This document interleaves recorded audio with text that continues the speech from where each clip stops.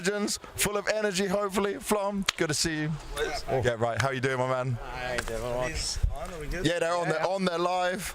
We're just rocking and rolling with it. Just tell me, did you all have Furia winning that game? Yes. Yes. Absolutely. Grow up. Don't. Look at you with a grin over there. Look at him. He's grinning ear to ear. He's like, I called it. Yeah, okay. Hey, I called it from my heart. There was no brain power in this. There was no brain power. It was just. That's what I mean. It's like you're too way biased. So it's like your opinion doesn't really matter at the end of the day, right? that's how you got to see it, right? But like looking through like the group stage, specifically like stage 3 with both Furia and Na'Vi, that Nuke game, the first time they met. It was ugly. It was ugly. Yeah, it was ugly. But after that, from Navi's side, they looked really good. Like, really, really good. And so it's like, I know it's going to be a tough game either way because I know they're going to reset completely. But I still thought it was like Furious way, like, but I still thought it would be way closer because those two maps that Navi won was like completely blowout. But I also think, like, you know, if this was a game where Furia, you know, played maybe yesterday, got drawn against Na'Vi, I think that Furia wins that game. I think a lot of it is because they had 4 days to prep, and like, who is better to prep than Na'Vi? Like in Blade, who you think the 3 to 4 made that much of a difference? I think it made a huge difference for them. Well, so what I think is interesting is actually Furia had the better reads to start the series. I feel like they actually stacked everywhere right. They were just missing. Yeah. They looked cold, like super cold. And then I feel like Na'Vi got comfortable. Like they were just instantly out the gate going. So then that kind of fueled in even more all that prep. Because Furia is probably sitting there like, oh my God, we just had 4 on the site that they just hit. And we still can't do it? Yeah, exactly. Yeah. Like, I don't remember, it was like, I think it was second round. You know, I'm just watching a 5-7, just like pop shots at Van Pillar, and I think he missed like 12 shots, and he just couldn't convert the trade. It's like, that's brutal. Like that's such a, the team knows that that was their round, and you have to sit there, and then you have to save, and you have to sit there again. Yeah. And then Na'Vi activates on like that first gun round. It's like, it feels suffocating. I was going to ask you guys, the 1v3 from Fallen. Does he get a graffiti for that in your eyes? Or because they didn't win the major, they don't get it? No? Oh. My voice is gone because of it, but no. If Imma hit that 1v5 though? I also want to just ask quickly about the Mouse game going up against Faze, because you could hear it in the arena, right? Yeah. It was still for Faze, even with torzsi having I thought this is the one place that Mouse would get some love. And when I did the cheers, I was like, oh God, this is not going the way I was thinking it's going to go. It's an international crowd. Yeah. You know, that's what's cool about majors. People are traveling in. Yeah, like, you know, we're doing a meet and greet today. Yeah. You know, out of the 15 people, 20 people, whatever, like every 20, one person's local. Oh, everybody's from it's that different. Yeah. So, and I kind of had a feeling that might happen, you know, because it's just a different crowd. Yeah. It does suck. I feel bad for torzsi, and you can see. I mean, and just being honest, he was the only one playing the game today. Yeah. I mean, it was bad. I feel like Mal's are in a position where they must make a roster change now, because you can't consistently come 3rd, 4th, and you're just on the cusp. And you can even make, when they've made it to finals, they've been competitive, they've been able to get games in there. But like the Clone was the big one as a fall off. But it's like, who do they potentially get now? No, exactly. And they look like the front runner to do anything versus Vitality there for a second, right? But that's like, they're hard stuck, because like when it seems like it's a mental thing, you're kind of, in Counter-Strike at least, I don't think anybody's really cracked the code besides just making a roster change. Like, that's, like, oh, you keep underperforming, you keep underperforming, you keep underperforming. All right, well, time to just maybe Na'Vi. Maybe Na'Vi fixes that mentality. Who said it? If you're in doubt, kick your IGL or kick your anchor, right? Like, those are the rules. So we had a question from chat that actually I want to ask you, Flom. Oh boy. They said, please, Flom, ask him about NACS right now. Well, I've actually got something. No, I've got something positive to look at here, right? Oh shit. You got your Flom Mythical LAN in Las Vegas, right? Yeah. That's a positive for NA. That is a positive in NA, and this guy's going to be there. Oh, you're coming as well? Yes, I'm coming. Of course. Spoiler alert. So I'm not going to be at the HRT award show, because it's the same day. Same time. Oh. That's fine. Yeah. So you already won your Rolex, bro? True. You already I gotta talk to Prof. I'm like, bro, I'm only coming back. You gotta do like something more special for it. Yeah, you know, give me the Ferrari or the Lambo next time. And I'm like, Olaf already now eventually getting his Rolex. I need to get something better, you know, like, it's when I'm coming back. Nah, but keep going. Your event? I mean, it should be good. We're trying. You know, it sold out in like VIP sold out in 2 minutes. Dude, that's crazy. The whole thing sold out in 5 hours. So it's a smaller event. Like, it's not. No, but it's still a VRS event, right? Yeah. VRS, Monsters backing it. You're rocking it with it. You're going to have good vibes. I know what Dinko, Moses, Darth Mike's going to be there as well. Yep. So you're doing like analyst desk or something like that? It's going to be like this. It's beyond. I'm just trying to be on the summit. Yeah. So people can just come on in whenever they want. Hopefully we'll have a couple more special guests that aren't announced yet. I've already leaked him, so somebody's going to be like, "Why'd you do that? Wait." Yeah, the PR announcement didn't go. Yeah, well, my manager's up there. He's smiling, grinning ear to ear. He's like, I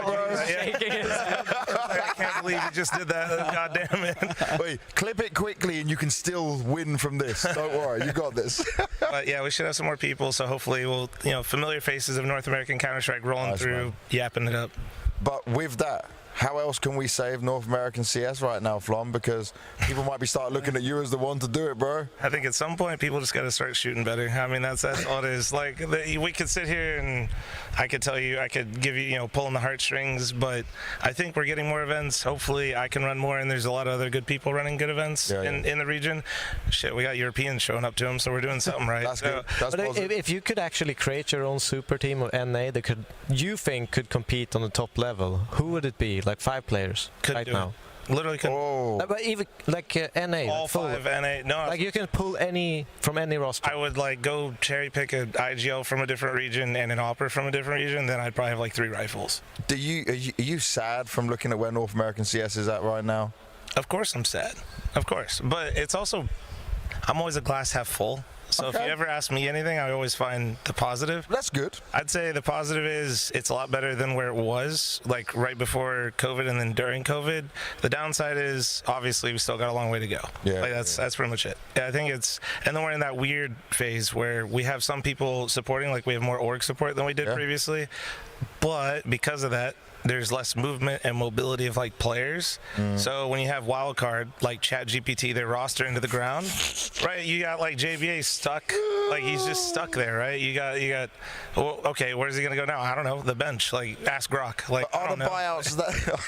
Ask Grok. All right, before I let you go, the last thing I want to go over you guys is just for the games we have tomorrow, some thoughts on it. So. Oh, Chris, you sound like you're ready already with this. No, I'm just excited mostly. Like the biggest one is just I'm so excited for. Which one's your favorite? Yeah. Who can I really pick one? Do I have to pick one? If you want to make Banks happy, say. Yeah, I mean, and the thing is, like, I actually would have picked that game more than Spirit Vitality because I think that game personally, I really hope it's going to be a good game, but I also can see it potentially be a one-sided game. In those 2 series, I can see way more is a higher chance that it could be potentially a one-sided game for either Spirit or for Vitality, because Vitality looks really good now. Go ahead. No, but more like on the other game, that more interesting game in my books. Faze, Navi, mostly because Faze is like stage 1 going all the way. Yeah. The storyline. Question marks. What was it? 0.03 seconds or 0.4. Yeah. If I get $1 for every time somebody mentions 0.4 defuse, I'd be rich. I swear to God. Okay, but also seeing broky back. Yeah, that was the difference. Like seeing the Latvian superstar back, it's amazing to see, if you ask me. I thought he was gone though. Like after the performance he had in the first couple of stages, obviously we found out. So at the beginning we didn't know he was sick. Then we found out he was. I didn't even know that. Twist said it on an interview with us at one point. So thanks for watching the interviews, Flom. Appreciate you. I can only consume so much Counter-Strike. Okay. I'm only messing, man. But so broky was sick. He wasn't even able to do interviews or anything. He was just playing. And then you saw him get better. But it was still, even when he was better, I just looked at it as like, he's not the same broky. We got it in this, so I'm kind of with your talking point of if he can show it again tomorrow against Navi, that is the big difference maker. Because Jacob showed up on stage, that was crazy. Who's taking both games? Flom, starting with you. Give me. I wanted Vitality Fury in the final, but give me Spirit, and then I'll do. Fuck it, Faze. Like. Oh, okay. All right. I mean, they're in the semis at this point. If you pick a. That magic's still rolling in your eyes. Whatever. Some shaman just did something, and he's gonna go to the final. I'm skipping it. Faze Clan wins the major. Wow, you're going all the way. Faze Clan wins the major. All right. Perfect. All right, thank you very much, boys. I appreciate it. Thank you for having me. We'll keep rolling. We've got to keep doing the rest of the show. Yeah, just drop them down. Have fun. Thank you. I'll do it like this then. Fist bump. Oh, much love.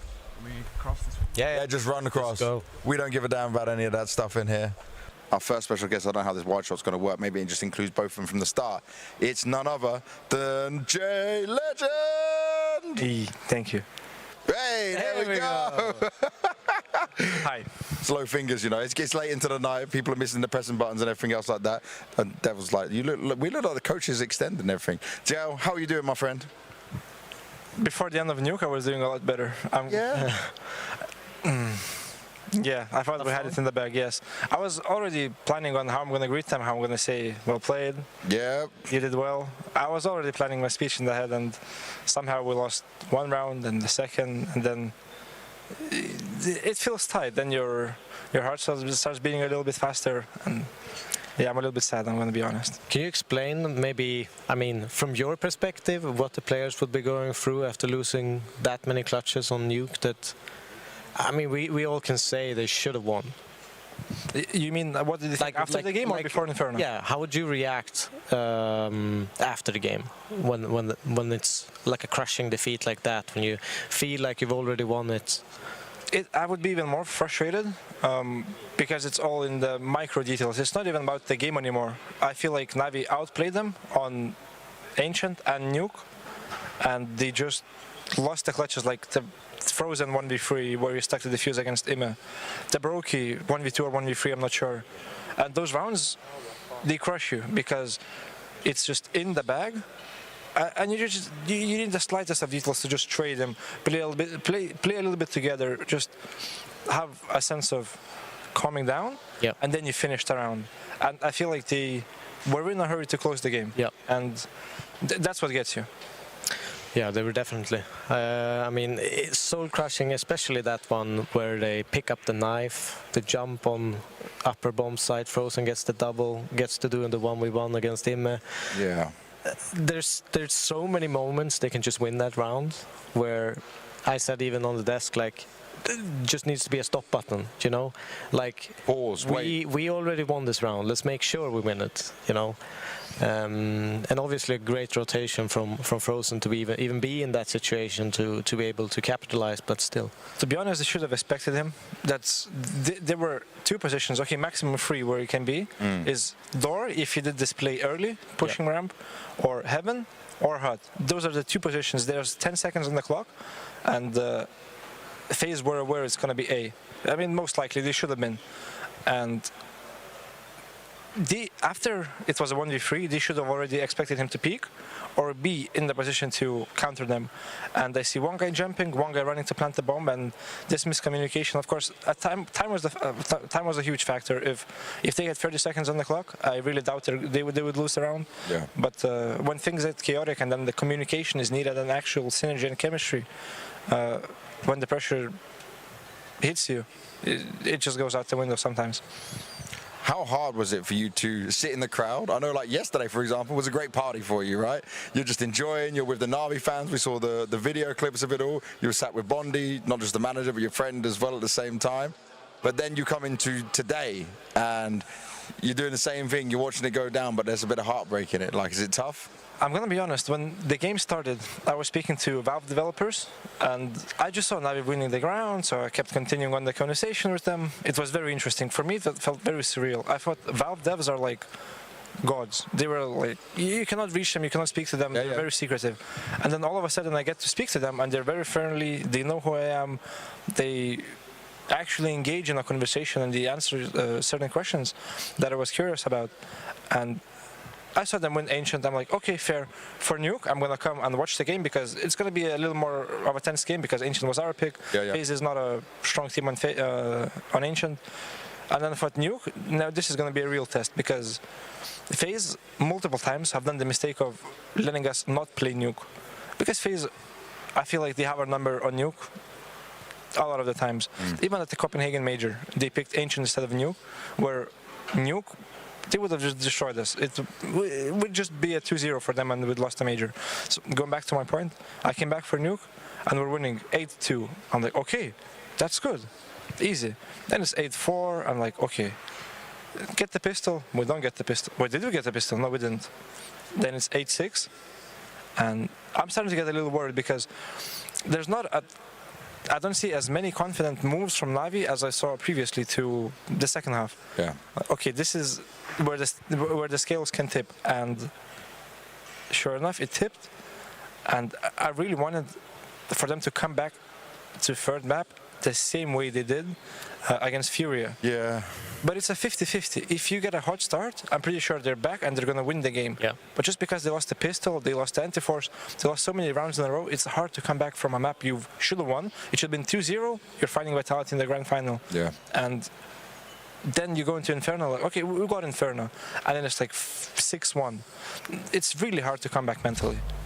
But have you, obviously planning to come back to the CS scene, have you kind of spread the word out in the back of the scene that it's not public, that you might be willing to come back, so that, because obviously after majors there happens a roster mania or some kind of silly season, so just logically it makes sense to kind of do that, to kind of spread the word in some sense? I mean, yes, I have, but not to all the teams. Yeah. There were some teams at the major, I didn't want to be disrespectful of telling, hey, if you need a new player, I'm right here. Hey, you had a bad run, you know, I could improve you. Yes, I feel that's a little bit disrespectful. But I also want to talk not through agents, I want to talk personally. Yeah, that makes sense. That's a good way. But I also could lose the timing. But that's the trade-off of not interrupting their flow. Yeah, yeah. And you know, just let them grieve a little bit, because they work for it their whole lives. And do you know, have you ever like any idea if you'll be back for the start of next season at the moment? Do you have any offers on the table? I do have offers, yes. Offers that you like? There's a part of me that likes them and a part of me that doesn't. And so the right offer hasn't come just yet? No. Soon you're going to be happy, surely? Because you worried me when you said you're not happy. No, but happiness is a thing that you can be happy and not happy. I can be the best player in the world and be not happy. I don't really hunt for happiness. I hunt for satisfaction of within me, like when I feel complete. I mean, you cannot feel complete, but at least near to it. When it's a different kind of feeling, and you can get it through hard work, achieving your goals, tasks, whatever. Improving as a person, you can near towards. I'd like one goal that I really, really wanted to fulfill. It's not individual, it's more of I want to be in an environment that if we were a team, I would want to win for you and you would want to win for me. That is an environment that I feel like it's impossible to beat that, because you don't only work for yourself, but you work for the other guy too. And I've never really had that. And it's hard to have it. It's very hard. I feel like the closest team to it could be Mouse or Vitality, that they always work for each other. And did you not have that at some point on Na'Vi though, when it was going really good? You can. The thing is, you only start to kind of realize when you're not winning anymore. Okay. You could be in a state of flow where everything just works out for you. You guys had that. But you can also be a winner, only thinking about yourself. Yeah, yeah. Even though it's a team game, if you do your role correct, you are going to win the game. Mm-hmm. And you can not be friends, you can be enemies outside the server, but on the server, if you play good, you do your things, you do your stuff, you can come out as a winner. I want to get one thing from you, because you're saying about AWPers, right? Who do you put in as the top 3 AWPers from your perspective right now? I mean, right now, current form. Current form is hard because you would look at this major and I feel like Wonderful impressed a lot. Oh, hell yeah. But would I put him in the top 3? Probably not, because of the year. Yes. Yeah. So are we looking at current form or year? About half year. Half year? Yeah. Okay. Oh. Okay, number 1 for me, ZywOo. Even though he's more hybrid, like he's rifling way more than open. ZywOo. Okay. ZywOo. And then Shiro. Okay. And who else do you have? Number 3. I feel like torzsi is doing a really, really good job. torzsi over m0NESY. Yeah. All right, well, JL, thank you very much for Thank you very much for having me. Don't get up just yet. Don't get up just yet. Your camera is, I don't know, guys, which is JL's camera? This one here. Look at that camera there. Any final words to the audience, to all the people at home, and maybe to your future team and say, come on, pick me, pick me. Pick me, pick me. Thank you so much for having me. Thank you for supporting Navi, although they failed. They lost. No, that's crazy. My English not good. And I love you guys. Peace. Mwah. Thank you for having me. Thank you, JL. We have got another major champion with us again. It's been a while since I've seen this man. I think the last time I saw him was back in Rio when Navi went on to win Rio. It is Taco joining us. Taco, welcome to the couch, my friend. Hello, guys. Hello, Joel. Hello, Banks. Hello, DevVox. It's a pleasure to be here with you guys today. It's a pleasure. Hello, everyone at home as well. There we go. It's a pleasure to have you with us. I feel like the biggest loser on the couch right now. We've got 3 major champions there, and I'm just waffling away throughout it all. I've got legendary company, which is great to have here. I want to ask you, Taco, just what have you been up to when you're here at the major, man? What's going on? Yeah, I'm on the Brazilian broadcast with Gaules and nice. Michelle and BT and Liminha. Oh, perfect. So I'm watching the major since the beginning. Like since first stage. Oh, you started from the beginning. Yeah, okay. From the beginning, we watched almost every game, and then they decided to bring me here as well to watch the major in local. Now, Taco, have you been doing this kind of stuff before? You like joining? No, this is first time. Yeah, that's my first time. I was full major. Yeah, it's crazy. It's difficult. I even told Gaules yesterday that during the Fury game I was nervous. You know. Oh God. I don't normally get nervous when I'm playing. You're just there. But yesterday I got really nervous. It was difficult. Coaching is the worst, man. That's the absolute worst when you're behind the team and like you're running out of pauses and there's 6 rounds left. I mean, might as well leave the game. Yeah. Like you can leave the stage. There's nothing you can do anymore. Leave before it all ends and stuff like that. What has been the biggest highlight of the major for you so far, Taco? Oh, as a Brazilian, I have to say Fallen yesterday. The 3K. Today, Twist was really beautiful as well and really important because it's a major semifinals and the third map, really difficult situation, and he just delivered a very good round as well. My memory is not very good, so probably I just remember the big moments. The big moments, but there were a lot of highlights and good stuff during this major. Awesome. Okay, Taco, give me first just your initial thoughts on that, the disaster of Spirit falling off, your overall thoughts on what the hell you saw at that point. Yeah, I even kind of got Spirit as not big favorites because it's Vitality and they are the best team of the year. And but from what I was watching in the major, I felt like Spirit was playing really well, and I thought that they would put a good fight today against them. But also, I think the emotional part kind of played a big role in that series. You could see Donk a bit tilted after map 2, I guess, map 1. I also felt, I don't know how to pronounce his nickname. Is it Zoe? Oh, Zwei. Zwei. Yeah. I also felt a bit of lack of experience in the big stage, some rotations and some ideas. Of course, he's still young, and this kind of environment should be difficult to him to deal with. But I guess the guy he's a good player. But today I don't think he played a good game as well. Donk he played really well. He was trying, but I think the frustration may came from these lack of experience moments, but that's difficult to deal with. Now, Taco. Yes. Are you officially retired? No. There's never been any official. Not yet. So you're not retiring yet. I don't know. I'm still checking what I can do in the future. Yeah, I still check. I took some time off, not some time because it's been 2 years now, and the first year I didn't even have a computer at home. I was just taking care of myself, and it's been really truly good. For us,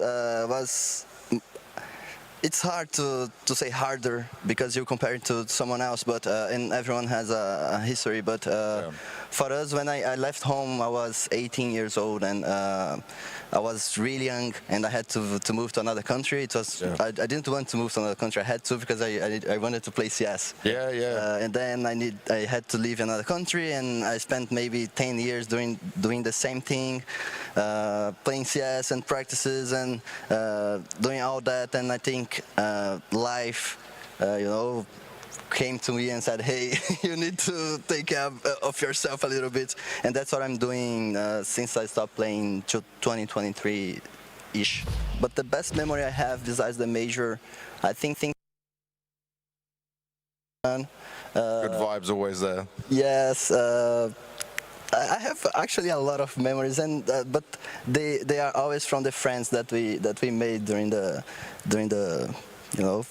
I forgot the word. Journey? The journey. Yeah, I feel you. I want to ask you this thing, right? When this last dance came around at the time, why were you not a part of that? What's the story behind that? I built Godsend, and I was the IGL, and they invited me to join Last Dance a few times actually, and I didn't want to go because I would be leaving the guys. Okay. Uma, Lato, and they needed me. Not only I was the IGL, the leader of the team, and also outside of the server I was important because the organization needed me for sponsors and stuff like that. We were makes sense. Rich team or something like that, and I didn't want to leave. Leaving would mean that our project in Godsend would be over. So I had to refuse, even though and also I was in a different page of my career. I wanted to put the past on the past and bring new players, new stuff for the Brazilian community. And my idea was to find 4 young players and bring them and teach them everything I can, pass them my experience, and I think I did a good job with Godsend, and they playing really well recently as well. I want to also ask a little bit about just, for you, looking back at the old times, obviously your role was so important, but people maybe focused more on the Fallens, on the KSCERATOs, on the star roles and stuff like that. When we did the podcast recently, just like this, with Fallen, he was saying, right, about like how great you were in your role and what you were able to do, your sacrificing and the trading, and this kind of CS has come back again as well. But how is it for you in terms of popularity in Brazil? Do people still remember you? Like, we would call you a legend right here, but do you still get that kind of love back home in Brazil? Yeah, I would say Brazilians, they can love you and they can hate you very fast. That's like most Counter-Strike fans, I think, yeah. But I feel like people are being very kind to me recently, and during my career was difficult, but I never really focused on that. My focus was on winning tournaments and trophies, and I got many of them during my career, and that's what matters. I'm still one of the most accomplished players in Brazil, and that's what matters for me in the end. That's what people remember. That's what people remember. Yeah, right? You're in all those photos. They can never take that away from you. You're the one with the medal, with the trophy, everything else. Yeah, and but in general, I still think that people in Brazil, they really like me, and I really like them as well. Good, man. It's important for home as well. What do you think right now of what we're seeing from Furia? Because if we're honest, Brazilian CS has looked bad for quite some time, but it all changed this year. Legacy obviously getting a trophy to their name and then a second place as well, looking like a team for the future. Pain getting through to the semis of the Austin Major. And now Furia, okay, still 3 Brazilians, still a Brazilian core, but they changed language, they switch it up, and they won 3 S-tier tournaments, the Thunderpick tournament as well, which is an A-tier. Like, is this a good thing to see for the Brazilian scene to kind of have a chance to rise back up? Yeah, that's really nice, and that's Fallen. He just kept going and going, and he never gave up, and that's, I mean, he's an inspiration for me since the beginning of my career, and maybe for every Brazilian that loves CS now. So that's really nice, and also I think KSCERATO and Yuri, they deserve to win something, because those guys are really good, and they've been really good since some years now, but not winning any feels really bad for them. Taco, this is your camera, this one here. So what would you like to say? You can say it first in English to everyone watching, everyone around the world, and then in Portuguese after, my friend. Hey guys, thanks for watching. I hope to see you guys in the future, tomorrow in the show match as well. If you want to come to the arena to watch us, and you can boo JL. Yeah, cheer for Vaco. Yeah, cheer for us, guys. And thank you for watching. Thank you, Banks. Thank you, DevWalk. It was a pleasure. You both legends, and it's always good to meet you and to talk to you. Thank you very much, man. Thank you, same. You want to say anything in Portuguese to the Brazilian viewers out there? Galera, tamo junto. Abração para vocês. Obrigado aí para todo mundo que está assistindo. É um prazer estar aqui no Major. É o maior evento de CS, né, do mundo. E para mim, que sou apaixonado por CS, é um prazer estar aqui. Tamo junto, obrigado. Para a galera que vai vir para a arena, nos vemos amanhã e valeu. I'm joined by Twist here from Faze, and we're going to be breaking down a few rounds from the Inferno game they played against NIP here at the Major. Let's get into it. Going into round 20, I noted that your utility here is actually really, really beautiful, the whole sequence. Thank you. So they are hitting B kind of in a poppy way, right? And karrigan is hiding in triple. And now you have a decision to make. Either you're trying to kill people before the smoke pops, which you're actually doing here, or you're going to support your teammate somehow. And you're doing it both because of this flash, which I think a lot of people, they would probably flash pool, right?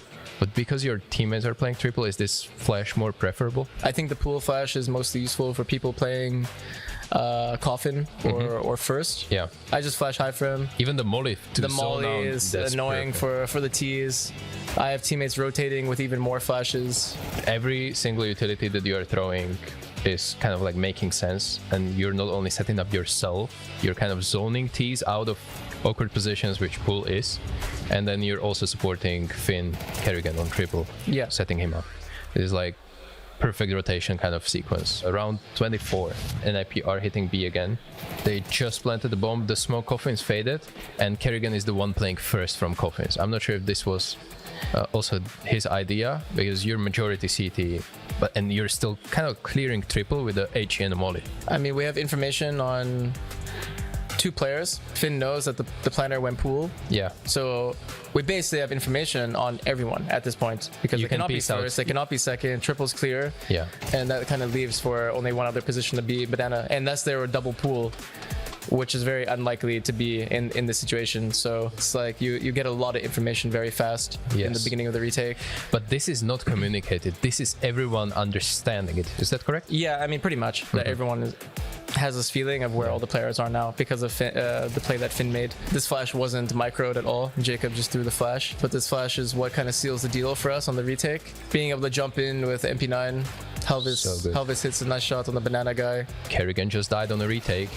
The amount of information that the death gave you is actually incredible, that casual viewer might not understand without you explaining it properly. So thank you for that. Thank you for joining me, and good luck in the playoffs. Appreciate it. Thank you. Welcome, guys. We're gonna head into the show match very, very soon. Team GOAT against Team Vaco. And I have one of the Team GOAT players here right next to me, JL. Hey, how are you doing? Hey, I'm doing good. I'm very excited. I mean, I wanted to be back on the server, not in this. I mean, a show match is probably not the highest of comebacks I can have, but it's gonna be fun. I love the arena. The first few games in the quarterfinals, the arena was like 65% full, and you made it so loud. And yeah, we're gonna see how it is today. I think it's gonna be crazy. Yesterday it was like almost full. It was insane. And you're gonna play with Simple again. How do you feel about that? I'm very excited. We're good friends off the server, on the server. We had our issues, but I think we'll bring this one home back. Okay. And you also have like other players on your team that are quite decent. So I think your chances are not quite bad. But you're gonna play against the Brazilians, Team Vaco. A lot of legends on that team. You think it's gonna be close, or yeah? Yeah, of course it's gonna be close for sure, and I mean, I'm very excited. I've played Taco maybe 3 or 4 years ago, back in the days in Apex, and we also had Mzinho in that team. Yes. Oh, well, actually, it was in Mad Lions. But never mind. I played with NiKo before, so it's gonna be an exciting match. Okay, but how are you feeling? Like, how has been Major for you? I saw you were, I don't know, late night show, watching the games, wandering around. It was exciting, but once you get to watch Navi games, it's very stressful. A bit too stressful. I was feeling very good until Nuke happened yesterday, and afterwards I was just speechless. And then I saw them get steamrolled on Inferno. It was not a pleasurable sight to see. After the game, I just thought maybe I should bounce and just leave home. But I remembered I got a show match to attend to. I mean, I was also disappointed, but I think they did good. Like, what do you think about their performance in general at the Major, even though they lost yesterday? Very good. I feel like they were the best team in their matchups. Even though they were the underdogs on the odds, of people thought they were underdogs, I thought they were strong and stronger than the teams they were facing. Furia, for example, people put Furia as the favorites, heavy favorites in the matchup, and I thought it's nowhere near favorites. I thought it's, at best, it's a 50-50 match, if whoever shows up.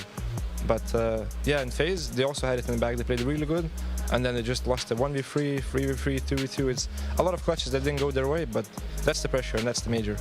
Yeah, that's the Major. And right after the show match, we're going to see the best of 5 finals, Vitality against Faze. What is your gut feeling saying? Oh, I feel like it could be anyone's game, but anyone I spoke to, they said, oh, Vitality heavy favorites. Of course, they are the favorites, but I still feel like Faze do have the magic, and it's not their first final or the second Major Grand Final. And for sure, you have to learn something from those finals that you've played, and I feel like today they're going to bring their A game for sure, and I really do. We get to see a wonderful matchup. Okay, and JL, just want to ask how you're doing in general. I mean, you've been in a break for some time. How are you feeling right now? I'm feeling good. I'm ready to come back, and watching the Major gave me a lot of fire inside me because I get to experience a tournament without actually participating in it.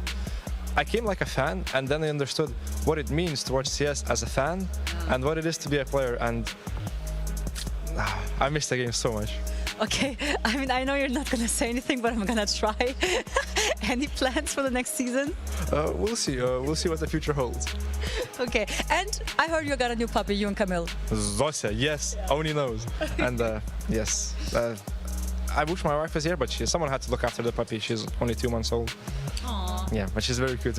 It's an Italian Greyhound, very small, but it's gonna get a bit bigger. Yeah, if you come back, you gotta bring her to some of the events together. Hey, thank you so much. I will not keep you up longer. You have to warm up, and best of luck. Thank you. Thank you.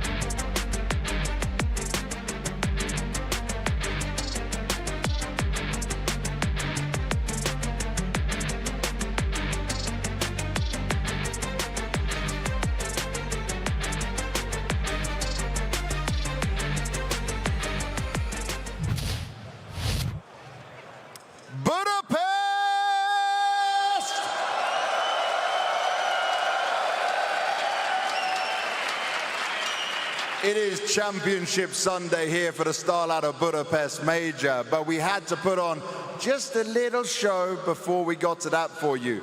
It's show match time.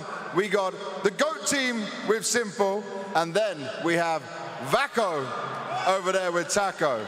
We got Simple fans in the house.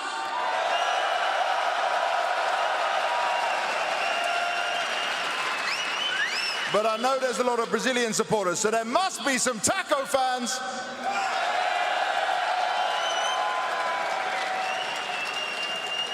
Simple, I know you've been watching the games, you've been enjoying the major so far.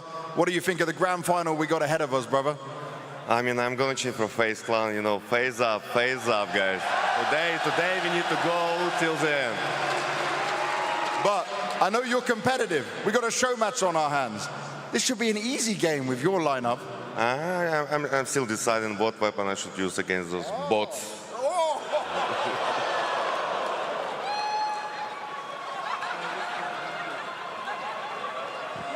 Taco, you have anything to say to Simple? It's bot Taco. Taco, how was this major so far for you? Well, let's think to Simple. Simple, Sasha, are you mad? Because I'm not. Okay, what's the question? How has this major been so far for you? You come here as a guest, how was it for you? Oh, it's amazing and also to have the chance to play in this stage, to this crowd in Budapest is amazing. So we're gonna have a lot of fun. And I saw a lot of Furia fans when Furia was playing here in the quarterfinals. What do you want to say to them right now? We're gonna show what the lobby of Falastro is capable of. The triple is gonna come strong. Yes, I wanna hear all the Brazilian noise in this arena. Let's go, guys. All right. There is one final thing to do. We have to flip a coin to decide sides. Who wants to maybe flip the coin? You know what? Who wants to choose it? You want to go Taka? You want to flip it? You want heads? Okay, you want heads. And you? You're going to take tails? So flip it. You can do it then. He chose, you can flip it. Which one are we going to get? Oh, you chose head. They get the side. Simple's getting the choice. There we go. Easy. All right, Simple's team gets the side. Budapest, you know this. Are you ready for this? All right, let's get ourselves into this game. All right, it's show match time. Simple on the stage in 2025, and of course, Epitasio de Mello on the other side of things. I'm joined by Chad Sponge Birchall. He's in the building. Sasha comes out and he calls them bots, and then he shies. He really meant it.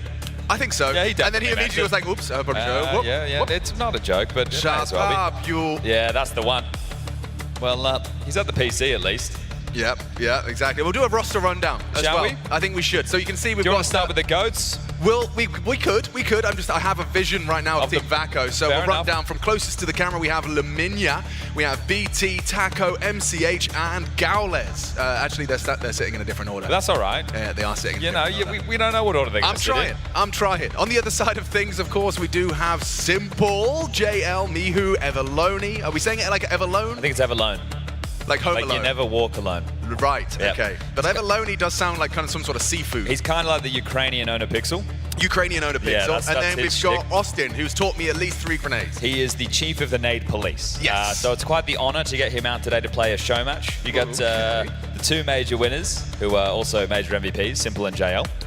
On the same team. But Taco's also won 2 majors. Didn't get the MVP though. No, it was one of the most iconic support players of all time. That's right. So you got that. Now here's a fun fact for you. Team Brazil, or Vako, as they are going by, they have a combined age of 168.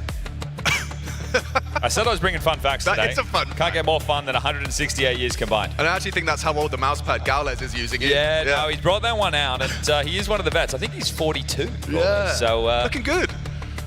And another fun fact is that Gaules and Laminia have a connection. You know, you start seeing him on your screens a lot recently. He was like a mega fan. He showed up on the remote viewing back in the COVID days. You know, when you could tune in and have your webcam. Sure. Gaules noticed him because he was there all day, every day. and he ended up getting picked up like into the, they call it the Trebo.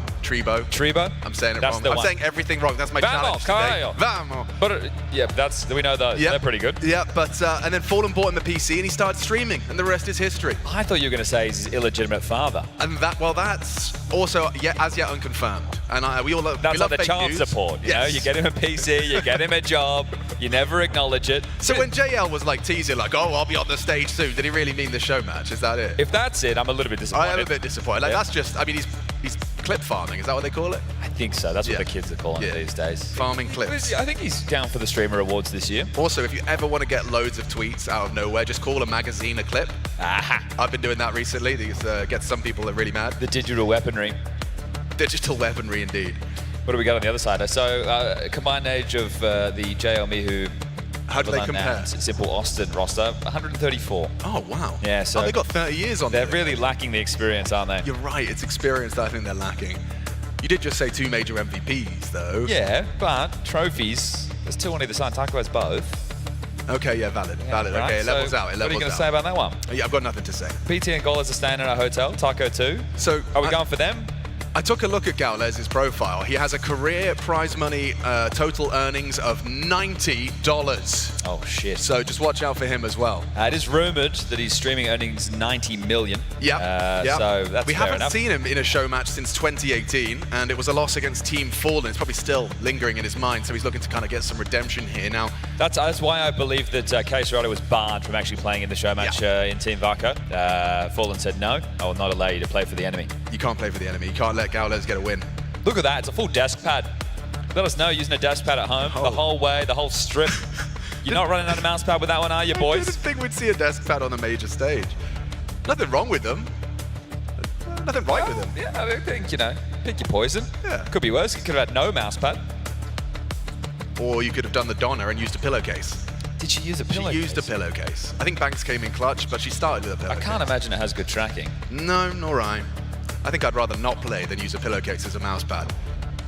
What map are we playing? Cobble? I actually don't know. Cash? To be honest with you, I've been told very little. And that's kind of the fun of it. That is the fun of it. Prodigy. Prodigy? I don't know. That's a map. The producer Tuscan? said something. That's a map. It's a super custom map. Not just a custom map, super custom. That's how I like my maps, my cars, and my superheroes. My superheroes. Yep. My show matches. Yep. My beers. Yes, please. I'm having a beer after this one, Super watching draft. that grand final. You guys doing all right, Budapest? You excited for the finals? Yeah, man. I mean, this Faze fairy tale, you reckon it's got legs? You reckon we get a proper grand final, best of 5? I think there's a lot of vitality. I think they're hoping. I think it's You've like got to be hoping. It's a hesitant. Sure. You know, you don't want to believe too much, but we've doubted them at every turn. Austin's rocking a Driller's jersey. How's he done that? I don't know. I thought he'd be in these police outfits. Also, cover your mousepad, Mihu. Kassad might be watching. Oh my God, JL's got. Well, I think is it? Oh yeah. Yeah, it's in that branch. Oh dear. Oh no, JL. Gonna be some upset. It's the wrong color, man. What do you think of his new haircut? I like it. Yeah. Yeah, I Very think fringy. it's strong. You know, I just hope people are a bit kind about people's hair. You know, it does seem like the Counter-Strike community, we've got a lot of barbers watching. We might have time. Oh, you're talking about the styles. Oh yeah. I thought you were talking about. No, we can start talking about the finesse strides of the world later. All right, guys, we can get into it, shall we? Start with step number 1. Step number 1 is ask your friends. The chemical of which your hairstyle. No, we'll save that. That'll be for another day. Look, these players, they haven't been in the server for so long, they don't even know how to do their configs, guys. So we are just waiting for them to do sensitivity, resolution. Look at this. Oh, yeah. Simple's trying to remember how to play.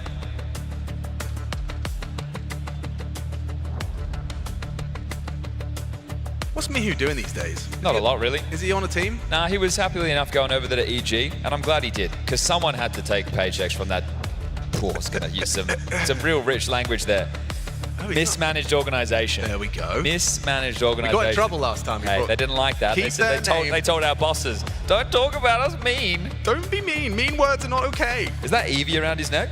It is. Well done. He's a pokey man. He's going to poke him on. This is the type of game where we get chat up, isn't it, Alex? That's what this is. You're so right.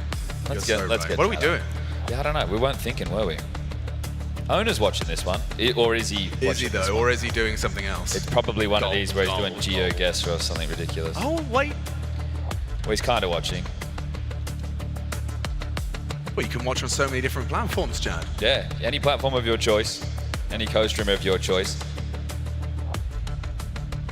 Do you reckon the Ukrainian Onapixel will have a better performance in the show match than the actual Onapixel? Because he was terrible. I suspect he's a gamer. I have no idea about Everlone. I don't think he vapes either.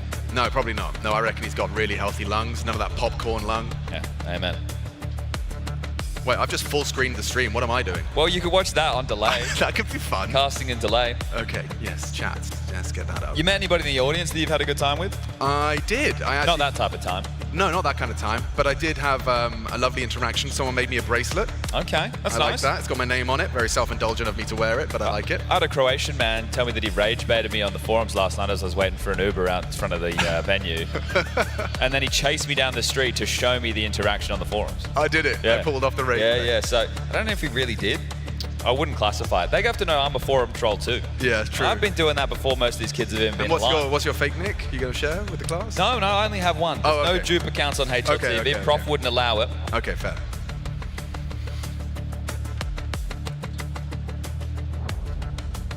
I had another interaction with a guy who just started the conversation with, "No, I'm not gay." That was his first 3 words. That's true. And I was like, okay, where are we going with this? I he remember. said, I like your voice. You should try voice acting. He said, I love your voice. Oh, wow. Yeah, it was stronger than that. Love, it's strong, yeah. Voice acting. I mean, maybe. What would I say? I don't know. Who would I voice? Could you do some characters? I could definitely do like a kind of, I can do like a little goblin. I've got a good goblin. You can do a goblin. I've been playing Magic the Gathering recently. My goblin's been, I've been working on it. These nuts. Yes, indeed. This is edging taken to a new degree, isn't it? Yeah, we've received no word. This is a full freestyle right It's now. kind of like an analyst desk. I could beatbox if you wanted. No. Okay. Save that for a rainy day. All right. Maybe I'll call Owner on Discord right now and see what he's saying. Hold up. Okay. He won't answer. Oh, the crowd kind of like that, I think. I started searching Discord for Discord. Fleming in the chat says, Taco looks like a young Antonio Banderas. Okay. That's nice. I think that is nice. I think that's a compliment. I think he was widely regarded as somewhat of a heartthrob. All right, we're ringing. We're calling. Okay. We're getting him on the line here. Hold up. Hardcore Weeaboo says obnoxious commentary. That's fair. I mean, what do you want me to do? We can't just sit silent. It is fair. No, he is right. It is fair. What do you want me to do? Is Owner going to answer? No way. He's the type of guy, man, who never picks up the phone. Wait, what? Hello? Is this Owner Pixel? Hello? Is this Virtual? Yeah, this is Chat Virtual calling. I'm just calling live right now from Budapest. How you doing, mate? Where you find yourself in the world right now? I'm good, bro. I'm good. You cool, bro? Like, you're live right now. There's some people here. I feel on the spot, bro. I feel on the spot. Well, yeah, you're through the microphone, and then you go to the speakers, and then the people can hear you. So you're talking live right now to Budapest. Oh, hell no. Yo, Budapest, let's lock in, bro. The craziest grand final today. Much love to Budapest. Much love to Sponge Machine. Hey, let's kill it today, okay? Let's kill it, bro. And Faze up. Okay, you're going for Faze here. All right. How many maps are we talking, mate? We're talking a 3-1, 3-2. I want your analysis right now, Owner. 3-1 for Faze. Okay. Ooh. Okay. Crowd likes that. Who's the MVP?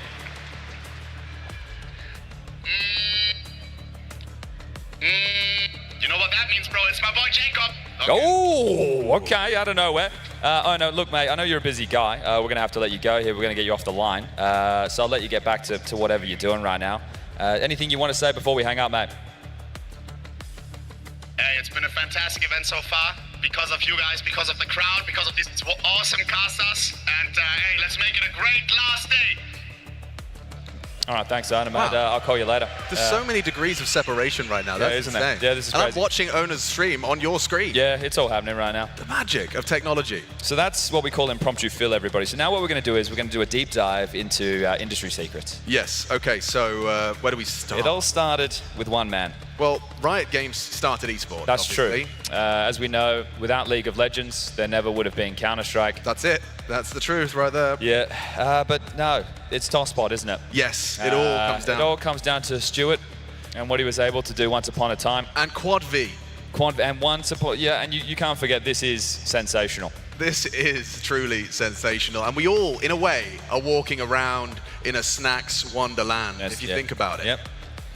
It's the Buddha and the pest And is did you hungry. know, there used to be a Buddha and a pest. And now they're Budapest. And now they're friends. Yeah. And now it's just Budapest. Or Pest. Or Pest if you want to be obnoxious about it. Well, Which actually, that's kind of our thing today. Yeah. Budapest!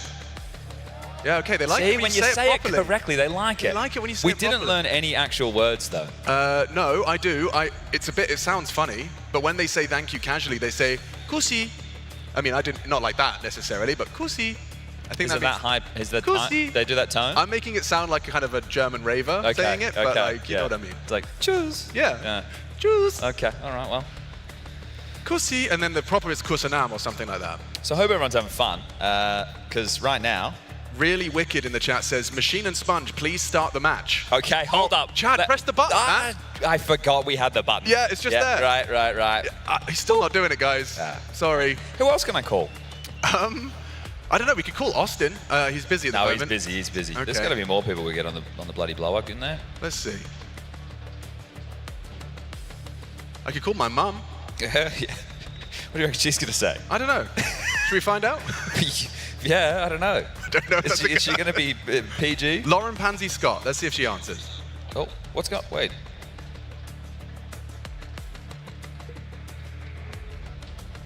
What's Lauren going to say? I have no idea. Is she even awake right now? Probably not. It's about gamer time. She probably might be waking up around. All right, let's see if we get Lauren on the blower. See who she thinks is going to win. Now, we've been told 1 minute, and that's what the admins told the producer who told us, which we're telling you, and now everyone's on the same page.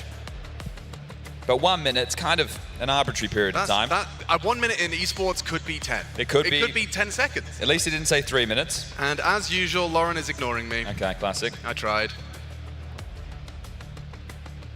But yeah, I should probably remind everyone what this is. This is a show match. It's been the map that we're about to be jumping into is exclusively Super custom. provided, super custom for the show match by xplay.gg. Wouldn't be possible, wouldn't be here without xplay.gg. Oh, hold up. Something's happening. It's the most popular It's service happening. for CS2 servers in Europe, Chad, and you can play it right after the match. You'll be able to play this super mega custom map. Okay, where the hell are we? Aliens. It's rustic looking. Very rusty. Oh, there's bomb sites. So are the two players. of which, okay. Evelyn. He's not alone. A lot of bodies over here. The Ukrainian owner Pixel. But we have got Simple coming on in. Ready with the dual Berettas. Team Go looking to put a couple of bullets into the throat. And he's done it. Down goes Gaules. Laminia still delivering, keeping Team Vaco in it. MCH dipping around. I have no idea where we are. It's Austin straight in with the Zeus.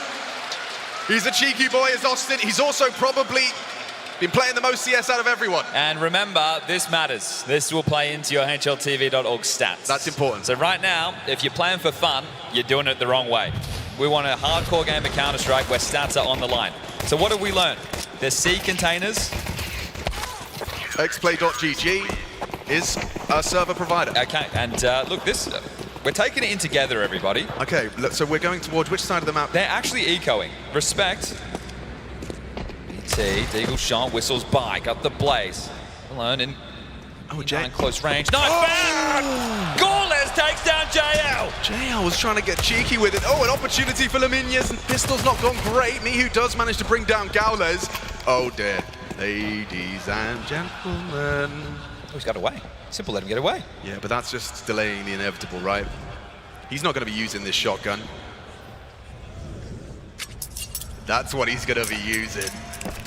Man's got the matching set. Hello. Bomb down. It gets looking a bit weird now. Look how separate they are. The bomb could not be further from any of them. Now me, who's coming for I don't know why. I'm not trying to spoil it. This is a show match. I should be screaming. Yeah, let's do it. Yeah, okay. Knife him. Just do it. Well, Shalabuff would say that. Just looking like this might be a 2-on-4. Simple's trying to actually, yep. Oh, Vaco. Oh, dear. Yeah, I like mine extra crispy. He's one in his name, and he's playing the game. Well, he's in a spawn and chasing him down. They know where he is. Are they going to go for the knife for this? Oh, okay, what? fully blind headshot. Of course. 1v1 against Sasha the Smasher. Got his swag 7. Hiding out. Looks like he's going to try and play for the knife. He's playing for the... He's trying to keep the fans happy. Where is he going to be able to get to the bomb? Not like... I don't think so. No. Simple, you can't win like this. This is rat behavior. You rascal. Takes his hand off the mouse and keyboard. He's just playing with his food. He's having Brazilian barbecue tonight. Not the knife kill. MCA. Double shotgun to the belly. Simple's got it done. Team GOAT survived the threat in second round. Did look like his shotgun got stuck It did there, get a bit sticky. so we'll have to get that one checked.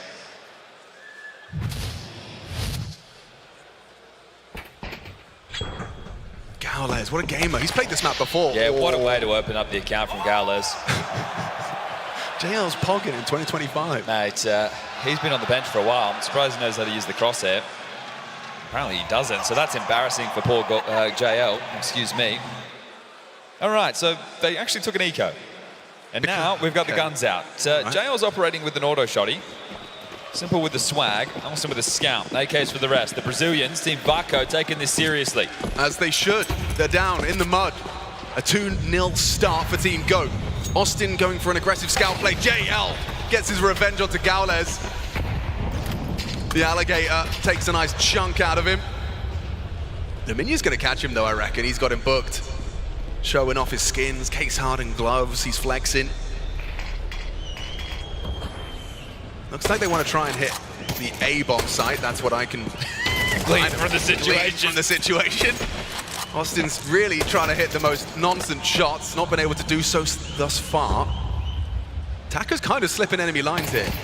We could get a Taco simple collision. Oh, you don't want to piss him off with a knife. He does. He does. Come on, Taco. Go on, lad. Go on. This is going to make him mad. Simple gets stabbed. Taco's got him. They need the round, though. JL has made that increasingly difficult. Taco on a 1v3. He's just having a good time The real win is knifing Simple. 100%. You did Austin? Oh, okay. Yeah, you have to shoot him. But maybe Taco's got a clutch in him. Go for the Zeus. It's like he doesn't have X-ray or something. Well, right now, same problem as the last time. It's going to be the nemesis of all these guys. And maybe by the point we get 5-6 rounds in, we might actually have a good idea of what's coming next. Oh, yeah. No, we've seen this strategy before. The smoke dome. Inspired by Stewie2K, of course. Of course. A legendary North American Counter-Strike player, now retired, or something. Starts with green, for sure. Okay, I've got some news for everybody. Yeah? It wouldn't be a show match without some fun and games, would it? Well, I thought we were already having fun. No. So right now, round number 4. Or was it round number 5? No, it is round number 4. I can't count. 0 money, full armor. You get a scout. It drops from your hand when you miss a shot. Okay. So okay. You have to pick up your scout every time you miss. So don't miss. Okay, simple. It also says here, drop weapon when zoom. Yeah, but we lost JL from the server. So does that mean we have to be no-scoping and stuff? Well, I don't know. I'm trying to read between the lines, quite literally in this Excel spreadsheet. We're going to work it out. We got this. I'm glad that we brought the tech timeout music for this one. To build suspense. Yes, it is.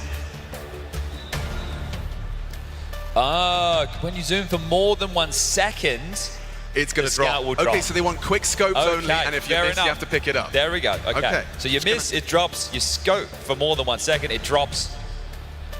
All right. Well, now this one, it's going to drop. That's what we've heard. Our people telling us to tell you it's going to drop. Now, here we go. The scouts are out. JL's back in. What's on the screen right now? Scout only, miss shot, weapon drop, scope for longer 1 second, weapon drop. Now, I don't know if the players know this. They're going to work it out pretty damn quick. They do know. Okay.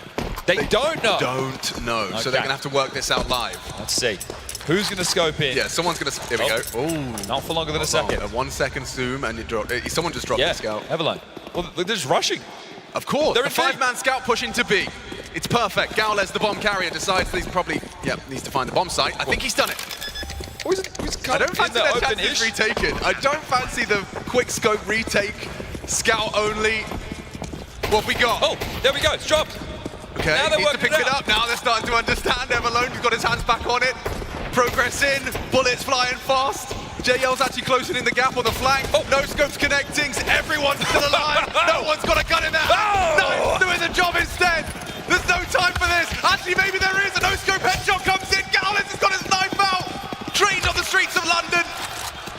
the defuse. They're holding it. He just has to get his shot. Wait, back into the server. Right, damn now, or whatever Scrawny said. Whoa! Okay. I like that. That was fun. That was fun. But it's 4-0. Come on, Varco. We need something. Oh, JL. I know it's been a while, mate. Sort it out. Holding up proceedings right now. I have to say, the vertical desk pad is inspired. Well, look, you know, like, imagine if you were just... He didn't know what he was going into, right? It could have been a map that was just up and down. Like, maybe he was preparing for like a flight sim or something. You know, yes, I reckon that'd be great for kind of the trajectory, the 360s. And talking of flight, here is one of Counter-Strike's flightless birds. Be careful. He's always sending mixed messages, this guy, because he's FBI, but he does have like a fake bomb strapped to his chest. No, well, obviously he's collected it off the baddies, and he's got it for safekeeping. And now, for any of our newer viewers, a baddie used to mean a bad guy. Yeah. Yeah. Just sorry, man. It's all right, man. You know. I'm not 40 yet. Wait, what's going on here? He's giving a special message. What does that mean? No one knows what it means. Okay, hold on. Well, he's reading it to the team. Okay. I feel like... Okay. Maybe it is just like from one of those cookies you get after like Chinese takeout. You will win a round in your future. Your movement speed will be faster. 100% faster, so this one's going to be quick. Okay. See a couple of P90s. Oh, damn, we are real fast. Zooming! Formula 1 on display. Okay, I've got to go. I'm going to be cussing. Let's go down. Against the spray. 4v3. Pushing in from Zacko. P9 is going to drone you some damage. Gets the bullets unloading the magazine. Left and right. Looking at the shots. They're zooming in towards him. Zacko will be a goal. Gets the drop. Not the 9. Gets the Zeus instead. Now B. Oh, he can come up clutch. A 1v1 now. Coming down to it. P90 versus AK. He's going to slow one down. For a second now, he's going to play Jibbler back. Instead, Yeri down. Going to limit the push. What do you do now? Going to throw out the block smoke. Going to piece around. This is a fast rotation. He got behind him. Who does it? And across the line. Speedy Gonzalez.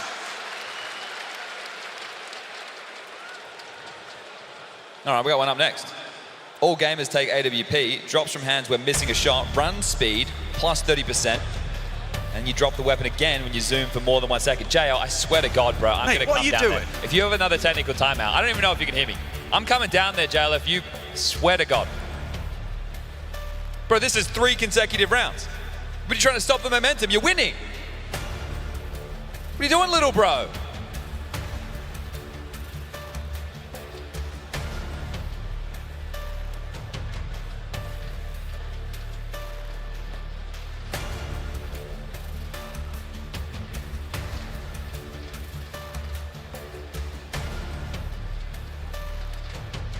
One thing I want to say, Chad. Oh, I want to hear it. Is that the most popular game mode on X-Play is personal matches. It's the main feature. It's being customized settings and game selection options. You and your mates can play the show match map after this game. Okay, all right. Isn't that cool? You can play on this map with the speedy mode. There will be a bit of a break, won't there? So people will have some time to go jump into that. And we all know the song, so let's sing it. Let's sing it together now, everyone. You guys kick it off in the audience. Yeah, okay. How does it go?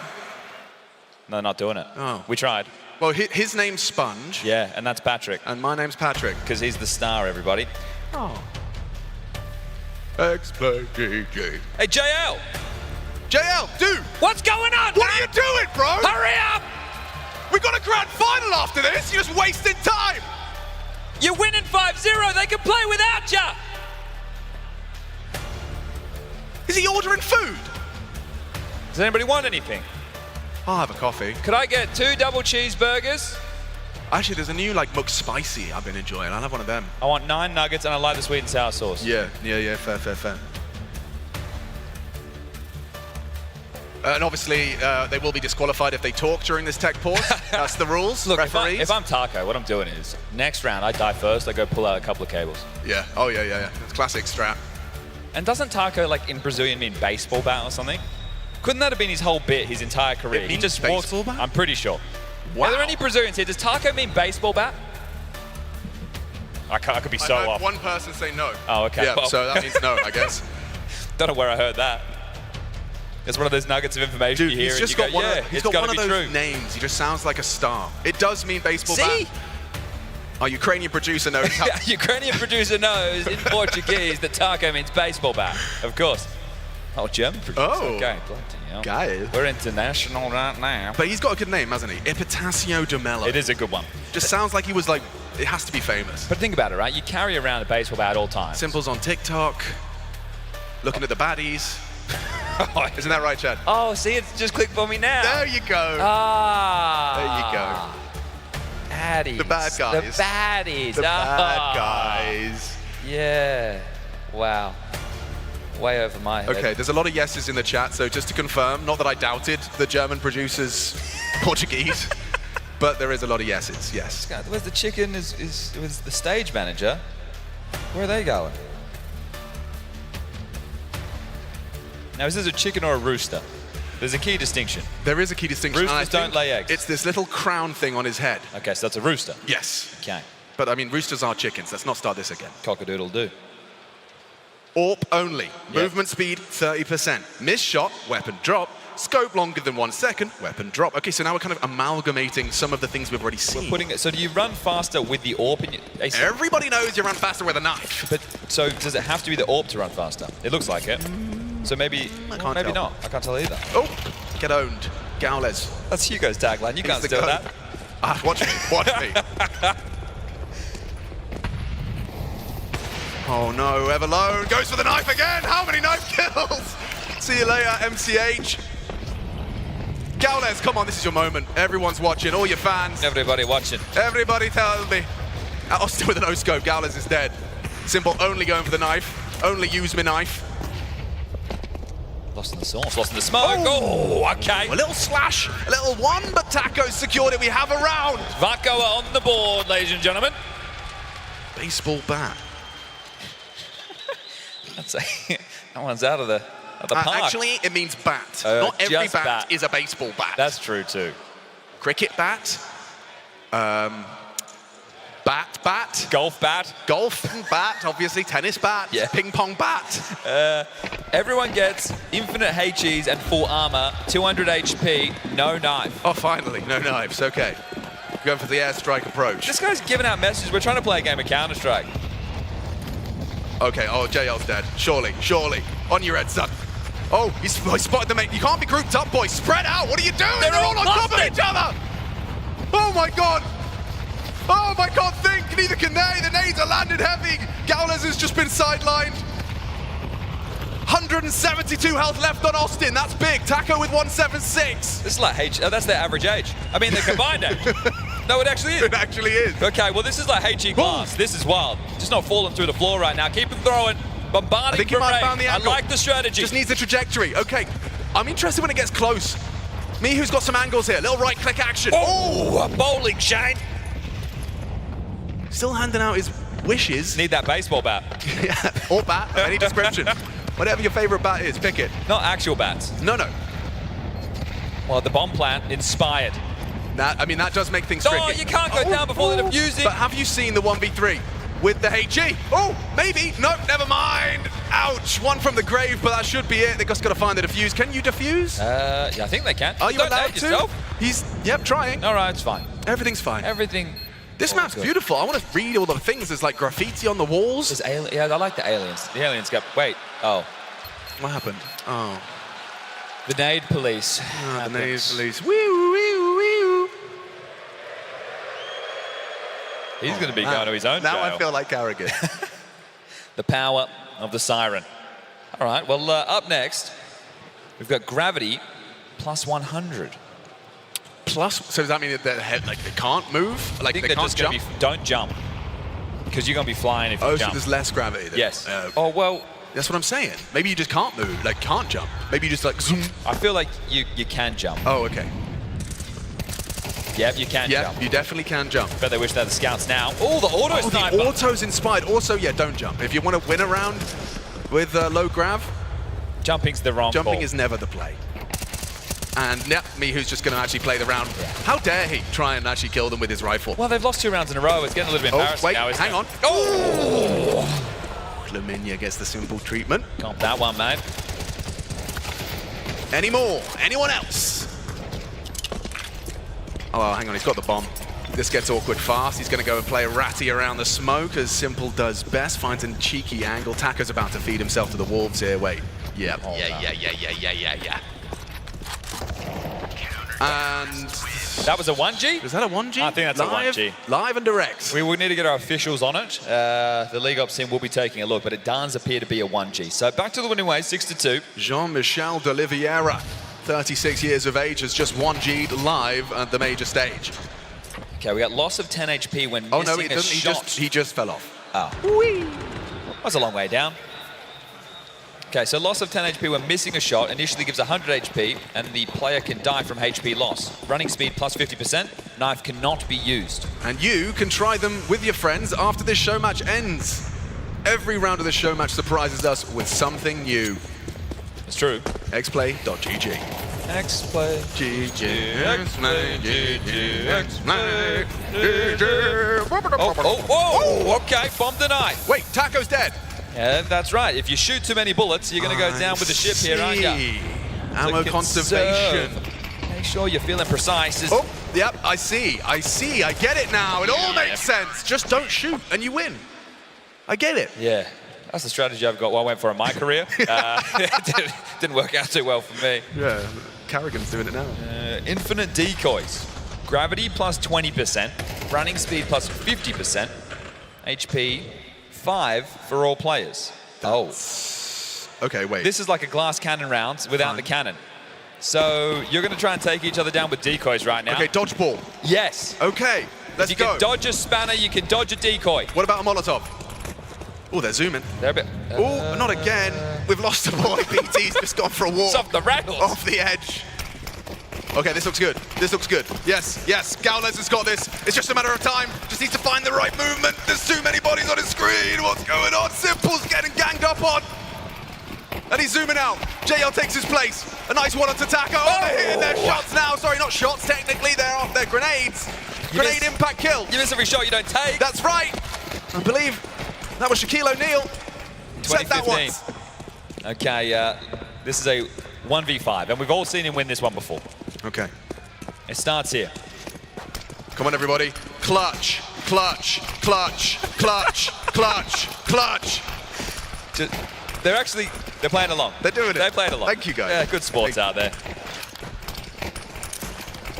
Clutch, clutch, clutch, clutch, clutch, clutch. You're killing me now. Clutch, clutch, clutch, clutch. Oh.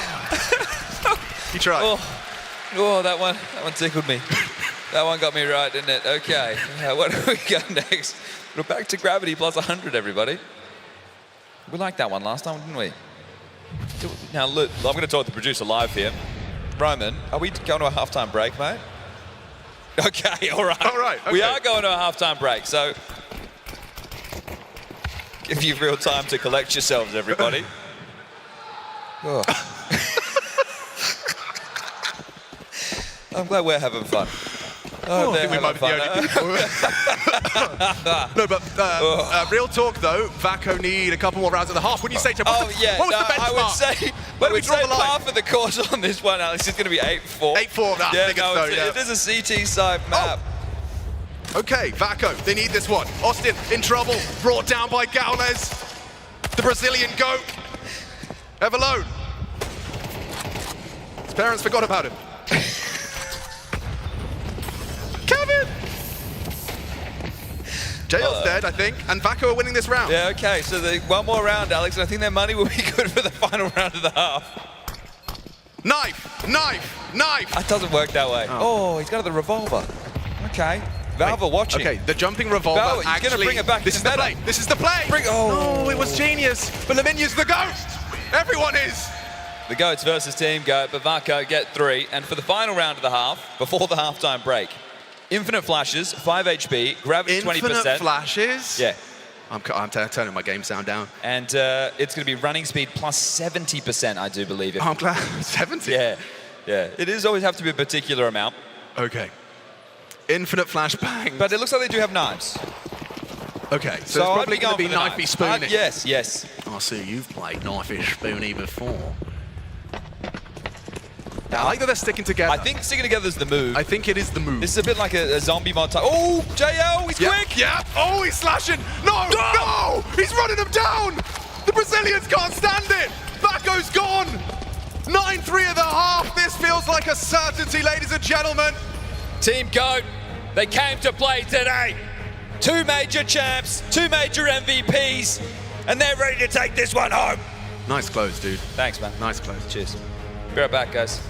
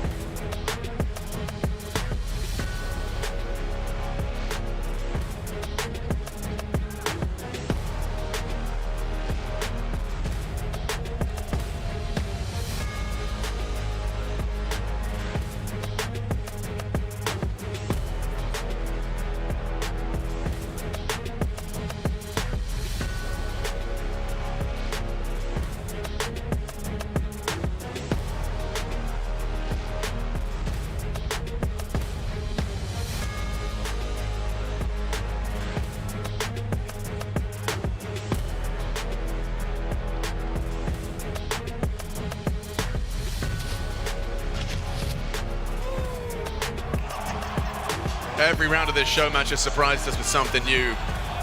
Let's see what we have in store for the next half of play. Brought to you by xplay.gg. It is that final day. Chad just unboxed the Chantico's Fire live. Mate, we're going hard right now. Congratulations. We're using the grand final day luck to open a couple of cases with this one live on the screens. It's geolocation, you We see. had NiKo sit down with the Brazilians there at halftime, ask a couple questions. Says, how's it going? They said, vamos. Bora Bora, and I believe Team GOAT had owner call in, and he said gold, gold, gold. That's straight from Donna. So I have a feeling Team Vako are about to make a sick comeback. You're not ready to see what Team Vako have in store. You can teleport to your victim's corpse by shooting at it, and BT's got the flank, but Everlone's actually watching. Okay, still winnable though. Taco in the smoke gets simple again. That's 2 for 0 in the knife, back to 4.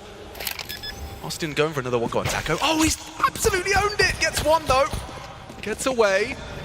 Austin wants another Zeus kill. I think he's going to get one as well. I obviously don't actually know the map at all. Gaules, however, has taken him down. Denies the Zeus kill. We need this, Taco. You have to make this show match last a little longer, bro. Joe was doing that with the tech timeout. He did. He got the memo.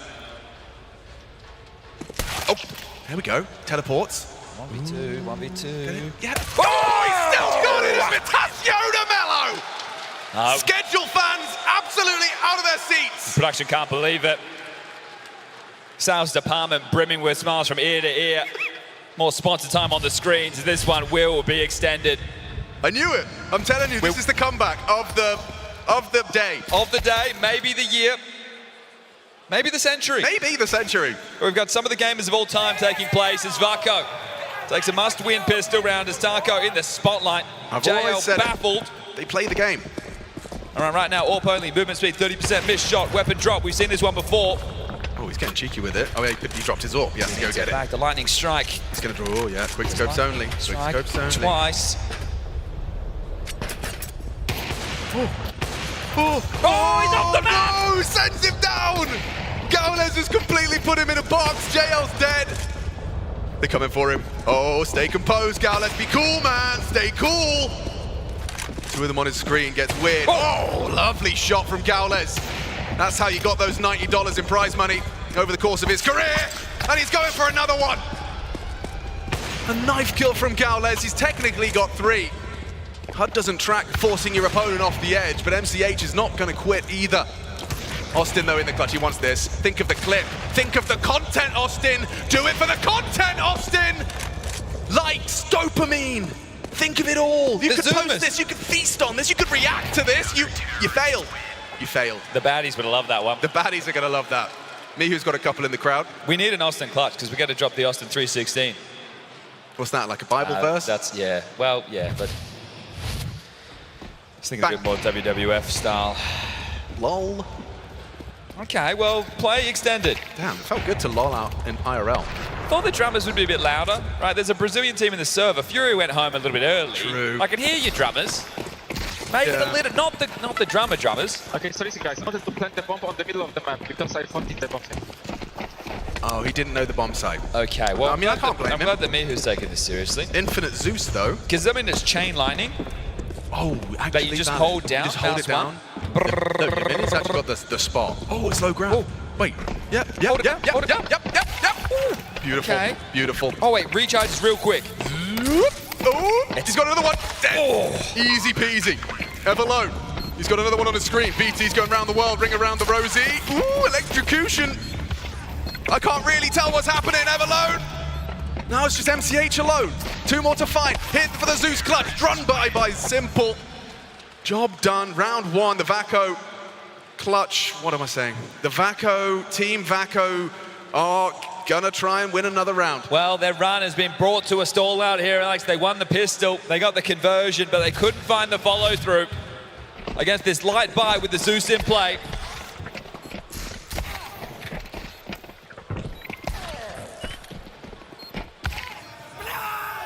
Oh, I know that word. That one. It means darn it. Gosh darn. Oh, attack timeout again. Nice. Team go. Okay, Mihu, what is it, man? He should know them on it. He's wearing a bloody ZywOo t-shirt. Yeah, it does look good, though. He should be, you know, I want a ZywOo polo. Zoe, right? We learned. When we were in China, we learned it's Zoe. Not Zowie. I know we all thought it was Zowie for many years. Yeah, but it's actually Zoe. It is Zoe. Like Deschanel. Yes.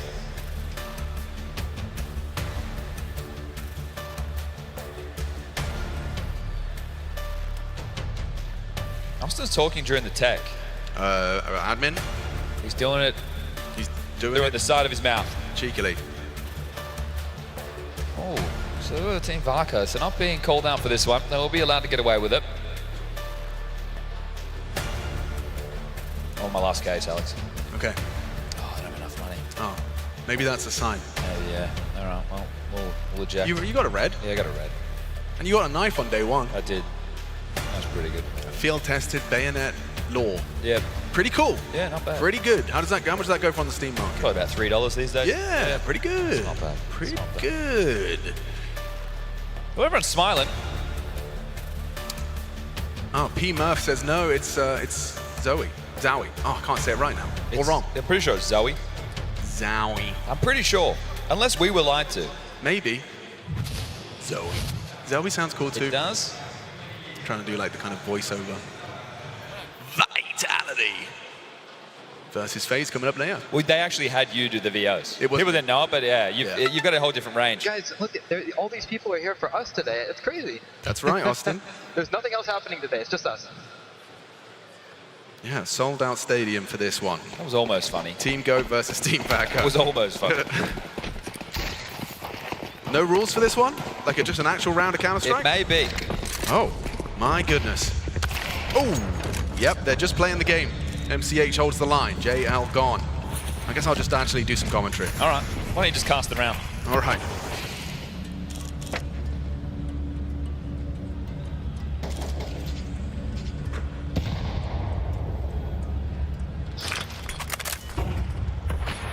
Defensive smoke. flash Lives through. in a pineapple under the sea. It's BT! Gets 2 through the smoke. Still winnable though, 2 on 3. You can turn this around, Austin. He's a gamer. Be known to game. And gaming is what is required of him right now. TaKo up close. It was the perfect angle, but Mihu's actually trying to win. Takes the head off of TaKo. Vako in trouble now in the 2-on-2. Luminium hoping to be overcleared. This is his perfect spot. Austin. Oh, back turn! It's like he doesn't know the map or something. What an idiot. Sorry, that was a joke. I mean, we like you. We like you. You're a cool dude, man. Yeah, keep up the nade police bit. It's nice. You wear the hat, you do the whole thing. Yeah, you catch it when they miss a nade. Mihu. Oh. Okay. Oh! Gowlers has come up clutch. That's what they needed. That's what we all really needed. Team Vako closing that gap. What round are we up to? I don't know. But it was 10-5 and then it was 10-6. So round 17. Yeah. Increased damage, death upon any hit from any weapon. Very soon, Chad, we will find out the winner of this show match. And after, there will be a short break. Okay. The first best of 5 major final. And while you wait, why not check out xplay.gg. Grab your friends and take this map for a spin. All right. One shot, one kill. One bullet, that's all it takes. Okay, I like that. Insta-give. Oh, yes. Traded out. Cowles gets 1, though. Takes down a major MVP. Not bad. Actually, a good weapon for the job. He just has to hit 1 single pellet from his shotgun. Simple's picked up the AWP. Oh. Ooh, stunning. Quick little no-scope onto TaKo. And he does not want to talk about it. Austin in the clutch. Not going to happen. BT's there. Back in it. Closing that gap. Yeah, okay. One bullet will kill, guys. First bullet will kill them. Working it out immediately. Well, that didn't help, did it? No. No, that didn't help at all. NT. Okay.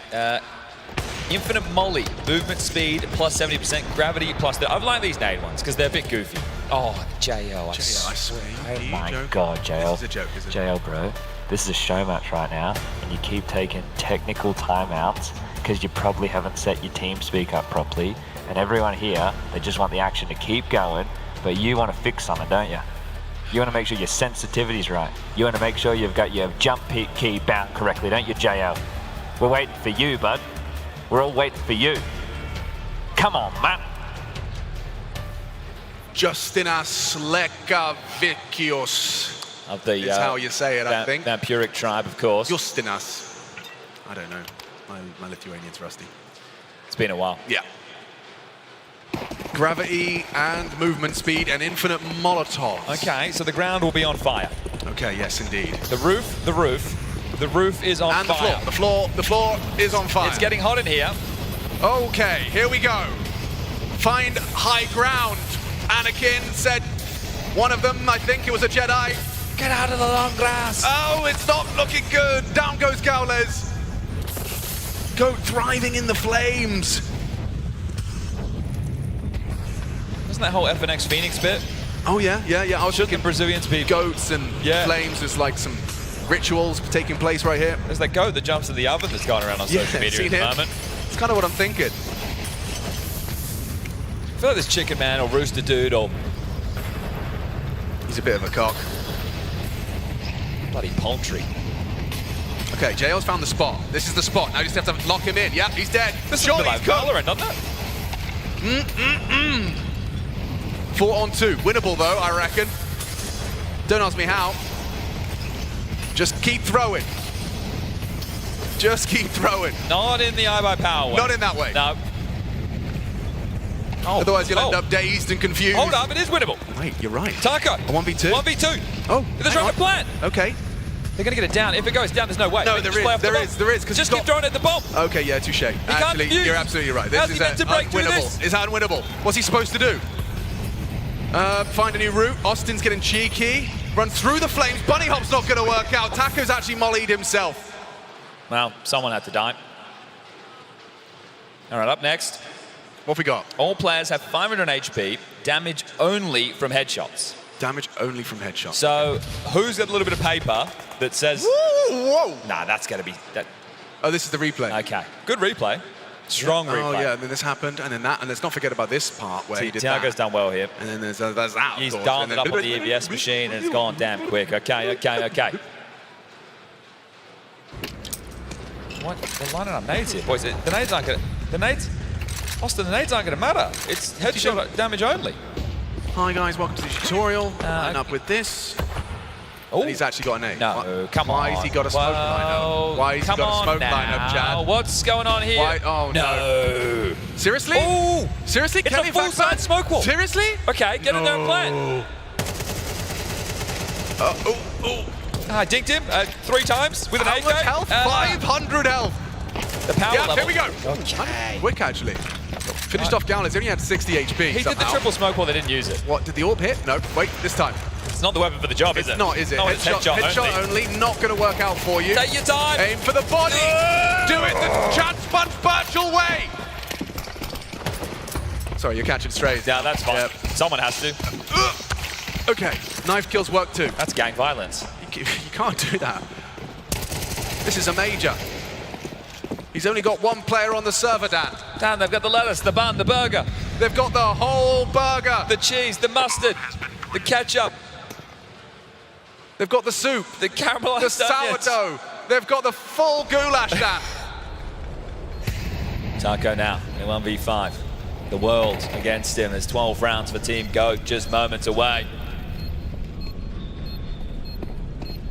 Winnable. Or is it? Oh dear, not the knife, not the knife, leave him alone! He can't handle it! Oh no, overwhelmed, cut down. Come on now, Furia came in as the world #1. Now, you gotta let him win something. The Brazilian's gotta take home something. Yeah, caralho. You can't let him go out like this. Come on, boys. Bora, bora. It's not, no one wants to go down like that. It's not cool. Flavors of Zombie Mon. Okay. This could very well be the final round of the X-Play GG show match here at the StarLadder Budapest Major 2025. You can teleport to your victim's corpse. I like this one. After a kill. Yeah, this was fun. This was some of the most fun we've seen. Orbs in play, orgs, a whole smorgasbord.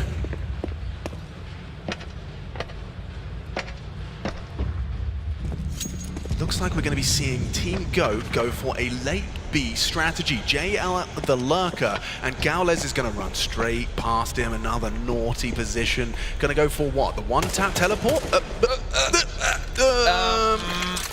I mean, he just wants his attention. Yes. Right? And that's what we all want. Okay, a little bit of attention. Yeah, okay, he's better the second time. He's worked it out. Okay. You teleport when you kill him. And you're going to win this round. And this simple. is for it. Oh, hold up. Hang on, Team Vaco. They're showing that Brazilian tenacity we've grown to love. Okay, Austin, this is your moment. Content. We've got the line. Content. We know what we're going to say. Content. Think about the views. Instagram, TikTok. All of them. YouTube. Twitch, Kick. Pinterest. X. Oh no, smoke on the Wait. ball. Oh, They've actually, got kids. Oh no, Austin. They've got kids. Austin, he can do this. Gets the 2, teleports into the smoke. Ladies and gentlemen, he's going to finish him off as well. This is for the game. Austin, you can't find him in the smoke. And Vaco extend play. Austin, the crowd goes mild for that one. That was it. That was his chance. He can't post it now. Can't post it. Oh, wait, no, hang on. All caps. Near miss on major stage. Or 1v3. Well, no, you're right. No. Right. Wait.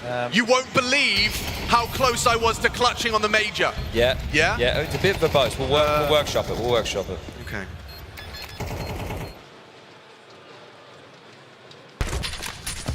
Orb only, movement speed 30%. Oh, we've seen this one a few times. You guys know what happens here. Okay, we get this one. Yeah. No, now let's hit his corner. This is what he wanted. Knife on knife.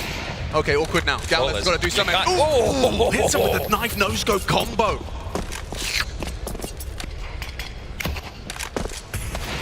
Austin's dead. That's what you need to see, Laminia. JL's missed his chance. Dropped his orb and goes back to retrieve it. Tackable punish. Okay. Me, who's been spotted in the smoke. MCH. Moving like MC Hammer. Much of a muchness. Taco. Oh, no scope to the belly. Not bad from Simple, but here he comes. Your country calls on your son. Oh, you can't touch this. Simple has closed it out. 13-8. We have a winner. Your major champion, Team Goat. Of the X-Play GG show match. They've taken them down in style. Simple with something to say. The grudge has been building for many years. Last time he was there in Rio, couldn't make it to the trophy, but this time he's taken down the combined age of 176 or whatever it was. What a game it was, and one to be remembered for many years. Hey, don't forget, by the way, you can play that map right now. You can go and check it out, play it with your friends as you wait for the actual Major Grand Final to commence. We appreciate you for hanging out. We appreciate all those players for joining us and making that a whole lot of fun. See you later.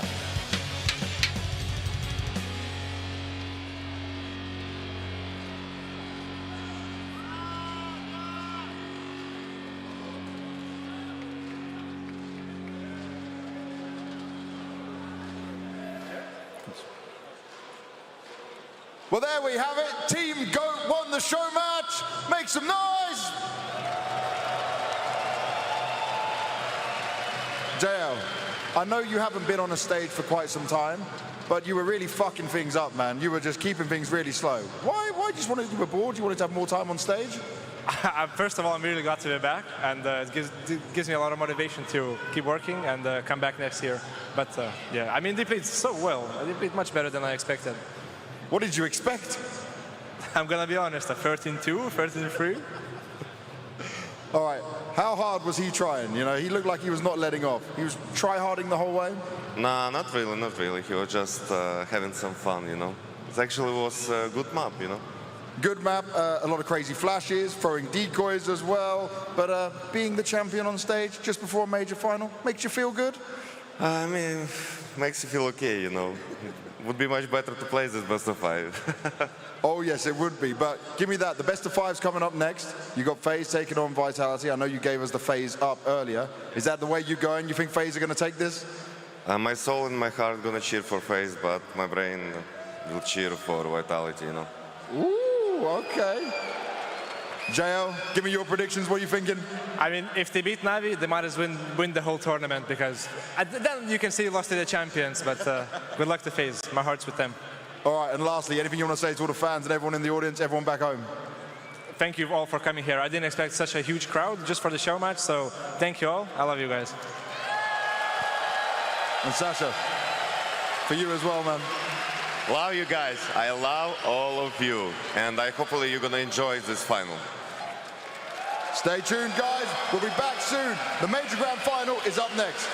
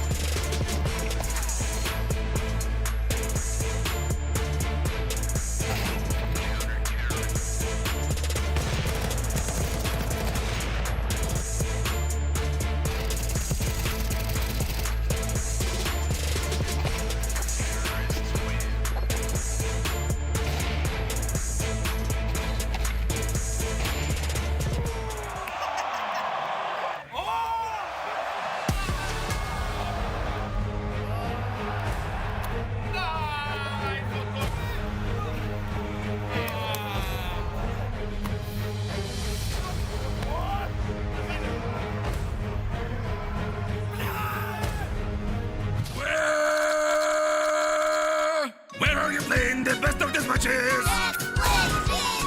Where in retake will you pull out that clutch?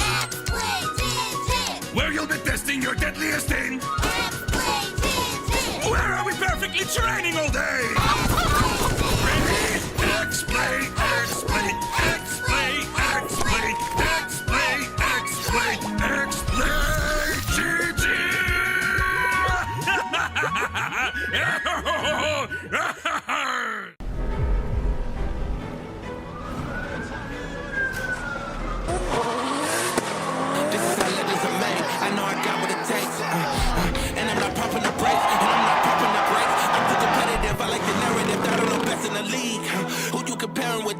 at the top of the throne of the league. How you moving so on the speed? I just been bringing the heat. I just been bringing the fire.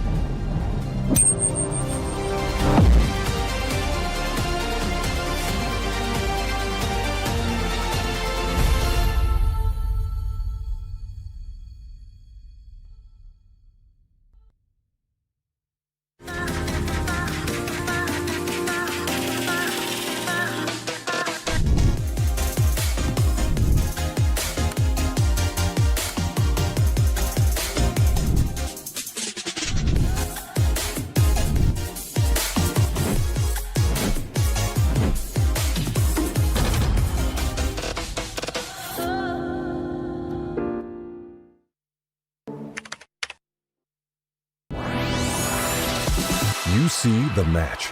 We see every restart behind it. You see lightning-fast reflexes. We see countless hours building trust. You see a single moment of triumph. We see the 1,000 failures that forged it. Victory isn't just the moment. We win because we reached it together. Level up as one.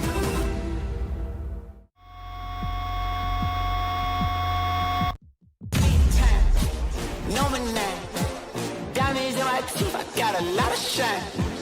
Running up the number, that's a lot of crime. Try to take it from me, must be out your mind.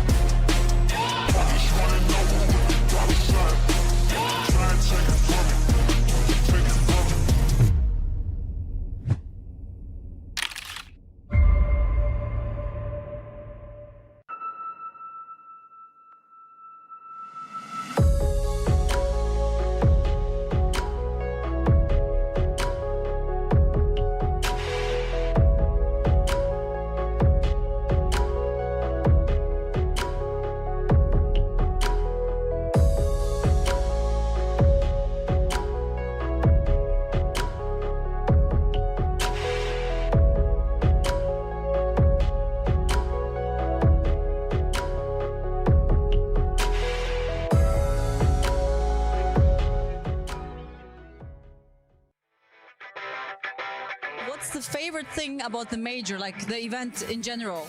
I think it's the community getting back into it and like follow up and actually being at the major, because it's so extra for the players to be here. So it always makes it wonderful, if you ask me. I think it's about crowd.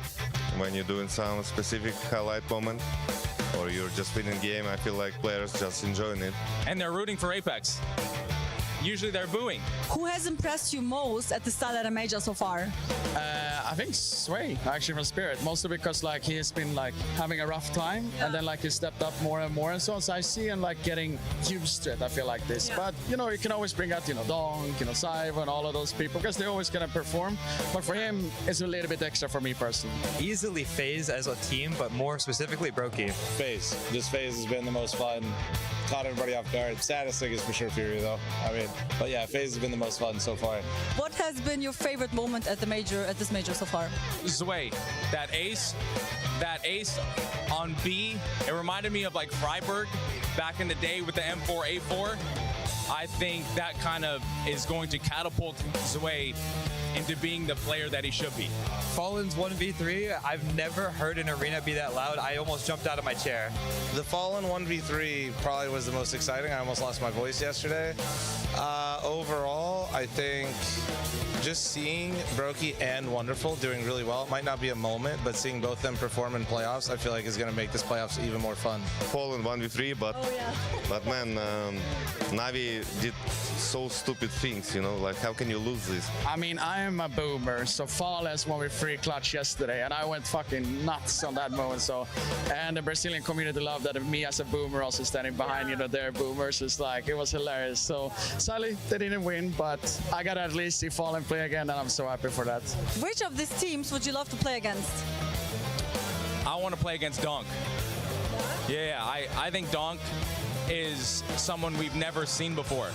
Like, even he's putting up numbers that prime oppers don't get, and he's a rifler. He's incredible. Play against? None of them. What the? I mean, would it be better if I played against my forward team NFP and win over them just for the sake of it? But otherwise, it would be like Faze Clan, to be honest. That would be like more fun because of the history and, you know, the struggle this year, and karrigan, you know, the legend as well. So it just would be fun, to be honest. Me, personally, I would love to play against Faze since they were my favorite team the entire time I played Counter-Strike. I think I got a chance to. Honestly, what do you enjoy playing right now more, CS2 or Dota? CS2 if I have team. Dota, yeah. Dota if you need to remove 3 players.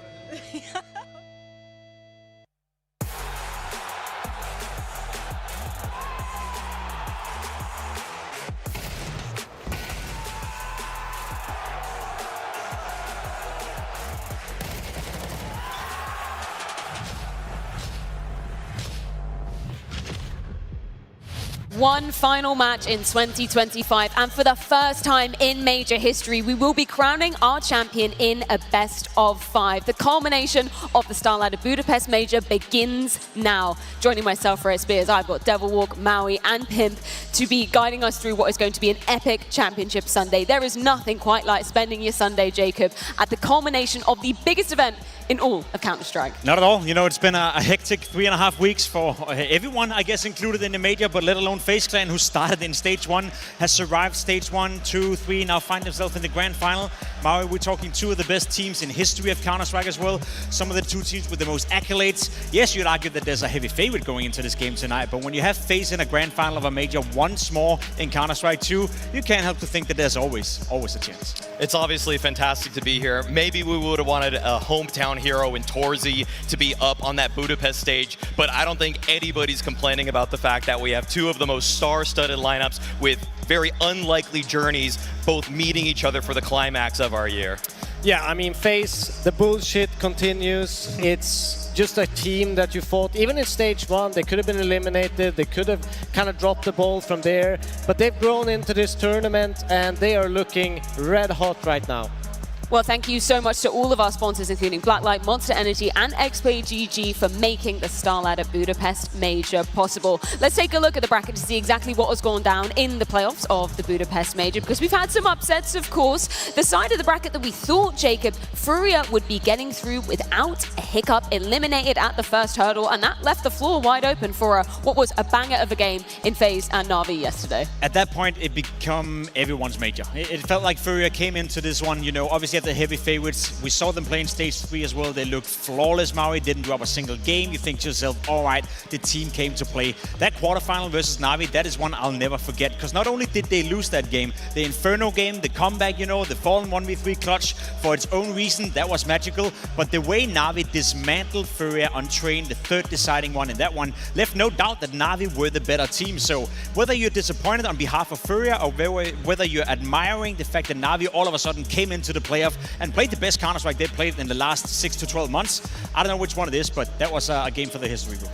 It was a clinical dissection from Aleksib and Blade, who were able to pick apart all of the weak spots of Furia, despite the fact that they were, of course, the team of the season. So yes, of course, that led to a just ridiculous road for teams like Faze to have a chance. A team like Vitality now look like the favorites going into the finals. And for the other side of things, just touching upon it, obviously Team Spirit dispatching of Falcons, eliminating NiKo and his major hopes and dreams in the process, Devilwalk. But that game yesterday versus Vitality as well, they had so many points where they had the advantage. We see the scoreline here as well, so many map points on map number 1.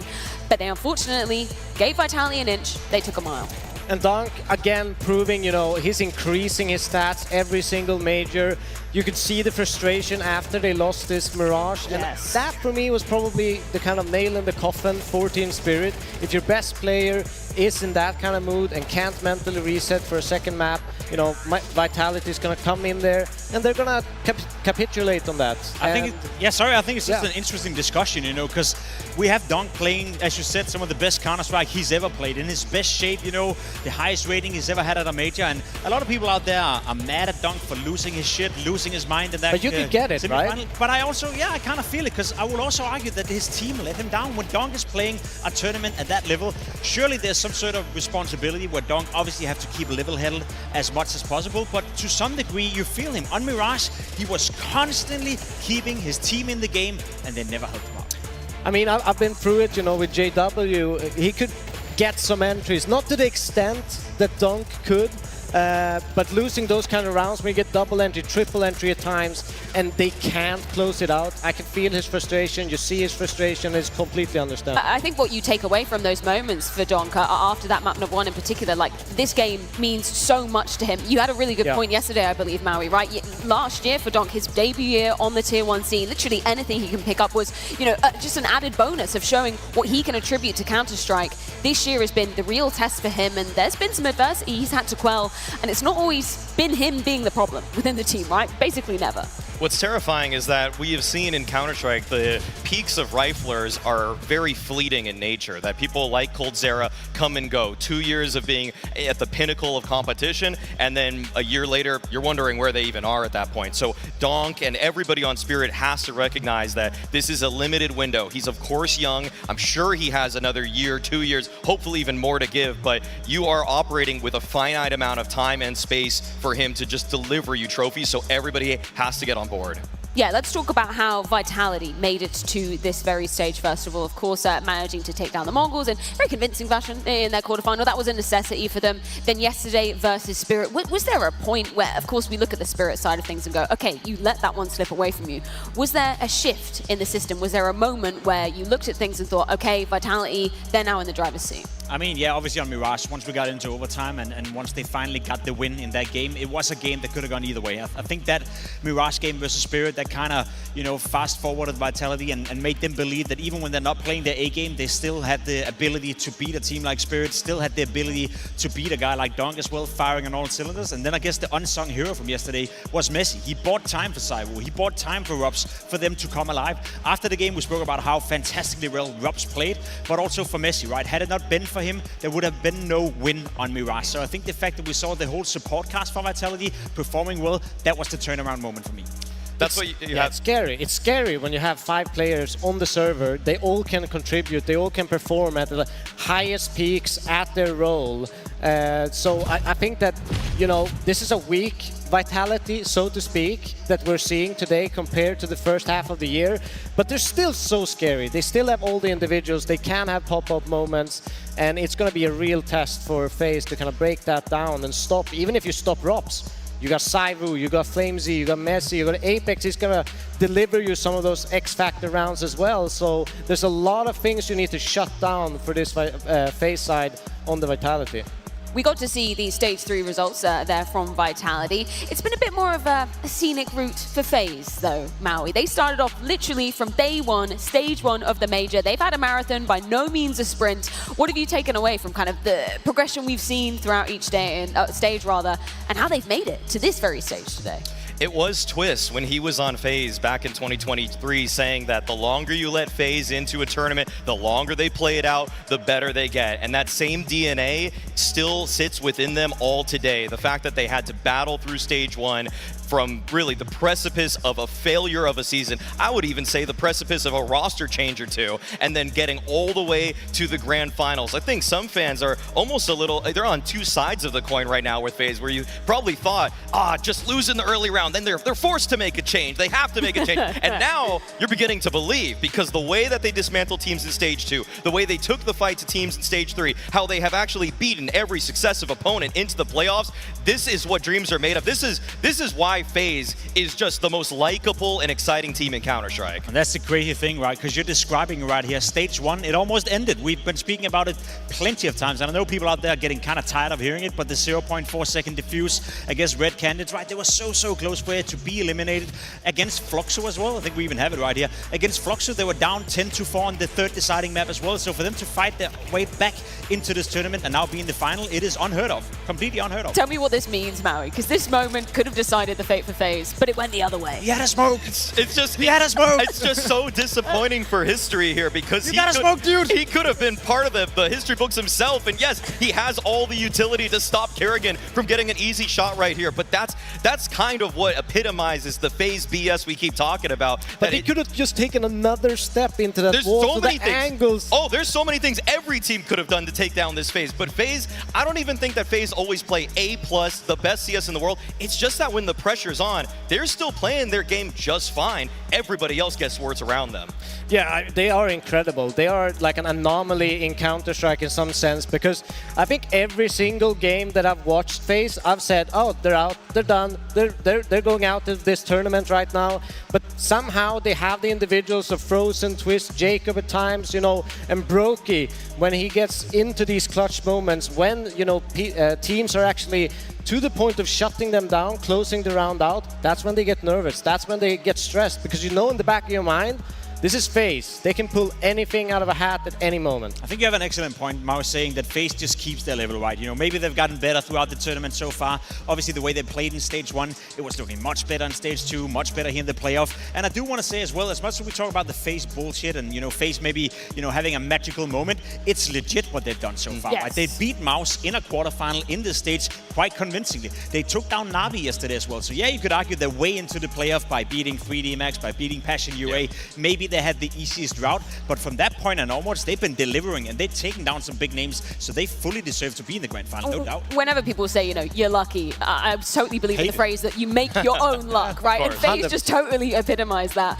We saw the stage 3 results and Vitality flashing up on screen. There was only one flare of red, and actually was versus Faze in the best of ones. But what else can we take from 2025 in terms of the head-to-heads that we've seen between these two squads? I mean, it kind of illustrates what we've known from the entirety of the season, that Vitality have been a significantly better team than Faze. But even so, a lot of those claims have been close. 2-1 victories for Vitality in a period of time where they were the best team in the world and Faze was scrambling, couldn't figure it out, couldn't really, you know, solve their issues and become relevant. So I think fact of the matter is, again, each game in the playoff live its own life, but Faze have been close before when they were at their worst. So what's to believe that karrigan can't tell his teammates right now that, listen, we've been close before, now we're actually playing good proper Counter-Strike, we can definitely take them down. And I think even 2 of those, the last ones, there were 2 overtime victories for Vitality on one of the maps. So it is feasible, it's possible, and they made it close every single time. And the latest game of Nuke as well, where they, you know, this is the one that for me kind of makes karrigan, you know, we speak about him. He's so creative. He can change the entire style of the team in such a short notice, and everyone's on board. That's impressive. That's good leadership. That's, you know, a guy that you can rely on, that also makes his players calm, because you know that karrigan is going to make the difference-making call in a game at any moment. So it's easy to follow a guy like that into a match like this. Now, it might be cliche that we keep on saying, you know, you don't know what's going to happen when Faze enters a major stage, but there is a reason that we keep on saying that, Jacob. The data, actually, funnily enough, does back that saying up for CS2 majors at least. Yeah, I mean, FaZe Clan have been doing one hell of a job getting into the grand finals and becoming relatively competitive in every single major they played, right? There's been 4 so far in CS2, and now they find themselves in the 3rd final as an organization. karrigan has been the one constant in that one. He's been in every single one of those, I guess, successes. The issue for karrigan is that he's not necessarily winning the vast majority of those games. He's played 4 major grand finals so far, only won 1, and let's be honest, he's walking into another one here tonight where he is not the favorite. So in terms of this whole GOAT conversation and, you know, being the greatest in-game leader of all time, I feel like if you were to poke an argument against karrigan and against FaZe Clan, it's the fact that he could be walking away tonight with 5 major grand finals, having only won a single one of them. That's not looking too great. Hey, even Simple didn't win every single time he reached a major playoff. Still crown him as the CSGO GOAT.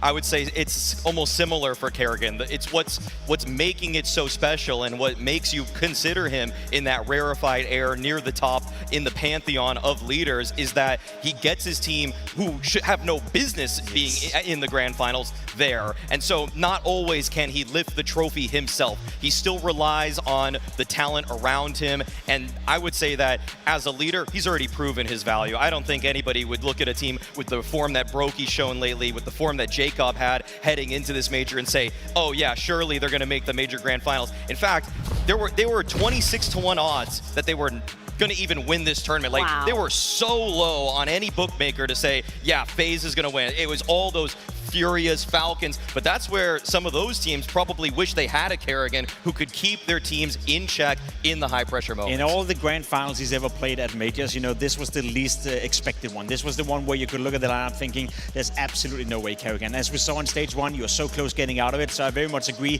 there's nuances to that discussion. But at the end of the day, you know, I do feel like we live in an era, and I don't know if that's just me, you know, when you hone in on Falcons, you hone in on the Mongols, you hone in on Na'Vi. Apparently the only thing in today's day and age Counter-Strike that matters is winning. It's the trophies, because I'm always being told that I never won anything, so how could I speak up, right? I've been second so many times, but it doesn't count. It doesn't count in today's modern day, Counter-Strike. So it does feel a bit for karrigan. They're getting into the finals without winning. It can harness your repetition a little. I thought you were like 0.04% of players or something like that. I don't know. Go and check his Twitter. Anyway, speaking of consistency, karrigan obviously up there in terms of FaZe Clan making it to those CS2 majors, but one more so is ropz. He's never missed out on a CS2 major final. Isn't that crazy? I mean, I feel like it's just incredibly fitting that Cool is his last name, because this guy is just the most complimentary piece to a superstar you could ever have. In fact, I think he's reached or attained superstar status in his own right as being really maybe the best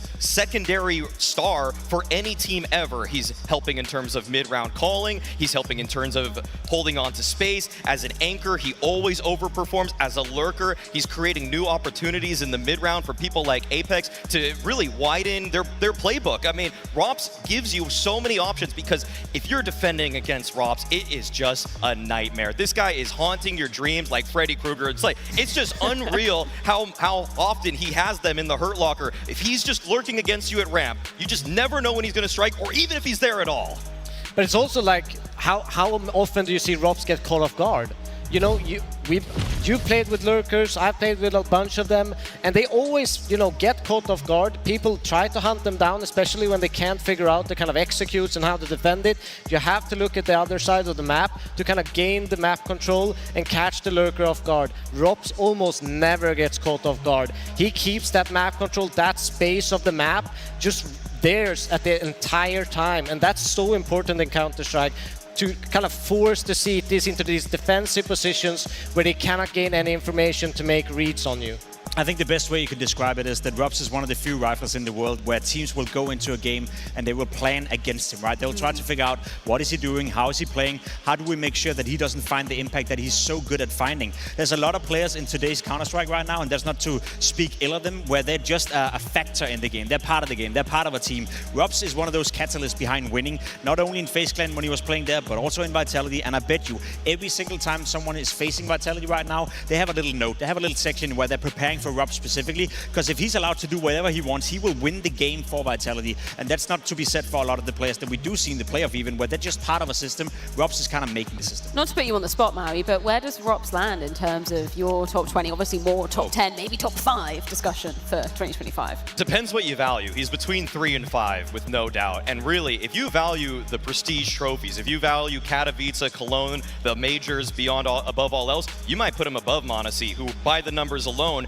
maybe beats him, but it's just that when push comes to shove, huge moment, massive tournament where all the stakes are on the line, the ones we're going to remember in years to come, ropz has been that guy. So I think right now I might have to put him at number 3. Speaking of numbers, what does the data tell us about ZywOo in terms of this major versus some of the other majors that he's participated in, and obviously won as well? Well, I mean, he's played 10 majors so far in his career, and he's having his best statistically major ever right now. We're looking at a ZywOo that is playing at an incredible high level, and it almost goes a bit unnoticing, right? Because we're speaking of donk, we're speaking of m0NESY, we're speaking of KSCERATO, we're speaking of all these new stars coming into the mix, but I feel like ZywOo is slowly but surely ramping up his game as well, following the development of all these star players around and all the different teams, and maybe we don't give him enough credit for that because he's still playing at an incredible high level. And I say that with a bit of a mannerism, let's put it that way, because obviously he's still in contention to be crowned the best player of 2025, so he does get credit.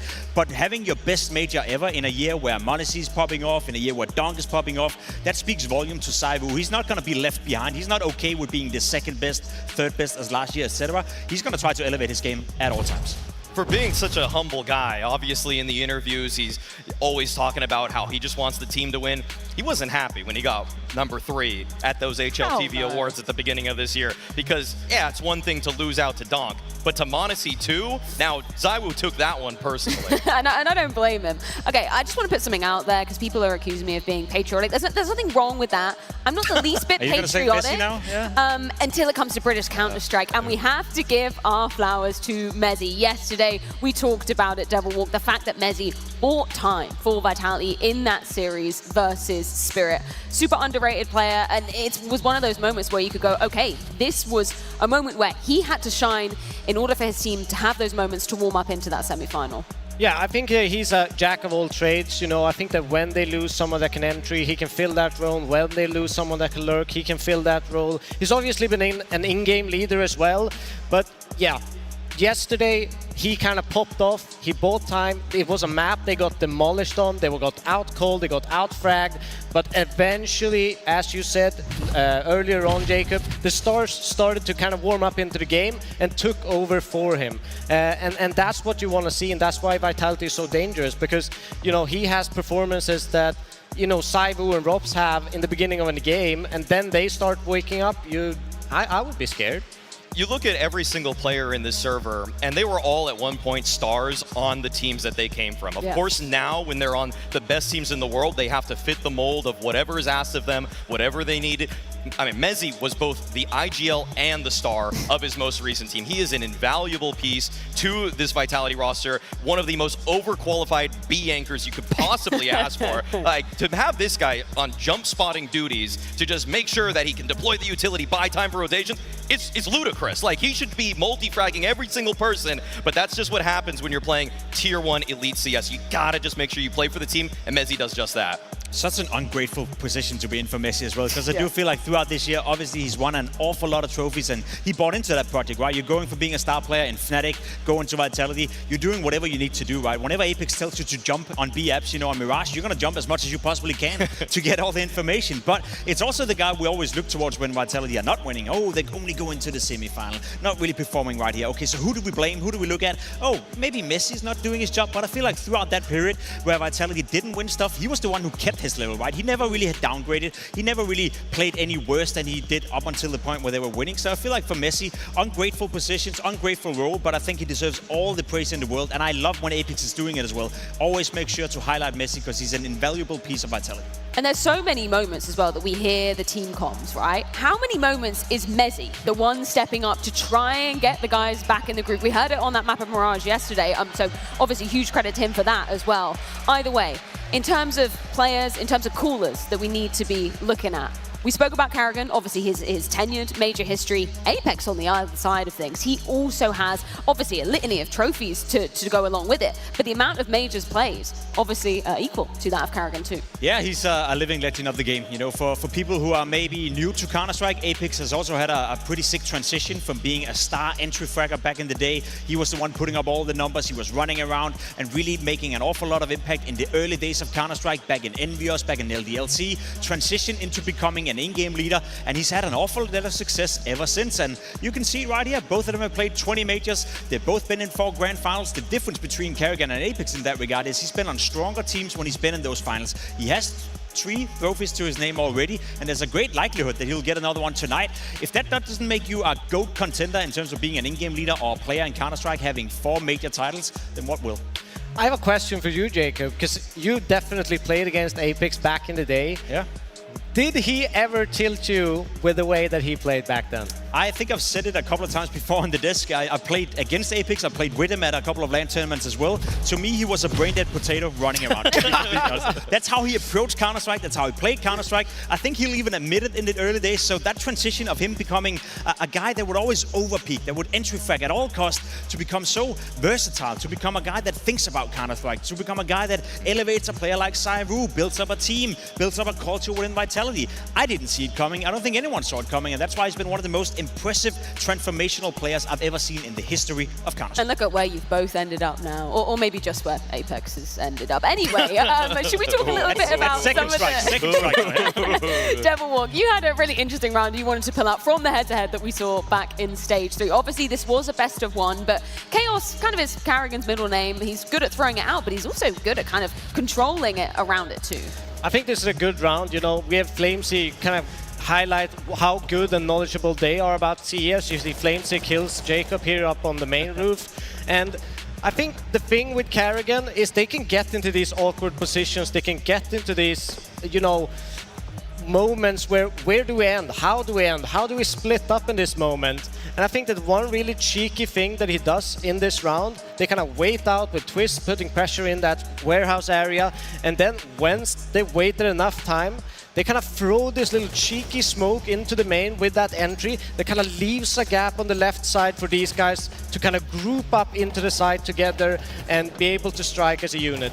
And I think these moments is what makes karrigan great, that he can create these kind of cool, surprising rounds almost out of nothing.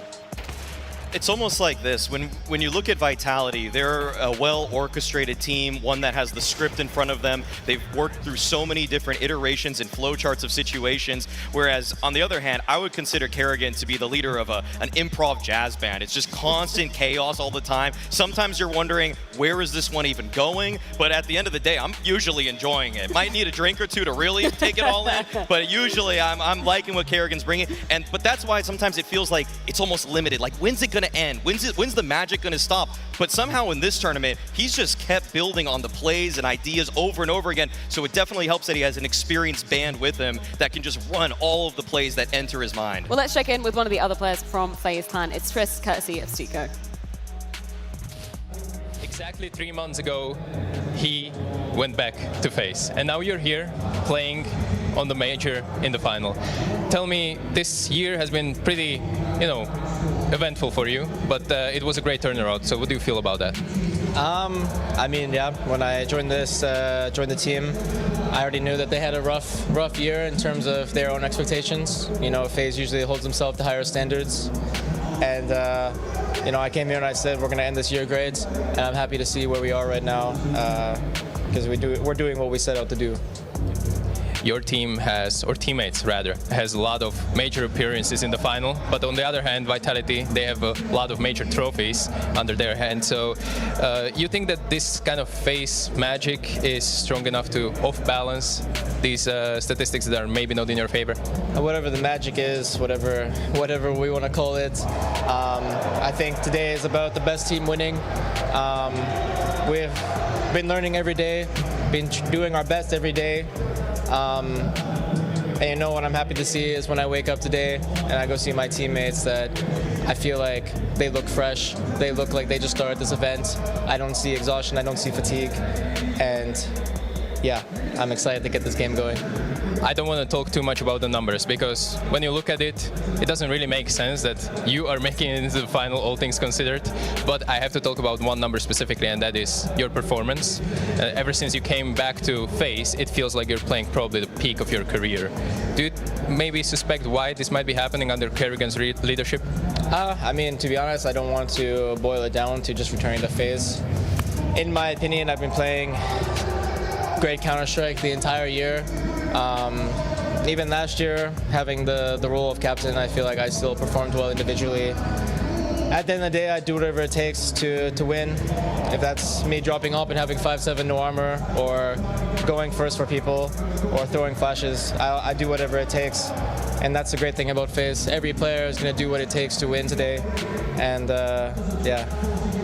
a lot of players or people watching this might be expecting that this might be a one-sided final, but in reality, whenever you play Vitality, you really push them to their limits on a couple maps where you're really favorites.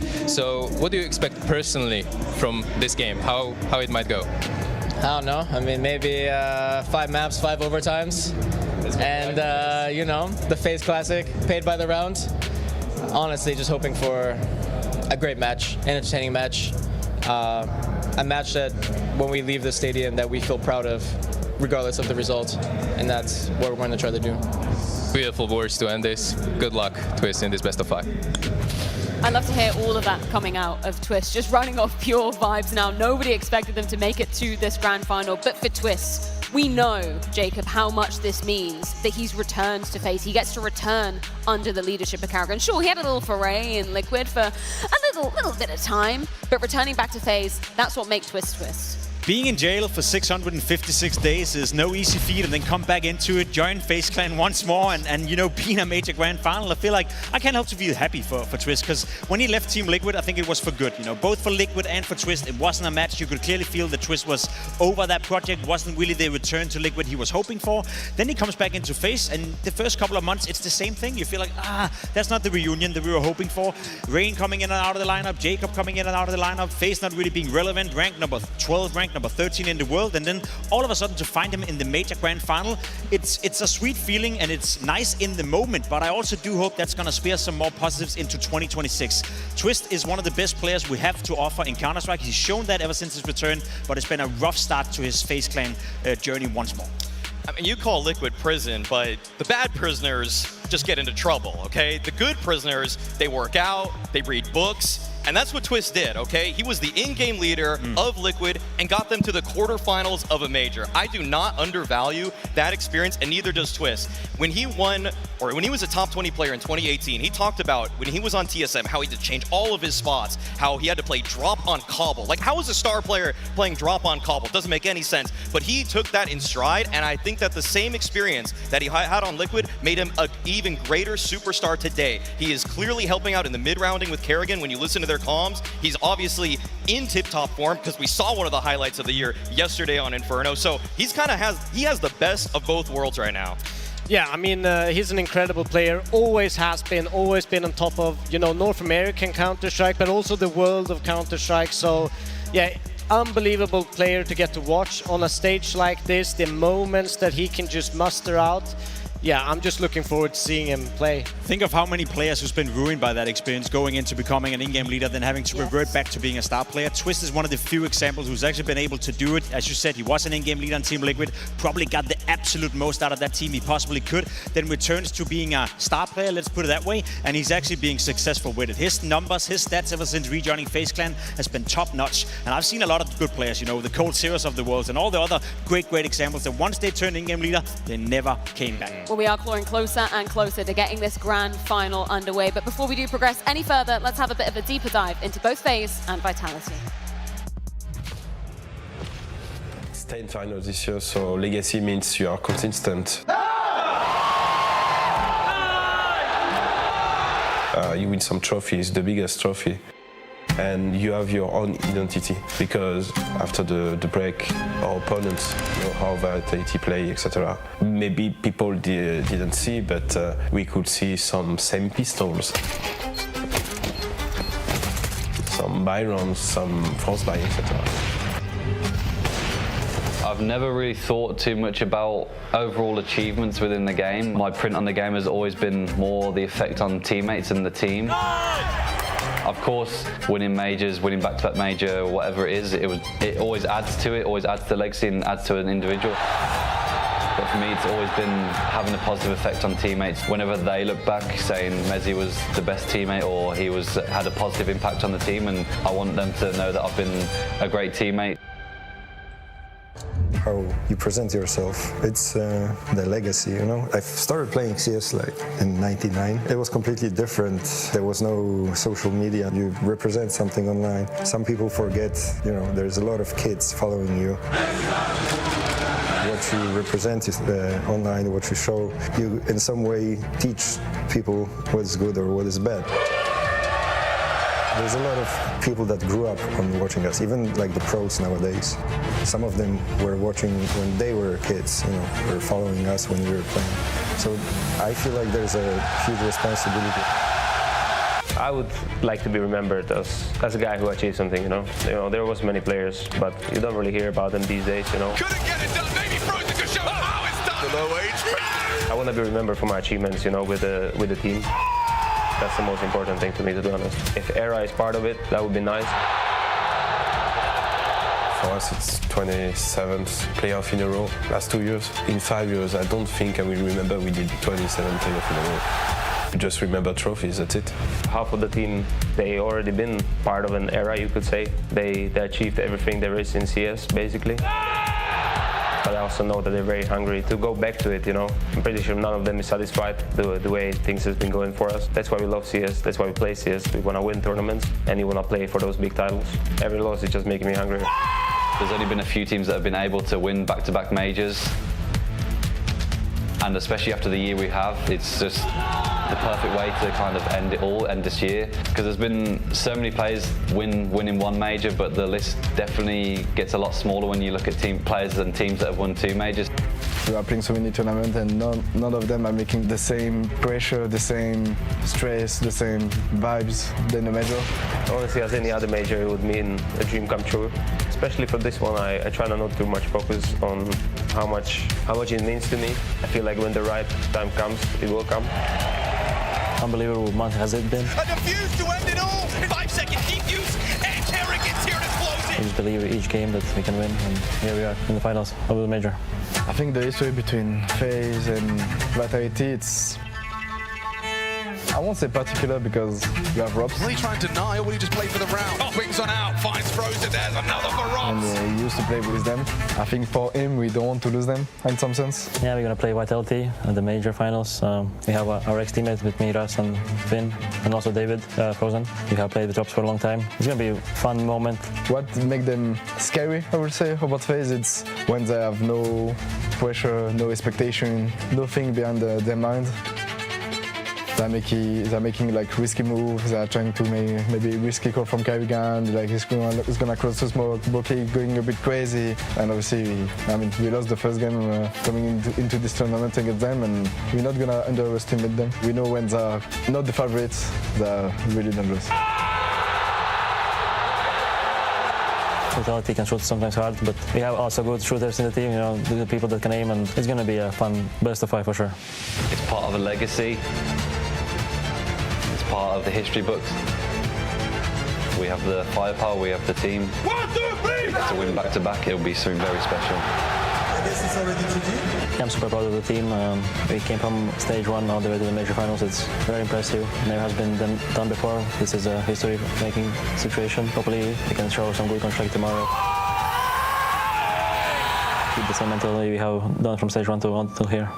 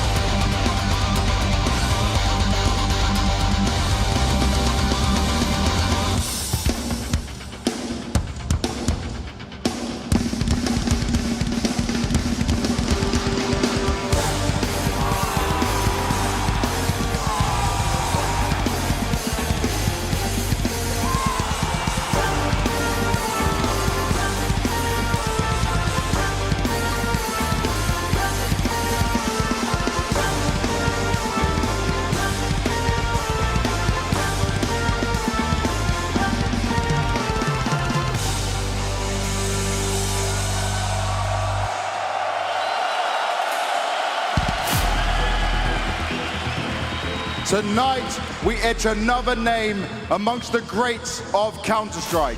Tonight, we crown the champions of the StarLadder Budapest Major. Becoming a major champion means immortality. Your name remembered forever. You get your name carved into the trophy, into the history, and these history books are written greatly. Entering this grand finals, you have 8 of the 10 players who have already tasted major glory. But trust me, they hunger for so much more, because that is what greatness wants. On the other side, we have 2 players hoping to achieve that glory. One who is in the playoffs of a major for the very first time.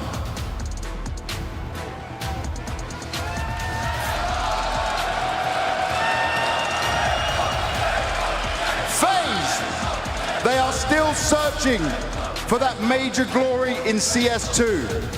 From Copenhagen to Shanghai to Budapest, destiny is what awaits for them, but it is keeping to slip out of their hands. It has not been easy for them to take it in finals, but once again, they have that chance.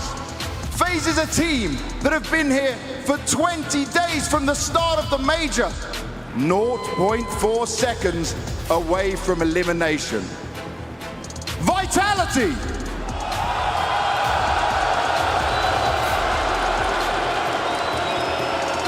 This is a dynasty knocking on the door of eternity. If they can do it here tonight, they become back-to-back major champions that hasn't been done since 2019. They know the pressures of this stage. They know to handle the crowd roars, the boos. But if they can't do it tonight and they falter here on this stage, it won't mean anything. Budapest!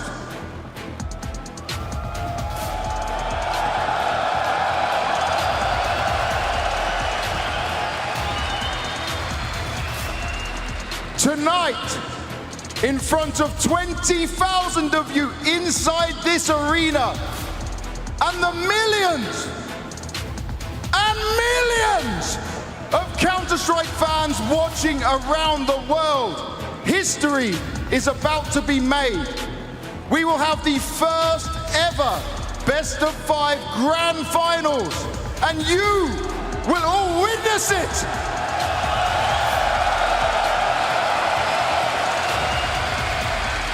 This is the StarLadder Budapest Major, and this is your chance to give all your energy to these players who have done this, who have given their whole lives for this. They have sacrificed for this, just to lift this trophy.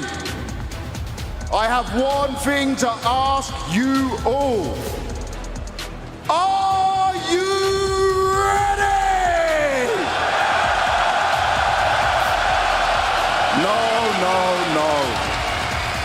No.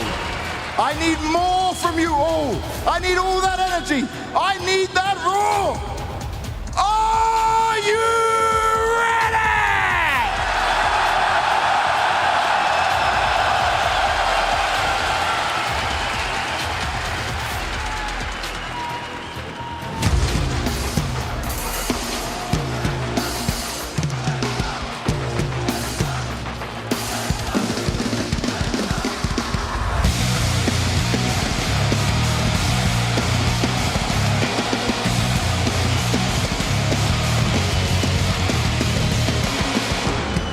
Welcome on stage,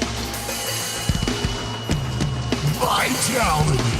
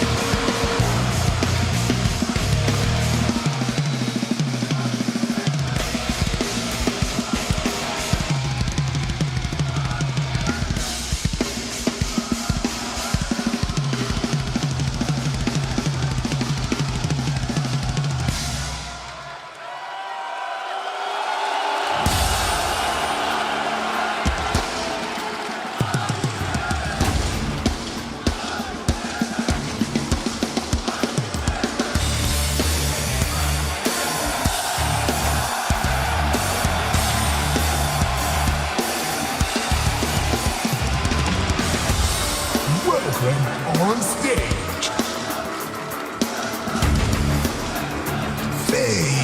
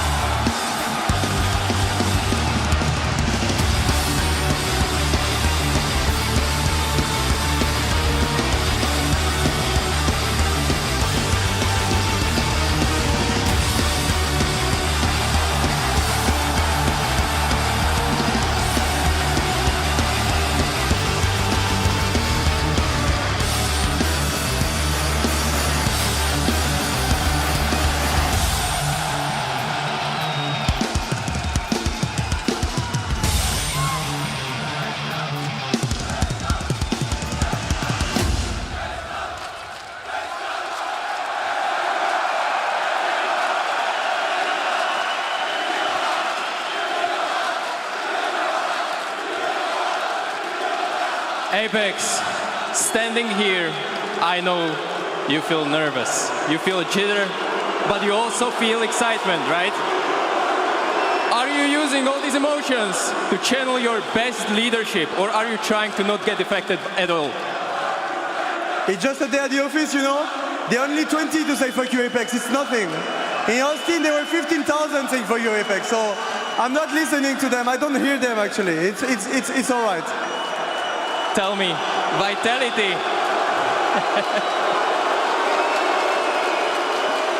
Vitality is one step away from the exclusive club of teams that won back-to-back majors. With majority of the arena booing whenever you shoot a frag. How cool is that? Do you have any message to the haters? I think we answered already this year to the haters. Wherever we went, we get booed. Of course, we didn't win all of them, but we won most of the trophies we could. Now it's the last step. Yeah, we really want to get that back-to-back majors, but we have one more step. A tough opponent for sure. No one would have believed they would have been in the final. I'm not even sure themselves with the first stage one they had. But it's the good story of majors. It's always good to play against Faze Clan because it's always good games, so I'm just excited and let's bring a fucking good show for the crowd. Fighting words. Let's get it, make the history with this best of 5.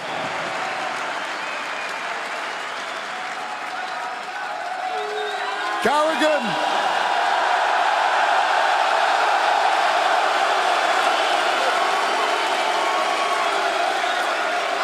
Apex just said that maybe you guys didn't expect to be here. So what do you want to say to that? Maybe not, maybe yes, we don't know. Yet here we are. Let's just play some funny Counter-Strike. I am looking forward to this game. These guys, they're the best team in the world the whole year. But in the end, it's a 50-50 in the final. Let's just bring it on and give a fantastic show to everyone here tonight.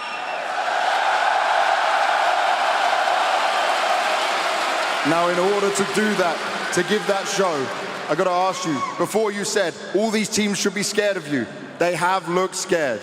But does it feel like this is the final boss? For sure. I mean, everybody has been talking about the last 2-3 days about Faze Magic. Now we're in front of the bees. I'm just looking forward to play this game. And like you said, they're the final boss. I just love Counter-Strike, man.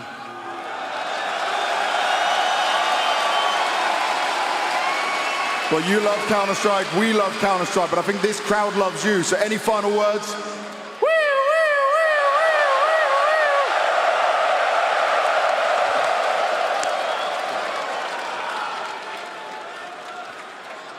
Well, well, well. The stage is set, Budapest.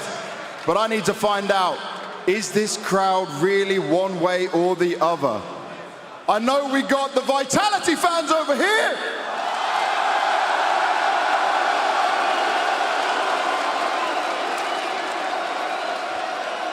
But it does seem like there are more fans in this entire arena for Faze!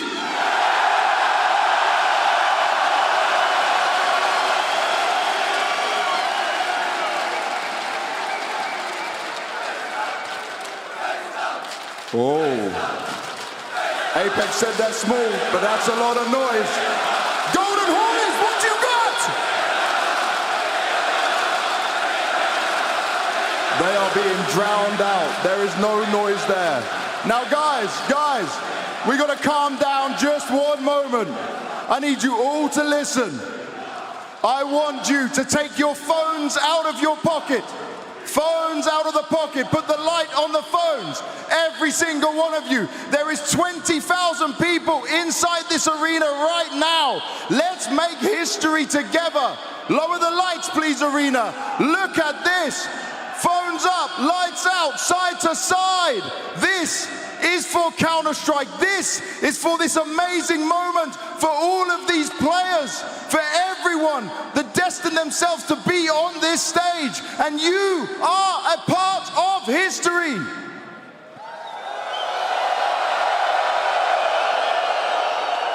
Now, it has been a little while since I've done it. Keep the phone lights up, keep them waving, because this is how we do one big last send-off. Budapest, are you ready to bring the hype? Let's go!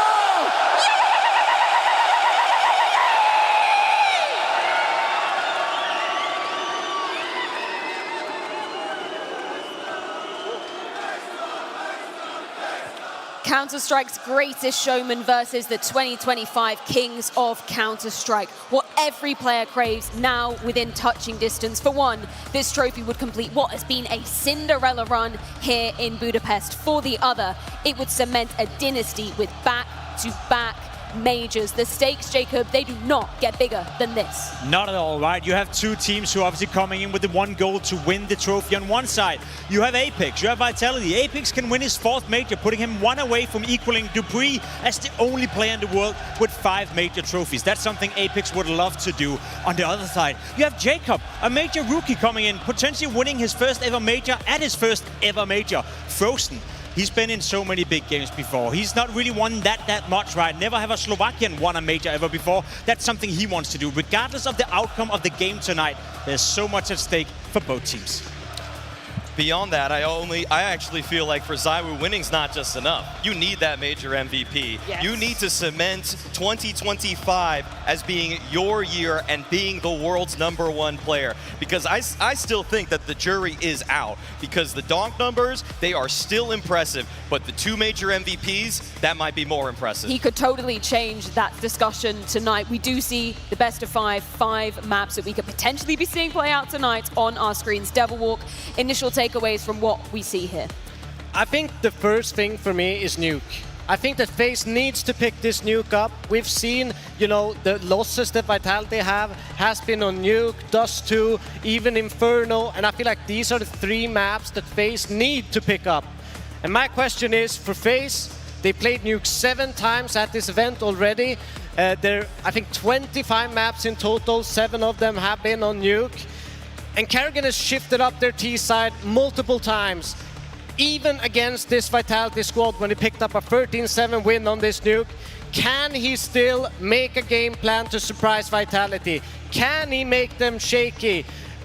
That's my question for them. It's hard to kind of figure that out because they've thrown out so much material already on this map. I think that's one of the biggest strengths of Faze coming into this playoff, but also coming into the grand final. I'm pretty sure if you ask karrigan, he didn't necessarily know himself, you know, just a couple of hours ago what the gameplay would be. So how do you prepare for that? If you're Extras, if you're Apex, karrigan is the master at coming up with things on the fly. Sure, there's certain defaults, there's certain things they're gonna run out, but if anyone can change the tide of a game in the middle of it by the mid-round calling, it's karrigan. You can only prepare that much if you're Apex, and they gotta be ready for basically everything.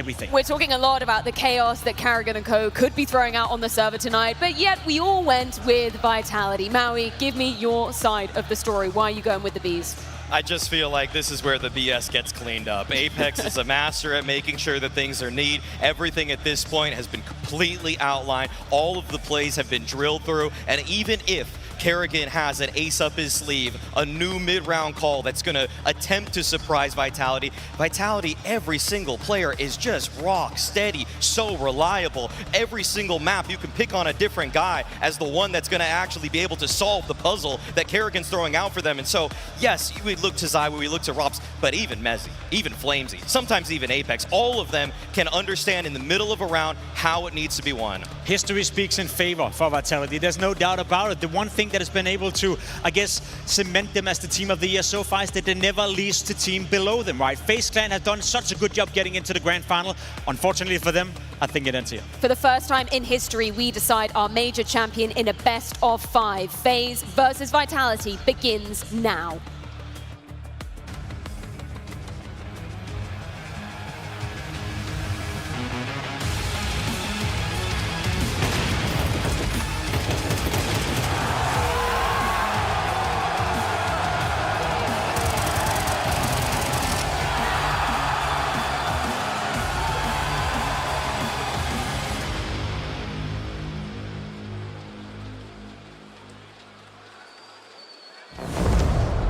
Grand Final. Vitality versus FaZe. Unleash the beast. Good luck and have fun. The culmination of 2025 is about to begin. A grand finale. One last clash. FaZe versus Vitality. Miracles versus Masters. Budapest, let's get loud! This one's going to be special no matter what. The stories write themselves in this matchup. We're here to watch the rounds because we know there's going to be some special ones. Kicking off with a pistol. FaZe beat Vitality twice on pistols the last time they played Nuke. Ooh, tough one for karrigan out of the gate. Frag grenade right on him. Gap in that smoke, eyes all around it. FaZe, plenty of presence outside to begin this pistol. But we go down to a minute 10 and there's still no casualties. Apex signing up for a fight. And he knew from the moment he stepped onto that stage tonight, it was gonna be a fight. So remain ready. There's nothing gimmicky about the game plan when FaZe play. They go outside, they default, they take it slow, they work picks. Apex still just floating around. Can't believe that nobody's actually committed just yet. Down to 45 seconds. I like he knows that he's interrupting this. When will he drop his guard is the question. FaZe will move now. Starting to get a little more rambunctious. Frozen's got the first kill. ZywOo, Beretta's tap for the response. Main meant to be cut off. 2 players to come through it. At least the hut does hold as ropz from the heavens cuts down Frozen. And this 3v3 still has some legs for FaZe as broky can't collect that kill up to heaven. He's got to also now reroute. We go 20 seconds, and again, it is an execution from ropz out of heaven. So clean with this pistol, but broky's going to give him a taste of his own medicine. That's a chance to bail downstairs with bomb. That's all they wanted, and now Twist protects the vent. You can't rotate from upstairs.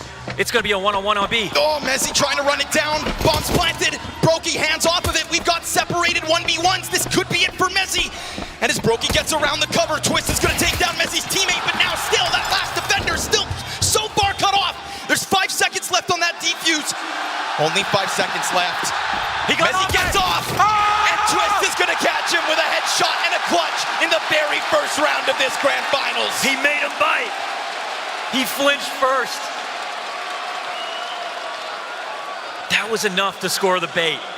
FaZe on Nuke. The last time they played won both pistols. Here's a third from them. You know the best part about that stat? Hit me.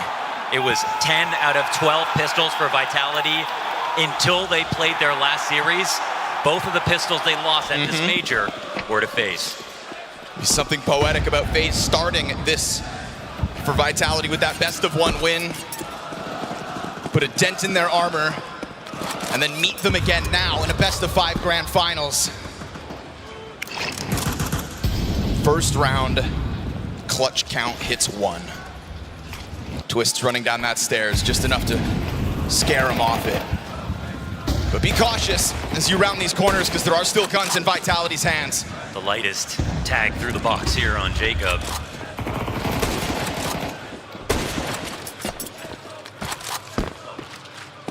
Again, Faze just getting this posturing outdoors, starting this round just like they did the one prior. The desk brought it up. They're gonna come at. They have a lot of looks on Nuke. The thing is, though, it's always been towards outside.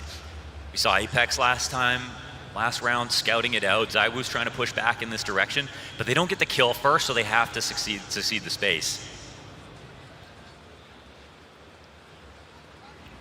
It's a daunting test to begin your grind of a best of 5 at this kind of a slow pace, especially now with karrigan taking damage. Faze don't want to give up this momentum off the pistol win, and yet ZywOo remains a problem. Then the FAMAS is going to clean up what ZywOo started, so that's the recovery they're looking for. Frozen trying to pinch into this upper hit with broky, but one end gets cut off. Good on Mezi. Stays locked into those boxes, but if the Heaven players come up and over, then this bomb site's going to get unraveled. Flamesy drops with nothing to show for it, and Faze find that appropriate route to cut back in, leaving options open with a bit of ramp control because of the way they tether off the other side of site. I think that was the unlikely move to go back upstairs. Obviously, with 2 players there for Vitality, it looked like you wouldn't want to do that. Apex was the one guy to dip lower, but with Frozen protecting the vent, it felt like the natural thing to do, take lower, watch the vent, punish the one guy downstairs. Thing is, Faze are frying right now. Like, they're hitting all their shots. That's a good sign. Now, obviously, for Vitality, like, Faze have this amazing stat, and that's not losing a series at this major. It's best of ones that really cost them. Vitality, on the other hand, we just watched their last game. They were anything but perfect. They, by the end of it, were warmed up and looked amazing, but it took them a long time to get there. Slow start on Mirage yesterday had us worried whether Vitality could kind of crank that dial to get in, whether Team Spirit were going to be a test too strong for them. We can all say the trend for Faze has been linear in terms of improvement. They're stepping up to higher levels of competition and then equally doing as well, winning each series. For Vitality, it's been a bit more parabolic, up and down. Not sure which Vitality you're going to get. I'll tell you what you get in this one, unarmed for the most part. Still that Mag 7 floats out on the field, leave it to Apex to try to get weird. karrigan said in that stage interview that he wants to play some funny Counter-Strike. Well, usually because it comes up Faze's favor. Take caution as that shotgun walks its way over towards Secret, and yet again, 3 rounds in a row, FaZe Clan begin their moments on Outers. So this shotty could have a chance to catch somebody off guard. Hell, it could get an upgrade, then suddenly the pistol swarm. You want some funny Counter-Strike? Here it is, or there it goes, rather. Twists, instant headshot, creates that looming threat of more bodies pushing downstairs, and unfortunately for Apex, doesn't even confirm all of the members of FaZe that are actually there. Twist is moving kind of crazy right now. He starts off already after 2 rounds, 5-0. I'm not sure if anybody's had a chance to shoot back. Pistols will try to sign up for it next. Faze versus ropz. Yeah. Excuse me? That's a pistol! And it's in Flamesy's hands as well! Tries to hit the drive-by, that's where karrigan's gonna end him. Out of nowhere, Vitality collect 3 5-7 headshots. And now ropz with his hands on that AK-47. Ready to try to fly up through this ladder, and it's gonna get covered. Frozen, meant to be the savior of this one. Bomb goes down in the middle of all that. And despite the best efforts of the 5-7s, it's now back to the pistols here. They're gonna let him settle. CT's coming in slowly. 5-7s are one thing, but what about the Deegs? Well, first one hits the ground. Chance at a blindside there. Mezi missing his chances. 4 shots, and he still stands in the back of that bomb site. Frozen calls the path, but hang on! Just 1 more needed here for Mezi. He's gonna close that gap onto Frozen. Oh, and he'll nail him point blank, but with less than 10 seconds. It's that close, but let this be the message. Vitality will not go down without a fight. Yeah, they kind of found a way to let him win that, honestly. If they had peeked at any point from Tetris, he was a dead man. They allowed him to reload and get that next eagle shot after he had warmed up and used an entire mag. So it's messy, but that's what we expect in this game. But what did ropz have for breakfast? He said this was going to be special coming to play against FaZe in this grand finals. That'll keep you on your toes, FaZe Clan. Mezi's up to 4 kills, but he really saved the day when they played against Spirit. He was the guy that made it all possible. You give your acceptance speech, you say, I'd like to thank Mezi for getting us here.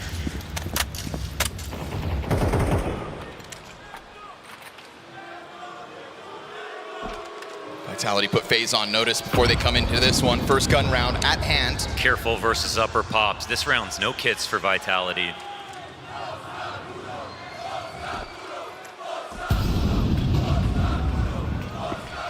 They're not even gearing up for this right now. Bomb's going inside. They're going to put pressure on Squeaky. Flames yes, ahead they of are. that. And that flashbang finds him to perfection. Oh, Twist over main. Who better than Twist? Where have I seen this before?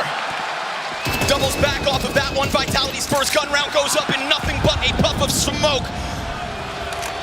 Laid out flat on that upper hit. Problem is for Vitality, they're showing Faze that they can win. That's by far the scariest part about this start for Faze.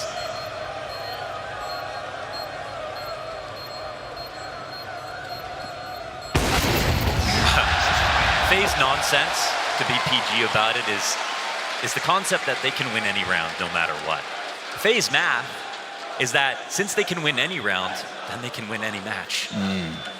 Vitality cannot let them win this many rounds in a row. They've got to stop it at some point. They throw out this Twist idea. It's like the Canada call, but just a 0.5 version. Just a taste, but it works so successfully. The flashes are perfect. And Vitality actually almost got in position to stop an upper pop really well. Oh, faster pace with the nades out of the gate. And remember, ZywOo's op is out here on the field, so don't start cutting corners here for FaZe Clan. We had a nice tempo set in the first few rounds, and more often than not, Vitality are giving you a fight in the quote-unquote easier ones. Now put a pin in. I mean, it's 5v4. Not great guns here still, but ZywOo on the best. And one of the best. Never forget it. CT side versus Mongols is looking to just translate into this match. We saw what he can do. It's a huddle here inside lobby. It's not the first round. FaZe go quiet in the middle of things. Rob's got the opener. He's a little low, but playing the headshot angle wisely. Gotta keep Vitality guessing. Can't let these pistols gain too much information in a stack off the first frag. ropz. Does he pop up? Yeah, and it's to his own demise. They waited for that specific position. Who knows ropz better than FaZe? Now Flamesy tucked down into the corners of B. And while FaZe will start to stomp over, ZywOo clips karrigan. That's a kill back towards lobby, I believe. So all of a sudden, Flamesy finds himself in a playmaker's position with a pack of members of this plush show again. The 5-7s are blessed today. Headshots back to back. Jacob scoops up bomb. 1v3 under threat. And so, as that scope tries to find him still, and an M4 picked up by Apex in the middle of all of this, Jacob's got a chance to blow this round out of the water for the ace. Don't miss and again. the 1v3, but it's too much to ask. Apex hits him from behind.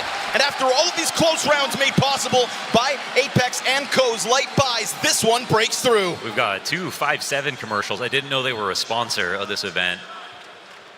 Incredible round on lower to stop this hit from coming in. It's a little lifeboat here for Vitality. Get your mind right off that round. Look to make it a rifle afterwards. Xtaz only going to be so happy, right? Because on the one hand, you win. You stop FaZe a little bit. You try to steal the momentum. Not being able to stop FaZe's momentum has been a conversation from some of the other teams at this event. But on the other side, Xtaz didn't have much to do with this win, right? In terms of the sustainable, greater picture of this match, that round, he hopes for it. He doesn't plan for it. Now here comes the plan.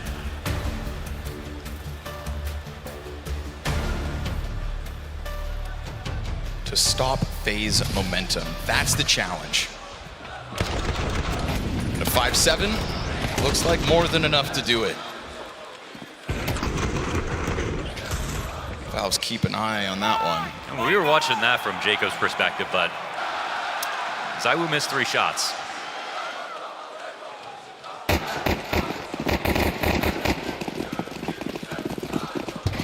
Not needed, not important. He'll get another chance to play here on CT side. He also did get a kill last round. Quick tuck into the depths of garage here for Apex. Be careful with your ammo. There's literally no one better than ropz in ramp. Like just straight up and down.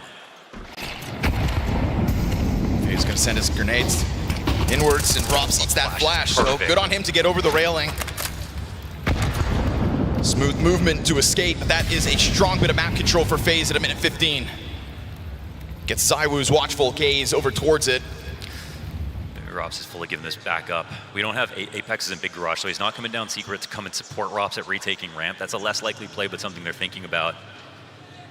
They're going to have to let him go into ropz right now. Have an angle. And they're not making a preemptive rotation. They're really kind of over-facing on outside. ropz versus everybody. Oh, it's right there on the door. Good damage on Jacob. He actually takes none in return just yet, so ropz, this is a bit of a shooting gallery, trying to carve a path off both doorways. He does a lot to delay this, I feel. Oh. Finally, they're able to break on through. Twist catching Apex will help Faze to follow downwards. And all while Frozen just stays in this corner, there are going to be 3 kills to be had. But it goes to ZywOo's favor. He's able to clip one before Frozen strikes, pushes this clutch onto Mezzy's shoulders. Yeah, that's an interesting one because... Bomb's dropped, still on the doorway. It's ZywOo's kill that actually made this happen. He backs good up. Clutch. Because he doesn't understand why there's not a plant. He thinks maybe it had gone up the vent to A. That's why he thinks about the heaven ladder. Now it's all just going to confirm. Things were delayed by ZywOo. He's got a smoke and a kid. Oh, and a chance at the headshot towards Twist in the distance. Mezzy gives himself the flash. He's got a smoke as well if things get desperate. karrigan just remains with head tucked down beneath, and they both layer that peak, one behind the other. Yeah. Faze supporting each other in a time of need. As ZywOo slips the net and catches that bomb carrier, good on Frozen, and then good on Twist to make sure karrigan doesn't have to get that last fight on his own. Mezzy almost punished them for failing to set up properly in the 1-on-2 last time. This is the proper example of how that works. The guy in front can take aggro, the guy who's got a safe position can come out to instantly trade, so karrigan very carefully sneaks into this angle, and Mezzy doesn't really have a chance.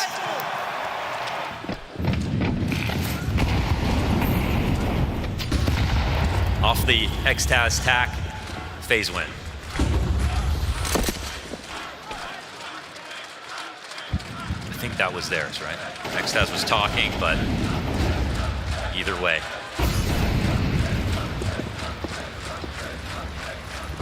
Vitality's purchase back in. It's going to cost them everything. Who's he trying to play ahead of this smoke? Ooh, interesting move. Trying to tether alongside ropz, who eats that flashbang. Oh, they get the fight back to their favor, but it does cost karrigan half his health. Okay, Twists. Short flames, he's able to strike. Again, just whittling one off of the middle of the pack, right? Much like last round, over towards ramp. Just a piece of vitality. Oh, they're always stealing something. They're always stealing a base here. Faze just keep this pressure up all across the map. The beauty of Faze is the power of individuals and the confidence they bring to the table. If they sense an opening, they will strike. And so Twist will do it towards this upper site. It's incredible how good Twist has been, how good Twist is right now. All these nuke victories from Faze. You have to pay attention to the guy they brought back into the lineup.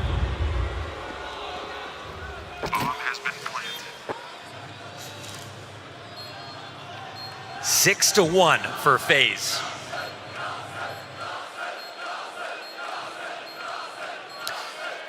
The thing about this plan from Faze, they know what's going to happen.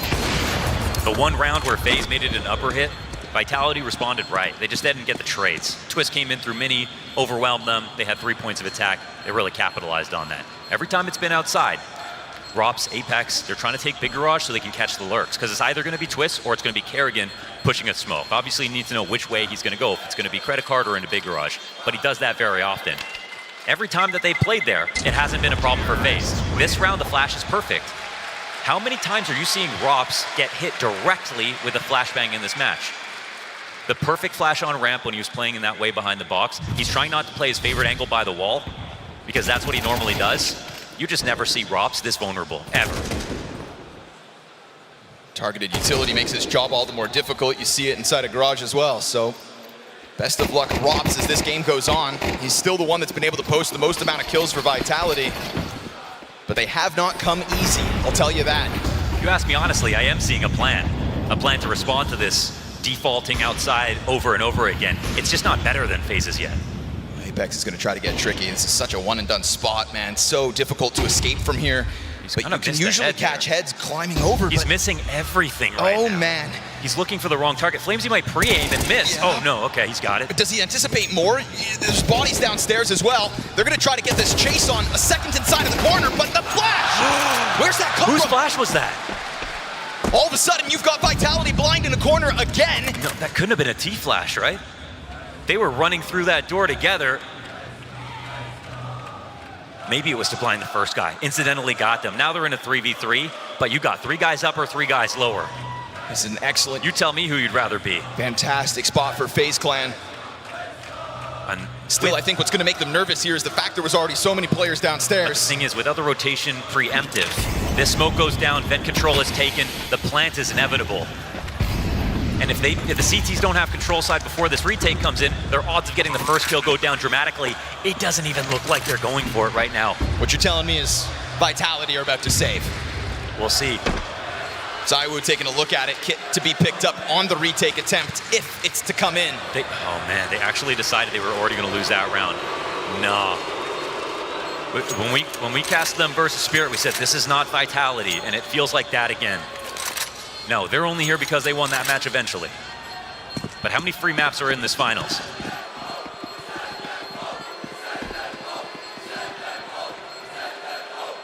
The moment FaZe pulled off the miraculous victory yesterday. Man, I'm not sure how that shook out. It feels like Apex did have 2 bodyguards coming up secret to clear out the space that he wasn't watching. He did know there were cross smokes. He could have seen ahead, I think, if he looked for it. And oh, it's Flamesy's own fly. Okay. Okay, now that Mystery looks solved. You know, to the layman, that looks really stupid. But in reality, he's throwing that flash so they can fall back around the corner, not expecting the full-on chase, just wanted to dissuade them from coming out of the door at all.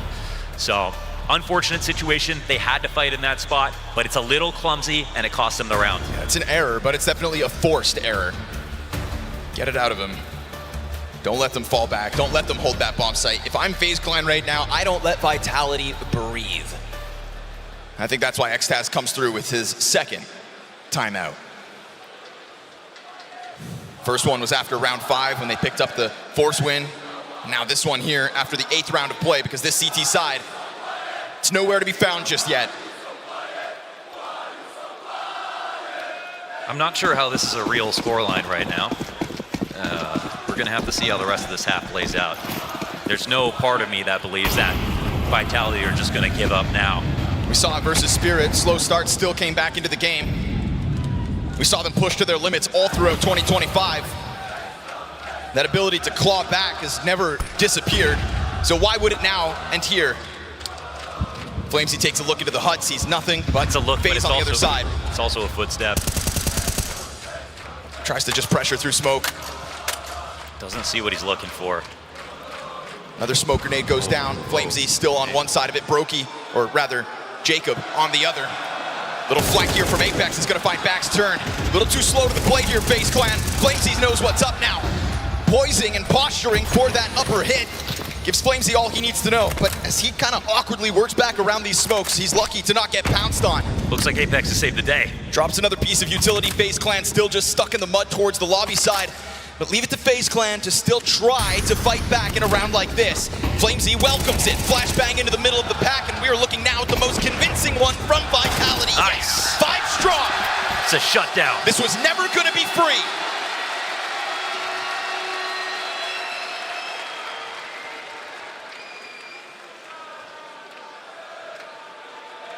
That's a moment where you got to tell yourself, very good. They make an aggressive move outside. It's the 1 round FaZe don't actually try to take it over, which is, you know, Apex could be conditioned in this moment and be scared to try to push, but he's believing in his own reads. He was also up there on top of Big Garage earlier. Warden in the watchtower the couple of rounds now, using that info to his advantage. They needed that, and good on xTeSeS. Right off the pause. Yeah, great to know. Pull Apex into the action, let him get his game going. Took a bit of bravery to push the bottom of Silo. Nice. If you put ZywOo outside where FaZe Clan have constantly had presence, you'll catch one. Flamesy presses his body up against Frozen, but still that hut door busted wide open. Mezzy trying to seek targets here, knows that Jacob's playing front and center, and knew broky wanted to get into that mix as well. karrigan will take what he can. Tech9 downstairs, bomb plant free. This is the guy with the most kills in Major history, right? Yes. Yes, it is. You heard that right. karrigan looking for 4 more.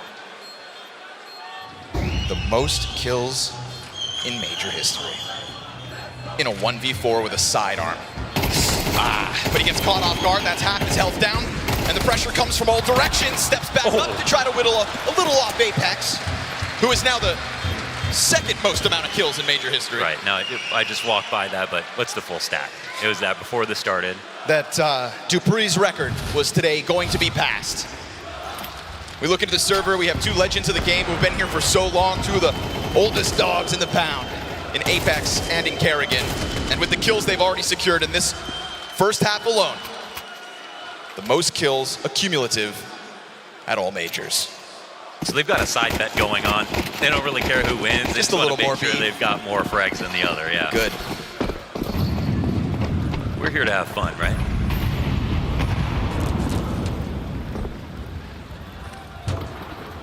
karrigan scout looking out her. You know, ZywOo's been signing up to try to push this back.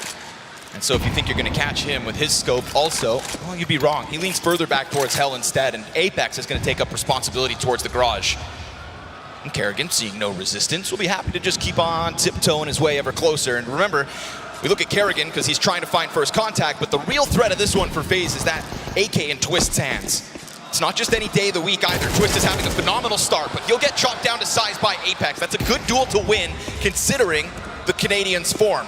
I don't know. I mean, I keep hearing ZywOo miss, and I don't like that. AK to broky's pause instead. Smoke, not fully popped open. So ZywOo, you'll find that sitting duck as karrigan hopes to just walk on through. Jacob got a Desert Eagle kill to crack open from the other side, and Jacob gets another into heaven. That's an instant punish, 3-on-2. We're all so distracted with the fights going down outside. Faze have taken the floor.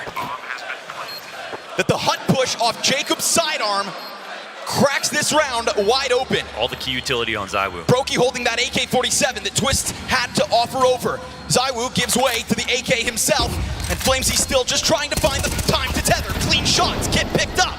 And as ZywOo applies pressure to the other side, this is a phenomenal moment for Jacob.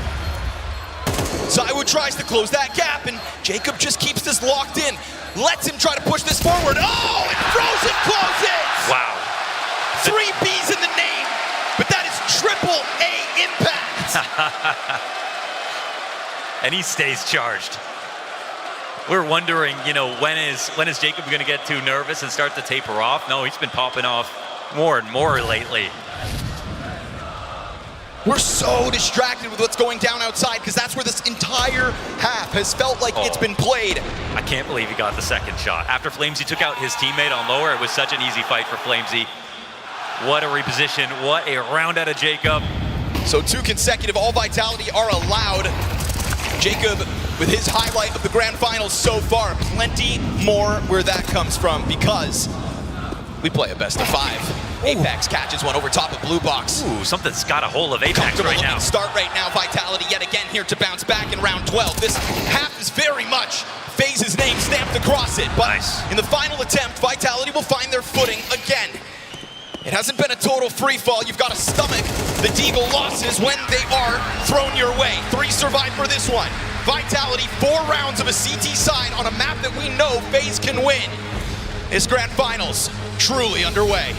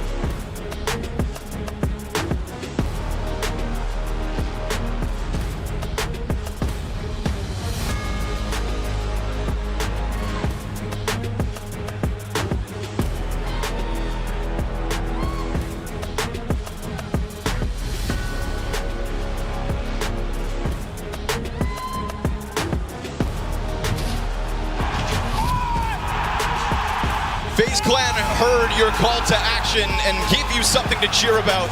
If you're supporting karrigan and friends tonight, an 8-4 start to Nuke is exactly what you wanted. Oh man, I mean, yeah, your FaZe, this is idyllic right here. This is a dream. This is what karrigan was thinking about last night. And the one thing is, we know that Finn in these major finals doesn't have a great track record. But you know, eventually that changes too, right? You'd think. Eventually you do overcome like you showed us at Antwerp. Eventually you can play the CS that is no regret. Keep fighting, says broky. broky is and it's going to be a fight all night long. Enjoy the highs while you can, because we saw it yesterday as well. That Ancient, obviously not featuring in this best of 5, but still, map pool was the big question. When FaZe won their game yesterday, any critic, those were the words they could utter, map pool. Right now, we start strong on FaZe's first pick. Ramp completely conceded over. Frozen happy to give it over to them in its entirety. And, well, where do Vitality go from here? karrigan takes a look from Hell. Yeah, we're trying to follow frags in that first pistol. Looks like more of the same now. But CTs are in all really good spots. Ooh, that's a good gush. Gush. broky dropped down to 8 HP with those Berettas. ZywOo just kind of flailing around here, hits another headshot, but still no casualties being racked up to FaZe just yet. Jacob double drops the bomb. ropz is going to start cleaning up towards the ramp. ZywOo gets killed in the meantime. And ropz, he's going to find himself alone. Jacob has gone big with another triple kill. This guy on pistols, it's unbelievable. He's 12 and 8 off this round. He's won it by himself from back there. The bomb's at his feet. ropz on 42 health has to ace in 25 seconds to win this round. He'll try to work his way towards Frozen first. Frozen's also been a helping hand to Jacob in this one. Starting to sprint it towards it. No. Jacob's impact will make the difference. That's straight up, no jokes. Incredible from Jacob. Now we're at the 2 pistol rounds the last time they played. 2 pistol rounds this time as well. Brought to you by Jacob. Oh, he was on a swivel. This was a twist moment from him. Sir, just trying to deal with Secret. Just another game, he said that. Just another game. Xstats can't believe it. Oh, it was such a good position with the amount of damage that ZywOo brought them just now. I mean, 2 dinks, right? There was 2 dinks before any member of Vitality hit the ground. It does go to show you, though, on pistols, headshots are king, and those were headshots, but it were with a Glock, obviously. All hail the USP. Yeah. That one's gonna sting. Vitality know the challenge at hand. They're gonna wait for the next round to come in with a real buy. ropz on a Desert Eagle this time. This is a fantastic moment for FaZe to get that double digits. FaZe have just quietly built up such an incredible Nuke run, and it was during this major, so it wasn't what we talked about coming into it, but they've taken some massive scalps. This would be their 5th win in a row. It's 8 times they played Nuke so far at this major. They only lost once to Fluxo. Of course. Twists. Here we go. Cleanup duty called for. That little quad kill for Twists. Let him farm the stats. He's earned it with his performance. And what's very special about Nuke for FaZe is this is where they were the closest to death. This is where Red Canids nearly sent them home, that 0.4 second defuse.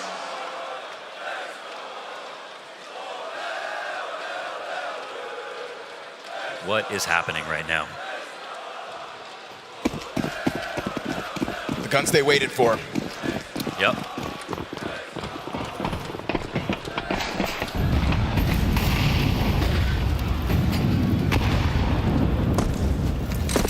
There was a point in FaZe Clan's history we thought when you replace Rain, nobody could ever fill those shoes outside.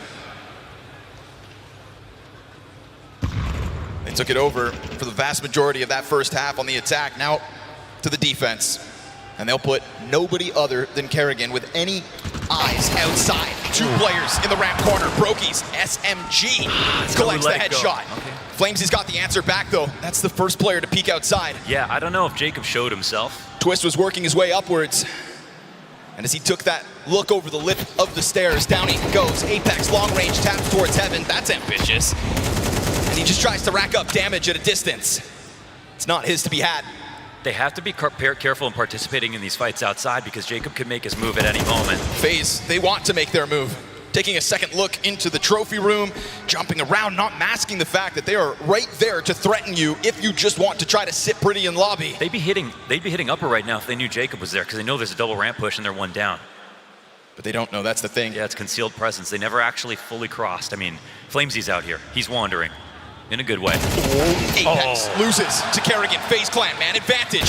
He doubles back, confirms Flamesy's now outside, and there's that bomb spotted through the squeaky doorway. Flamesy's just trying to burn time, and as he gets into the cover, his teammates will take over that bomb site, but he can't live. And so man advantage back to Faze clan's hands. Bomb plant hut side. Mezzy gives cover to main. broky's gonna let him know that he's gonna threaten this side of things with the flash first. Fire at the feet of ZywOo. He's fine. Mezzy still trying to fight over towards main. Oh, he catches it. Nice. broky's head popped and Jacob nowhere to be found. Yeah, he's coming in real slow. They never found him in this round. And the 1-on-2 with the amount of time left over, he will have a chance to make it a 1v1 if he finds the timing.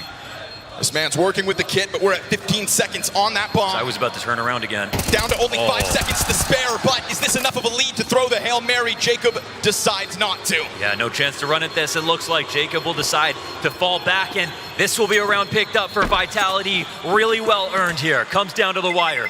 StarLadder back and forth shuffling inside of the lobby. That constant looming threat from ramp room as well.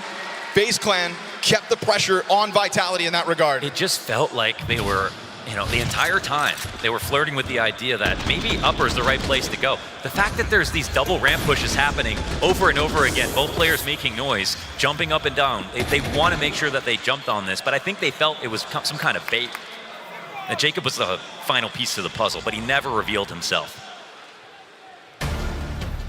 Unfortunately, by the time he does, round's gone. Yeah, and that might have also been a moment where that secret push could have come in. Agreed. They didn't actually go to go downstairs. So it's a really nice find here for Vitality. It's a grind. It's one where they're down material up until that bomb gets planted and they get that next kill, but they make it happen.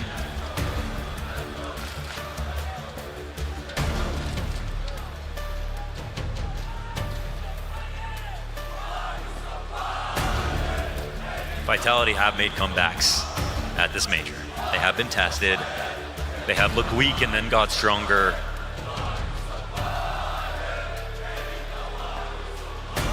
Don't put it past Faze to make it a close game. For better or for worse, right? Yeah. For fun. Look how much fun XTAS is having. Yeah. Guy's heart's about to burst out his chest. The person on stage I'm least jealous of is the coach every time. Of course. Can't do anything about the round. Man. 5 rounds the lead. Twist with the new haircut, trying to usher in a new era. 3 rounds away from a map 1 victory, and a map that, again, if they're going to win this grand finals, feels like they had to pick up. So far, Faze belief remains at an all-time high. There's no off to push back on this. Getting out of there, though, broky, quick dive. Didn't like the amount of pressure that comes his way by utility, so reposition. It kind of opens up new avenues and peaks here for broky. Getting that frag would have been so nice for Flamesy. Pretty quick contrast between his starting position and where he ends up. Doesn't linger around in garage, doesn't hang on to the blue box very long, just goes all the way back over to hell. As the deep wall of smokes comes up from Vitality. Remember that looming threat that came from ramp last round? Well, ZywOo still waits for it. And good thing he does. Second player could have been his, but he gets bested by karrigan. Man, 1-for-1's kind of huge. Fast move by Flamesy to get through that smoke. Takes the challenge onto broky. Missed on shot out of broky's gonna open the door outside, but karrigan's on the scene again. What's this? He comes in. He didn't even take any damage from ZywOo. Jacob locked into the vent. Could be up next. Smoke fades and all that remains of Vitality sits on the other side of that doorway. Oh, Jacob's gonna get blown apart.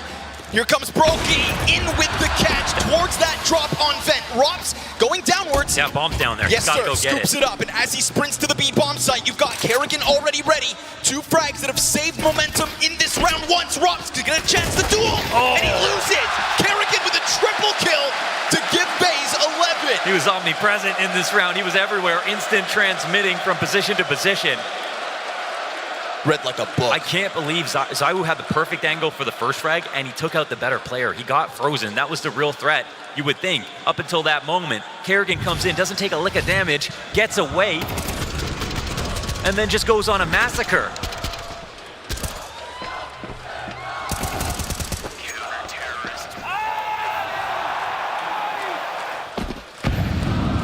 He's playing well, full stop. Faze send Vitality back into peril. Tech-9's in hand for the majority. Galil for ropz.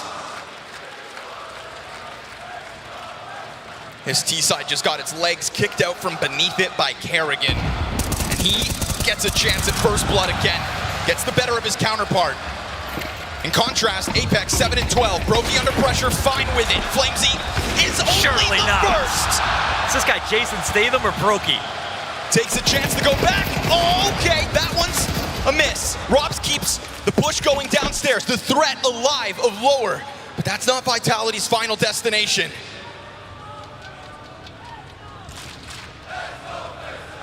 But right now, a Nuke win feels like destiny.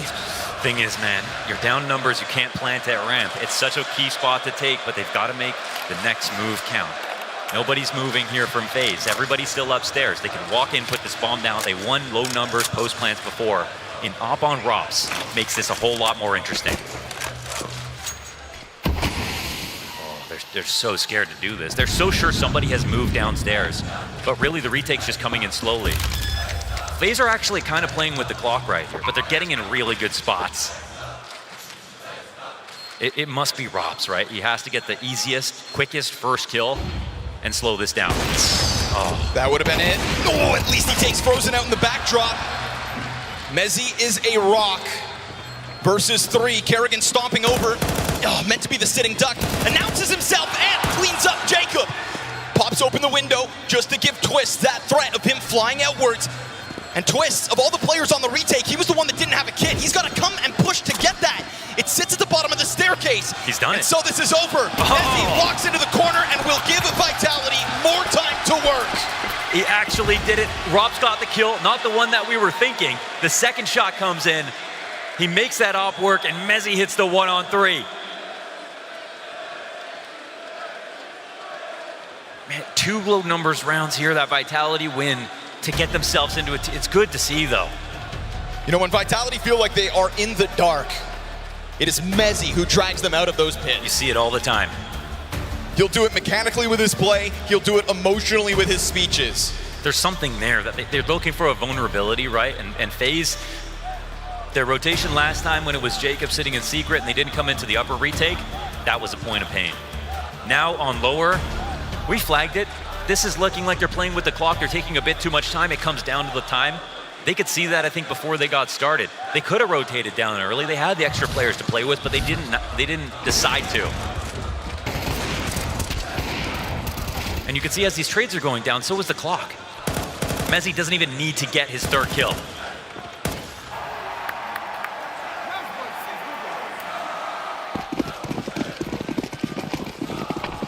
Still, how scary is that? You win the round and you come into this one with a MAC-10 Tech-9. True, very expensive. Gonna try to play it fast then. Try to make up for it. broky, it's not a shotgun. TeSeS bested with just his one. ropz. He's gonna be the one that cracks that bomb site open. They try to double back and they meet karrigan. No way! The fin is swimming. There's a shark in the water. And it's not who you'd expect. 6 map points secured off an electrically paced flank. ropz wants to be the savior, but he meets his maker.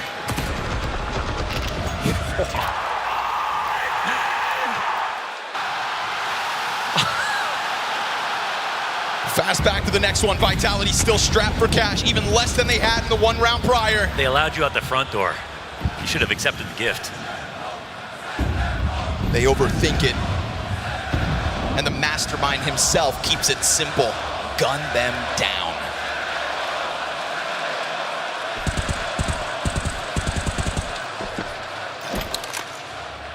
Chance in the building for Faze Clan.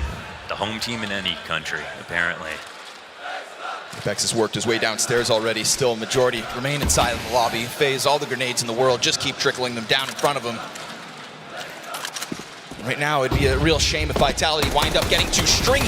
Oh, what? That was ropz' chance. Oh, he's got plot armor right now. From finding those 2 kills in the round prior to now being the first victim, here comes that Apex push. It's caught by Jacob. A-Site standing strong. That one threat of a flashbang over main, it didn't get enough of an effect on karrigan to ropz so that he could truly capitalize. He had a chance at the headshot, he missed it. And if you give karrigan's moments a chance, he will clutch them. Cuts down Flamesy, all on Mezi. Not this time! Faze Clan strike first in this Grand Finals best of 5. They justify their Nuke pick, they crush Vitality, and they do it for the second time this event.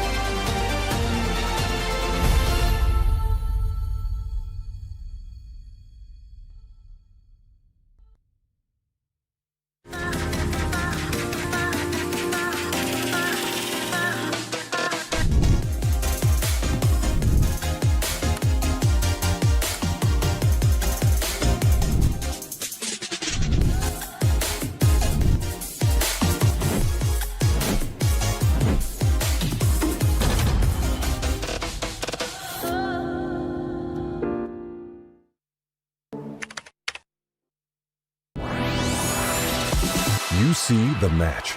We see every restart behind it. You see lightning-fast reflexes. We see countless hours building trust. You see a single moment of triumph. We see the 1,000 failures that forged it. Victory isn't just the moment. We win because we reached it together. Level up as one.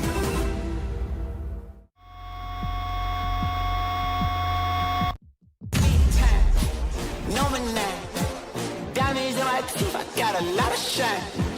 Running up the number, that's a lot of crime. Try to take it from me, must be out your mind.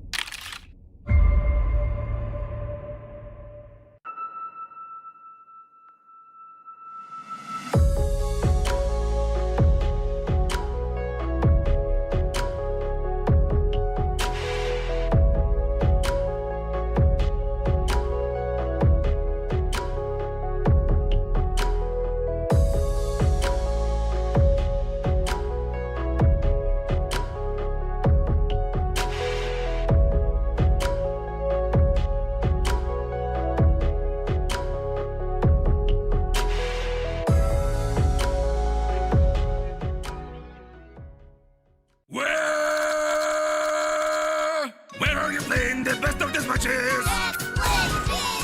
Where in retake will you pull out that clutch?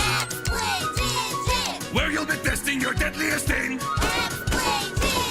Where are we perfectly training all day? Ready? X-play, X-play, X-play, X-play, X-play, X-play, X-play, GG!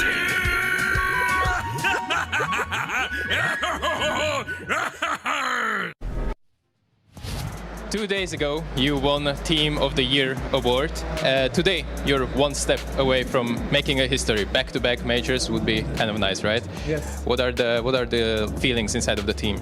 Well, I think everybody is kind of on his own corner in terms of how his emotions are. I see some people are nervous, I'm nervous, stressed, excited. It's a pleasure to play those games, but it's our performance coach right there has said it many times that it's a privilege to be stressed like that. Every CS player would want to be in this situation, stressed, nervous, and whatnot. So I think everybody's on his own corner for now, and we just wait to start the game because it's a nightmare before. Faze, your opponent, made it through 2 huge upsets all the way into the final. If you look at the other side of the bracket, are you maybe a little bit surprised or maybe happy with the draw that you were given in this best of 5? Well, I think it doesn't really matter because in the end it's like if we played Furia but they beat Faze and Navi or Mouse, then they are the best team of that kind of bracket. So whatever made Faze win, they made them the better team in this sense, I think. So, and if you want to win the major, you need to win every team.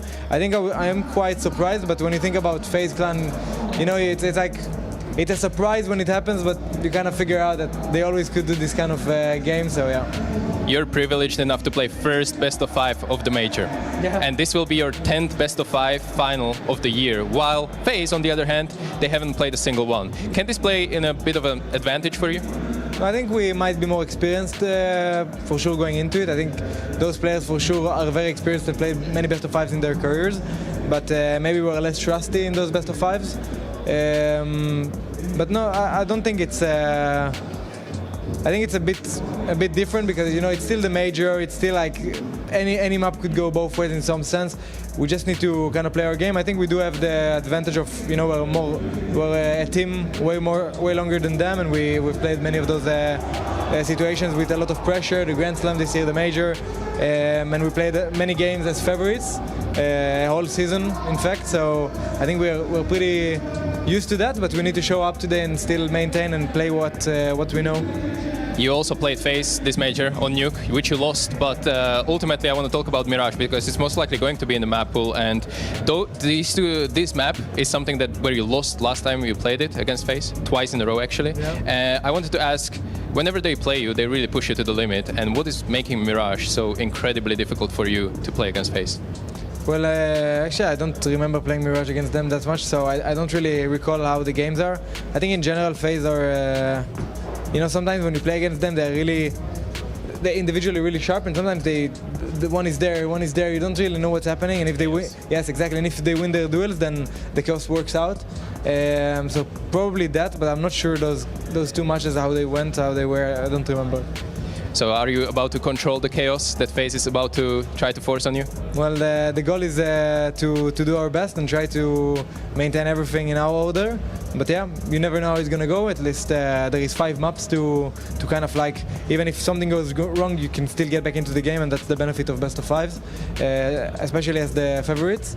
But it doesn't matter, we just need to come, bring the high energy we had. Yesterday we started against Spirit, we didn't have the best start to the game. Donk was really insane, and we still managed to just focus round by round and getting the rounds we needed, and that's gonna be the same today in case we start bad or even if we start strong, to maintain the lead, because Faze are really good at getting their lead back, getting their momentum back. We just need to kind of focus on those kind of things. Let's see how it goes, brother. Good luck in this best of 5. Smoke door. You can double peek main soon. Yeah, I'm ready. Just holding heaven. Yes, main one. Heaven or main? Main or heaven? David has main. Heaven. Mine out. Heaven. Main, chill. Wait, chill. Flashing for heaven. Chill. Shoulder peeking? Yeah. You cannot be side yellow. Just play time, bro. Yeah. Nice! Take the gun. That's what I'm talking about. Fearless, bro. Yeah, I dropped the house. I dropped it. I dropped behind you, bro. Yeah. Just dodge this. Back up. Doing counter flash. AJ's on the run. Carefully, rush. Close house. Hot. One more. Walking behind you. Hot. One HP. One HP. Yeah. You have A. One hot. Last one. He goes. No, you fucking maniac, bro. Nice, let's fucking go, bro. They have no money, guys. I'm here with TeSeS. Obviously, it didn't go as you planned. This best of 5 to start off with. What are your thoughts on the map overall? We are just not playing, so we need to step up. Everything was bad, so that's it. Starts with communication or the ideas, or maybe the game plan wasn't really working what you expected? Not even the game plan. We need to respect it first, and maybe we have a chance, but right now we are making really bad decisions. I don't know, we need to step up, that's it. Long way to go still in this best of 5, good luck. Seeing is believing, but all Vitality is seeing is red after that one. From the very first round, Faze with their foot to the floor and Vitality left grasping at straws. The underdogs, Maui, they're in full control in this first map. I mean, they're seeing red for a multitude of reasons. One is just the blood on their faces because of all the headshots that people like Jacob are hitting. The second reason is that when KSCERATO was calling the ambulamps earlier, he called it to hit them. Like, it is just a collision course. This is the Faze clan that is pulling off miracles, but they also are doing it with so much finesse, and it even feels like tactical prowess on top of it. I was just about to say, right, if you ignore the fact that Stage 1 Faze existed and coming into the tournament, Faze was in a bit of a crisis. If you look in isolation of how they played so far in the playoff, it's beautiful Counter-Strike. It's high-quality Counter-Strike. It's execution at a high level. It's individual brilliance. It's TeSeS stepping up. It's karrigan all of a sudden going plus KD for the first time in forever. There's so many things going the way of Faze right now that it's almost impossible for them not to win. But on the other side, I feel also, like TeSeS was saying, nothing was really working. And I agree with that. I think that they waited too much. They tucked themselves into corners, kind of let Faze actually dictate the rounds and duels in the way that they want to. And I think that that's the Faze you don't want to be facing, you know, because at the end of the day, when you're playing a high-skilled team like them, at some point you gotta take the duel. You gotta, you know, ask for a flash, go for that wide peak, and actually stop them, because you can't just let them take the map control. You can't just let them do what they want. That's when you get the best team in the world, in a sense, from Faze. I totally agree with you. It's kind of reminiscent of the quarterfinal we saw versus MOUZ, right? Where the pace was just too much for them to handle. Faze just getting so much map control with that as well. And TeSeS, we have to give it to him. From the very get-go, we've got round 4 ready to be rolling. He was just a can opener in a lot of these situations, right? Yeah, I feel like round 4 set the tone in the beginning of this game, with TeSeS showing another clinical performance on that T side of Nuke. We know him, you know, back from Cologne, the grand final versus Na'Vi, dropping down main, getting multi-entry kills in towards the inner bomb side. He did it in round 4, and if you do it early on in the very first buy round, by the way, you win the pistol, you convert. Vitality are thinking, all right, guys, let's get into the game, let's win the buy round. Instantly, Faze are dropping in. You see TeSeS coming down right here, beautiful team flash from karrigan, gets a sick double entry, and at this point, round over, game over, right? You're going up 4-0, you're forcing Vitality to save with a minute left to the round, and you're not even allowing ZywOo and the boys to save. You're dismantling the entirety of the defense, surviving 5 players in the very first buy round of the game. If that's not setting the tone, then I don't know what is. Everybody loves a callback. The fact that he's calling the same strategy practically in the 2022 Grand Finals there as the first gun round in the major Grand Finals in 25, that's why we love Counter-Strike. There's always a little bit of history involved. Yeah, I just think that, you know, Vitality players kind of need to step up, need to wake up, because if this is the Faze you're playing, you gotta face them. You gotta face Doomsday in some sense and kind of stop them, because you don't want them to continuously speed up. I know that Nuke can be a hard map to be on proactive CT side, but we saw a couple of examples where they were, and that's when they picked up rounds. So we want more proactiveness, more movement on the map, and don't sit so still from Vitality. Yeah, I was going to say, I'm going to raise you maybe a round where we thought, okay, Vitality, they might be getting their ducks in a row. We might be seeing a more synergized looking Vitality in round 10, right? I think there were signs of life for Vitality, and they were trying, you know, they were trying to be a bit more proactive. They're trying to change the tide of the game. You see in Yard right here, ZywOo combining with Apex, you know, you have the double smoke, the wall out there. You're going to see in a moment that ZywOo is getting a sick team nade, getting a kill on towards TeSeS, and you feel to yourself, all right, here we got some of the good stuff. karrigan again trying with an inside pop at an odd timing. Then Messi steps up, gets a very hard multi-kill. You have players on his right, players on his left, and you think to yourself, okay, Faze, you up to 7, 10 rounds, obviously good start on the T side, but if Vitality clean it out right here, get 5 rounds, they play more proactive, they do exactly what you want right here, Devilwalk, then maybe we can have a game, maybe they can have a half, but this was one of the only signs of life that I saw.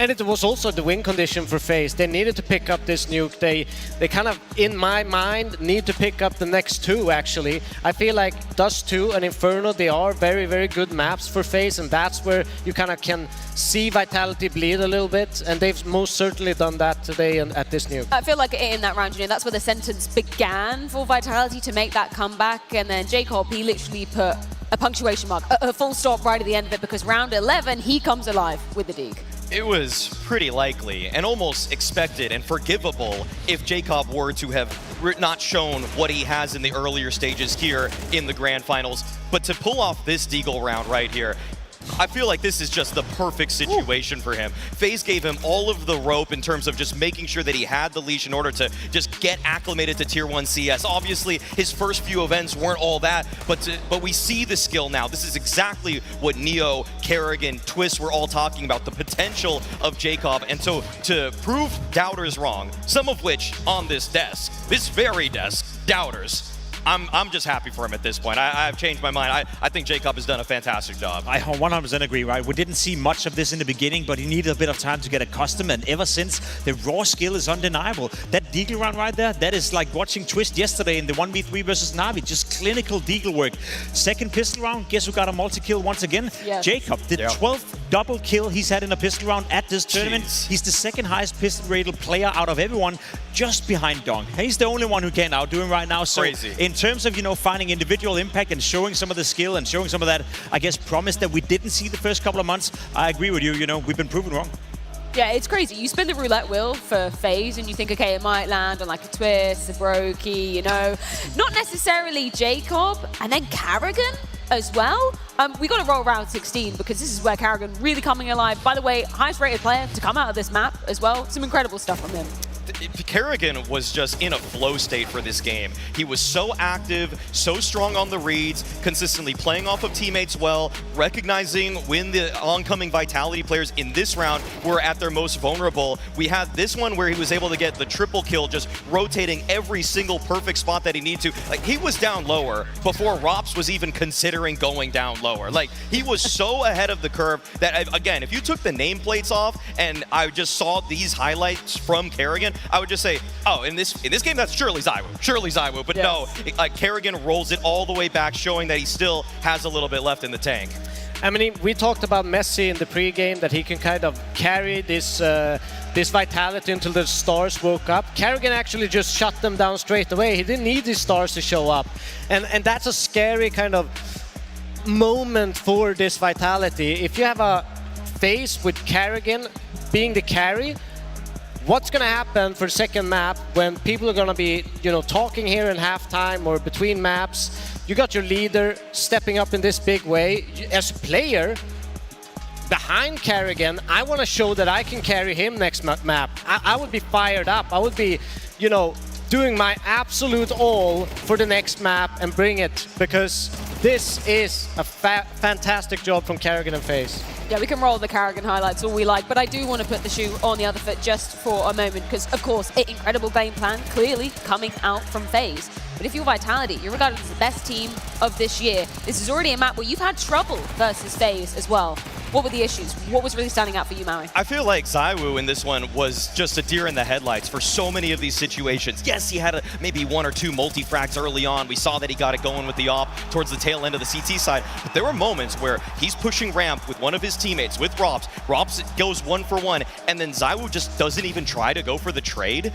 There's moments where it just feels like the moment's too big for him. And this hasn't happened to ZywOo for quite some time. This was maybe a problem at the beginning, more so when, I'd say, even when you were interviewing him, Freya, when he was just kind of a, just a ghost of what we know he is as a man today, a guy that does assert himself. I've seen now for the last 2 years that he can be the difference maker, but in this single map, this just felt like Faze just completely overwhelmed him. In all the highlighted rounds we had right here, it was a fast-paced playing Faze coming out. You saw the inner execute from Twist in round 4. You saw the Jacob Deagle round as well with a minute left into the round. I think one thing is preparing for a team that is playing fast-paced Counter-Strike. You used to be a coach for a team who would just run around and play incredible fast.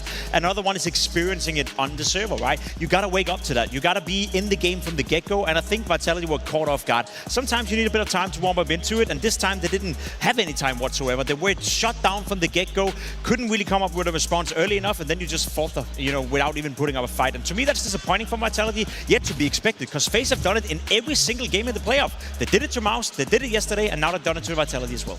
One of the counters to that kind of fast-paced play style is actually just meeting them head-on, making sure you have early flash plays, making sure they have to slow things down, making sure that the clock, you're almost at the CT side, playing a T side to some extent, because you just want to control the map, make sure the CTs don't aggress in the beginning, and kind of just face them head on. You want the entry duels. You don't care if they're gonna get one. You want to trade back, you want to trade the numbers down, and you want to play your experienced players in the clutches and the XVX situations. So I expect a different Vitality going into this next map. I expect them to have flash plays. I need to see them transition a lot more movement on the map, because this is a phase that you can anticipate that they will take space. If you group up in middle on Dust 2 and you challenge for that mid control, expect them to take long, expect them to lurk into B, and kind of be ready with that, and even flash yourself into a retake situation early on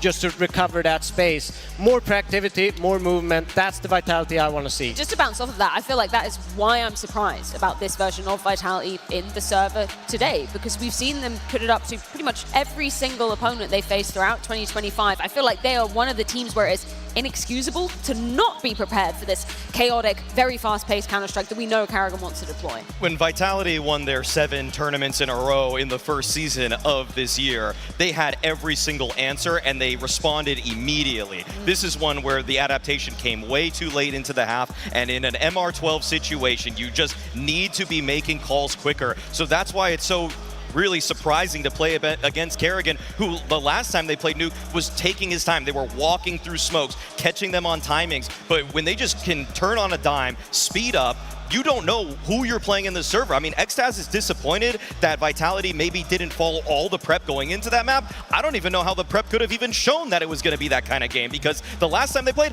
it was a different team. So that's why karrigan has a bit of a leg up in terms of experience in this matchup. Yes, Apex has won more major trophies, but karrigan has just had so many rosters that it constantly have to adapt because he knows what needs to come next. 100%. Incredible form from Faze in that first map of potentially 5 here in Budapest. Next up, going to be Dust 2. That's Vitality's first choice into this grand final. Means they're going to be starting on the T side of things. So what do we want right off the bat? I mean, we know Vitality has been a menace on the map of Dust 2 throughout the entirety of the year. Now, throughout this tournament, they built on that record. They won 30 out of 34 games on the map.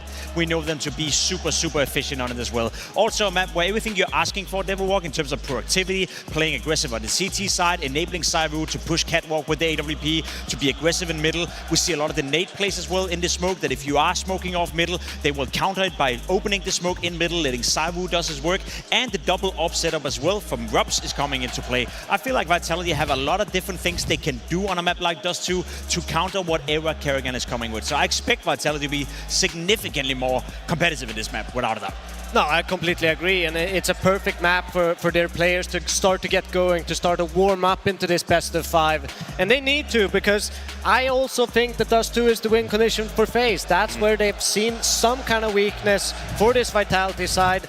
And yeah, I just hope to see a more, distinct ZywOo, a more, fearsome ZywOo on this server. Use his AWP, use all those, different ways that you can utilize it, because you can do so much with this AWP on a map like Dust 2. You can be in every single situation on both sides to get impact. So that's what I want to see. I also want to just see FaZe keep their foot on the throat, though, because the proactive CT side is what Spirit didn't have yesterday when they were playing Vitality, and so Vitality had all of the nades that they wanted, and they had cat control on top of it. So if you're FaZe, you need to keep Vitality honest, pushing lower tunnels, pushing top mid, making Vitality burn a few of those mollies early, burn their smokes, burn their flashes, so that the cat hit isn't so potent, because if Vitality are on cat, and they have 3 mollies, 2 smokes, 4 flashes, you are not holding that A-bomb site. Just to go back to your point about ZywOo needing a solid performance here, just in terms of the numbers, to be getting that MVP, to maybe be drawing himself closer to the best pair of 2025, what kind of duel are we going to see between him and broky on this Dust 2? Well, ZywOo has been, if not one of the best T-side Dust 2 players for the entire year, even surpassing numbers like Donk on that offensive side. And it's through versatility. Yes, he picks up the op to pick middle, and he is one of the best oppers at just hitting that reaction shot as they're crossing middle. So if you're not nading that cross, expect to take damage, and that's one way that he opens up rounds for them, but also when he has to pick up the rifle too, just as ferocious. So there's so many ways that ZywOo has the diversity of playstyles that are going to make him a factor in every round. I think a key to victory on the side of FaZe Clan, though, knowing you're going up against Vitality, you're playing the best map in Dust 2, is the fact that the man on your screen right here, Jacob, is performing very well on Dust 2. It is, statistically speaking, out of the 6 maps he's played for FaZe Clan so far, the one where he performs the best. And we remember the game in Stage 2, I believe, against Aurora, where he for the first time stepped in and he was a decisive factor on the T side, showing some of that crisp aim, showing that he's very good in these chaotic situations when they're running over catwalk, when they're executing it towards a bomb site. We also know that he's been struggling a little bit on Nuke, and he was playing well this time around. So for Jacob, this is a great moment to step up on a map he's comfortable on, and on a map where he's having his old roles before he even joined FaZe. A chance for Vitality to square back up to FaZe. Their choice of Dust 2 awaits. Doesn't just await, Freya. We are truly underway. Already broky up that catwalk, already positions taken towards long, already FaZe Clan with a map win. Oh, and Jacob. That was the goal to set up there. Already with a kill inside of the pit. Nate gonna find him, tracks him down out of the corner. They killed him before he got 2 pistol kills. That's already a win here for Vitality. His pistol round stats are through the roof right now. Second best at the major. We all know who'd be number 1. And on top of that, we talk about just his impact on Dust 2. The desk aptly put it. Kind of a piece that FaZe Clan can lean on. Devilwalk called this map the win condition for FaZe. Because of FaZe, before they played, if Vitality did not play FaZe, they'd have the best pistols. Ooh, hold on, still pressure. Frozen finding rocks, bottom middle. Said they wanted to keep FaZe Clan on their toes. Vitality trying to get up through the catwalk. 3 players versus the 4 of FaZe, but they'll find karrigan's head on that ramp. broky, he's able to catch one with the headshot to Apex. They get rid of him. They keep trading that one back and forth, so they'll find a bit of sanctuary for the plant. Twists with the Berettas, catches them off guard. Can't get the frag fast, but Flamesy within that pocket of timing is able to catch Frozen, and then with 3 kills to his name, Clean. take his forward. Sorry, who's best in pistols? All right, Flamesy shows up huge. Flamesy, not that reliable inside of playoffs. Looking for some revenge. Bringing the pistol stats back into the favor of Vitality is a huge first step because, again, if you eliminate FaZe, if you remove them from the stats, Vitality the best pistol team at the major. Because of FaZe, FaZe are the best pistol team at the major. They beat them twice on Mirage, or twice on Nuke. The last time they played, they took the 2 pistols again. That has been an overwhelming reason for their success. So this clutch is massive for Flamesy. You know, we started Nuke with a clutch for twists. Look how that map went. Flamesy trying to kick it off on the right foot. I mean, this is Vitality. They're unbelievable on this map. They just, all their wins are single-digit losses for their opponents. As Maui brought up, it's ZywOo, who he has unbelievable stats. They use him so well as a star player. Sure. He's able to do everything. He's supported every time he goes to different positions, and Dust 2 is all about mobility. Oh, mobile through the tunnels. They'll find ropz holding the flank. Completely vacant B site. ZywOo taking his time here. Not even planting that bomb, making sure nobody dies. I think that's key. Oof. Dunk a nade on him. broky with the one off the USP, but so be it. This is Faze converting, and this is Faze starting a map that, again, you know, they should have all the confidence in the world. There's just a question as to whether the result back on Nuke has put a dent in their overall confidence, not the map-specific confidence, but just the one that they need tonight. I mean, when most things happen in life, you can always tell yourself, we try again tomorrow. That's just not the case now. You know, we're no longer, there's no There's no group stage second chance. There's no, this is a seeding match. This is the last. You have to play well now, today. This is, the one and only best of 5 Budapest Grand Finals. That's right, the first ever. World's first. Couldn't think of better teams to duke it out. Well handled by Jacob, man. His own molly as well. Mezzy, dirty. Late on the recovery there, catching Jacob. But they're always stealing bases. Always making moves. To the top of middle, to a vault, and to tunnels. Same story. Frozen, though, catching him off with the fact that 2 players pushed into this, keeps man advantage honest, right? 1 player the edge. And with the way he just ran back, there's a world where Flamesy thinks that he has already departed, but the reality is, right now, Frozen keeps a good timing on this flank. He's got his guard down. Vitality still don't know about it. Frozen's gonna work the body here, take his sweet time. And if he thinks they're gonna come back up catwalk, he may never find anything. Flamesy just passed those barrels. This is strange. I mean, with how quickly Frozen moved, he knows that he's clear to go up cat. He knows that this is actually gonna be a long play right now. You don't actually catch a kill in this 2 versus 3, but you do give yourself all the confidence you need to lock in on that cross. He allows broky to stay facing forward and go wide. Smoke's making it a bit more awkward. But still, ZywOo just shoots through it? Whoa, yeah. What is that? I don't know. You might have been able to see him perched up on the ledge. A little too scoped in towards the exit. Now Frozen gonna try his hand at it. Looking to dodge flashes. Down to only a couple of shots. Frozen back into the cover, and unfortunately with 6 points of health, that flank never comes to fruition except the bomb got dropped. Wait, it's really awkward, that bomb got dropped, and now Flamesy picks it back up. Frozen may go back at this. Almost catching Flamesy on the chance to plant. We've seen Frozen win some impossible rounds as recently as yesterday, but yeah, there's got to be no way this happens. Ooh, man, talk about keeping Vitality on their toes, though. Big save from ZywOo, though. 2 kills for him. He just wasn't that good on Nuke. We didn't spectate him at the most unflattering moments, but he missed a lot of op shots back on Nuke. By the way, karrigan, his best map versus a top 5 team since they eliminated Spirit from Copenhagen last year. Back on Nuke. Just went down. Nearly 100 ADR on Vitality somehow. Sorry, we're talking about the same karrigan that came into this major with his career low season, right? You can't spell karrigan without carry. Terrorists win. This guy is sick of losing in major grand finals. And so he will keep that moving forward in mind. But this is all going to be, it's going to be ZywOo watch the entire map. Can they counter him? One thing I'm wondering, and we'll see more about this in the second half, is all of the targeted utility they had to counter ropz in his favorite spots, whether he was on the ramp or falling back, sort of showed you how deep the prep goes from Faze. You know, people like to joke and say, well, they just do whatever they want, right? But they clearly did show the game plan, and we saw Xtaz say, well, no, there was a game plan for us too. We just didn't execute it well. Faze did both last time. I'm expecting that to definitely be different now.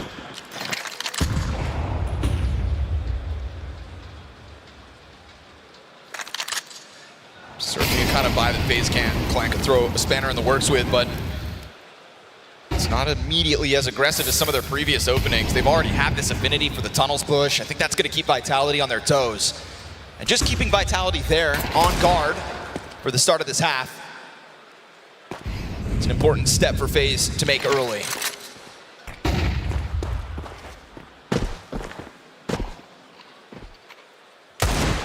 Missed shot. But karrigan should be feeling it. You brought up his stats for map 1. Can he tap back into it as this best of 5 goes on? Right now it's the climb up towards the catwalk for Vitality. Just gonna leave Mezzy to make sure nobody gets frisky over towards long. And Utility's got karrigan full white. Can't see a damn thing, but still tries to take that step into Flamesy. Yeah, he's in form so he doesn't move. He's in a spot right now where he just believes in every play. We've seen how many times Frozen has tried to push, and this is back on Nuke too, taking over ramp space, right? Like, Faze are not playing afraid at all. And it's also true that Vitality are taking aggro, then drawing back, and like not leaving anybody there. Those empty gaps, will they end up costing them? Not right now. Flamesy jumps around the corner, loves the flying Mac 10. Oh, there it is! Desert Eagle out from CT spawn, off coverage from ZywOo. Wait, the time. Get the kill back. Bomb's got to cross over just with enough ZywOo into the plant. He could only afford that one shot through that door. Just pressure alone here for Faze. Oh, if they're going to make this a tunnels play, it's just got to be extremely haste. Man, that damn near forced an error out of Vitality. Just goes to show that they are on the brink. But ZywOo, freed up from the responsibility of the bomb, makes contact with that Jacob M4, and now it's been cut down. Tunnel side controlled. Back to the doorway, shots go ZywOo. ropz gonna give him assistance, and so things stabilize. Very dangerous situation there for Vitality to handle, all made possible by Faze and the franticness out middle. Yeah, and also things like karrigan eating 2 flashes while standing up on the cat ledge, watching, not seeing anything actually come of it, and then peeking again, catches them falling back, and Vitality not willing to respect that and try to push back and threaten cat again. Instead, Faze are staying fluid no matter what. They're not scared of a little presence being shown here from Vitality, and that's just giving them options, just giving them a chance to get this 3v1 inside of middle, and then another player pushing out. But ZywOo saves it.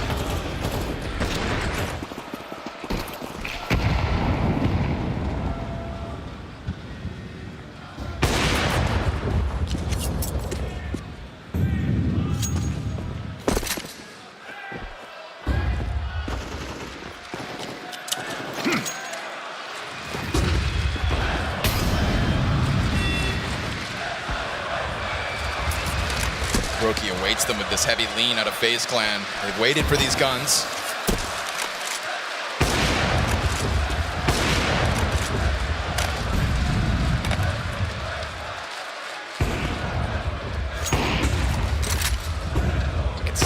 You can see the lean.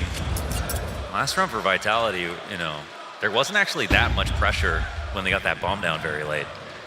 When they eventually split B, they lost 2 players, but the clock was already low at that point. Scared to see ZywOo almost be a part of that problem, right? Stopping for the one shot he could afford. This has got to be a good hit. I mean, this smoke comes down and responds, actually, too. Flamesy's ahead of it. That's pressure on Frozen. He's fine with it. Wait, he's solo. He has to get these kills. Plays outside of the doorway. Needed Apex to not catch his support piece, or maybe not. Frozen's got it on his own.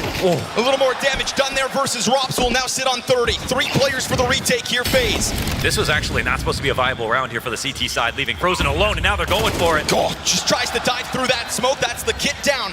Somebody's gonna need to scoop that up between broky and Jacob if they think there's legs still for this retake. ZywOo, Hail Mary op shot, point blank. He'll find Jacob in the end. And so with it, broky sent off to the save. Vitality will slice their way to the B-bomb site yet again. I mean, what we saw there was just great work out of Frozen, because there should have been no way for him to stop, especially with Twist dying with nothing right there. Tried to come in and help, but if Twist really thought that this was going to be a B play, he would have been on the other side of mid already. He would have been in the site somewhere with Frozen. They would have had a better way to stop that. But Frozen, I mean, he does amazing work to get 2 kills and give him a chance for the retake. Now, the way that this works in Vitality's favor is they actually try the retake and lose 2 more guys. This could have been 2 saves and a better economy situation here for FaZe Clan. So retake's not panning out. We've got Vitality punishing now. They got the 5 rounds in a row. And Dust 2 here is looking like all the Dust 2s we've seen from them in their past games. Complete dominance most of the time.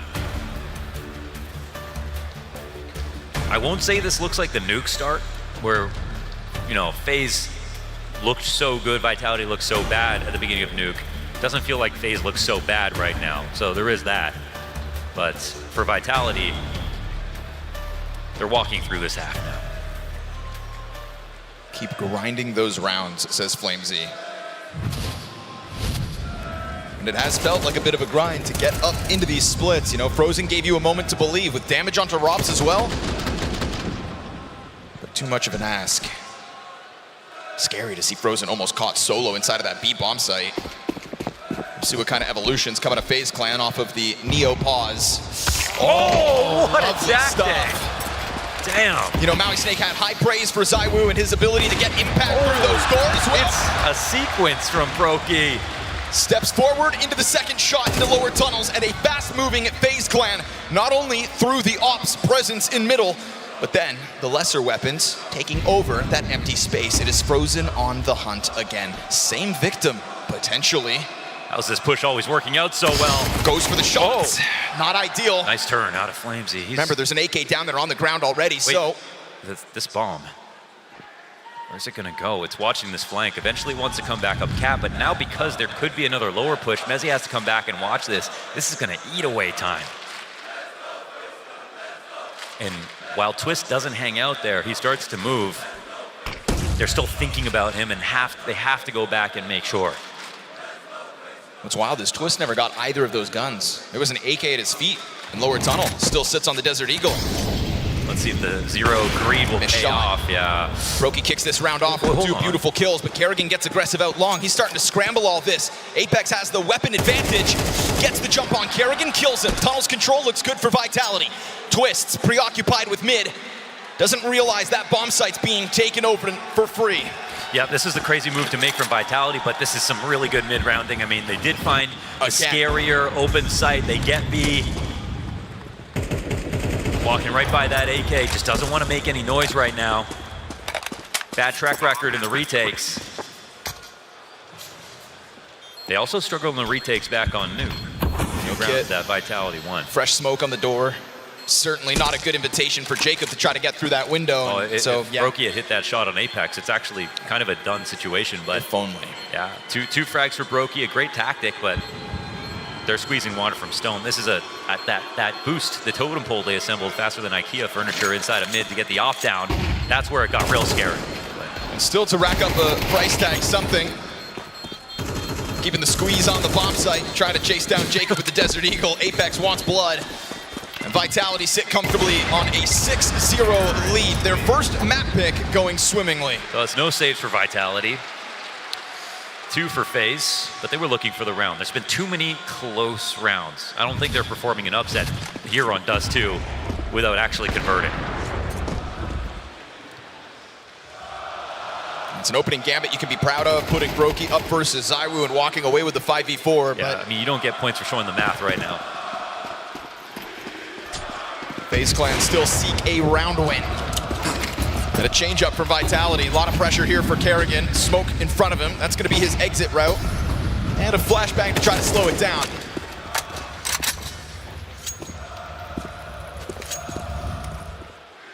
They'll put Mezzy to the tip of the spear here. karrigan still flirting with long. Dangerous game to play. They are with so many actually. players right behind it. Utility over. He eats the flashbang. Good pop here from Mezzy. Oh, come on. Him and Flamesy. A kill apiece. broky with that critical miss shot on Apex last round. Let him get away. This time he will strike down Flamesy. Nowhere to run. Solid through the Nowhere bottom. to hide. Right now, FaZe feeling like a shell of themselves from Nuke. 7-0. This T-side knows no bounds. You can see all the opportunities, but just when they're about to get in danger, TeSeS saves. It's been ZywOo normally here. It's Flamesy and Mezzy to make sure to get the entries. karrigan is just right there at the doorway, about to swing out. But just as he's doing that, they start throwing utility that makes it feel like they're still far back on long. And that's just really well crafted out of Vitality. You might look at that and go, well, why didn't he just go get those kills? Well, it goes a little deeper than that.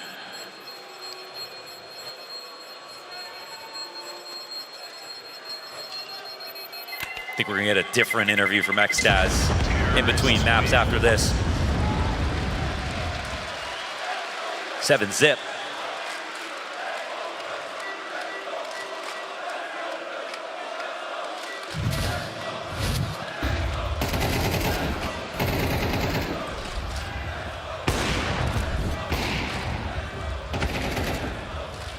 And as much as there are situations where it's like, whoa, how'd he get that kill? That's what I want to see from Vitality. That's how they turn this ship around.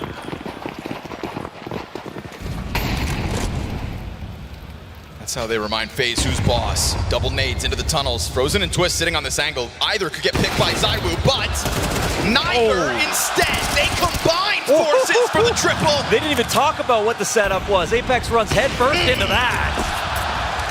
And broky slams the door shut on ropz. And FaZe Clan 8 rounds into this CT side will find their first. And make no mistake, there can be a turning point. 5 dead to the bomb, a lot of close rounds. Vitality aren't going to have the most money ever.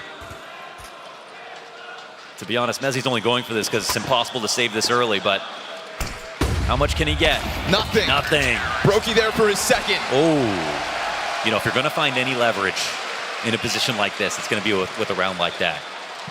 The high-low setup is perfect. ZywOo got off to the left side so quickly. We don't get to see it, but I think, he feels he has the drop on them. He just kind of needs to take out one, then his teammates can trade.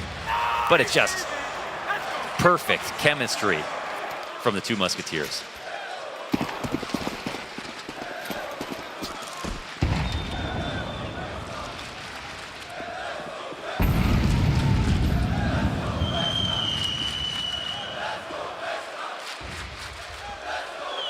We all knew Brazil was going to get into this grand finals one way or another.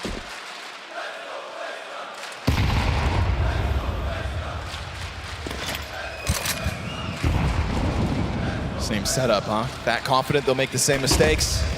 If it ain't broke.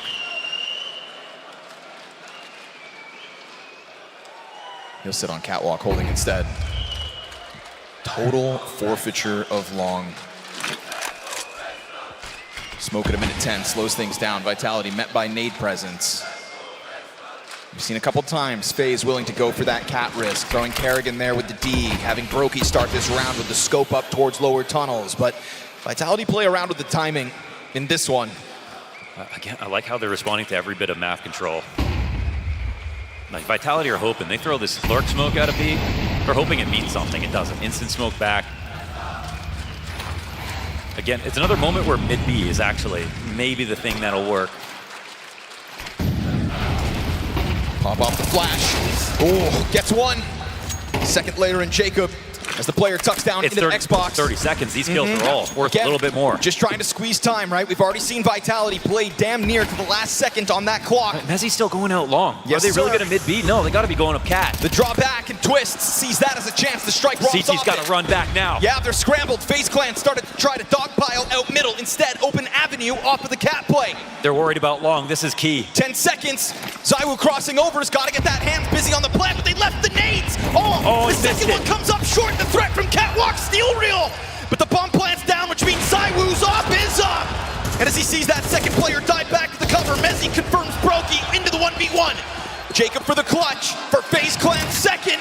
Flames atop the bomb, and it's Jacob atop the boxes. Cut down by Mezzy. Yet another certified Merry Man clutch. Merry Christmas. Mezzy again.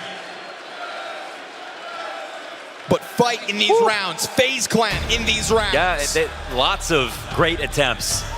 The staging was perfect, and they even kept the idea there could be a long player there in the back of their minds. Initially, they wanted to run back up CT and get around to the ramp and stop the cat play, and then they saw when Vitality faked a mid-B, the entire time they were going to split. That was a really good understanding of what was going on in that map and not getting flustered. So it's both impressive that Faze are making it close, but also impressive that Vitality are just never letting Faze build momentum. And the second nade that doesn't land on ZywOo, that could have been the difference. You play it down to the clock like that? I mean, Faze Clan had the solution, but just slightly off the mark. And so that one round is all it is. One round on this CT side. Vitality tapping back into the domination of Dust 2 that we have all come to know and love. Guns for Faze again. 4 rounds, best case.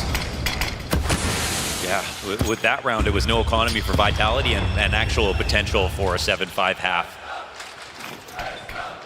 But Vitality are really showing their fangs now. Timing just missed for the Battle of the Oppers.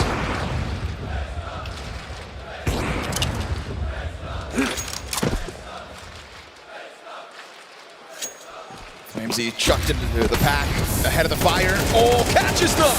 Tries to commit to that spray. Back in with the second burst. Jacob dropped to 40. Flamesy gets away. broky wants to go over towards long. He hears that rumbling of the exit.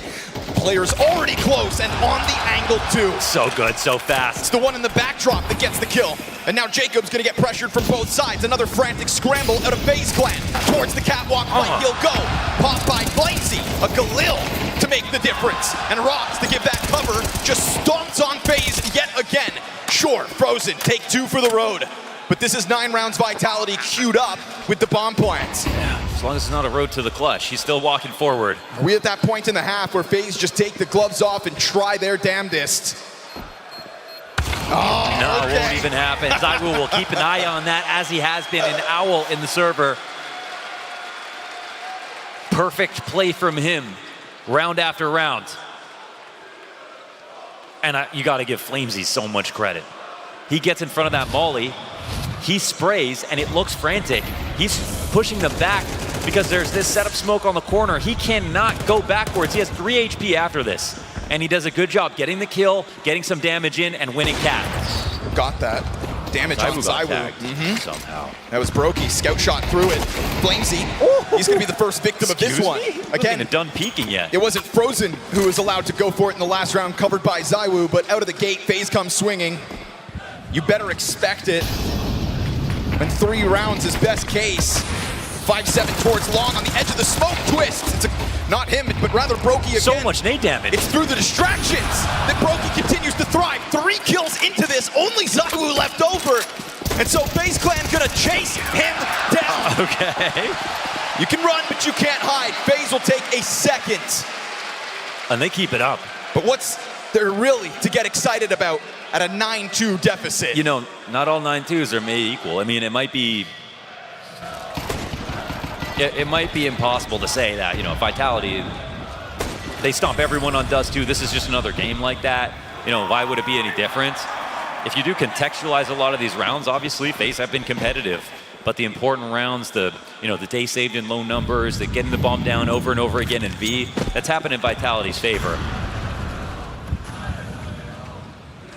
Well, we'll call it basically over, barring some bullshit. 2 pistols for Vitality. This is the best case FaZe have been able to force. The tone has changed here in the MVM Dome. With Vitality getting a 7-round lead already.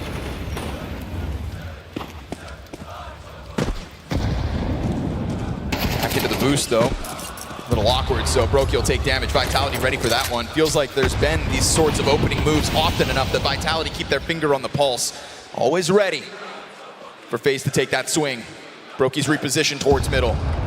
As majority for Vitality still sit inside of the tunnels, broky hears this movement and finds the wall bang to Flamesy. So one of the pistols now wounded. Even better of a case for FaZe to maybe, just maybe, take this third. Twist opts to play close on that smoke. And he's blocking, dodging. A lot of players coming on him. Frozen, from over top of the shoulder, gets the coverage, bomb drop, twist, back turned.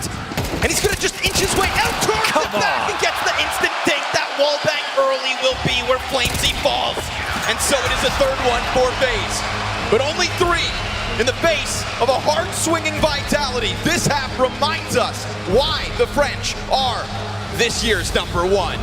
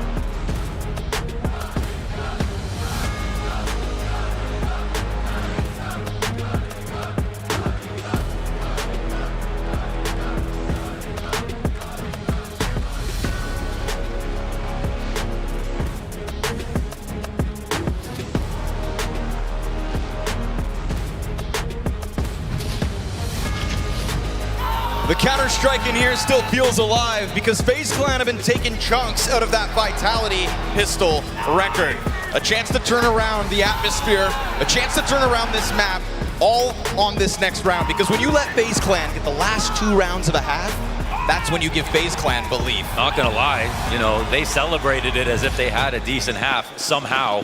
Flamesy got them that first pistol. It's real nice to see that out of Flamesy. His form has been in question. That pistol meant the world. Now they're gonna try to make it too.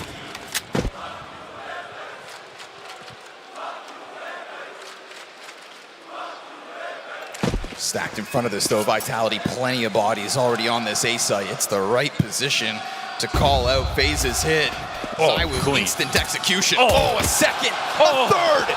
ZywOo steps up to the challenge, and FaZe Clan fumble in front of him.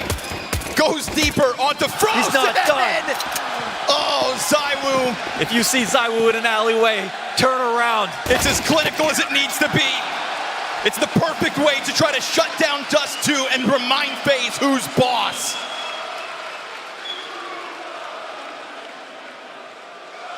Barely any ammo even used in that 4K. Clean and easy.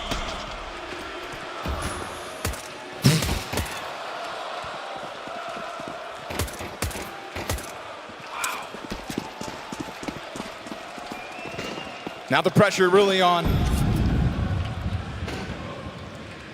Well, FaZe Clan try to break through this wall of a Vitality defense. This wall of positive Dust 2 results. Nobody gets it close. And FaZe Clan just getting added to the stack so far. Smoke down in front of ropz. Pistols to come his way.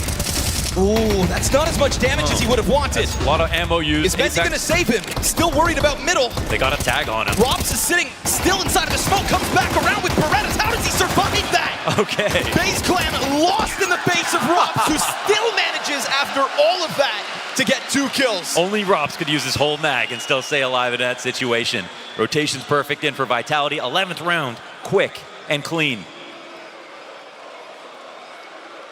That's no bomb plant, that's no frag. That's no reason to believe in FaZe's ability to bring back Dust 2 now. We saw Frozen and Twist show some really great chemistry over in the B side. Now it's ropz and Mezzy, who, to be fair, I mean, we might not see many rounds where they even have to try. This one's close to a wrap already.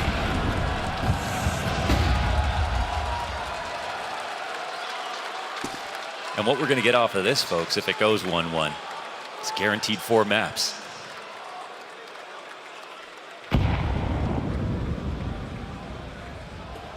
Jacob tiptoeing, careful with the knife out, careful. Apex isn't too far off. Just spotted a lot of bodies. He's going to try to chuck that frag up. It's good damage.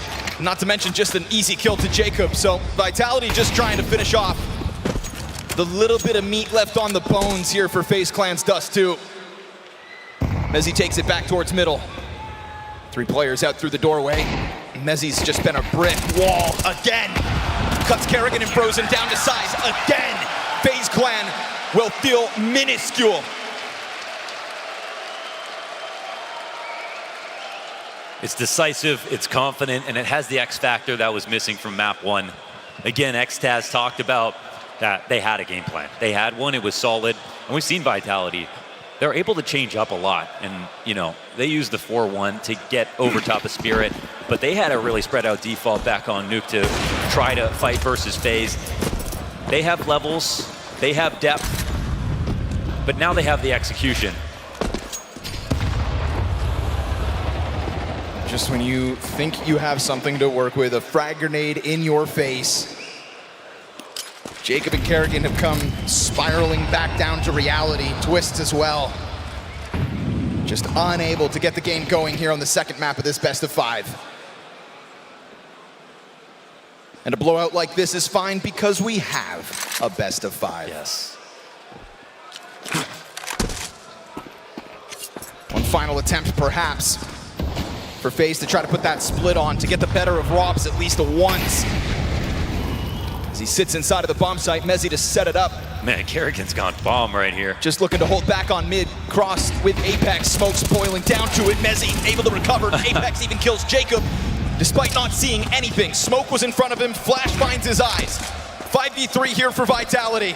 Good luck getting that back. FaZe Clan stepped into the server tonight with dreams on the line, and they actualized them on Nuke. That was always going to be a great chance for them to find the right foot first. But starting to now slip backwards off of this damning of a scoreline. You were never in Dust 2. And so twists towards the catwalk versus the MP9 bested. Everything feeling like it's going against you, but Frozen will still try to hang on for hope. Still out towards middle, that bomb sits.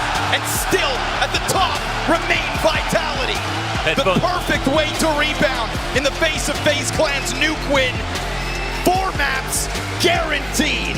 Headphones come off. We've got a better break now. Vitality are back and ready to play this final.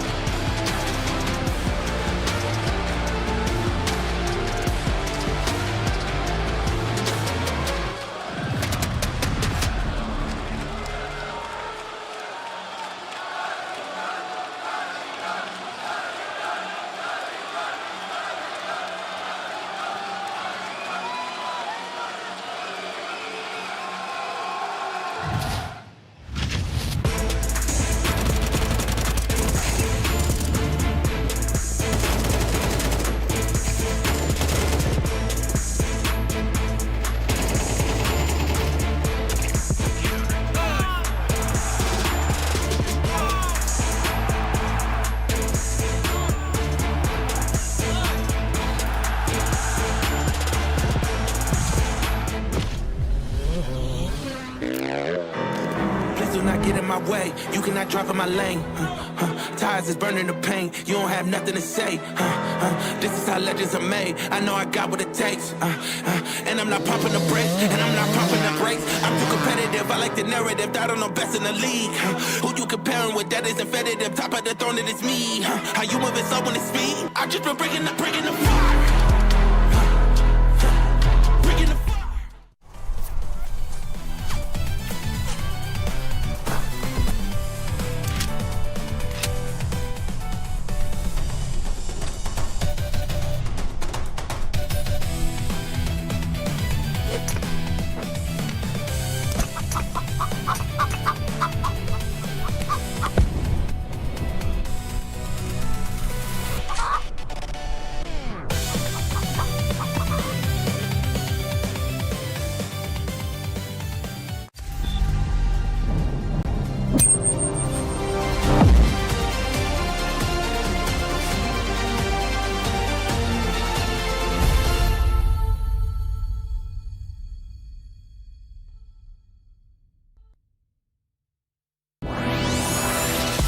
You see the match. We see every restart behind it. You see lightning-fast reflexes. We see countless hours building trust. You see a single moment of triumph. We see the 1,000 failures that forged it. Victory isn't just the moment. We win because we reached it together. Level up as one.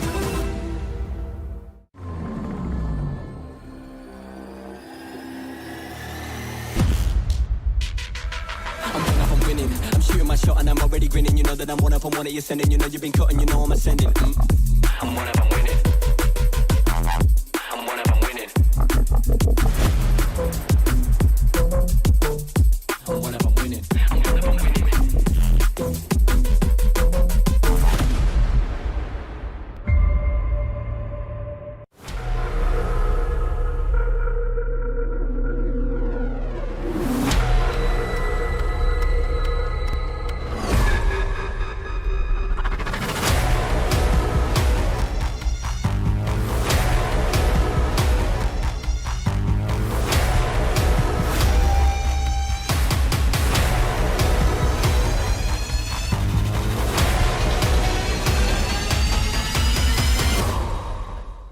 We often ask ourselves, bigger or smaller? But first, you need to figure it out. Do you have a massive FPS? Or a tiny bean. Is that good? Nice. Yes, it's fantastic! X-Play GG. High FPS and low ping servers.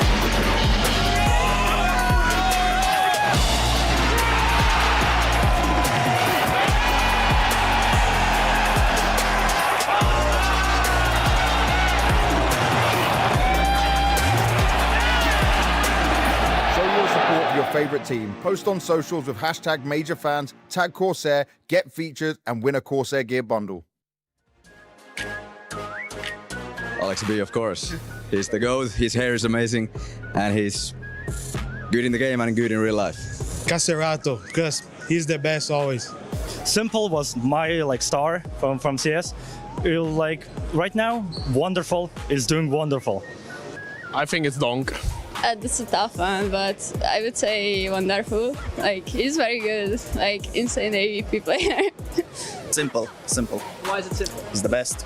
All time I would say Simple, because I rather watch AVP players, but at this right moment I would say ZywOo, because he's probably the best player.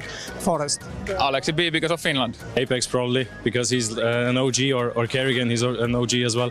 For this major I would say broky, and all time Reign and Olofmeister. Oh, that's a hard one. I'd probably have to say NiKo. I guess Cash or Cobblestone. Yeah. Cobblestone, of course. Definitely Cash. I think that's the most popular one. Vertigo, my favorite map. The B-side was fantastic. Anubis. I like Anubis because his type is very special and I like it. Cash. Probably Anubis.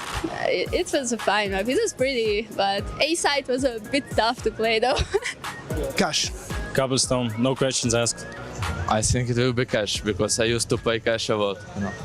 Cobblestone. Anubis.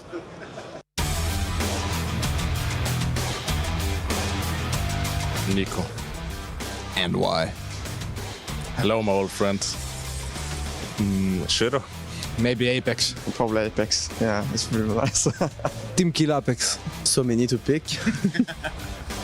Well, for right now, I would say Fallen, because they're favorites, and it would be nice to have a last frag on that game. Fallen. I think it would be, I don't know, ZywOo or something? Falcons. And maybe NiKo. I would say NiKo. It has to be someone from Furia, I guess. So I would go with KSCERATO. Anyone from Fury, just because that means we win is fine. We have to beat Fury at this point. Maybe Faze. YEKINDAR. Apex, because I just feel like it. I think Try. I play against Try, and one time he killed me. Nice. Well, that's alright, but say, I don't know, Nazi? I would say donk. I don't know, donk. Fallen.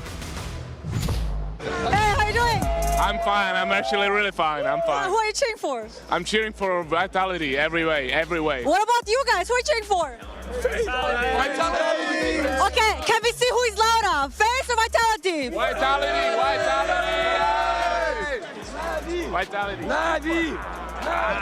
You're kind of late though. Who is bold? Show. Bold buff. Enjoy, guys, enjoy. Yeah. I'm here with a few Vitality fans. Can you do the chant? Show lo lo lo lo lo lo. Vitality. Show lo lo lo lo lo lo. Vitality. Show lo lo lo lo lo. Vitality. Who are you cheering for, guys? Faze Clan. Anyone else? Vitality only. Why Vitality? Because I'm from France. And why do you think they can win it? Because they're #1 team in the world, for sure. Who is this next to you? I don't know. Oh, sorry, I thought you know each other. Thank you. Hello, what's your name? Who are you cheering for? And why will they win? Amazing. On my jump, 3, 2, 1. No. Shot. Flashing behind you guys. Behind you. Should be default maybe. Careful default. Default behind us. Smoke behind. Default. Default. Default. He's low, he's 1 HP. Yeah, one plan. I'll plant. You full fast long on something. 2v2 guys. Let's push. Center short. Short. 10 long. That's long. Last long.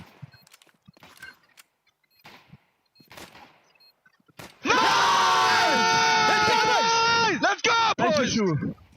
Let's go, he's alone, go, go, go, go! Go pushing. Go, William. City. No one. Stay short. Coming short a lot, guys. You should go back short. Smoke city. Short, pushing. Short. That short. One more short. And one city. Let's see city. You have city? Yeah. Let's see city. Short, one more. And city. Short. I think it's low. It's bot plan. On the box. Nice, boys! Standing here with NiKo obviously didn't go your way, but the scoreline is maybe a little bit too unlucky, but it was way closer than it really looked. I mean, it's Vitality does too. They're the best, one of the best teams on this map in the world, so yeah, it just didn't go our way. Do you feel like individuals a little bit fell off from that Nuke, or is it something that maybe game plan didn't work out that much? I think both of these things, once the game plans are not as great, the individuals will not shine as bright. So it's a bit of both, I guess. Completely understandable. Still a long way to go in this best of 5. Good luck. See you in the next map. Thank you. Vitality respond with a swift uppercut, and Faze are knocked back down a peg. 70 rounds in a row to be starting their pick, and this time Faze are the ones left gasping for air. Apex says, anything you can call karrigan, I can too, and maybe I can call it even better. I think Vitality just reminded us why they are the best team in the world on Dust 2. They go through 2025 having played the map 35 times and winning 31 times. Always playing against the best teams in the world, let alone FaZe Clan this time around. Not only winning Dust 2 Maui, but dominating from start to finish. Yeah, there were a couple of close rounds, but let's be honest, it wasn't even a game. Even under duress. I mean, FaZe activated the game plan that they wanted to in this one. They were active, they were disruptive, but Vitality unflappable. They were consistently able, even when losing the 5v4 advantage, even when losing that opening pick, it was actually Vitality who just looked so much more composed. The mid-rounds reflected exactly how they played in the first half of the year, where they didn't even matter. If there was a tricky situation, they were always able to suss out where they needed to go next, and the mid-rounding was just pristine. Yeah, you can't fault FaZe for not trying in this map. It was just a better Vitality, just a solid performance from them in all kind of aspects, you know. Like you mentioned, I really liked how they kind of transitioned in the mid-rounds and found the gaps, even though they had mana disadvantages. So, I mean, what can you say? This is one of the best teams in the world on this map. It didn't go the way of FaZe. It's hard to play that kind of really fast-paced, aggressive style when there's so many protocols, so many things that are really, really small that Vitality can kind of take into their account to stop this aggression, stop this speed from the FaZe. Yeah, just to go back to your point there, Maui, it wasn't like, you know, FaZe weren't getting a couple openers in rounds here and there. Round 4 was an example of this. What's a tail here? Well, yeah, I mean, FaZe understood that they needed to just be disruptive. They needed to get into the face of Vitality as much as they could, and they did just that. I mean, they had a handful of great setups. In this round in particular, it was mostly Deagles, a save rifle from Frozen, and they get the 5-on-3 advantage. But despite the fact that they were under duress, Vitality calmed the situation down, and it's actually FaZe who are the ones that misstep here. There's a karrigan swing towards tunnels as he's trying to catch a timing, but then the rest of his team is stuck behind smokes at door and window there. So no even hope for the FaZe side to join up on that sort of retake unless they really just want to jump through a smoke, and clearly that wasn't FaZe on the same page. No, I completely agree. I think we even have another round that kind of showcases something not exactly the same but similar in terms of how they want to open the round. It's round 6 where broky gets active with that AWP, gets a pick. Onto ZywOo here. It's kind of a double boost engagement here in the mid doors, and broky wins this. Clean kill, really, really important for them. Goes into lower, takes that space, takes that pick. But it's from here we talk about this calmness from Vitality to make sure that they know what is going to happen next. Apex punishes. They are, you know, kind of walking into a free site and just clearing up the round from this point on. So just great calling, great kind of calmness in a pretty stressful situation, to be fair, because this was a moment in time where FaZe could have kind of brought it back and brought some momentum into their CT side. Both of you just showed why FaZe never came close winning Dust 2. They did their best work when they didn't have enough firepower behind to do it. You saw both rounds. It's a force buy coming in. broky with the AWP, the Soul guy getting a double entry. That's nice, but there's nothing to back up with. There's a couple of USPs in place. There's a couple of pistols. The round you showcased in round 4 as well. Yeah, you get a 5v3, but when you have the bomb planted on the B bomb site with 10 seconds left of the round and you have to retake with 3 USPs and a picked up AK-47, you're going to lose 99 out of 100 times. So for my money, yeah, they made some of the rounds that they probably shouldn't make competitive very close, but the buy rounds where they were supposed to do the work, they were never even close to pressuring Vitality at any point. Was there any particular reason why, and maybe other examples where they had full weaponry behind them, that FaZe just really struggled to put anything past this Vitality? Well, I feel like the other aspect of this that was great for Vitality is that the support player, Mzinho, I mean, we highlighted him earlier, but I feel like he was so instrumental, especially in late rounds, in closing things out. I feel like so often we're highlighting ropz, we're highlighting ZywOo for those late round guys, but even when he was under pressure too, he looked as cool as anybody could have been. In fact, I feel like Mzinho throughout a handful of the maps for Vitality where there's been close rounds, close score lines, he's been just so fantastic. Again, just so much praise to heap upon him for taking this role and really being one of the reasons that Vitality has elevated to this consistent championship contender, because he's just, it doesn't look like he's ever bothered, regardless of the situation, regardless of the odds when they're against him in a 1v2 clutch situation. Doesn't matter, he's got it. I feel like he's doing what he did yesterday as well. He's buying enough time for Vitality. He's buying enough time for ZywOo to come alive. We saw ZywOo step it up here in Dust 2. T-side found a couple of cool openings with the AWP. Then obviously the pistol round as well. Round 13 for ZywOo to come in and finally make a stand in this grand final with a crazy quad kill with the pistol as well, you know, imitating Jacob throughout the tournament, having been the best pistol round player left in the tournament. So in that regard, I think you're right, Maui. We gotta praise Messi. We saw it in the first map. We saw it yesterday as well against Team Spirit on Mirage. He was the sole reason they kept alive, stayed alive up until the point where ZywOo activates. And again, we're talking about a best of 5 series, right? It's a marathon, it's a long game. My issue here for FaZe Clan is that when you had a moment where ZywOo was not warming up into it, where Apex was a little bit slow in the reactions, where the calling was probably not on par, that's when you gotta pound, that's when you gotta take your opportunity. They did that in the first map, nowhere near doing that here in Dust 2. Yeah, it's kind of crazy if you look at the map pool even. You know, Inferno, we used to praise Vitality because it was a map they never ever would lose in the first half of this year. This is a pick from FaZe, you know. This just showcases how meager the possibilities for FaZe are in this map pool kind of disadvantage against a team like Vitality. They're so strong on every single map, and I think that Dust 2 showcases that as well, because it used to be even a FaZe pick in this tournament. It used to be a map they're super comfortable on, but playing a team like Vitality, playing someone that is the best of the best in almost every aspect of the game, it's so difficult to break them down, so difficult to find openings, and so difficult to close it.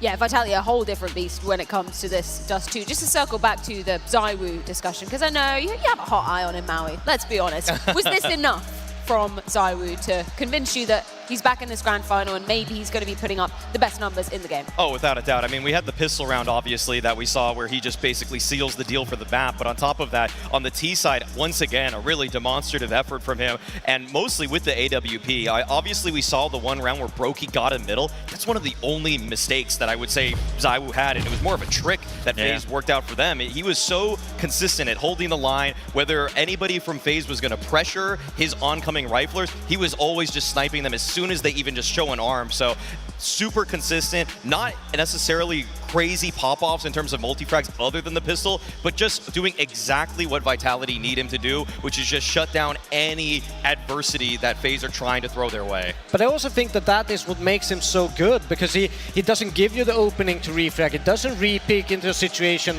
and throw the advantage. He keeps playing it safe and cool and takes the opportunities that are given to him.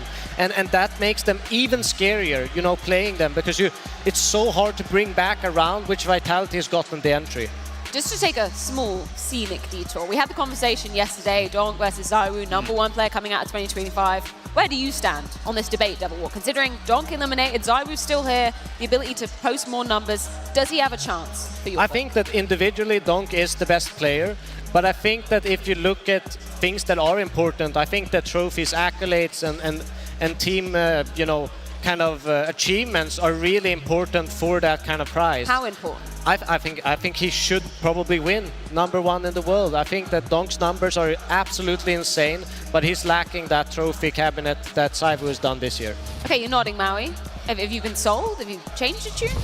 I know who I would pick if I were the one making the decision, but I know that HLTV, which is what at the end of the day more people care about, value, and I just think that the case against 2 major MVPs, if ZywOo secures that, is very hard to stand up against, regardless of the numbers. But I don't want people to necessarily look back at the numbers and say that, oh, he was still just, they're inflated numbers or anything like that. I mean, donk's putting up numbers that nobody in the history of CS has ever put up, and it almost had to be the best year that a Counter-Strike player or team has ever had to upset what he has done. What is the question? Is the question who is the best player in the world? Yes. Yeah, donk. Okay, the best player in the world is simply donk. Who's the #1 player from 2025? I guess that's the question. Yeah, that is donk. You know, he's the best player. But again, like, how do we quantify it? What do we value? As you said, like, is it trophies? Is it accolades? Because I agree, if you win 2 majors and if you win 2 major MVPs, it's very hard to make the case that ZywOo is not going to be crowned, you know, player of the year. But if you're asking me, who's the best player? Yes. Who's the best and most skilled player and the most influential player in the game of Counter-Strike? It's donk. And in that department, you made your case yesterday. I don't think it's close. Yeah, I think that's why it's such an exciting conversation, right? Because so many variants to take into things. What we do have to look forward to, though, in the very near future, that's Inferno. 3rd map in this series, picked in by Faze. Vitality starting on the CT side of things. Just like as an overall view, what are the 2 teams' history on this map coming into it? Faze have been immaculate on Inferno so far in this tournament. They have brought it in, you know, as their home map. They played it, I believe, 6 times so far in the tournament. Won all 6 times. And in the beginning, yeah, it was against teams, you know, of secondary tier Counter-Strike. But as of recently, we saw it in the quarterfinal. We saw it yesterday. They play Inferno at a very high level. And there's one player I'm going to solo out right here and single out. TeSeS. We spoke about him coming back into FaZe Clan. On Inferno, he's doing God's work. He's on average right now having a 1.62 rating on that CT side in the 10 maps he's played for FaZe Clan on Inferno. That is crazy. That is numbers donk cannot post. That is numbers ZywOo is not even close to. TeSeS is the catalyst. He is the win condition. He's the one guy who can push FaZe Clan on a map like Inferno versus a team like Vitality, as they've done throughout the tournament. And he's just everywhere that FaZe need to be. I mean, he's mostly filling on the T side especially, just slotting in behind the banana take from karrigan and Frozen, sometimes going into halls with Jacob. So he's just everywhere all the time. And I feel like as a trade fragger, there's very few people on planet Earth I would want behind me if I'm running in entry than TeSeS. So obviously we saw the highlight with the Deagle yesterday, so he obviously has that clutch factor. But on top of it, just when he's moving in a unit, his spacing is picture perfect. It's exactly where you want it to be. So even if Vitality are throwing a couple bodies at these problems on these defenses, TeSeS is always going to pick up the secondary kill to give FaZe a chance. I think this is more of a 50-50 map. I know that FaZe is strong on it, but we can't underestimate Vitality's kind of, you know, history on this map, how comfortable they have been on this map.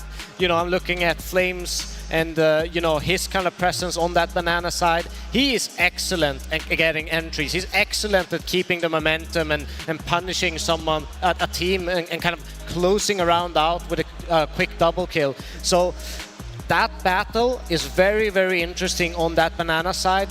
Who is going to come on top? Who is going to deliver the frags and impact? And, you know, because I think that's kind of where the scale for me goes. If TeSeS and his banana partner can do it, or if Flamesy and possibly Apex can kind of shut that down. That's the interesting bit for me. Banana is obviously always going to be important. We saw yesterday for FaZe Clan as well how Jacob was the spearhead on that CT side. I think he had 13 kills the first 5 or 6 rounds, getting off to a good start. He was tested yesterday. He passed the test. I think he'll be tested again today by Vitality. But just allow me to zoom out for a moment right here. If you look at the scope of this best-of-5 grand final, this is a must-win for FaZe Clan. When you have Overpass coming up, you have Mirage as a 5th potential deciding map, you need your Inferno right here. If FaZe wants to win the major, if they want to win a best-of-5 grand final versus Vitality, Inferno is without a doubt the best chance they have of getting ahead. They have to win 2 more maps. I don't see a world where they win Overpass and Mirage, so they need to win Inferno if they want to stay alive in this matchup, according to me. hell of a lot of pressure for Faze coming into this one. If we're looking at Vitality though, and some of the other key pieces outside banana area of the map, what else are we going to be looking at to be coming alive for them straight away? I want to see ropz bully Jacob, okay? I'm not, that sounded a little mean actually. I'll reel that back. He's just a child. I want to see him exert pressure on opponents so that Jacob has to experience a little bit of duress himself and try to battle through that adversity. Because ropz is just so tricky. I mean, sometimes he's throwing his smoke, playing in front of it. Sometimes he's got a double setup in the halls with ZywOo. There's so many little tricks that he has. And Jacob, he's a rookie in this kind of spot, okay? I mean, it's going to be so difficult for him to try to understand how he needs to peek every single angle, make sure he's covering all of his bases. I think that Faze might even have to expend a little bit of extra utility just to make sure that Jacob gets those apartments, because versus Na'Vi, Jacob's presence in apps allowed them to mid-round. But if karrigan doesn't have that tool, having that pillar in the apartments ready to just call back the rotation, then the playbook has really shrunk up.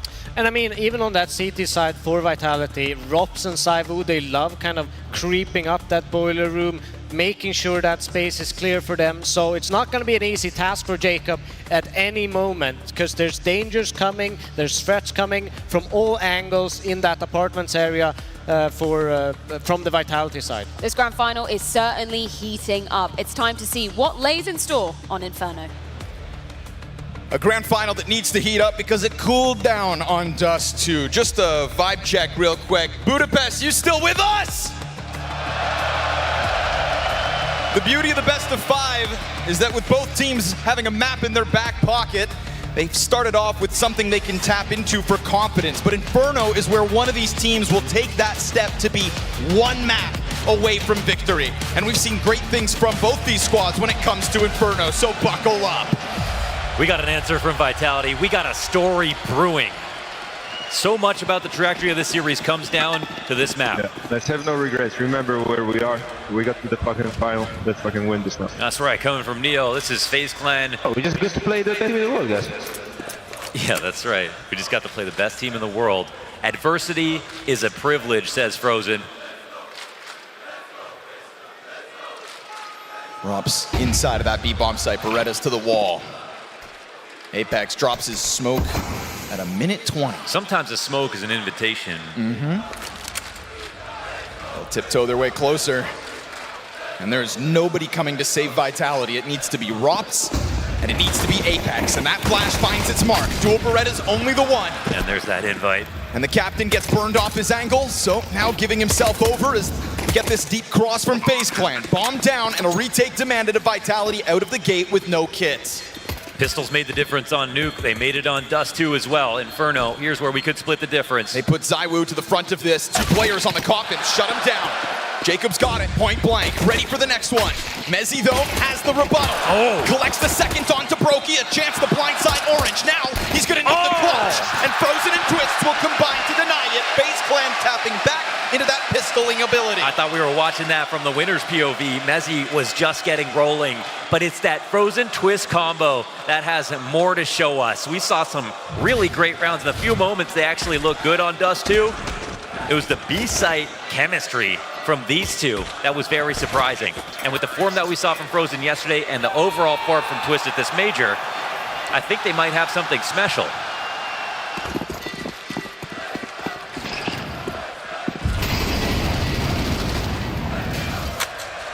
Vitality opt to force. I'll have to double check this, but I don't think Faze have even dropped a conversion when they have won the pistols. That's the other crazy part about their stat. You go digging, because we know it can happen on Inferno in the blink of an eye, right? Yes. Close corners, little cubbies. So many places for the rats to hide.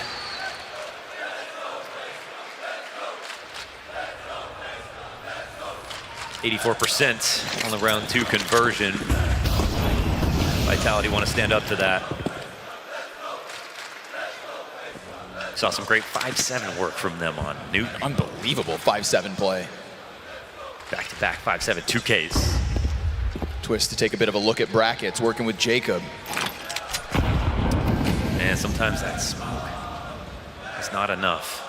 Well, luckily he's got a third one. He's got a third one. Just Get keeps out of on here. popping them. He's trying to warn him. Get out of here. And this goes down to 40 seconds. I like the setup for Vitality. The longer this goes, the more powerful it gets, especially on Arch, if they're going to walk into this. High probability the CTs get that first kill. Let's see if Twist can stop him. MP9 and a 5-7, good for one.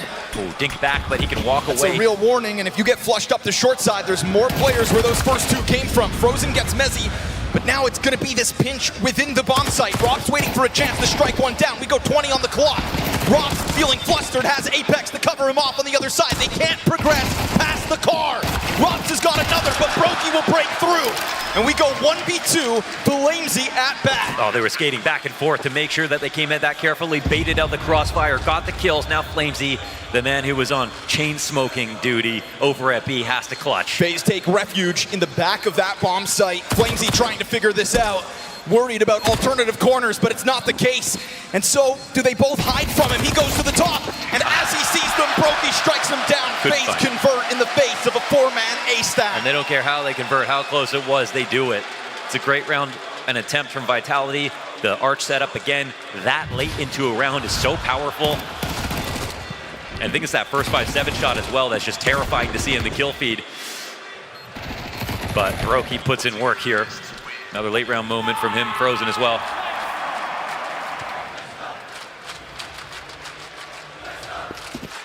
It's funny because before the major started, Faze's stats on every map were not even anything to think about, but they haven't lost a series at the major, so they built up a map pool as the major has rolled on. What do you think of this threat?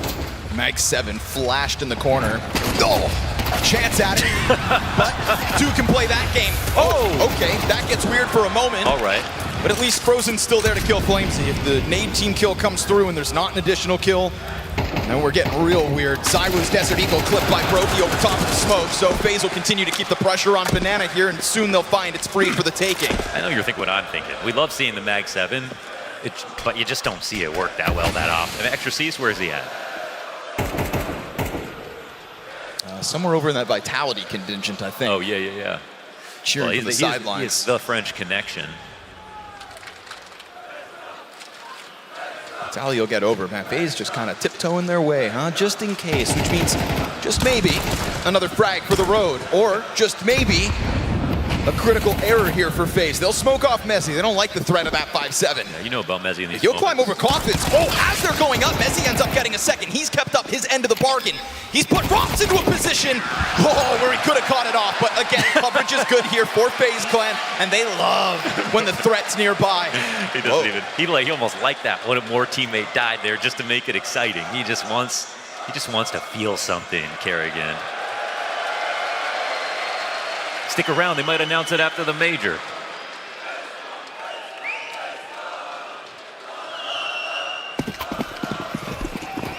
A couple moments to keep Faze on their toes, a couple moments for Vitality to remain tapped into the success of Dust 2, but now we have it, guns in hand, for this year's #1. Smoke onto the flames, again it's pressure into Banana, and again it's going to be the Vitality push through to try to stop this, not wanting it to go for free. They exchange frags off of the kill from Apex's nade. It's kind of unreal, pressed like that Twist even gets that kill.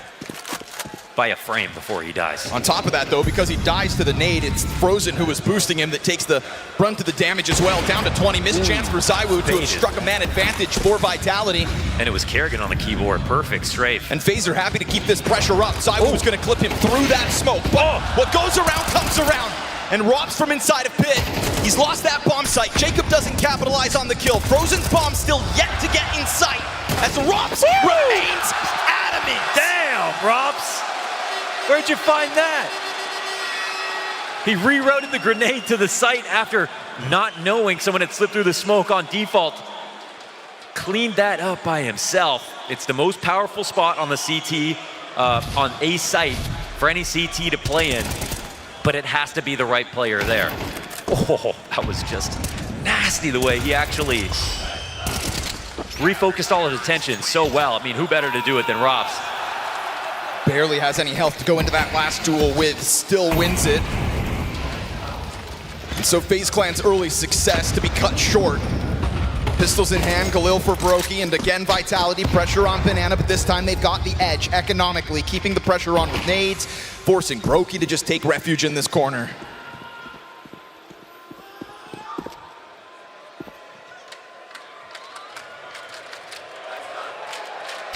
Nothing will be free tonight, Faze. Cash utility offered over from Spawn, but while that nade gets picked up, you know, Faze are inching closer. Yeah, they win that last round, but it's a little scary, I think, in a moment like this. Singular smoke grenade for Faze Clan. It could be enough to block off Apex's ankle, but he offers one of his own. But like you said, sometimes they just pop. Sometimes they'll go right through these, and as Vitality transition, it's a little bit awkward for Flamesy. He'll recover at least 2 kills, but still they pounce on sight. Yeah, because they get the other one first. This is actually just a bomb plant. That smoke's fresh. No line of sight here for ZywOo. Broky's got a smoke of his own, drops it into the back door. I wonder if HP bars are going to matter right now. Pressure's on Vitality. Trying to catch one through it, not going to happen. Because Broky smoked off the doorway, nobody's got a smoke for the CT cross. Those nades do nothing. Broky's Galil pressed in against this. He got hit with an HE earlier, down to 29. karrigan's AK sits on the coffins right beside him. This is both of the rifles to try to force it back. But Mezzy's got the trade. karrigan into the cover. ZywOo with the pressure of the pistol kills Jacob in the background. It's all fit now. Turns it, and Mezzy executes with the pistol. He's got a kit. Oh, it's going to be a close one already. A clutch queued up, and Vitality take it. Mezzy again. Cute move there from karrigan, jumping into pool, avoiding the first bit of aggro. Incredible that broky even got a frag with his low HP going wide with that Galil, but a successful retake in the end. Another expensive round. And the buy's only stronger now for Faze. They've got to be careful where they block. You know, if they keep blocking at B, it's allowing Faze to get their full setup in on both sides of that smoke, coming through. And if that flash caught Flamesy when he was standing on the fountain, that would have just been no kills. No chance at a retake at all.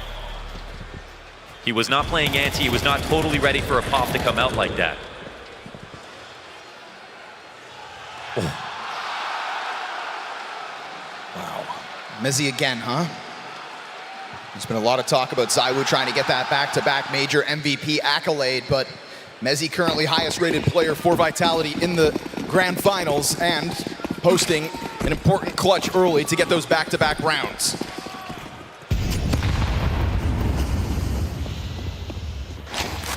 The fight is on, 5 rounds into Inferno.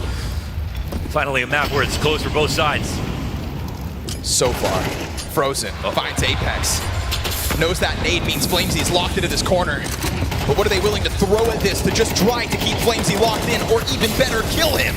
Oh, down to 10 health, you'll fall back. Oh, he lives within the flames. 11 HP as he gets away. ZywOo already ready to make a cameo here on B. Overfill this spot.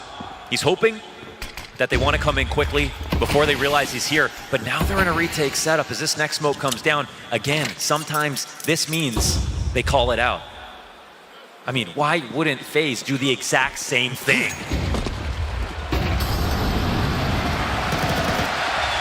Free round for Faze. And we can talk about the firepower all we want, but that's brain power. Exact right read on the setup.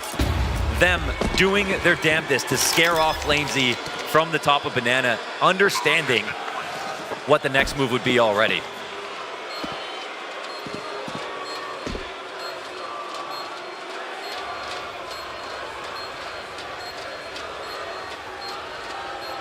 Right?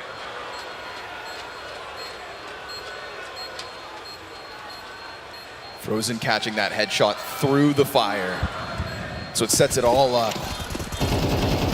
Frozen, somebody who joined FaZe Clan so that he could win trophies. I'm sure when he joined, though, started to feel like a bit of a sinking ship. Yeah, we always try to talk about roster moves sometimes because it's a team, they want to go to a winning lineup. They want to go to a better lineup so they have a better chance of winning. Well, Frozen wanted to go from being the best player on Mouse and, you know, being the best stats performer on every single map to joining a team that he could improve.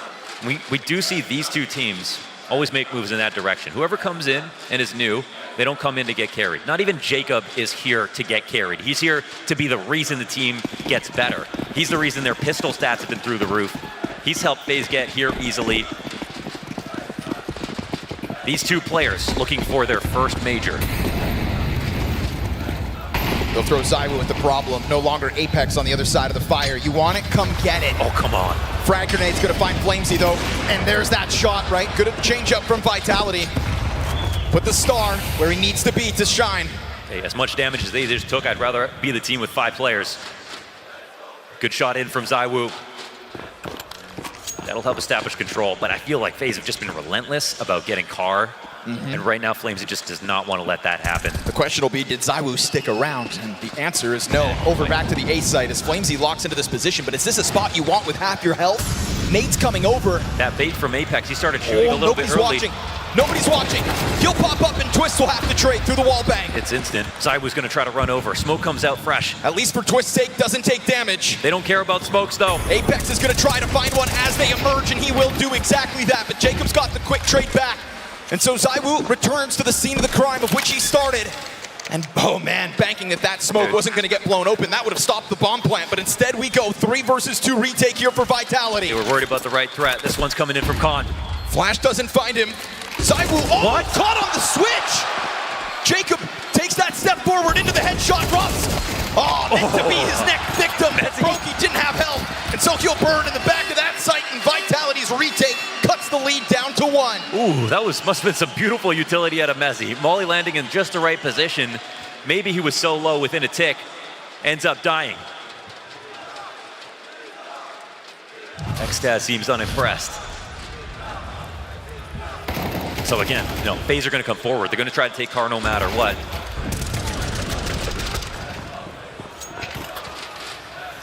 And I think in Flamesy's mind, as long as they get one, Apex shot in the back or whatever, as long as he gets one, they stay up 1.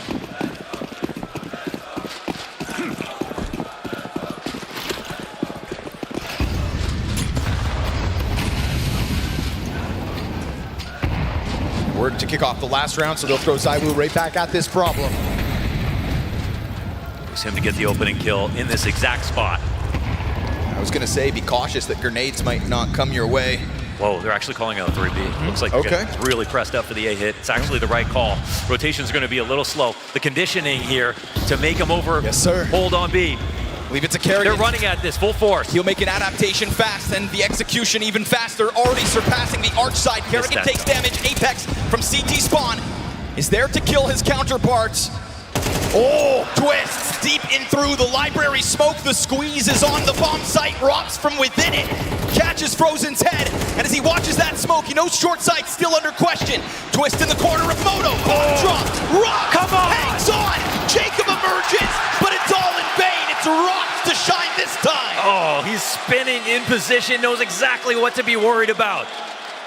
Crosshair magnetized to the right part of the smoke as someone sat in Moto and thought, how do I trick him? You can't. And so even in the face of this fast move, this fresh look, FaZe Clan hit their wall. It is a ropz. Oh, that's just filthy. The play was in front of them. They actually smoked to split up into CT spawn, expected to need to put a little bit more pressure on to take the A site. They didn't realize, actually. There was only 2 there. It would have been good to just go quickly. FaZe back to the drawing board. They'll have to save. What started well with those consistent B hits was answered by ZywOo's starting moves. The adaptation that comes out of karrigan is just a great example as to why he is considered one of the greats and argued as the greatest.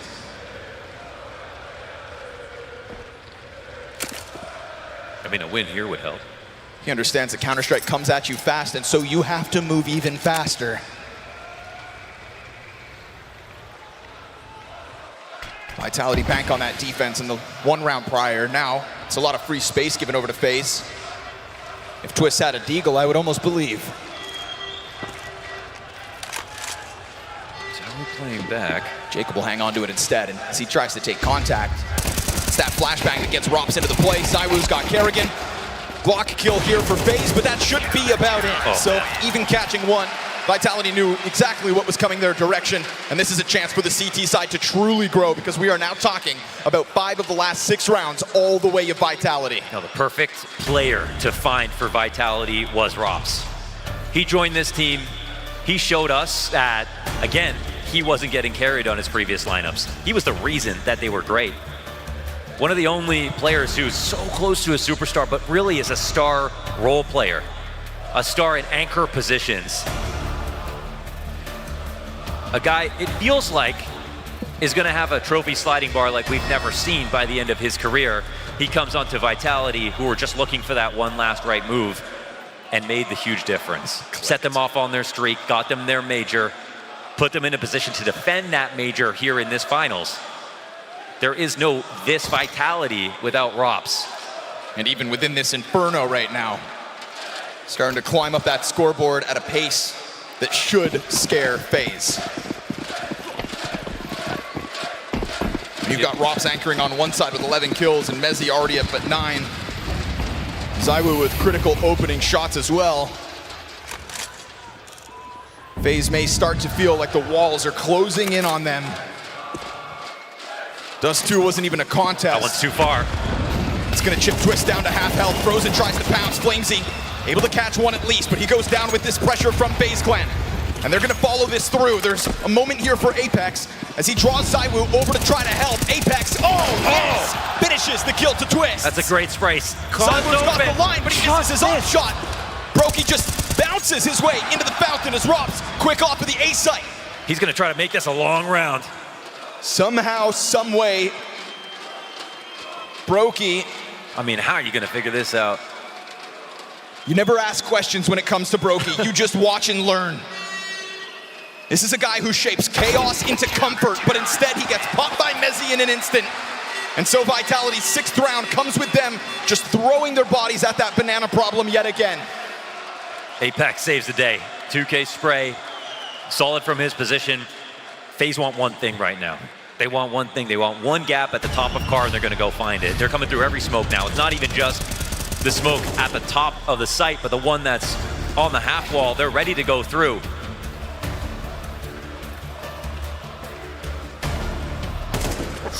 Can't say their efforts don't make sense.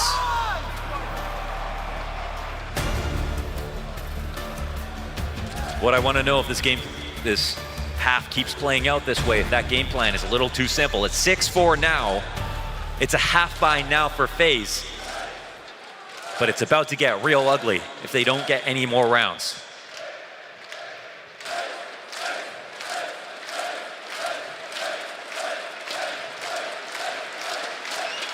Six of the last 7 here for Vitality. CT side has started rolling.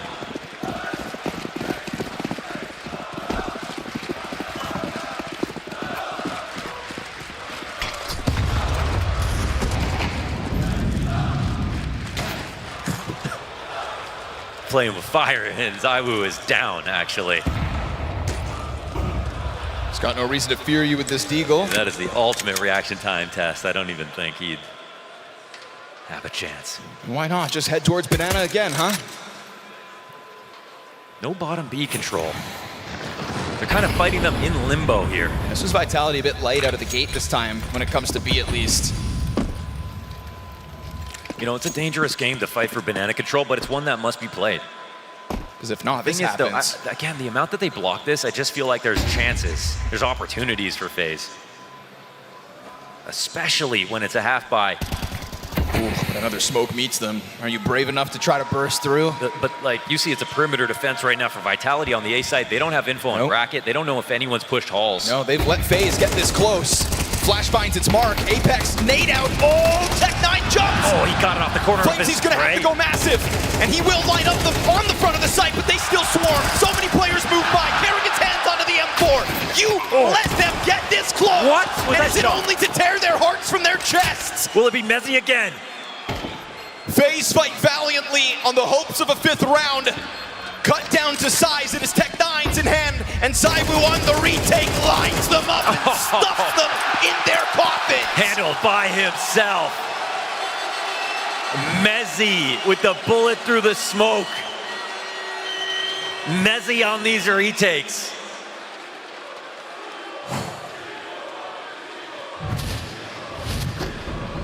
Let that be a reminder to Vitality that if you let Faze get close. It feels like we're in Groundhog Day in 2 different ways. Faze want one thing, that's B. Faze want to come through the smoke at at the top of B. See, Xtaz is constantly seeing this and wondering what's happening.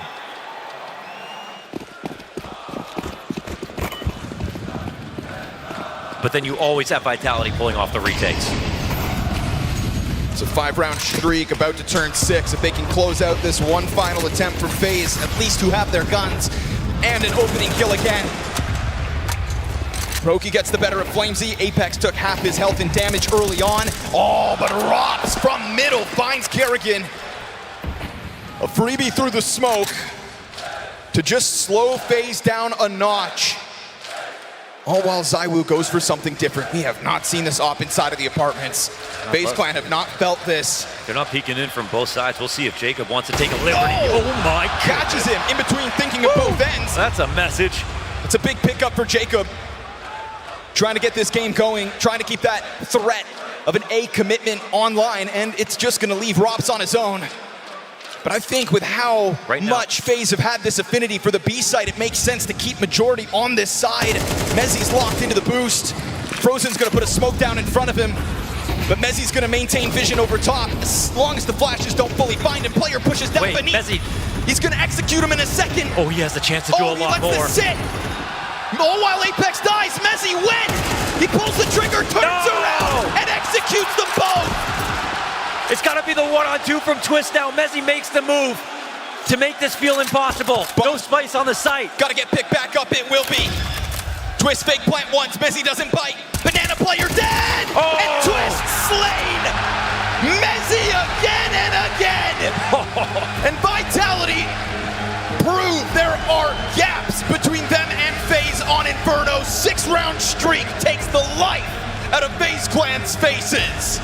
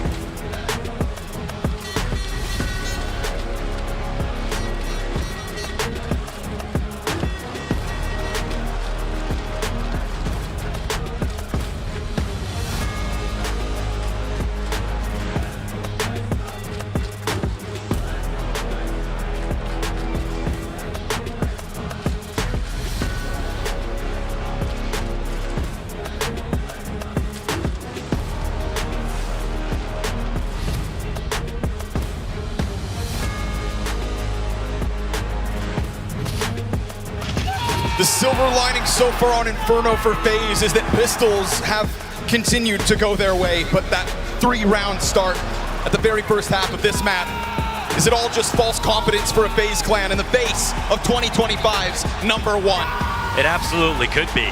We've seen Vitality now. They've shown us that they're better on retakes. They showed that last map as well. And even if Faze can get 2 crazy entries, that the round isn't over. So Pistols are the only reason that this map is even competitive for Faze Clan. They're going to need 2 just to continue that. Otherwise, this is going to look a lot like Dust 2.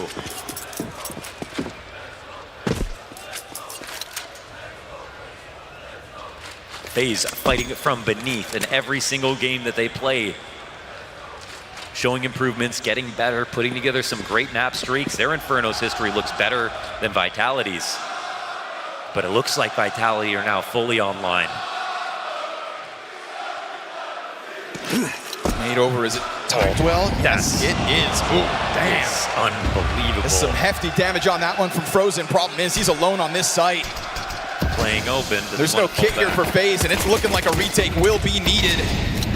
He could try to spam down with some body shots. Oh, or maybe just straight up headshots. Why not? Frozen are happy. No entry allowed for free. Executes through smoke. And his nade has softened up the others. Faze with no kit retakes on. And retakes going to perfection. They put those pistols together. We can give some credit to Frozen, okay? That nade was awesome. Sure. And the headshots through the smoke well timed. Crosshair placement is half the battle, okay? The timing is perfect off the footsteps through the smoke. The nade square between 4 players here. And Frozen playing retake is the difference.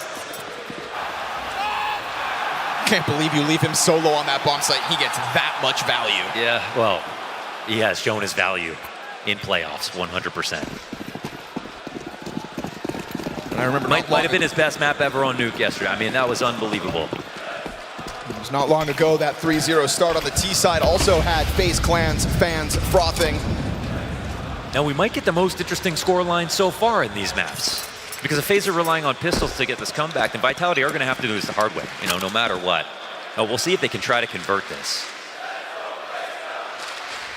But this is something we haven't seen yet. Usually the teams that are taking the pistols, they're crushing.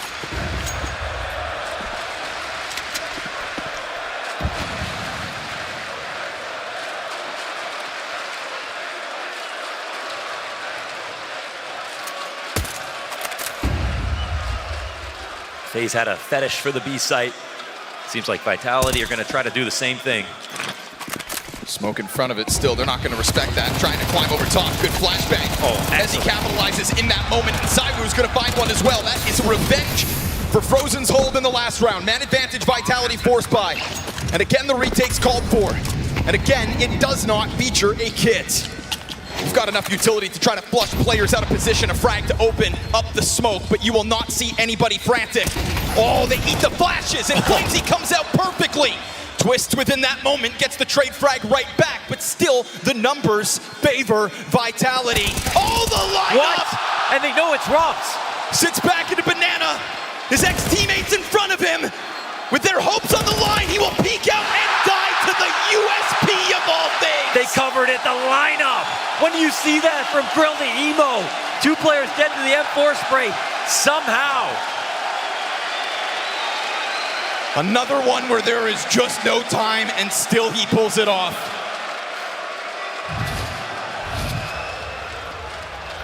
I thought no kit would cost them. Oh, I mean, yeah. Covered perfectly. broky puts that one together. Eating ammo. 3 frags in the finish. Whoa. Navi suffered a lot of those rounds yesterday. But how long can FaZe sustain a CT side that's just surviving with retakes like that? Honestly. Honestly, this how is the long? time. This is the time. We'll have to see, man. We'll have to see. What you can say is that Vitality's execute. Better flashes, better spacing. They kind of did what FaZe did to them, but they actually put themselves in an even better spot. It was a more unlikely retake.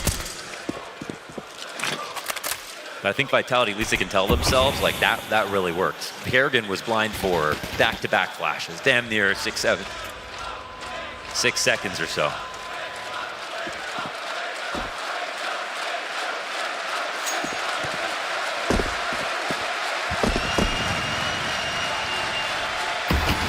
Budapest believes.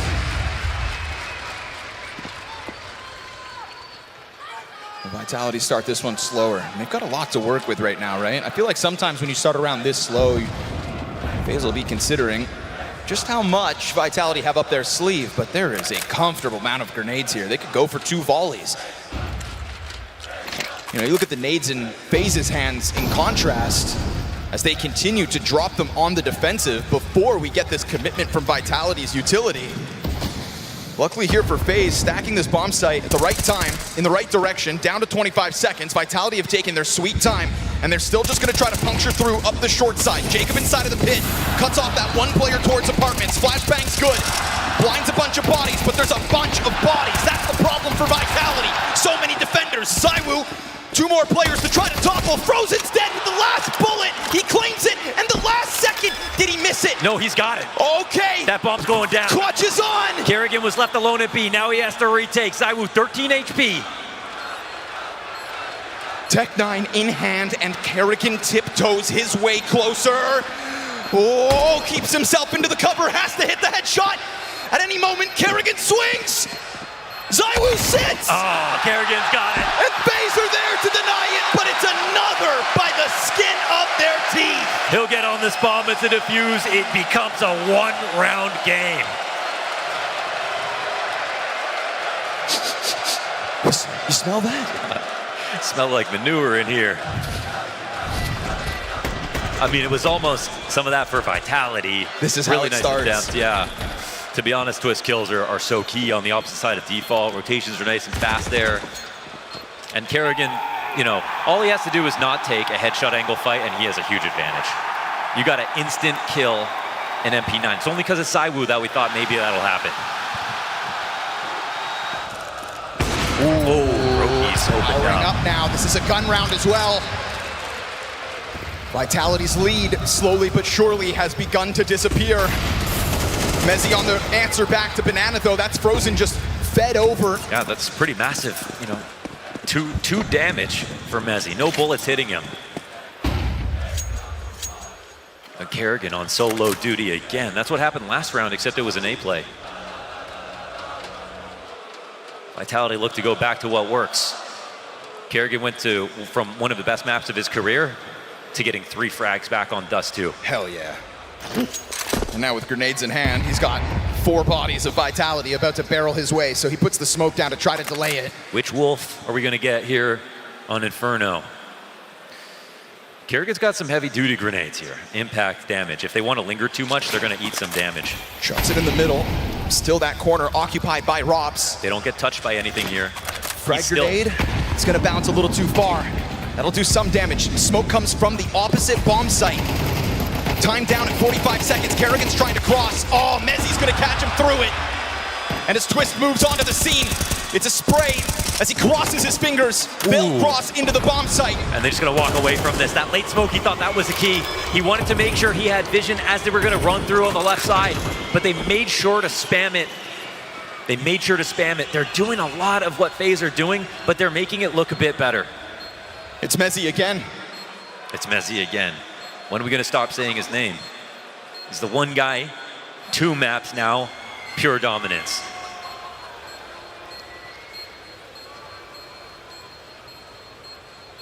Beauty of Mezzy's career, just so overqualified for this position in Vitality, but he also is another supportive pillar, much like ropz, to kind of try to prop up everybody else. But the evolution of Mezzy is what I'm always blown away by. The leadership elements of his play that he starts to bring to the table. He's the one guy who never seems to completely fall into the darkness if things don't go well for Vitality at the start of a map. We always get that listen in. You hear Mezzy come through with words that, you know, make him appear wise beyond his years, just to get everyone back on the right track. Sometimes those are foreboding signs, though. When in games like that, when that happens, it's a little too late. We're not seeing that now, however. He's playing well. Vitality are too. They have, yes, let Faze back into the game, but they keep a lead. You have to think of all of the costs that were racked up to FaZe Clan in that streak of 3 rounds at the start of this. Yeah, there's a pot of gold on the other side of this win for Vitality if they can pull it off. Remember, this is a 5v4. Mezzy gets one back, doesn't even take a lick of damage. Not sure how that happened to Frozen. But 2 entries, that's too much to sustain.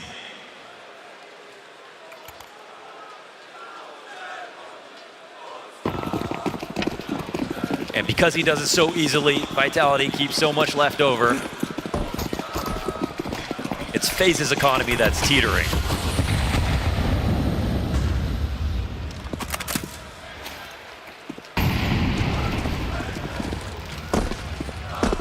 playing off the bomb site, trying to get up towards Vitality. Good Nate here in the perfectly bell, placed. That's ZywOo down to half. They are calling out their positions quite well. That's Get in one the free vision damage spotted, while you can. And remember, back to ZywOo taking over this position in the first half, right? He was the guy to come over and to solve the problems at B.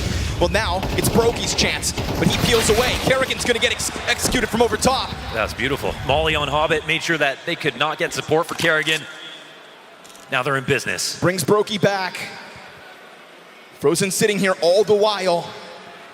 And that one smoke grenade. They're going to expect him on this corner. Kind of brazen for him to be here. Oh, still goes for the cross. Molotov's coming over. He wants to lock in backside.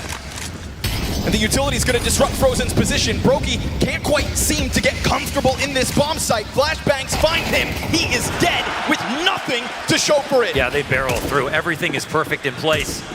That smoke a little off, but no CT there to punish the corner. Vitality just making sure that everything was as good as it felt. It's a world-class execution.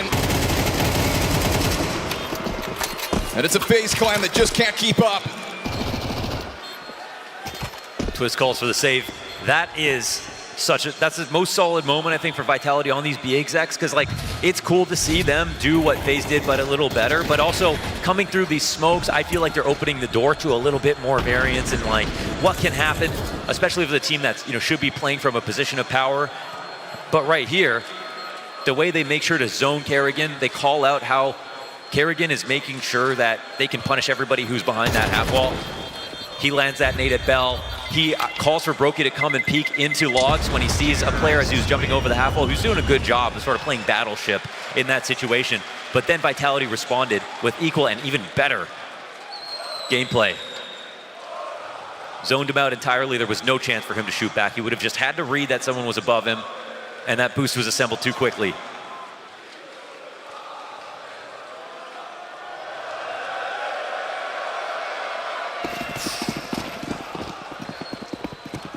See the remnants of the save. The little that karrigan and broky will have, a smoke grenade for each. We've watched Faze play Overpass, which is the map that's coming up next. It was by far their worst game of this entire major. We've seen them get a lot better since then, but they also stopped allowing it through since then. There's nowhere to hide in a best of 5. They know the pressure's on to win this map here. Ouch, that nade is tough. karrigan down to 36, and remember, only with the pistol. Bomb still floats back by ramp, so Vitality not quite ready to go all in on this just yet, but you can establish a strong line for ZywOo. They actually smoke it out themselves. They'll try to find something over top with the boost on the sandbags, and that is the perfect call out. Frozen goes down, the gun will need to be picked back up. And this B bomb site feeling prime for the taking yet again. Bomb recovered, joins forces on Banana. And Apex is just gonna try his hand at the commitment again. karrigan at bat, steps forward with a clean frag to Flamesy. Ooh, it's awkward actually. It slows it down at a moment they were about to jump on this. Awkward flash as well out from Apex, just trying to keep pressure on this Banana hold. karrigan's not alone again. 30 seconds, smoke goes over top.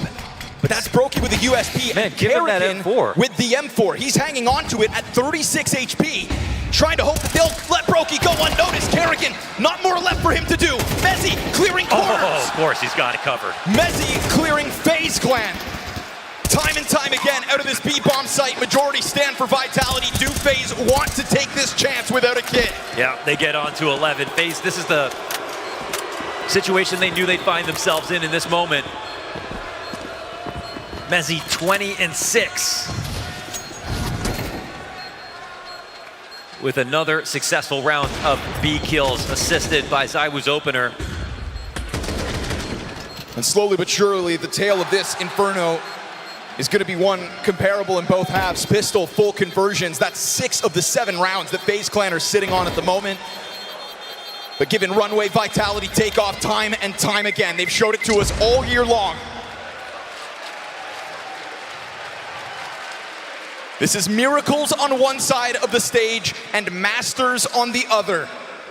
And Vitality are showing you why we have talked about them all year long. I mentally forgot about Nuke, as if it never happened. Vitality take firm control here as they steady the ship on Inferno.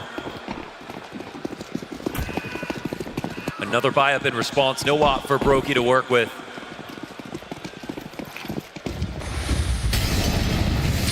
Could have if he really wanted it.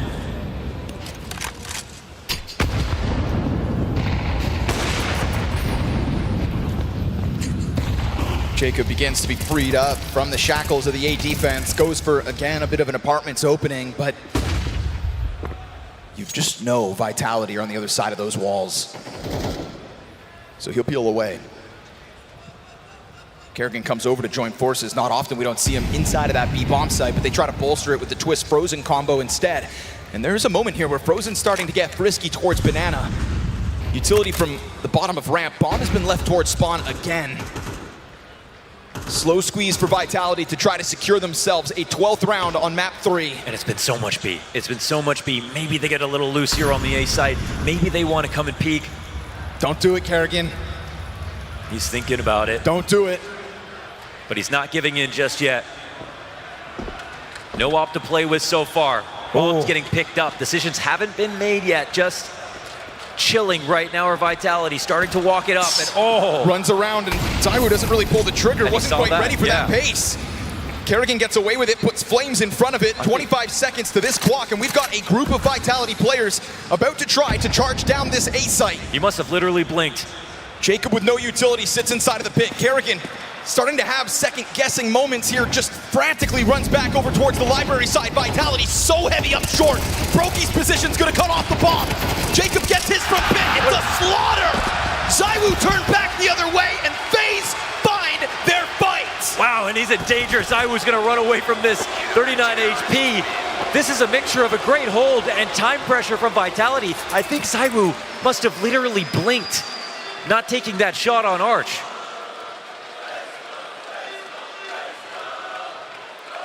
But the fact that it came down to a single point of failure over on the A side makes you think, here's why there's a lot of B plays happening. Are Vitality as confident as they appear? 3 rounds the gap now for Faze. Chance to build up some money. The most convincing round win of the second half for FaZe Clan.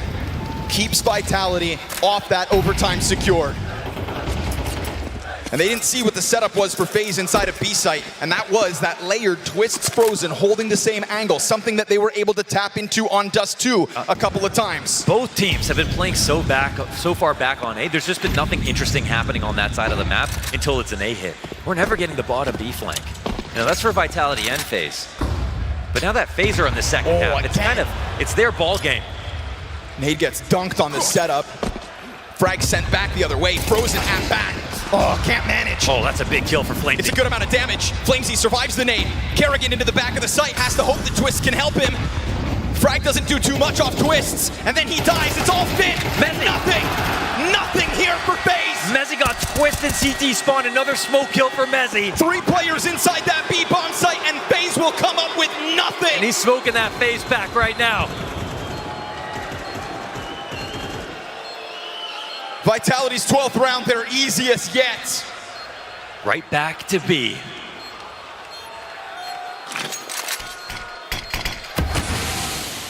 They just said, don't overthink the situation, keep it dead simple.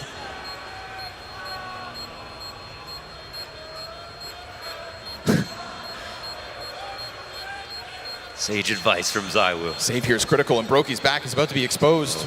Ooh, never mind. Trying to get away, but ropz is a real hunter. Terrorists win. Important to see if he gets this. broky in the corner will survive. That's 2 up for FaZe, 4 rounds. No, you're right. Pretty much their only chance to make this interesting. Besides pistols and conversions, there hasn't been much here for FaZe. Kills like this are just everything. Singular round win beyond the pistols and conversions. That's it. Smoke break. That's just so good for Mezzy, man. So alert. So ready. Look at the limitation that FaZe will have with this one. broky tries to go for the mid pick, gets nothing out of the gate. FaZe Clan surely still feel like they need to build up this B bomb site defense. That is why we've seen Twists and Frozen take over control. Frag grenade again, well placed. Flashbang even better. Frozen over the ball. He doesn't see. But a back turn to him. He gets away with the run. More players down on the other side of smoke. Frozen barrels through. When push comes to shove, Frozen hits them with the cold shoulder. Oh, with the molly going in the wrong direction. That flash working wonders. And the M4 doing the rest. Faze live to breathe another round, it looks like. Money's fine for Vitality. That's not going to be a problem just yet. All that's happened is you have missed your first of 4 chances to close map 3. Pop shot wounds ropz. Bomb in possession now of the Faze clan. And they are going to win this one with 5 players strong. That is a statement move by Frozen. I'm not going to lie, we haven't seen all the layers that give us a great Inferno from both teams. And like for Vitality, finally a response at the bottom of Banana. Not just all of these fallback trap nades. There's been too many rounds from both of these squads that have ended because 2 entries happen when there's a push through a smoke, or it's, you know, the finality of the situation at the mouth of B. It feels like that's happened almost every single round. T attack from both squads. But the utility in the early round has been good from Faze. The first time they actually send someone down to kill people at the bottom of Banana. I think their one regret would be playing scared and dying that way.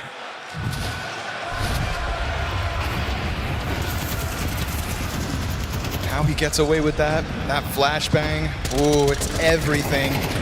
Getting away with a 3rd kill, all because Mezzy doesn't see it go over top. Well, well, well. We go back and forth, 4 rounds, non-consecutive now. The Faze fight is alive, folks. But the money's still good for Vitality. Another nade for Apex to have to stomach. Another Molotov to force him back.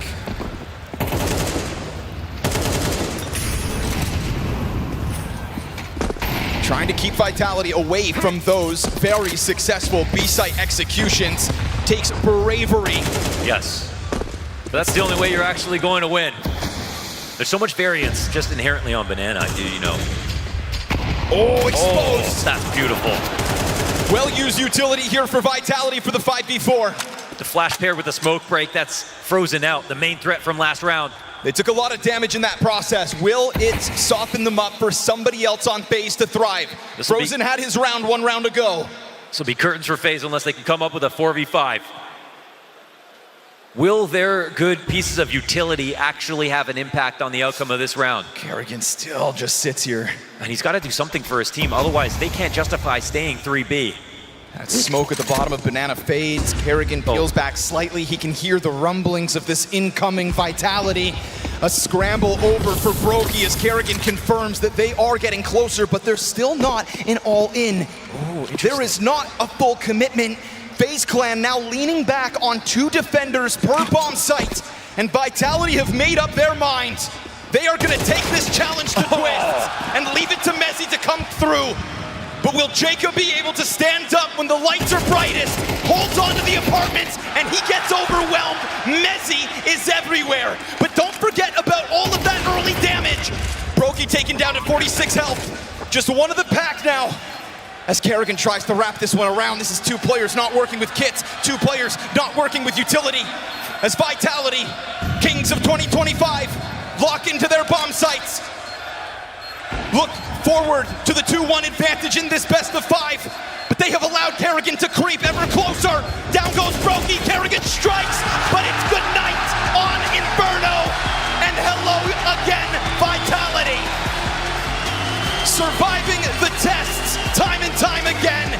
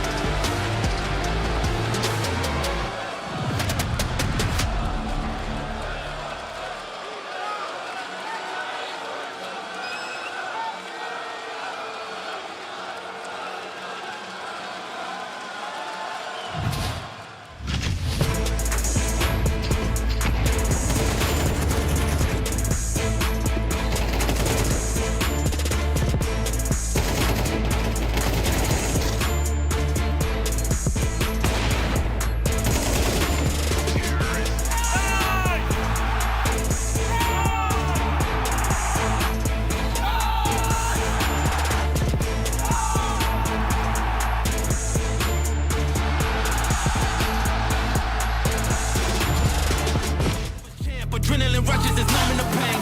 Too competitive, I like the narrative. I don't know best in the league. Who you comparing with that is definitive. Top of the throne of this speed. How you moving slow when it's speed? I just been bringing the heat. I just been bringing the fire. Been bringing the fire. I just been bringing the fire. And they can't stop me.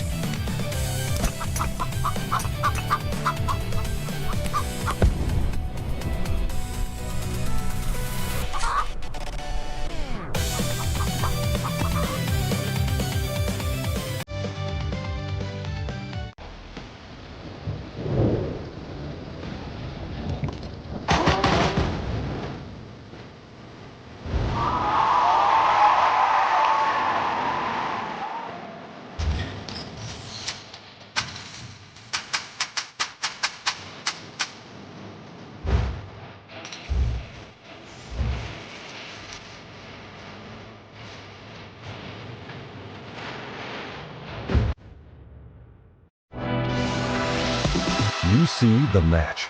We see every restart behind it.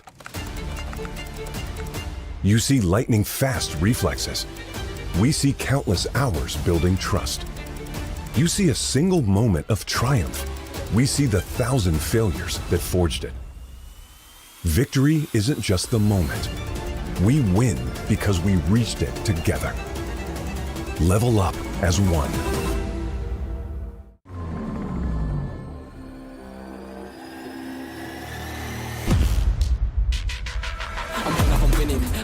Shot and I'm already grinning, you know that I'm one of them, one of you sending, you know you've been cutting, you know I'm ascending. I'm one of them winning. I'm one of them winning. I'm one of them winning. I'm one of them winning.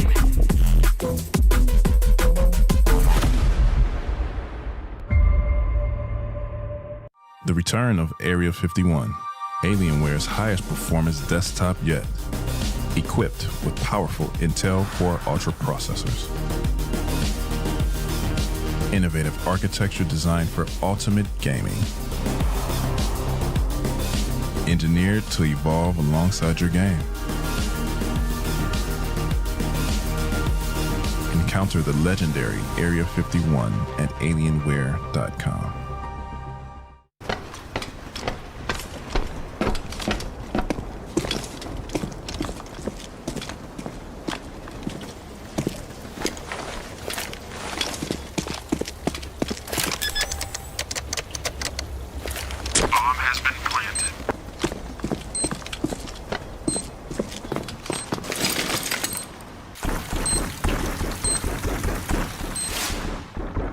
Create a lobby by your own rules.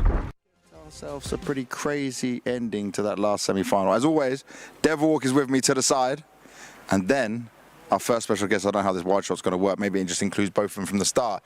It's none other than J Legend. Hey, thank you. Joe, how are you doing, my friend? Before the end of Nuke, I was doing a lot better. Yeah, I thought we had it in the bag, yes. I was already planning on how I'm going to greet them, how I'm going to say, well played. Yeah. You did well. I was already planning my speech in the head, and somehow we lost one round and the second, and then it feels tight. Then your heart starts beating a little bit faster, and yeah, I'm a little bit sad, I'm going to be honest. What has been the biggest highlight of the major for you so far, Ty? Oh, as a Brazilian, I have to say Fallen yesterday. The 3K. Today, Twist was really beautiful as well and really important because it's a major semifinals and the third map, you know, really difficult situation, and he just delivered a very good round as well. My memory is not very good, so probably I just remember the big moments. The big moments, but there were a lot of highlights, and good stuff during this major. Awesome. So while I've got you two here, what I want to quickly do is, obviously we spoke about the Na'Vi game in depth a little bit, but I want to touch on our other game we had, the Spirit versus Vitality game. You guys both saw it, right? Mm-hmm. Yeah. Okay, Taco, give me first just your initial thoughts on that, the disaster of Spirit falling off, your overall thoughts on what the hell you saw at that point.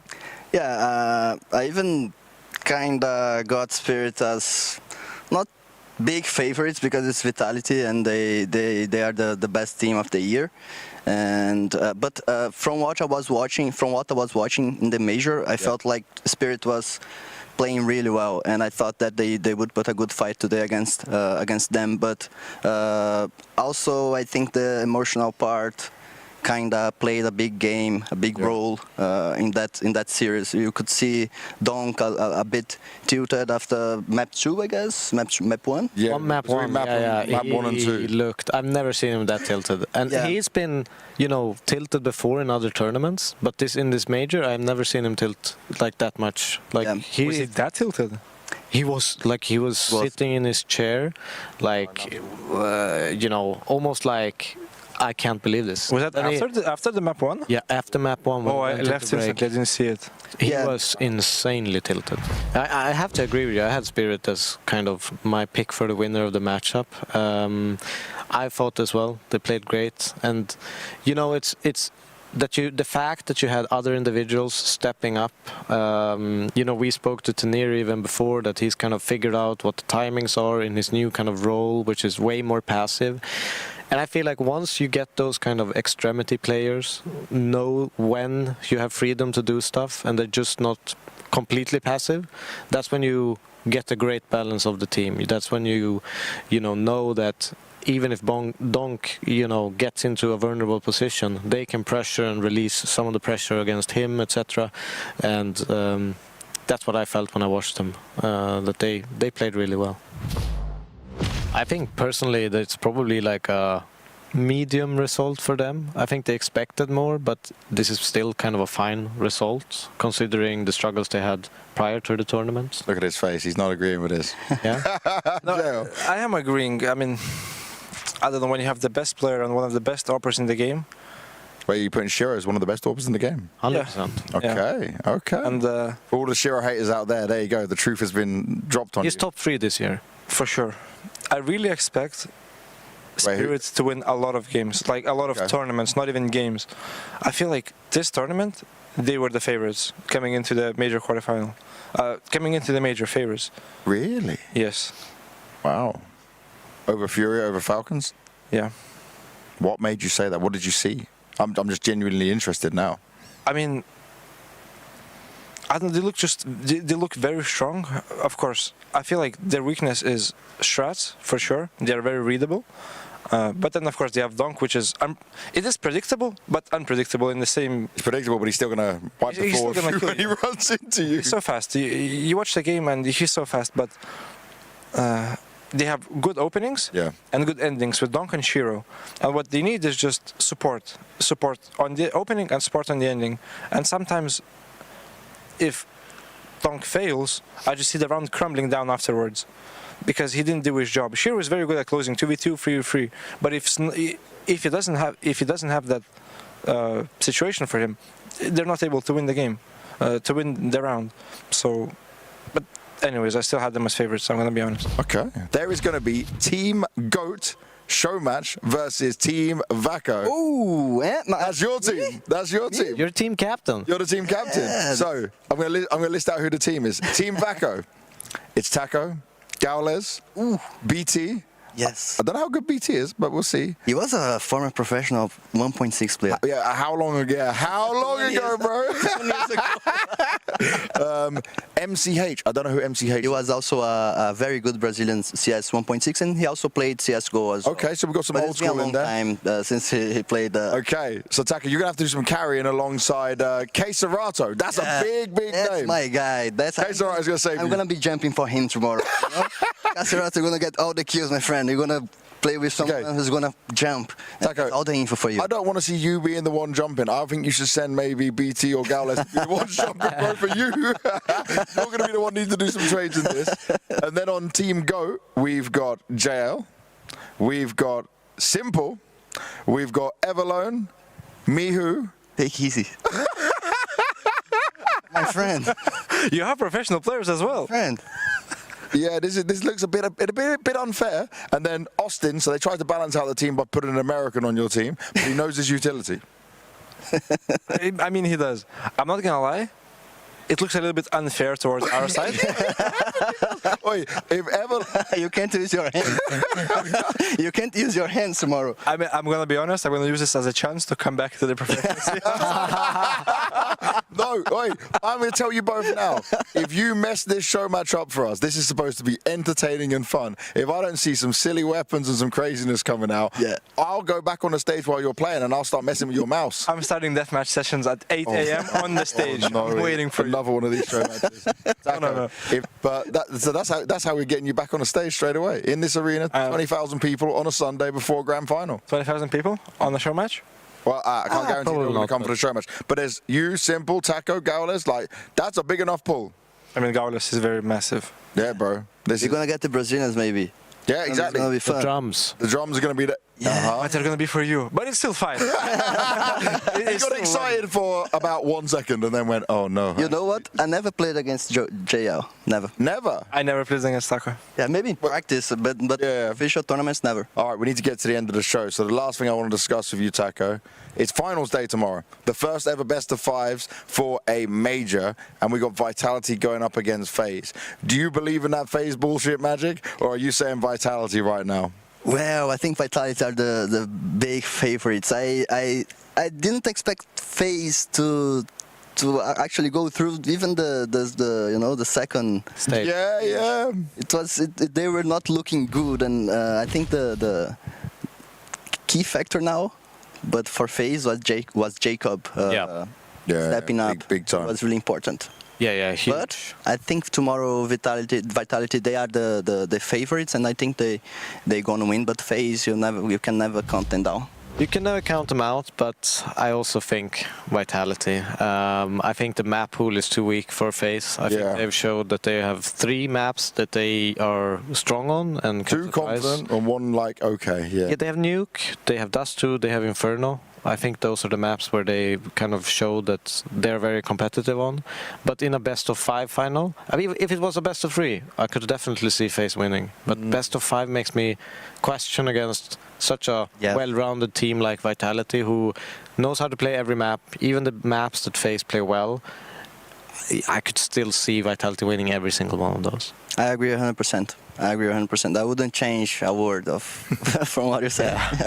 All right, so this is the end of the StarLadder All About Counter-Strike podcast for the Budapest Major. We've had a lot of fun. It's TeSeS, me, ZywOo rocking it. I'm going to end as we go into this. Is episode what, ZywOo? 42. 42. We managed to get to episode 42. There will be another one when the grand final ends to close out the whole major. You won't want to miss it, but also the show match into the best of 5. This is the way we end the show. Caralho.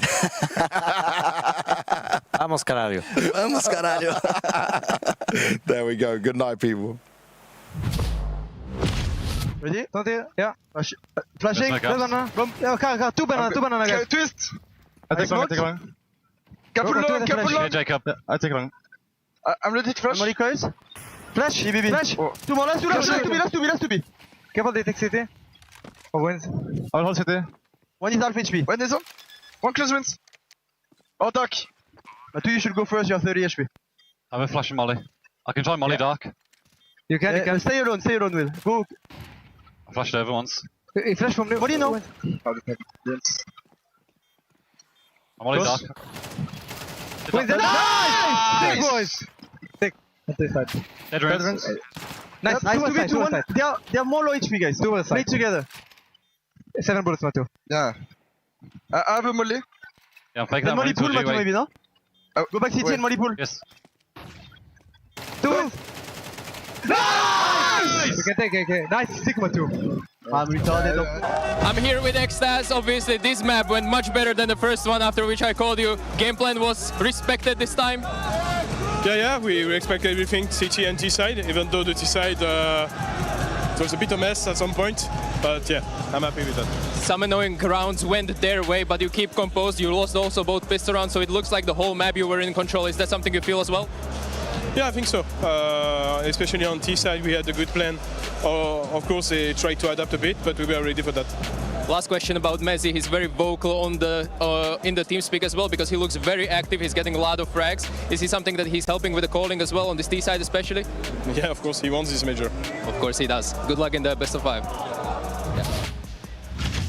Back-to-back major trophies now within touching distance as Inferno puts Vitality back in pole position. Despite a good start on the T side for Faze, Vitality managed to find the solutions, and I'm sure we'll talk about it shortly. But Mzi, exactly as Stiko was saying, talk about a lights-out series for him so far, Jacob. He's been fantastic. He's been the best performer in the Vitality camp.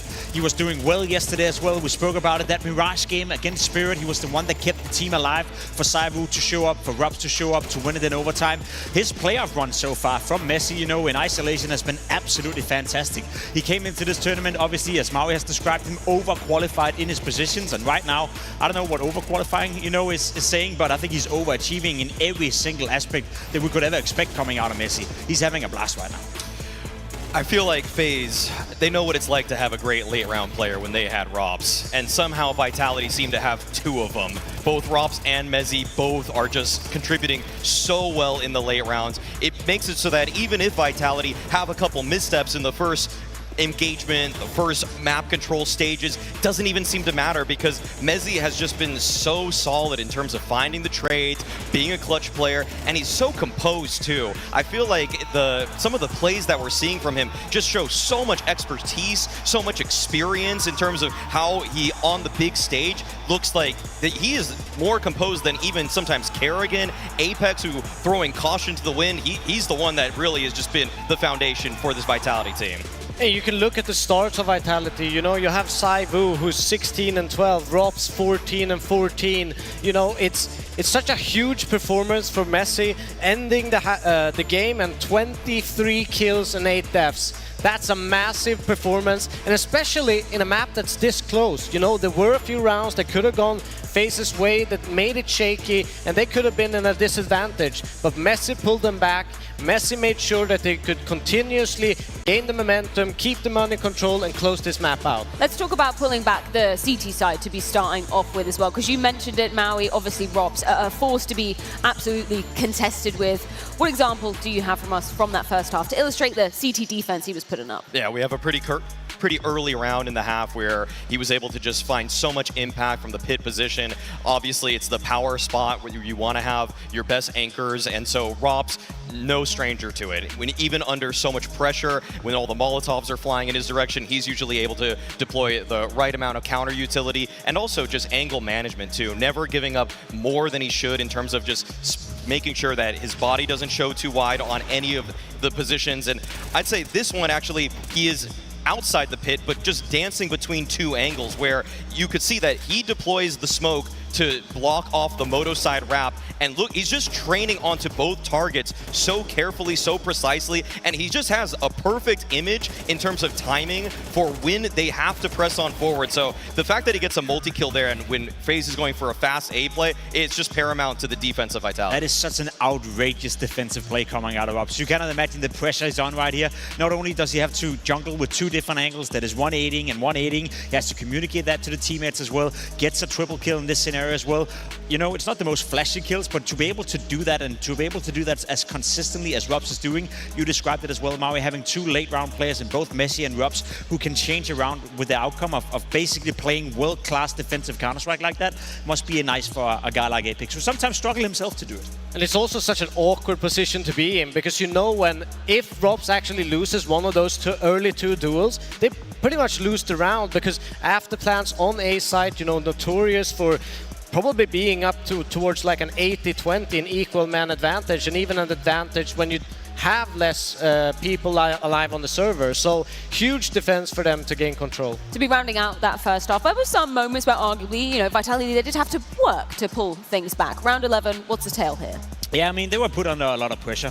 We spoke about it, a close game in the beginning. Round 11, great example. The buy coming in right here from Faze is not necessarily too pretty. To be completely honest, you think to yourself, that's going to be around any day for Vitality. Flamesy gets pushed off his angle with some good utility. karrigan doing a karrigan play, catching off Apex and CT spawn, and all of a sudden Flamesy's under an awful lot of pressure by himself. Only gets one kill, and you think to yourself, uh-oh, there's no way you win this one. But then you see it. ZywOo comes in, Messi comes in. Don't know why Twist and karrigan are so eager to fight them. And then they play it calm right here. Good flash. ZywOo isolates one duel, a little bit by accident, spots the second player, and then they win and turn around what is a 2v4. Had Faze won this round, they probably would have walked away with 6 rounds in that first half, which would have been decent, which would have made the game competitive, but they didn't capitalize when they had the moment. I love that little micro jiggle he did just before, you know, after the flash, which kind of caught the players that wanting to push them, and they became a little bit off sync. And that's, you know, that's ZywOo, the small little details that just makes him so annoying to play against, because most players would throw that flash and they would almost wide deep to kind of maybe even catch someone in first box. But he takes it calmly, he makes that small jiggle peak, and that's where the mistakes happens for Faze. Wouldn't be a Faze match though without a bit more of a Faze round, dare I say. Round 14, perfect example of that. Yeah, round 14 is a fun one, let's put it that way. The other way around, I'd say this time, you know, you see Faze under a lot of pressure, again forcing or going up against the force buy coming in from Vitality. It's after winning the pistol again, you think you gotta convert. karrigan doesn't get much here, Frozen only gets 1 kill, and you think to yourself, that's gonna be tough. You see a lot of utility on the side of Vitality. Somehow, some way though, Flamesy finds a kill on towards Jacob, and then Twist gets activated. It's 2 players, broky and Twist, who are just raw dogging right here. Beautiful display by broky, coming in, getting 2 kills, and then getting it destroyed. I think it was a nice moment in the game, because I thought, all right, Faze Clan, if you can win that one, if you can actually go in and you can convert it, you win the pistol, you go into the second round as well, even though it wasn't pretty, that will make the game competitive. My issue with it was they couldn't follow it up. So despite winning both pistols, despite converting as well, the game never really got close because they weren't able to follow up on those individual performances. I mean, I don't know when rawing it is ever really pretty.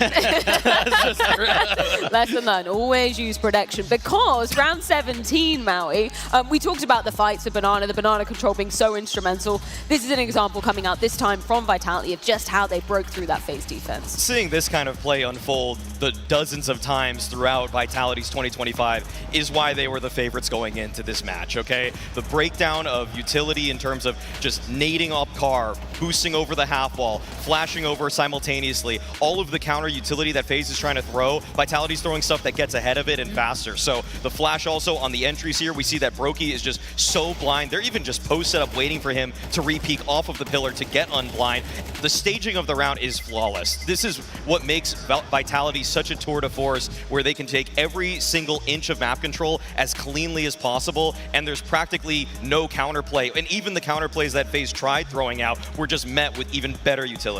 Yeah, but just pressure upon pressure upon pressure, and it just never stopped, you know. It was almost like they knew they would back off into this position. They knew that they would, you know, seek refuge in some way, and your perfect flashes kept the pressure going. It's so hard to play against, because you never know, like, you pull out a nade, you kind of want that first kill before you kind of throw that extra utility out. And yeah, like you mentioned, like a beautiful kind of layered round in adding that kind of step-by-step pressure. I love that you brought that particular example up, because it gives me flashbacks to the, I don't want to say Vitality of old, but the Vitality of the first 6 months of the year, right? The tail from them was just like such efficient utility usage. That really reminds me of what we saw bombarding basically every single team in the first 6 months of this year. It's definitely been part of the DNA for the 2025 season for Vitality. Even in this tournament, I think I looked it up yesterday, they are the team who does the most damage with grenades as well out of everyone in the playoffs. So in terms of using utility and always having a plan with the utility, I think a lot of that credit goes towards Apex, it goes to XTES as well. We know from back in the days when it was first being introduced as a concept with Sonic back in the Astralis days, it was the coach, you know, who tried to make sure that you want to tell your players that every time you throw a grenade, throw a flash, or throw a smoke, there has to be a purpose, there has to be a line of thought behind it. And I see that coming out from Vitality as well. One thing is the T side with the perfect executions, but also on the CT side where they never really raced a grenade. You look at ropz as well, whenever he's throwing a flash, throwing a grenade, there's always a purpose, there's a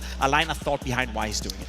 And it's such a nice contrast from what we were seeing a little bit more this season, where people were missing utility. Apex even spoke about this after their last London loss to G2, where it was actually ZywOo and Flamesy both on pivotal rounds where they missed utility on B hits, just like the one we saw there that allowed people on G2 to find the upset victory. It's kind of it's been one of the biggest detriments to them, is just people seemingly unfocused. But what we're getting right now is Vitality peaking at the perfect time. ropz is listening to all the commands. Everything he's doing is with purpose, as you're saying, and the utility lineups and everything just flawless. There's so little you can do when you're hit with world-class utility like that. What we're also getting is a world-class Mezi. I know I mentioned it before, but we've got the highlights. We've got to roll them, because for a player who has responsibilities like Mezi's, to be pulling these kind of moments off, that is something so special and so rare to see that happen consistently over basically all 3 maps in the series. Yeah, it's a luxury. If you're Apex right now, if you're Vitality, you're just happy that Mezi is overperforming to this extent. Display. Yeah, display was beautiful. All the plays were beautiful. The CT side, the T side.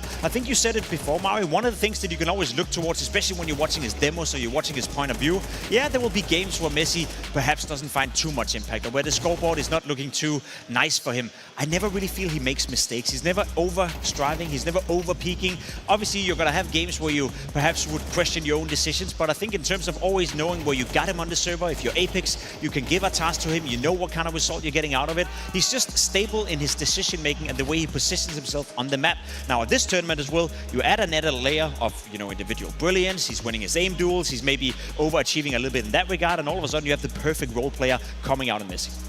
He's even entering sometimes too, and that's a guy that's using right-click to move forward, right? Like what's the deal with that? What's the deal with that? Like, look up. I know a lot of people copy, Simple or Monacy's keybinds in their settings and everything. I don't think anybody wants to copy Messi's config. Take a look at home if you actually want to see how ridiculous it is. If it ain't broke, I guess don't fix it, but it sounds broke as hell. Let's take a zoom out for a segment, because obviously on the precipice of maybe Vitality sealing this major if they can win the next map of Overpass. But I want to talk about what this would mean for the year for, firstly, Vitality, right? Because we spoke about it. Undisputed Kings of 2025, when we're just looking at the teams that have risen to the challenge this year. An incredible first 6 months of the year.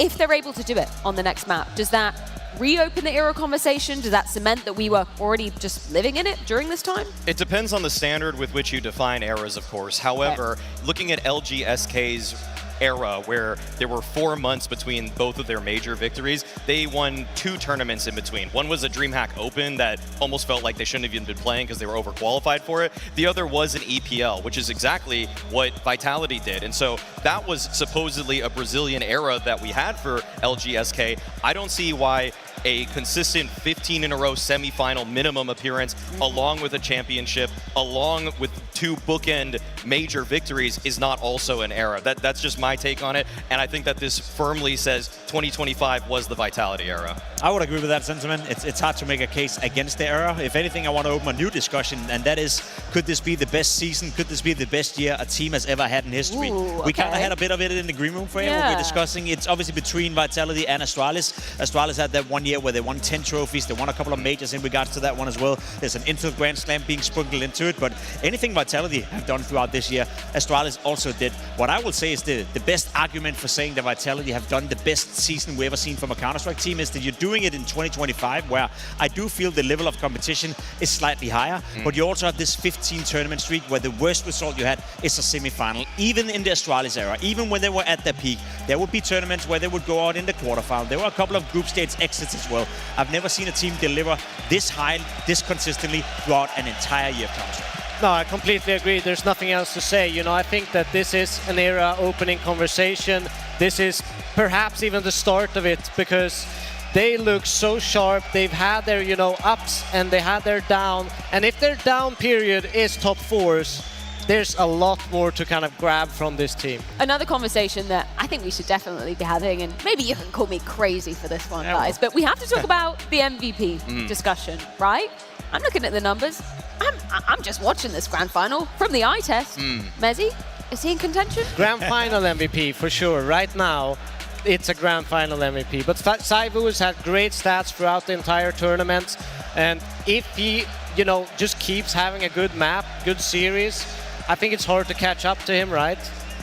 the quarterfinals where he just absolutely obliterated Mongols is going to give him a real case over Mezi in terms of just how much of an effort that was, how much of a great shift that was that ZywOo put in. But obviously the grand finals have the most value in these kinds of discussions, and Mezi is just wiping the floor with everybody, including the people on his own team right now in terms of statistical output here. So I don't think that there's really a chance because of what ZywOo did that kind of ensured this for himself in the group stage and the quarters, including the semis too. And the thing is that it's not that ZywOo is putting up a grand final where he's being completely carried. He still had that dust too, which was actually just blowing Faze out of the water himself. So yes, this is an incredible grand final for Mezi, but if it closes out on Overpass, I think ZywOo would need to have the worst map of his career, and Mezi would have to have the best for it to be a real conversation. Yeah. I mean, it's highly unlikely, but it's not impossible. It's not impossible. Yeah, speaking about language, it's actually not impossible. It's not impossible. He closed the gap to ropz coming into the grand final tonight. It was between ZywOo and ropz within the Vitality camp. Right now, you know, over the course of the tournament,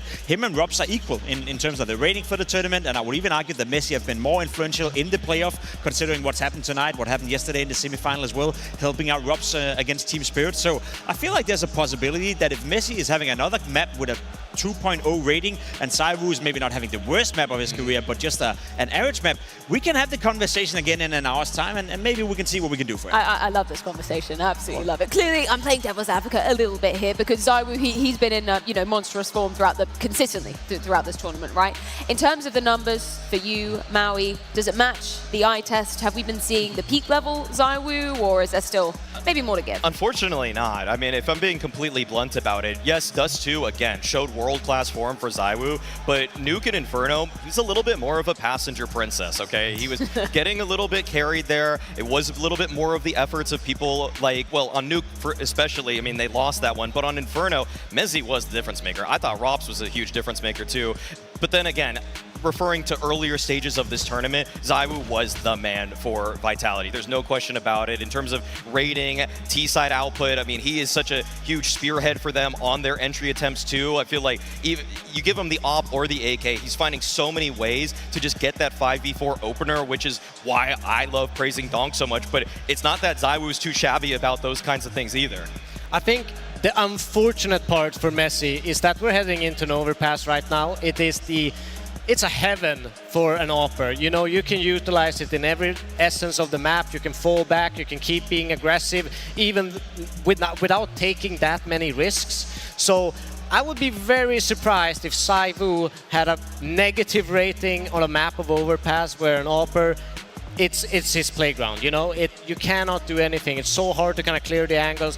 So much utility needs to be kind of utilized to force him back, and he will still have opportunities and impact rounds, even from a defensive position. But they gotta win first, right? There's still a game, there's still a FaZe clan in contention, and who knows what's gonna happen on Overpass. Well, before we get the game back underway, as we can see teams situated back in the chairs, which are none other than Blacklight chairs, the official gaming chair and desk partner of the StarLadder Budapest Major 2025, delivering pro comfort, stability for all the players on stage and you guys at home, because you can enjoy an exclusive 20% off with the code MAJOR20 at blacklight.com.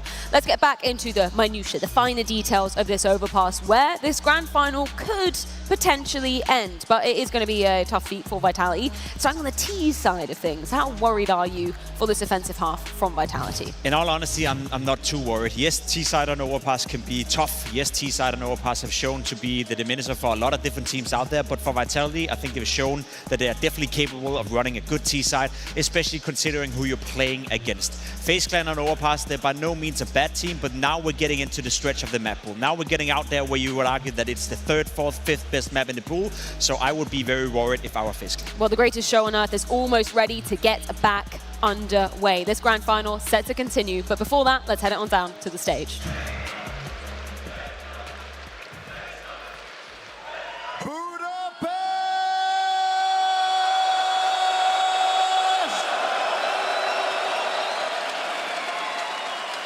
We're going into Overpass.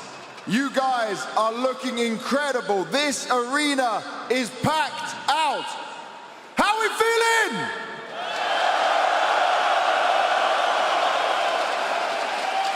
Now, the first ever major best of 5 grand final could end here. Is Vitality winning this?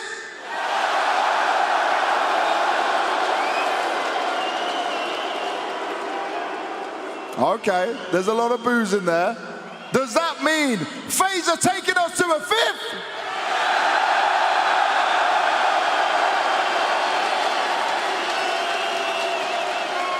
All right, we got a couple more minutes before we get into this game. So wherever I point, I want you to make noise from side to side. We're gonna have some fun. These guys! Over here! Now!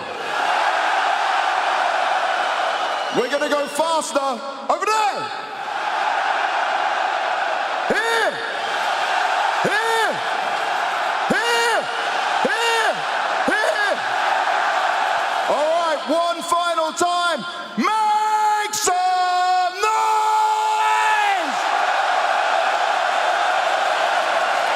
A monster of hype, James Banks. Thank you for this one. We jump back into map 4 where Vitality, for the first time in this best of 5 grand finals, will have a chance to close. We got the map that gave us 4, a chance now, and new history here, a 4th map in a major grand final. It has to be Overpass if Faze want to take this to a 5th. But we know the threat that Vitality bring on this map. They're demons. Thank you, Valve, for listening and giving us what we want. More and more Counter-Strike. Focus on these things. Focus and be there for each other. Remember all the talk. Yeah, what he said. Go back to remembering what got you here. Frozen inside of this B-bomb site. We saw a lot of twists and Jacob on this B-bomb site when it didn't go well for FaZe. That game versus Ninjas in Pajamas was probably one of the worst looks that FaZe brought to this major, and that's when we thought to ourselves, oh yeah, this is done. And then I took a second look. Yeah. And they beat Passion UA without pistols. Somehow on this map they did make improvements. I still have trouble believing that's enough to take out Vitality in a situation like this, but it's something. For now, we turn this over to Apex and the T-side game plan on Overpass. Flash for ZywOo, fine by it. Just wants to go headhunting with that P250. Frozen's got first blood. And there's bodies on that A-bomb site. You got ropz and Mezi, bomb included, smoke as well. Here towards the monster side, Frozen looking to just keep things clean. Oh, he's about to let him in. It's gonna find him. ropz is gonna catch Jacob. That's the support of Frozen down. He's just trying to keep his head down into the cover, but ropz is gonna let that happen. Twist on the scene, falls to Vitality. Difficult retake incoming, they're gonna run at it. ropz down into the water, kind of stuck ahead of the cover. Oh, okay, down from beneath. ropz will strike first, FaZe. Whew. Broken apart. Vitality back on ropz for the pistol. Yeah, he reaches up from the abyss. That's beautiful out of ropz. A guy who was outshone by Mezi back on Inferno, who had an unreal map and is having an unreal series. Desk have even entertained the prospect of Mezi getting MVP. But with ZywOo's consistency overall, that's not going to be likely. Won't matter for him. We know how much the team victory means. A hot start on a difficult map.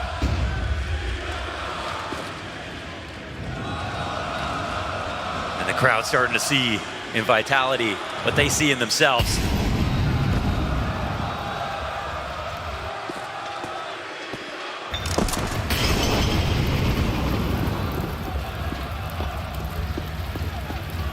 Chance for Mezi to continue racking up rating here. This pistol pack, hope that they could just pounce on it, but no sir, not with that Galil ready for it all. Mezi's somebody who can go under the radar when it comes to Vitality's winning formulas, but tonight he has been lights out. He has that understated personality. Somehow took center stage in this game. So many critical frags. T-side and CT side. There's a lot of trash talk from Apex to Mezi, even his teammates. But that playfulness, that yin and yang, it looks good on Vitality. When he's able to, again, bring them from the dark spots. And that's what's so key about Apex. He knows how to keep it light in his own camp. If you're gonna travel the world and put yourself under scrutiny weekend after weekend, if you're gonna try to push the limits of what this game can give, then you better do it alongside people you can laugh with. Vitality's formula. Here come the guns. Faze ready to hold things back. Again, this B site, I think, was one of the big weak links. Absolutely. There was a lack of verticality used by FaZe Clan on CT side. Between TeSeS and Jacob, they were really having trouble maximizing the advantages that CT side can offer you. But that was early on, at the beginning of this major run.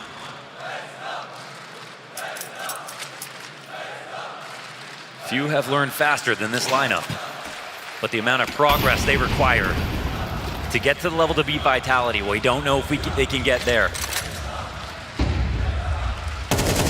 Ooh, ropz has got it. Jacob down, 0 kills so far. He knew when he dodged that flash, he had the advantage. Dink comes in, but that's it. Happy to lean on it.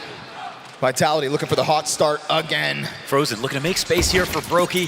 Broky not set up with an op, of course. He'll come and spot this and wish he had one. That was full vision on the bomb. With a threat looming towards the bathrooms, broky goes down empty-handed. A lot of pressure here on Frozen.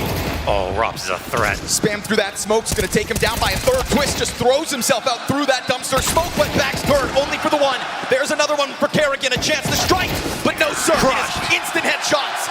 It is instantly Vitality back to winning ways, and it's ZywOo fueling it in that one. They're fine letting one kill go. They always trade it. Completely dismantle the A site. Apex's soldiers are moving.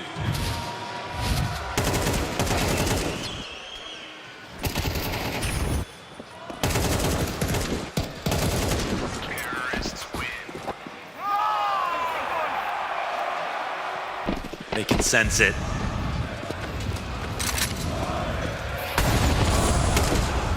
Flushing ropz into the gunfight. Careful what you ask for.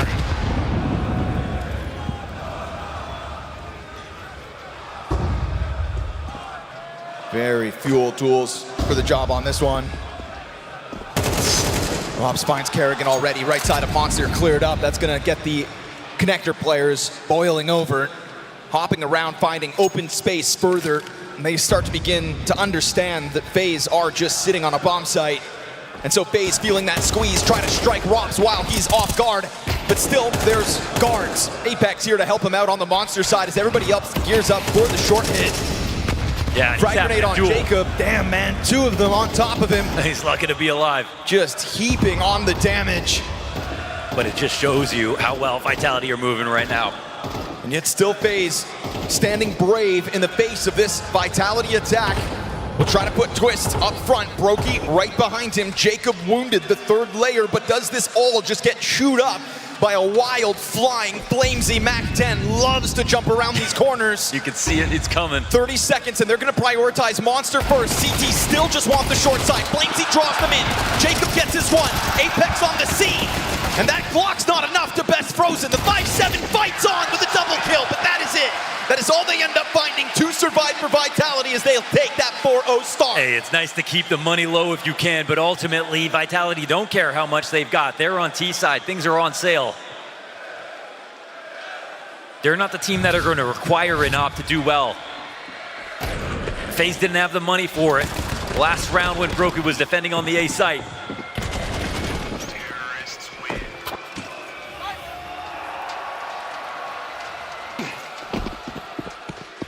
Not much to stand on so far for FaZe. Vitality have seen map 4 this year more than any other team. They're coming in strong. It's so Jacob fast. early. Instant execution of both. No chance, no hope, no FaZe. Totally slapped up. Whole site taken over. Bulldozed. And I'm loving the tempo change. Yes, sir. FaZe wanted a little respect, but that's earned. And right now, Apex just laughing in the face of karrigan. An Apex who wants to outcall karrigan, to chip away at that greatest of all time conversation. Apex whose career has shown evolution in his role.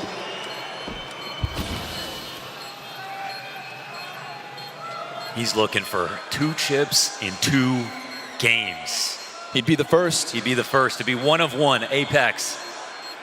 A career as long as anyone else.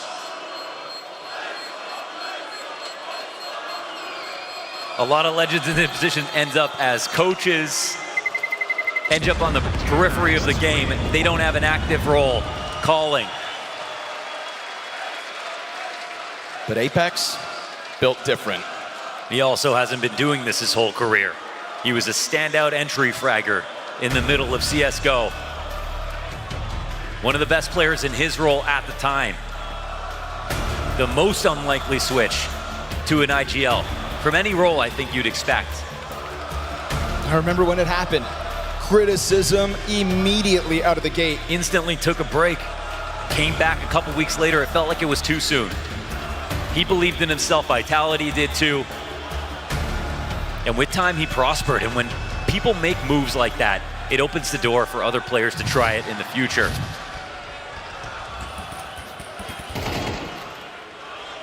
Flames just make such quick work of these gun rounds. That's nasty. You know, with the way that Jacob's playing it. They might start to play a bit crazy, okay? 5-0. Let's go, but let's stay composed. We expect everything, okay? Apex just trying to keep everyone centered, keep everyone relaxed.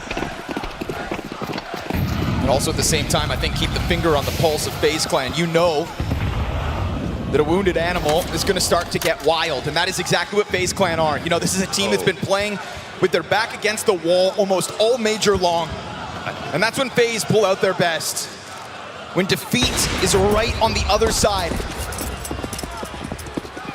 And so we'll sit here and we'll wait for it because they've earned that belief. They look to take this round slow. As you mentioned, wounded animal. If there's going to be desperation, sometimes you want to starve them out.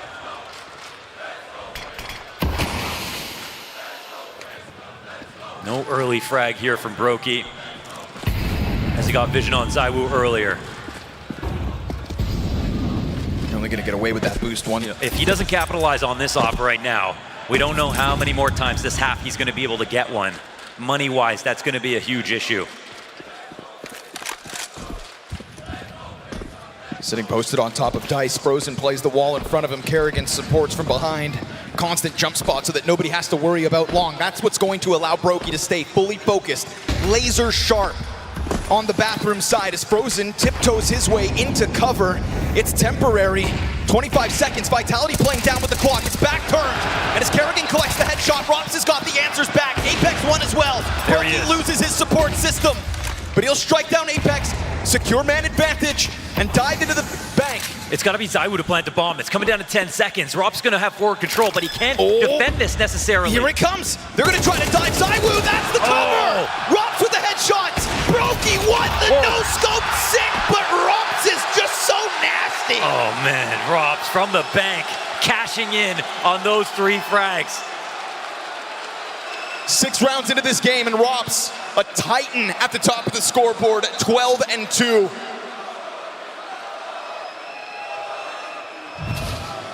And it's those 2 trades back quickly after Frozen and karrigan get those 2 inside of bathrooms, and you think, okay, wait a second, and it's ropz to hit the kill feed instantly. 4 in total on this round from ropz.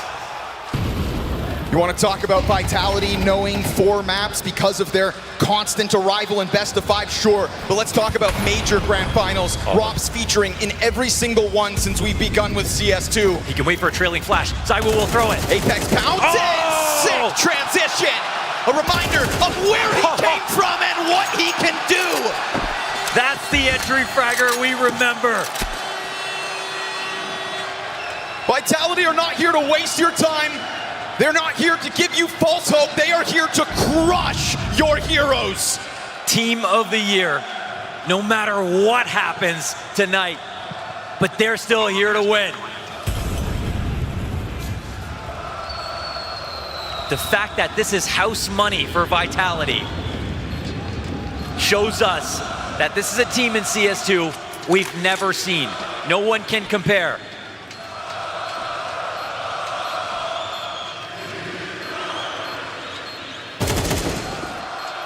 Their biggest threats, first rounded, they make it to grand finals.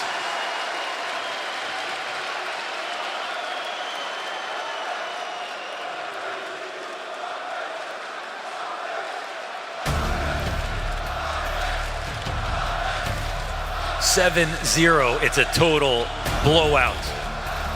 Half buy at best is going to come in.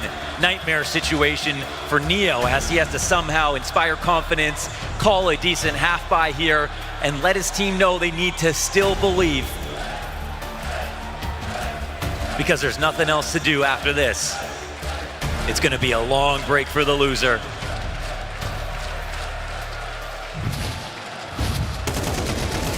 That transition told you there was good things coming here from Apex. Doesn't waste the moment. Slams twists out of the round. IGL for IGL. Karrigan's impacts a lot of the maps that he's been having. You've seen some really quality play. Apex fallen off a lot.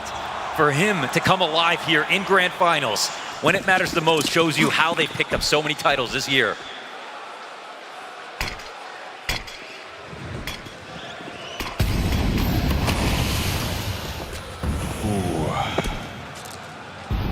Faze have been on the longest journey one could possibly take, from stage 1 of the major to the grand finals.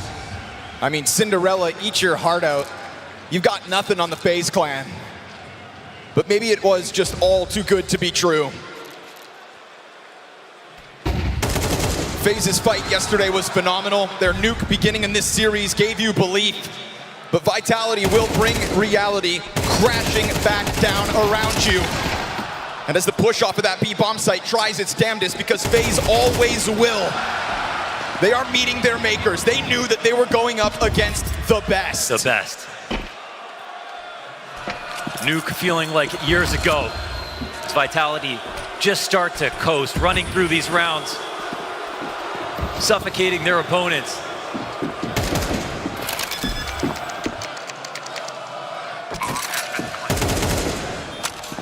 When you have to grind from stage 1, there's a price to pay.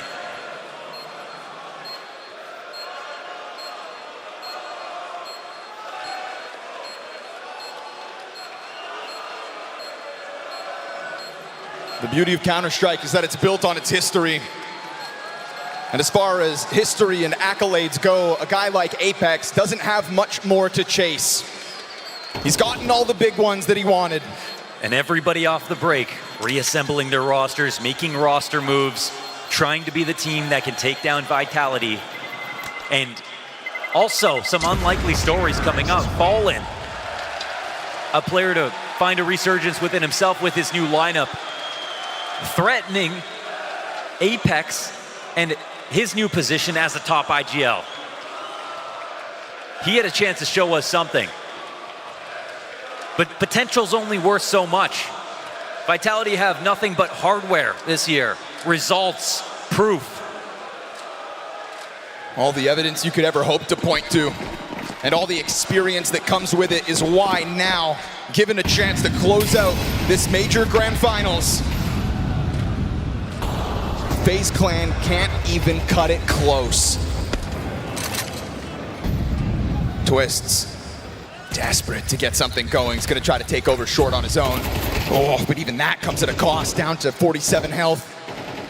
This is what momentum's all about, man. Every aggressive move you make now is now obvious. You don't get to play with your opponents because you haven't conditioned them. You're the conditioned one.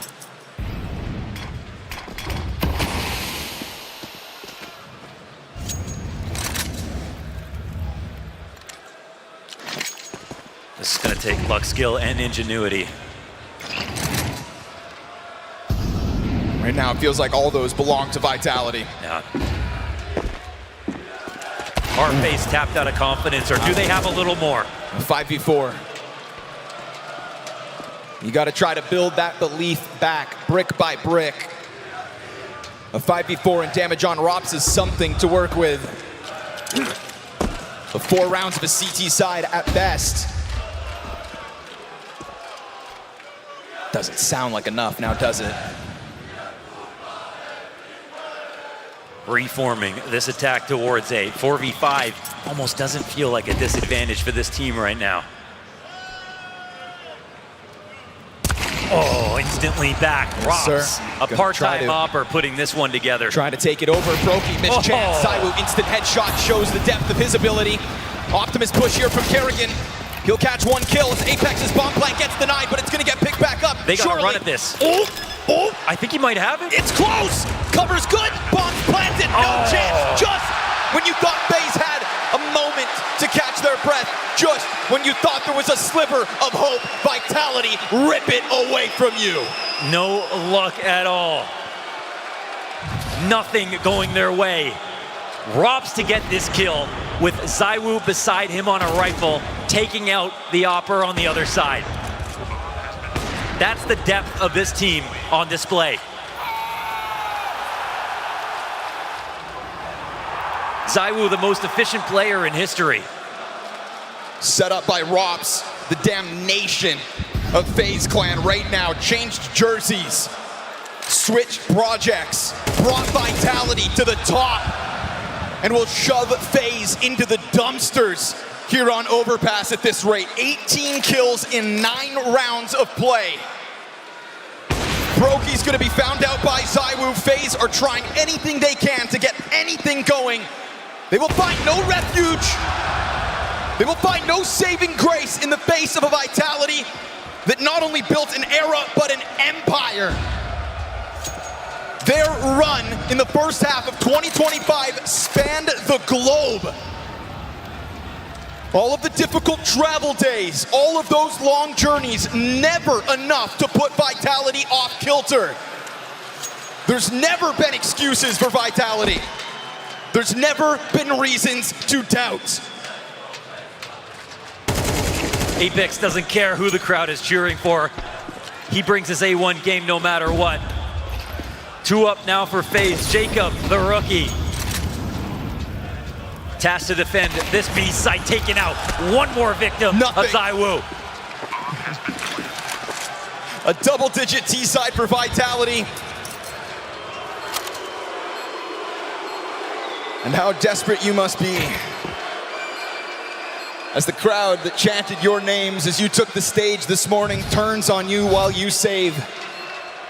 But this gun isn't just trying to save the next round, it's trying to save anything of this CT side. FaZe Clan fan favorites disrespected by Vitality in this 4th map of the Grand Finals. This is what it looks like when you know how to win.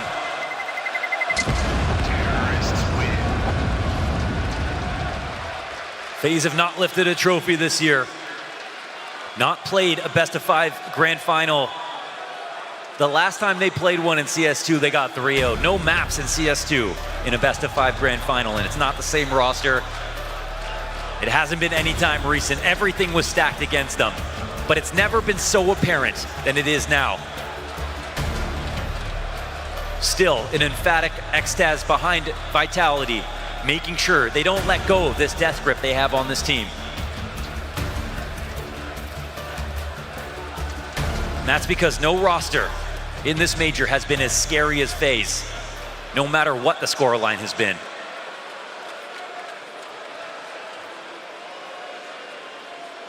This is one of those moments where you think if you don't laugh, you'll just cry. How many times is KSCERATO gonna make it to a grand finals only to have his heart broken? Because I think he's a little used to heartbreak by this point, but embarrassment? FaZe are known to fight. Still sitting on 0 rounds of the favored side on Overpass. It's a map that'll make you, it's, you know, normally this happens on CT side and the map feels tiny. Here you get a chance to control the tempo. Initiate reactions, but no, it's been Vitality. Still puppeteering every situation in their favor.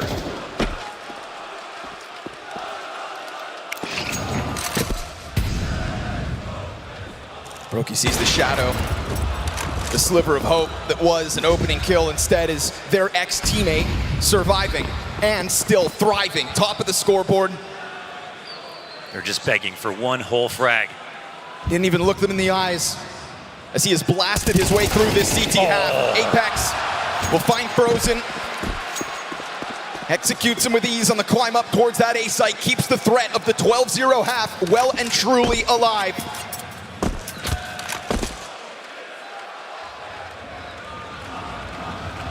Nobody will ever be able to take FaZe's name out of Budapest when you think of the run that they have made. Vitality had to stare the most stacked playoff bracket in history straight in the eyes and tell themselves, we are still the best. And what a display this fourth map will be if they can continue to just keep winning each and every round. This B-bomb site has nothing to say. No opposition can stand this test.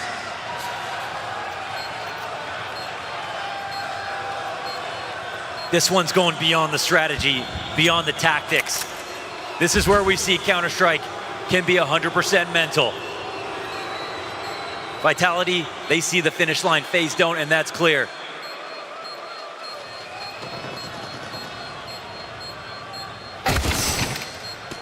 One for the road, karrigan.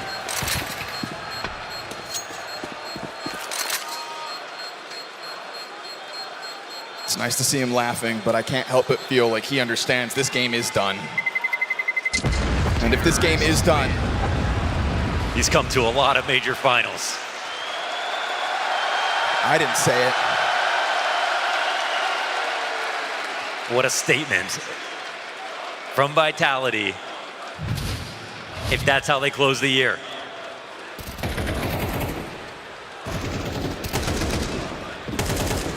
A year that has already featured so much success for Vitality, we thought it was damn near impossible for them to ever get better. Their struggles only began in the second half of 2025 as the evolution of all of their competitors took center stage. They've taken their rows out of the water. They're cruising. They're in the flow state.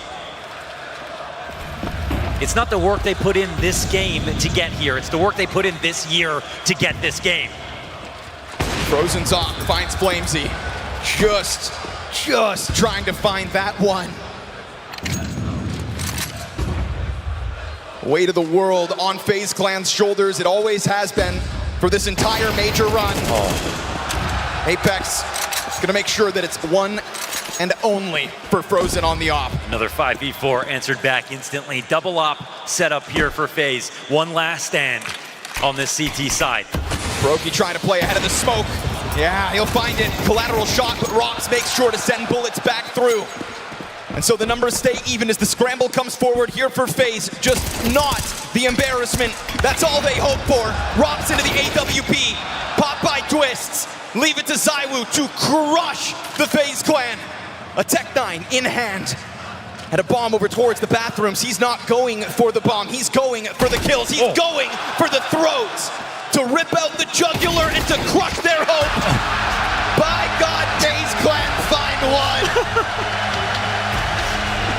Majors are a celebration of Counter-Strike, and Vitality looking truly like the best team in the world.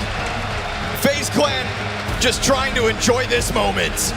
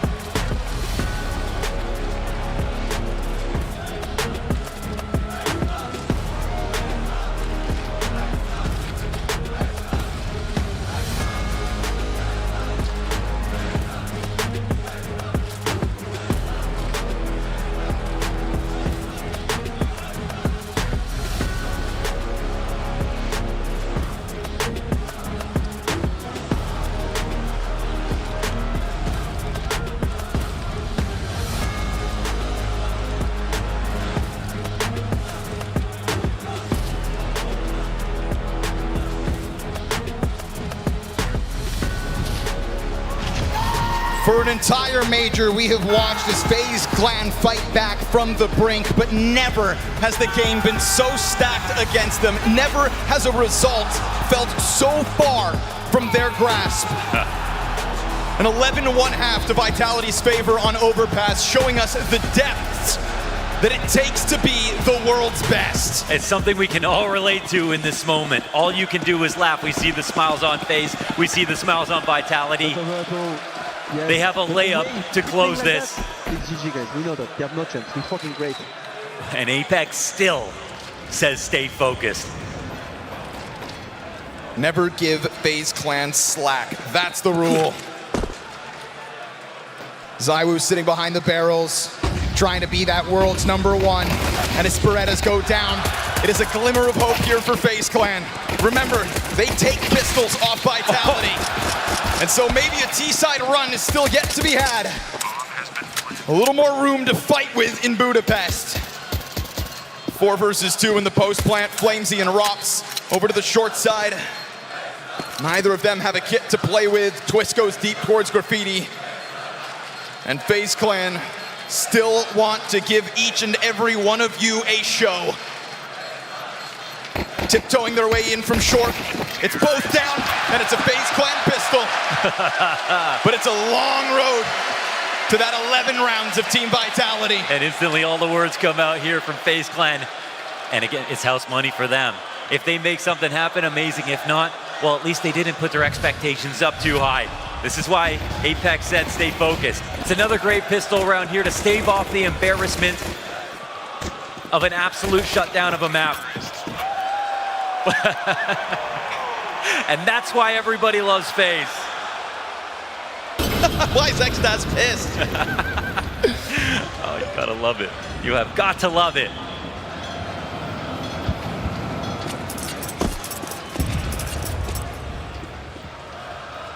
Budapest, are they making this comeback? Come on. They always wait until you think you've seen it all. That's why Counter-Strike's the gift that keeps on giving. Because how many times have you told yourself, well, I've seen it all? They will pull on your heartstrings to the bitter end.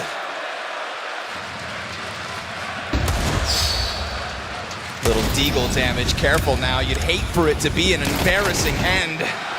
5-7 of Mezi drops this slow ropz flank from bathrooms. 5-7, good to kill Frozen. Remember, they're ex-teammates. Don't let ropz be the one. How does ZywOo do that? Double deagle kill. No. There comes Flamesy. And there's that swift reminder. karrigan, good luck. ropz hands on the AK, cut down FaZe clan.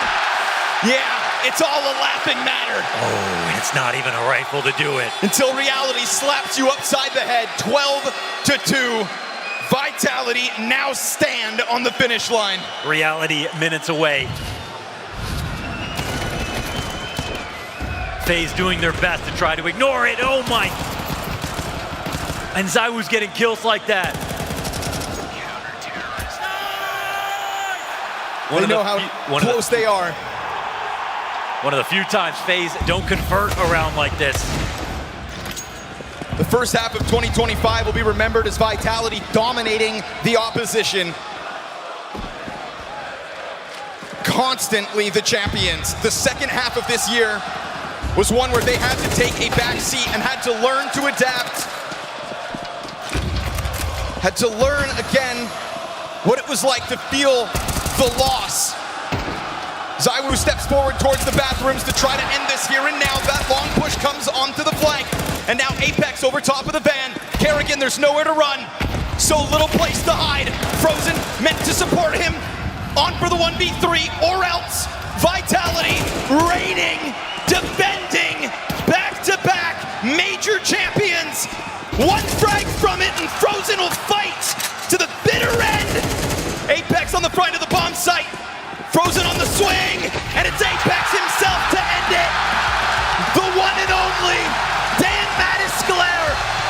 2 majors in CSGO, 2 majors in CS2. And who knows how many more. This team bouncing back from themselves versus a whole new field. Bigger, better, and stronger to get the final word in the second season. After already giving us something we had never seen and thought was never possible after Astralis. They built their era, they claimed their empire, and now they will pen the beginning of the second act of Vitality's global domination. With Budapest as our battleground, where history whispers from every cobblestone, Vitality's legend will never be forgotten. Never.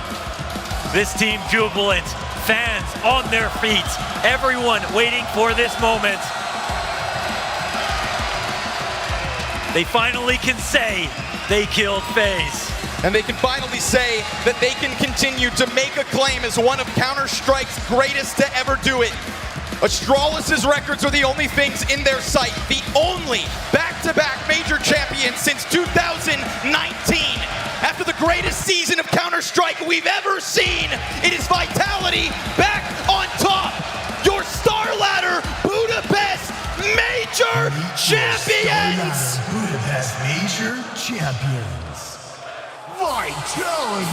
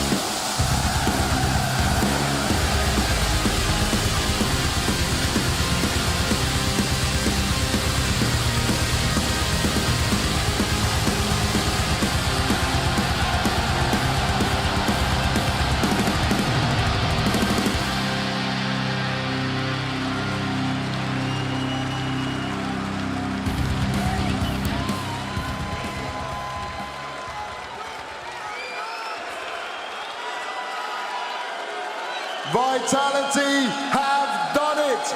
Back-to-back major champions!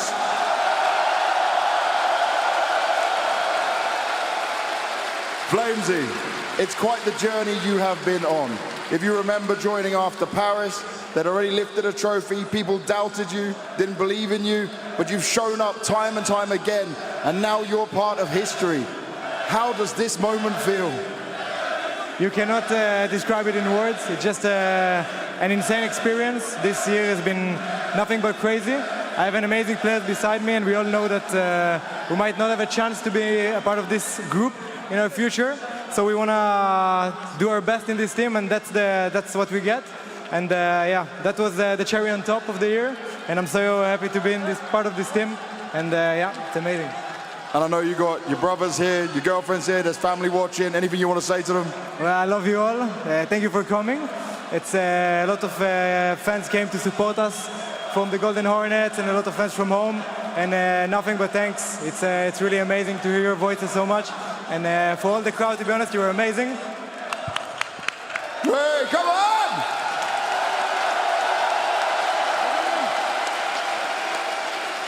Mezzy! You were a beast in this grand final, man. I think he may call you British player, but I'm going to call you the greatest British player of all time in any version of Counter-Strike, and it is not even close right now. Just tell me what the hell happened in this final, bro.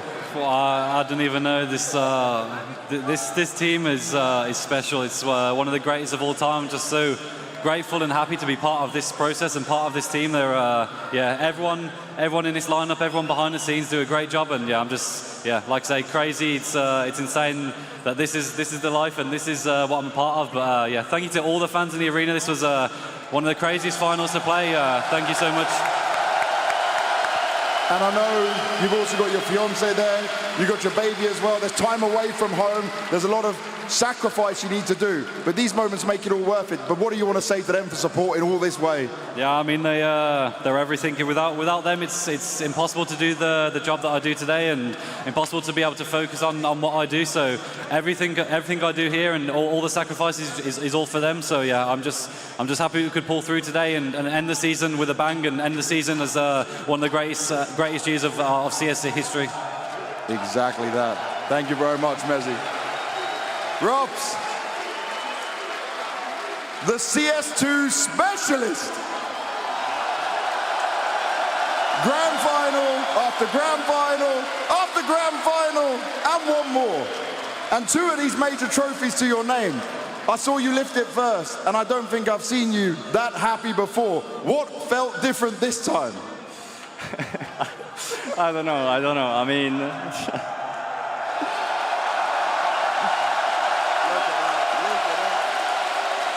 I'm speechless. I'm really tired. Honestly, I had the worst sleep today. Oh, no. I had the worst appetite. I barely ate today. It's because of a lot of stress coming into against Faze. For me, it's special to play them. Maybe for them, it's not as much, but still they have some history with me. But for me, it was a special day today, and it was hard to come into this match, and I'm happy with the way we did. Is it an emotional matchup for you as well? Is that where it hits, the emotional side? I think Austin was one of them. I think today was a very special day and very emotional. I mean, the moment you win is pure euphoria. I mean, you accomplished everything you wanted, and yeah, I'm just fucking happy, man. I don't blame you. Can I ask you one cheeky little question? 3 majors, do we get another Porsche?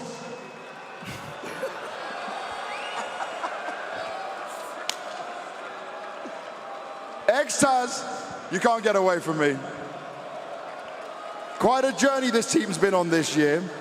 From where you were before coming into this major, seeing that you weren't able to lift as many trophies, battling with what this team had to do.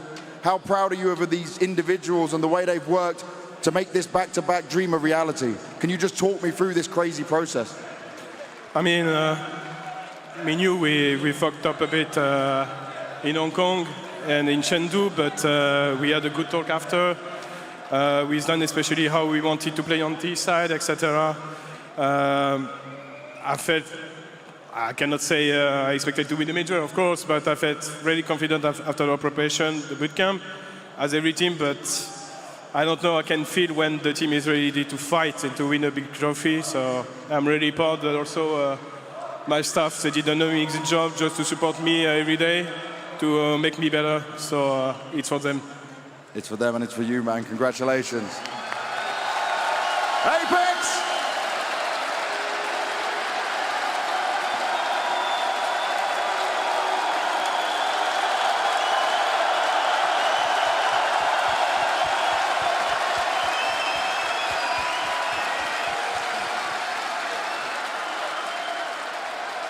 You've been in this situation before. You've been down a map in the finals. It's a best of 5, it's Faze. Just tell me what it took from this team, what it took from you leading this, the energy and everything to make sure this dream that you had to get a back-to-back major was a reality.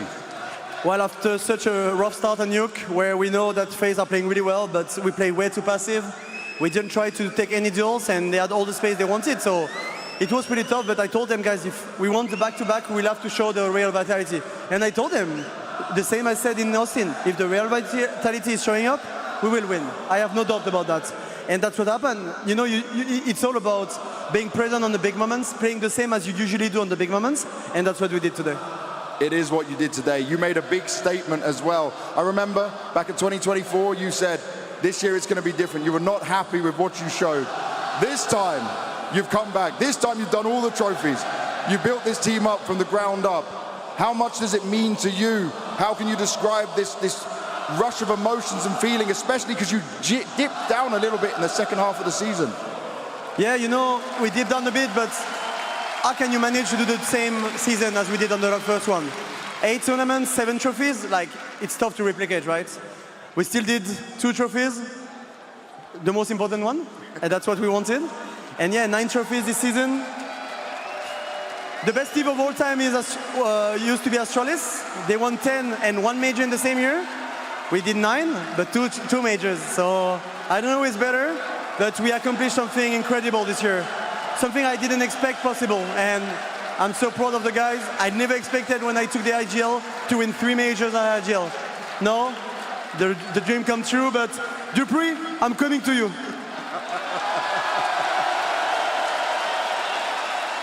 And lastly, they booed you, they cheered you, they give you everything. Final words to them and everyone at home. Well, I don't know, it's just natural for me not to get booed. To hear "fuck you Apex," it's just so natural that you need to change a bit because it makes me happy, you know, that you say that. So at some point, step up your trash talk and maybe I will be mad, but not now. Sorry, guys.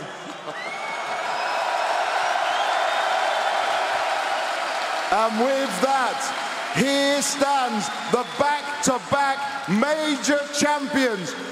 Budapest, everyone on your feet, as much noise as possible. It's Team Vitality!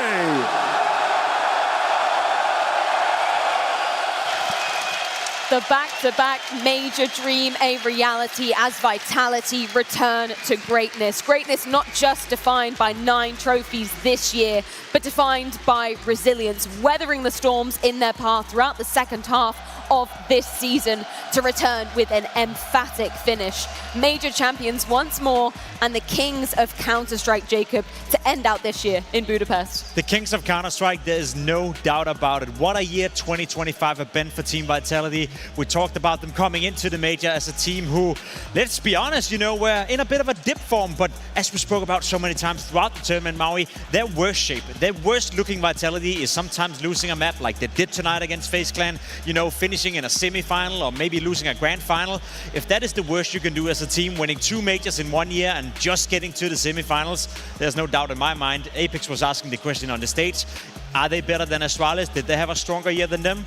I'm inclined to say yes. Oh, okay. Discussion that we might have to open up later, but I feel like what this actually cements is that we've put a bookend on the era discussion that the whole time some people were wondering, oh, was it just a streak? Is it really an era? Well, with 2 majors in the year, with starting at Katowice, ending here in Budapest, I have to say it is definitively an era. This kind of streak, in terms of placements, in terms of consistency, it's really unparalleled. Yes, Apex was talking about Astralis' year, but you look at the quality of tournaments that they won here, and it is hard to say that this is any worse.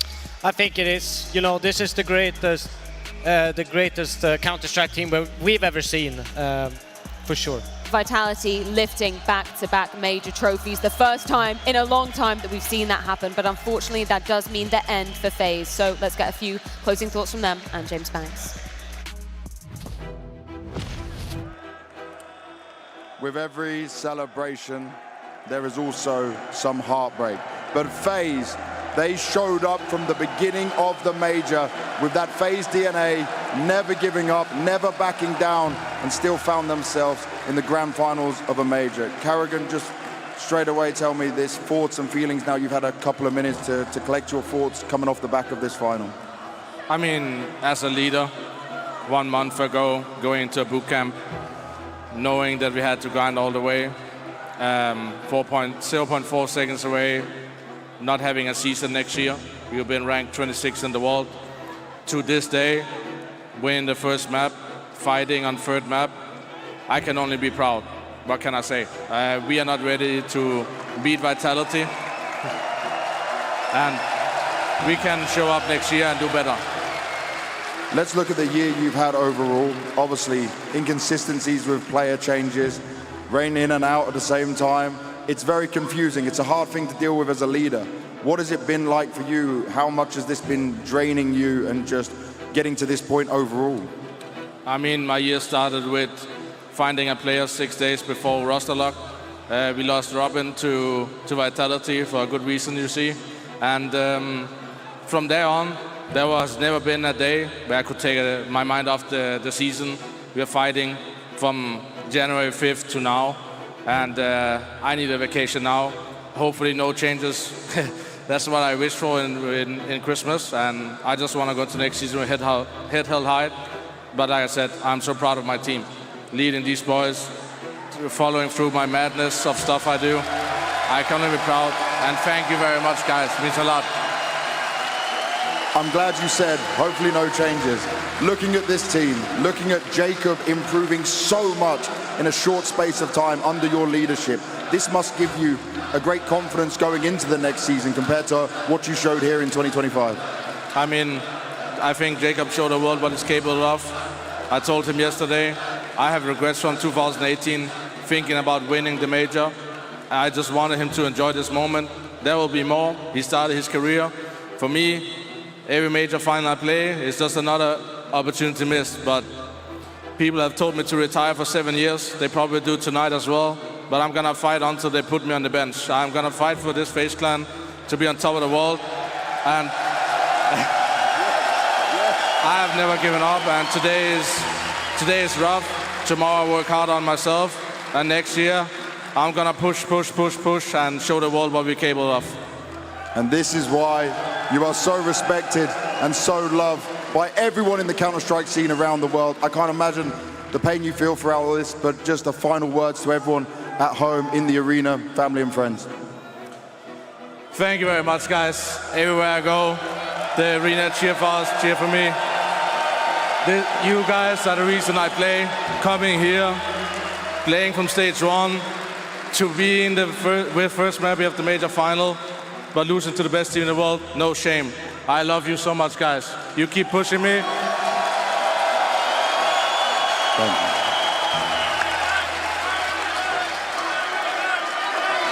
Ever the showman, even in moments of defeat. I love to hear that coming out of karrigan's mouth. One, hopefully no changes for this roster moving into 2026. They've proved what they can do on this very stage. But secondly, please, karrigan, don't go anywhere. Those calling for the retirement, please shut the hell up. I want you to stay for as long as humanly possible. We spoke about it a couple of days ago. It's a player that has faced so much adversity throughout his entire career, and his response is always working harder when he's facing set adversity. I have no doubt that karrigan has more to offer to the Counter-Strike scene this tournament as a whole. Yes, they didn't win the grand final, but to take this iteration of FaZe Clan all the way into the grand final, beating teams like Na'Vi in the process, beating Mouse on what was supposed to be home turf. If this is not another major milestone in his career, then what else are you supposed to do? I've said it before, and I'm a little bit tired of it, and I will say it. I don't think winning is everything in Counter-Strike. I think there's admirable second places, and if this is not an admirable second place, then nothing will ever be. One of the most admirable you could possibly ask for, and in terms of winning versus the achievement that karrigan has here, it goes without saying that this is the greatest overperformance of any team at this particular major. Sure, they don't lift the trophy on the final day, but again, the odds against them were ridiculously stacked. It's the first time in the 32-team era of majors that a team from stage 1 makes it to the playoffs. On top of that, they make it to the grand finals. They go up 1-0 in the series. They give us something to actually believe in, and that's what karrigan does. Always manufacturing belief, making it look like a roster with Jacob, a brand new rookie to the tier 1 space, has a chance at lifting Counter-Strike's biggest trophy. That's why we're always going to love karrigan, and that's why we always want to see him keep playing. Yeah, he has a unique ability to bring players in, you know. You could see it, he was with ropz, he was with Frozen. He's made so many superstars from his lineups, you know, develop and shine into the Counter-Strike players we love. And we want to keep seeing that, right? And he's now doing this with Jacob, it's unbelievable what he's achieved. I mean, even if you don't put the trophy on his name, this is an experience that's going to shape his entire playing career moving forward. It's an unbelievable experience to have a young rookie like this. An incredible run from FaZe nonetheless, but for Vitality, the back-to-back majors becoming a reality once more in the year of 2025. I've got to start with the ropz conversation, because every single CS2 Grand Final he's made it to, and he's now won 50% of the Maui. That's just an insane record, and something that nobody else can hold a candle to.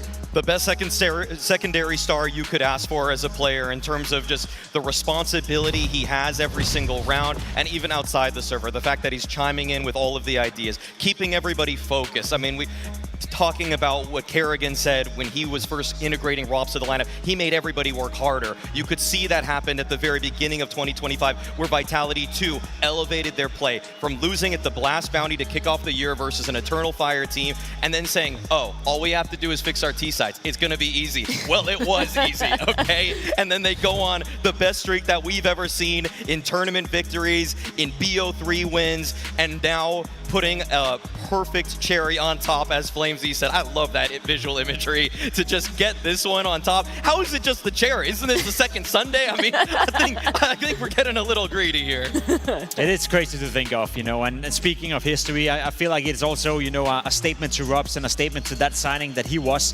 karrigan said it. Faze lost him last year. They would have loved to keep him, but ropz wanted the new channels. There's been a lot of great roster changes throughout the year, but I think ropz easily will go down in history as the most impactful roster change that has ever been. I know you can go back in time and you can say Mac is to Astralis. There's a molodoy coming into Fury as well with YEKINDAR, but in terms of raw impact, ropz came into Vitality. It took them one tournament and then they became the best team in the world. I'm just looking at the stats on HOTV very quickly. This has been ropz's best ever map. This Overpass to end out on. The best ever out of 1,760 maps on HLTV. This is the best. That's insane. They were so relentless towards that B site, and you know, ropz, he was incredible closing out the rounds. His job is just closing, and I don't know, he picked up the AWP, he picked up the rifle, he was doing everything, he was covering his teammates, and he's just such a methodical player. You know, you just love watching him, not because he always puts out highlight moments, not because of all of that, just because every time you see him, it's almost like you learn a little bit more when you watch him. It's almost like that's, you know, a dream player in a certain way, because there's not that many players in his position that can make it into a star role, that can make it into something more impactful than what it normally is. There's nobody. There's nobody who does it like ropz. There's a reason why he's quantified as the best in his role. Yeah, 100%. For Apex as well, we heard the words up on stage. A man full of a lot of words and a lot of hard-hitting ones as well. The Dupree comment. I mean, we have to talk about that. He's literally one away now, and I don't think Apex is anywhere near retiring, so that's going to be an interesting one to follow. Yeah, you know, and in Cologne next time around, that could be interesting if he were able to do it. Speaking about ropz, you know, 4 finals. Apex has been in 5 finals now. He wasn't 4 of them, right? Whenever he gets into them, seemingly finds a way to win. We've spoken about it many times before as well, but the transition of him, he mentioned it himself on the stage, going from being a rifle player, going from being an entry fragger into becoming an in-game leader.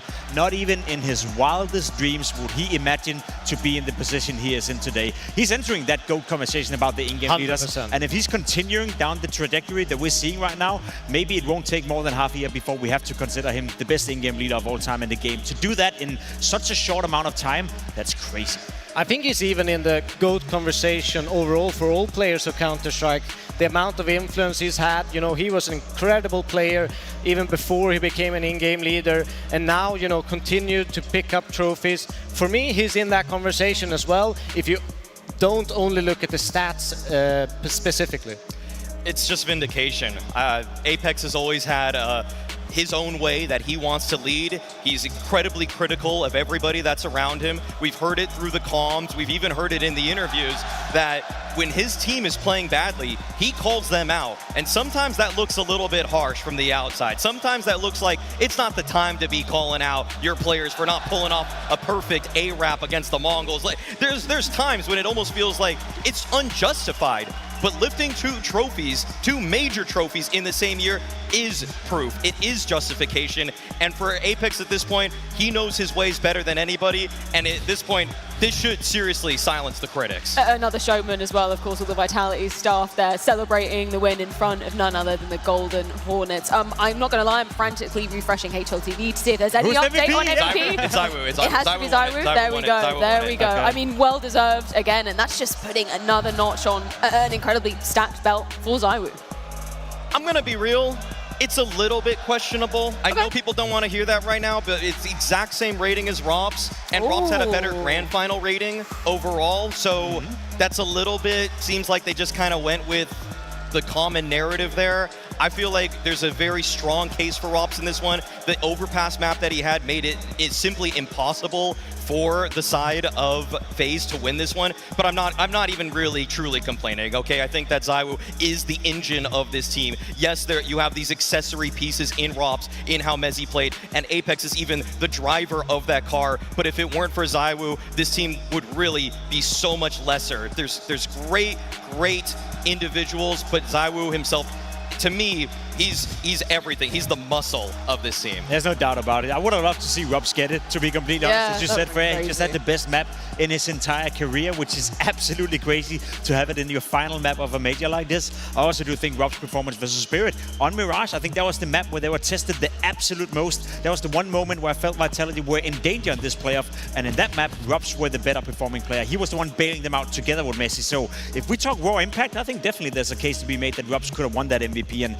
see them sharing that, you know, see ropz coming in as a new guy in Vitality, being the new signing. It would have been nice. We're not giving out gifts right here, so I'm sure there's a good reason for it from Almost HL TV. Almost Christmas, yeah. But honestly, I would have loved to see ropz win that one, because he definitely played a great tournament. So did Messi, so did Flamesy, so did Apex. Once again, just huge congratulations to Vitality for winning the final major here, the StarLadder Budapest Major 2025. Huge thank you to our sponsors, Blacklight, Monster, and xplay.gg as well. Thank you to everybody who joined us in the arena, everybody watching at home. DevilWalk, there is going to be another installment of All About Counter-Strike, if I'm correct, after this? We will be going live pretty soon, so don't miss it.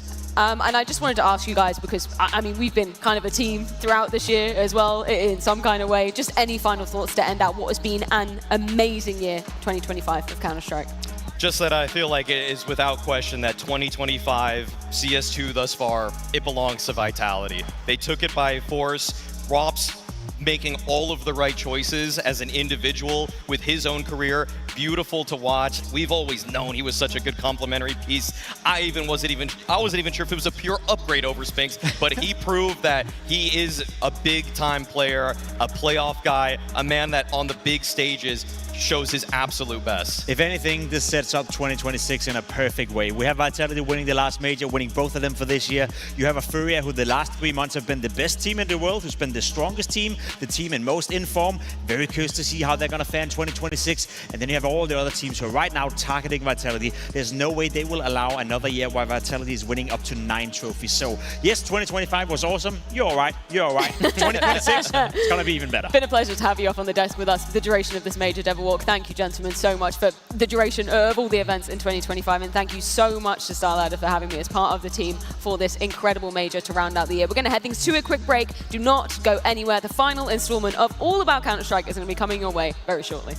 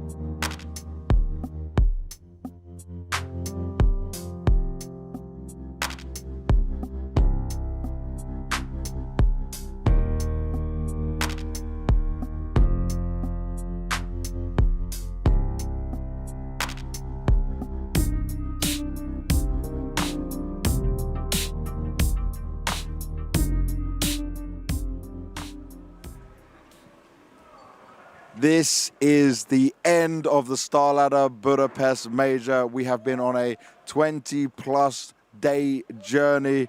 I'm sorry for the guys in the arena who can't hear us right now. We can't put the sound on, but you can watch live. You can try here. I've got no voice left in this at all, but it has been a crazy major. Vitality walk away as champions, back-to-back major champions. The storylines are all there. There's so much to talk about, but to introduce who we've got, as always, my more than intelligent co-host who is somehow not died yet.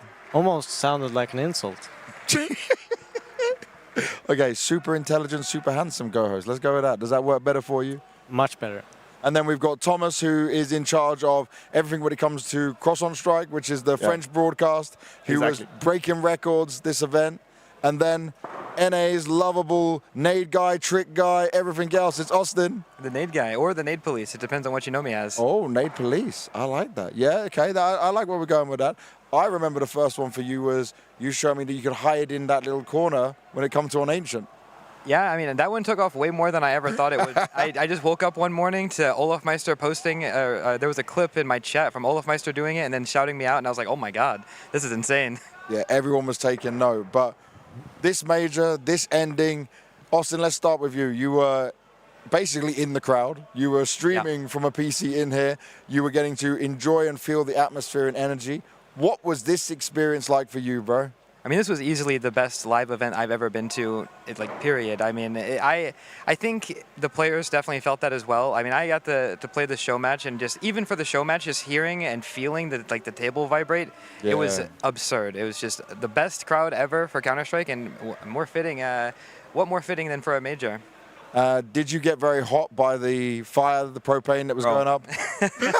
They didn't really tell me about the fire until we were about to go live, and they're like, oh, by the way, there's fire that comes out of the ground. Oh, and then, but it wasn't that bad. Okay, because I'm telling you, it was getting very sweaty in these suits when I was trying to duck and dive around the fire. And sometimes I would just forget about it, and then all of a sudden it goes off by the side of you. Thomas, for you, obviously, Vitality is a French organization, 2 French players on there. But you guys broke records this major. Yeah, we did. Exactly, we did. It was pretty impressive, to be honest. We did 80K, like if you take Twitch and YouTube. So for us, like our previous record was a bit above like 50K. So wow, that's absolutely huge for us. Thanks to Vitality, of course, to help us doing stats like this. And yeah, we did also more than 9,000 subs on the channel. So brilliant. Yeah, we break record everywhere. So yeah, thanks to Vitality and thanks to all the French fans who start to discover Counter-Strike. Everyone, you just finished up on the desk. Your second ever major desk. The first one was Antwerp. So now you're 2-time major champion, player, coach, and also 2-time major analyst desk man. Yeah, this was my first final though. I only did a semi-final in Antwerp. Okay. I'm pretty sure. But I got to enjoy the final in the arena in Antwerp. And I think, you know, they're 2 very different experiences, running around into green rooms, writing down things you want to talk about. So it's a completely different experience, but it was a very enjoyable one. Now, I want to talk a bit about the Counter-Strike before we get into some other things, because this was looking like it could be deadly for Vitality. My thoughts, especially not even before we saw the first map, but just the fact that it seemed like FaZe were on one of these crazy magic runs, and then you get the first map. I was sat there thinking, oh God, Vitality are going to throw this away. What was your reaction at the beginning? It's something like with FaZe, it has to be karrigan, where I'm a lifelong FaZe fan, and I'm not going to lie, coming into this major, I was checked out. I thought, seeing them struggle through the group stage, I thought it was over. The 0.4 second, save from karrigan, and then by the time we got here, I was like, oh my God, they're going to do it. I can't believe it. They won the first map, and I was over the moon, and then reality set in. I don't know. It's just FaZe magic. It is really some FaZe magic. Devilwalk, you were kind of at the time saying all the time, Vitality will take this, we'll take this, we'll take this. Did that mindset change because of what you saw on the first map? I did not change that at all. I wasn't really nervous for Vitality because I thought that the 3 maps for me that FaZe needed to win was the 3 first ones. So they needed to 3-0 Vitality for me. They needed to pick up the Nuke, they needed to pick up Dust 2, and they needed to pick up Inferno. And you know, when you go to an Overpass, it was almost like the longer the be a best of 5 kind of went, the more it was just moving towards Vitality. Because Overpass, you know, it's not a map that FaZe had looked great on by any means. I think they've lost, against NIP earlier in the tournament. I feel that was probably, for me, probably their worst map when they won both pistols and still lost 13-8 on Overpass. And then Mirage, I think Vitality had something like 84-86% win rate on that map, whilst Faze would be more of a 50-50. So it just felt like they needed to sweep them instantly to have a chance. You must have been believing from the beginning, Thomas.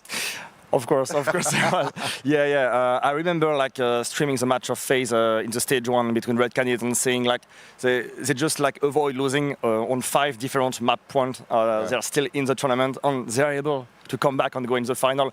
It was just like a dream, and they made it. I was kind of surprised, but at the same time, I had this feeling that Vitality was the perfect team to counter Faze. And after the first map that Faze won, it was not the same scenario as usual. Like usually Faze start to lose, and after they get momentum and they manage to close the game. The fact that Faze won the first match, I was like, okay, Vitality now have 2 different maps to stop the Faze momentum. If they manage to do it, Faze won't come back, and that's exactly what happened on those 2. Yeah. And I want to also look at this, right, as that for Vitality, yes, the best team of the year, even if they didn't win this major, right? But this is one of these crazy scenarios where they didn't come into this playoff bracket as favourites, and then they then went on this tear and things started to look better for them. And just look at this, the performances they had here was like something changed in them coming into this playoffs that maybe was unexpected, because this was a level up from not just like the usual suspects, it was almost everyone minus Apex who actually did start to perform a little bit better from the semis onwards. I mean, did you say Vitality or for Faze? Yeah, for Vitality. For Vitality. I mean, I think that Vitality, sometimes they can start a little bit loose in a tournament. They can almost look a little bit lost. And I think they actually did even in this grand final. But once they get kind of a slap on the wrist or something, it seems like they just wake up and start playing again. And I feel like we've seen this time and time again, where you start to get worried for Vitality, and that's when they come back and they just kick in another gear. Because on Nuke, I thought it was uncharacteristic from Vitality. They looked like timid, they were kind of hiding behind boxes, and they weren't really putting themselves out there to take duels. It felt like it was more Faze players clearing them in corners rather than, them setting up plays and being proactive, especially on their CT side. And it's just not what I've seen from them at all throughout the year. Even in the I guess, bad tournaments, a top 4 finish, they played better than they did on that Nuke. You know what, I'm going to just give you something leaked information. We were waiting for it to hit. ZywOo is the MVP. So that is now all his majors, all 3 of them, him being the MVP. But I'll say this, both ropz and Mezi were looking like they were trying to chase him. This was not like a definitive run where ZywOo was going to be guaranteed it, right? Yeah, definitely. And does that mean that ZywOo is the first ever 3-time major MVP? It has to be. Yeah, it has to be. Yeah, it has to be. It has to be, yeah. Yeah. So that's definitely going to be interesting when it comes into the GOAT debate now. Yeah, because obviously in Astralis it went up and down, right? Different players had it. Right. Now this was definitely a great event from everybody on Vitality. I mean, not surprised that they won, but when it comes down to ZywOo getting the MVP over ropz or Mzi, I feel like it has to be ZywOo, just because he played better consistently throughout the entirety of the group stage, and then also in playoffs. We had pop-off performances from Mzi and ropz, but it wasn't like ZywOo took a map off ever. He was always constantly there, and yes, Mzi did great today in the final specifically, but still ZywOo was putting up the same kind of numbers he has been. If you go match MVP, I would say Mzi. But overall for the tournament, I'd agree with that. Agreed. Yeah. That's why Vitality is so strong, basically. For example, Spirit got donk, we got other team with very strong player, but Vitality is a true team, to be honest. And when you can see the performance that Mzi is doing, because for a long time he was a player who already everyone was saying maybe you should kick Mzi to get a better player in terms of name. But Mzi is now a good player individually, but as a team player, holy shit, he's super good. He's super good. And what you can see on Inferno, for example, for me is the best moment you can understand how Vitality works, because in the beginning, ZywOo isn't that good. He's missing a lot of AVP shots, and we can see ropz doing clutch one after the other. And Mzi, when ropz started to play a bit a lower level, I'm gonna say, Mzinho started to get some numbers at that point. So in the end, we got all 5 players performing at the same time. And of course, when you play at that level, you win major. Yeah, I mean, I've said this in the past. It's almost like every single player on Vitality could be a star player on any other team in the world. And that's a scary prospect, right? You know, Messi, he was a superstar in Fnatic to some extent, ropz in Faze, you know, ZywOo, obviously. You know, who can do that? And flamez, you know, came from OG, right? And he was an incredible player. In By the way, I'm just going to keep saying this. Vitality signed flamez and ropz with no buyout. Yeah. People can't forget the, like, there are so many organizations that make horrendous screw-ups with, like, letting a player go or not getting the money they should for a player, or they can't quite get it right on the transfers. Somehow, some way, these guys did it perfectly with 2 of the biggest signings, because flamez was super hyped. The only thing that obviously he got hit with is, oh, they just won a major, you're replacing Dupree, but like Vitality was planning for the future. And then ropz comes along. You can't ever say no to ropz if he's on offer and free. And like, this is genius management for sometimes where you look at some orgs, they can't do any of this stuff right. I mean, I feel like there's a few examples where you feel like teams have missed the mark with renewing their lineup and changing things up. You could look at Astralis, you could look at NIP, who kind of failed that. Because when you have the strongest fan base and the strongest kind of, I don't know, org presence in the scene, that fades away pretty quickly. And if you don't act when the players want to play for that organization, want to play for that badge, so to speak, it's going to be really hard to kind of rebuild, and obviously Vitality have done a great job at that. Yeah, and let me look at this now, because before we start talking about Faze, because there's not massive amounts to talk about, looking at Vitality, do you guys, and I'm going to start with you, Austin, consider this a better year than the Astralis year with 10 trophies and 1 major? I personally do, and I think that's just because the level of Counter-Strike across the board has risen to a level that I feel like it's going to be hard to see runs like this throughout a year. Like, it's going to be hard to see it again. This could be one of the last dominant runs that we have in Counter-Strike history, just because everybody is just getting so much better as a team. Devwalk. I mean, yes, only because because of the same reason, essentially. It's the fact that you have so many good teams challenging them as well. Yeah. You know, I think Mao even said on the desk that even the Astralis era had finishes where they exited group stage, they exited quarterfinals, they had these kind of bumps and blimps in their road even in that year. And you look at Vitality, we're not even counting the top 4 finishes. I don't even know how many it is, but that's their worst standing at an event. Yeah.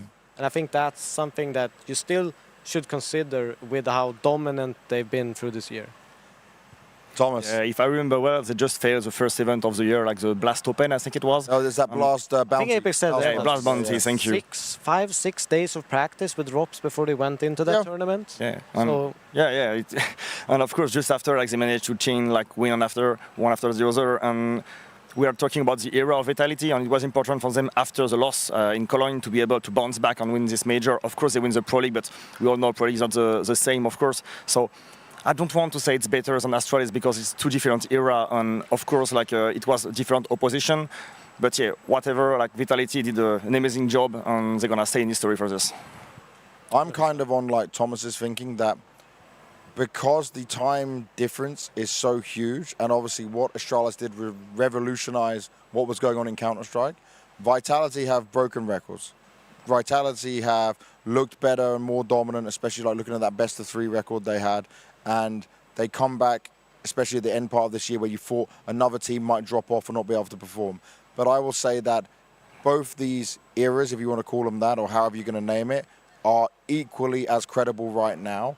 But if we see some sort of, and I mean, this doesn't have to be 7, 8 trophies in a row again, or 7 trophies in a row again, some more next year.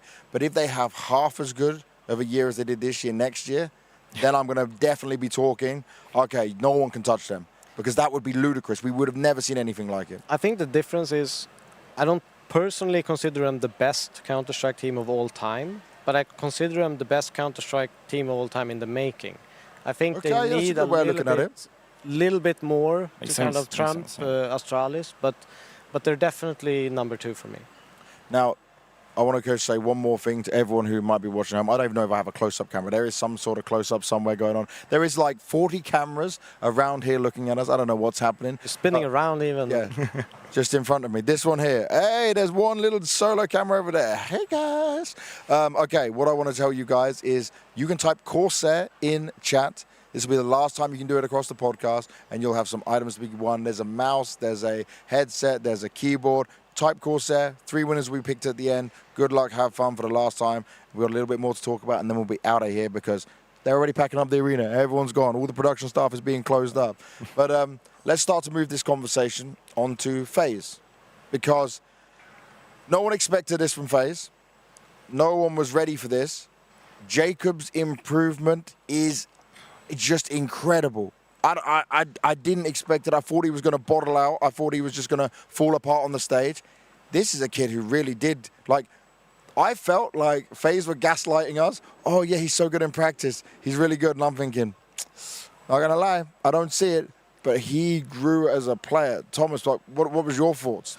Yeah, I'm kind of impressed by the way he managed to handle pressure, because when they arrived like in the quarterfinal, I spotted him like many times outside, and he looked like very, his face was very close, you know. Yeah. And, in the game, he was not that good. Like basically, he was like using the strength of Faze to be able to do some frags, but in terms of positioning, sometimes he was not in the best way. But like game after game, he started to get better and better. And to be honest, I'm kind of happy for him, because I don't really trust this 5 of Faze to be able to do this type of performance again and again and again. I think we are close to the end of the Faze era of this type of this roster, to be honest. But this guy like just proved that he's able to stay in tier 1. And I was afraid in stage 1 if they go out that he get kicked from Faze. And we know a story like this when a good player, good prospect come in a top team, don't make things happen, and in the end he get kicked, and that's almost the end of his tier 1 career.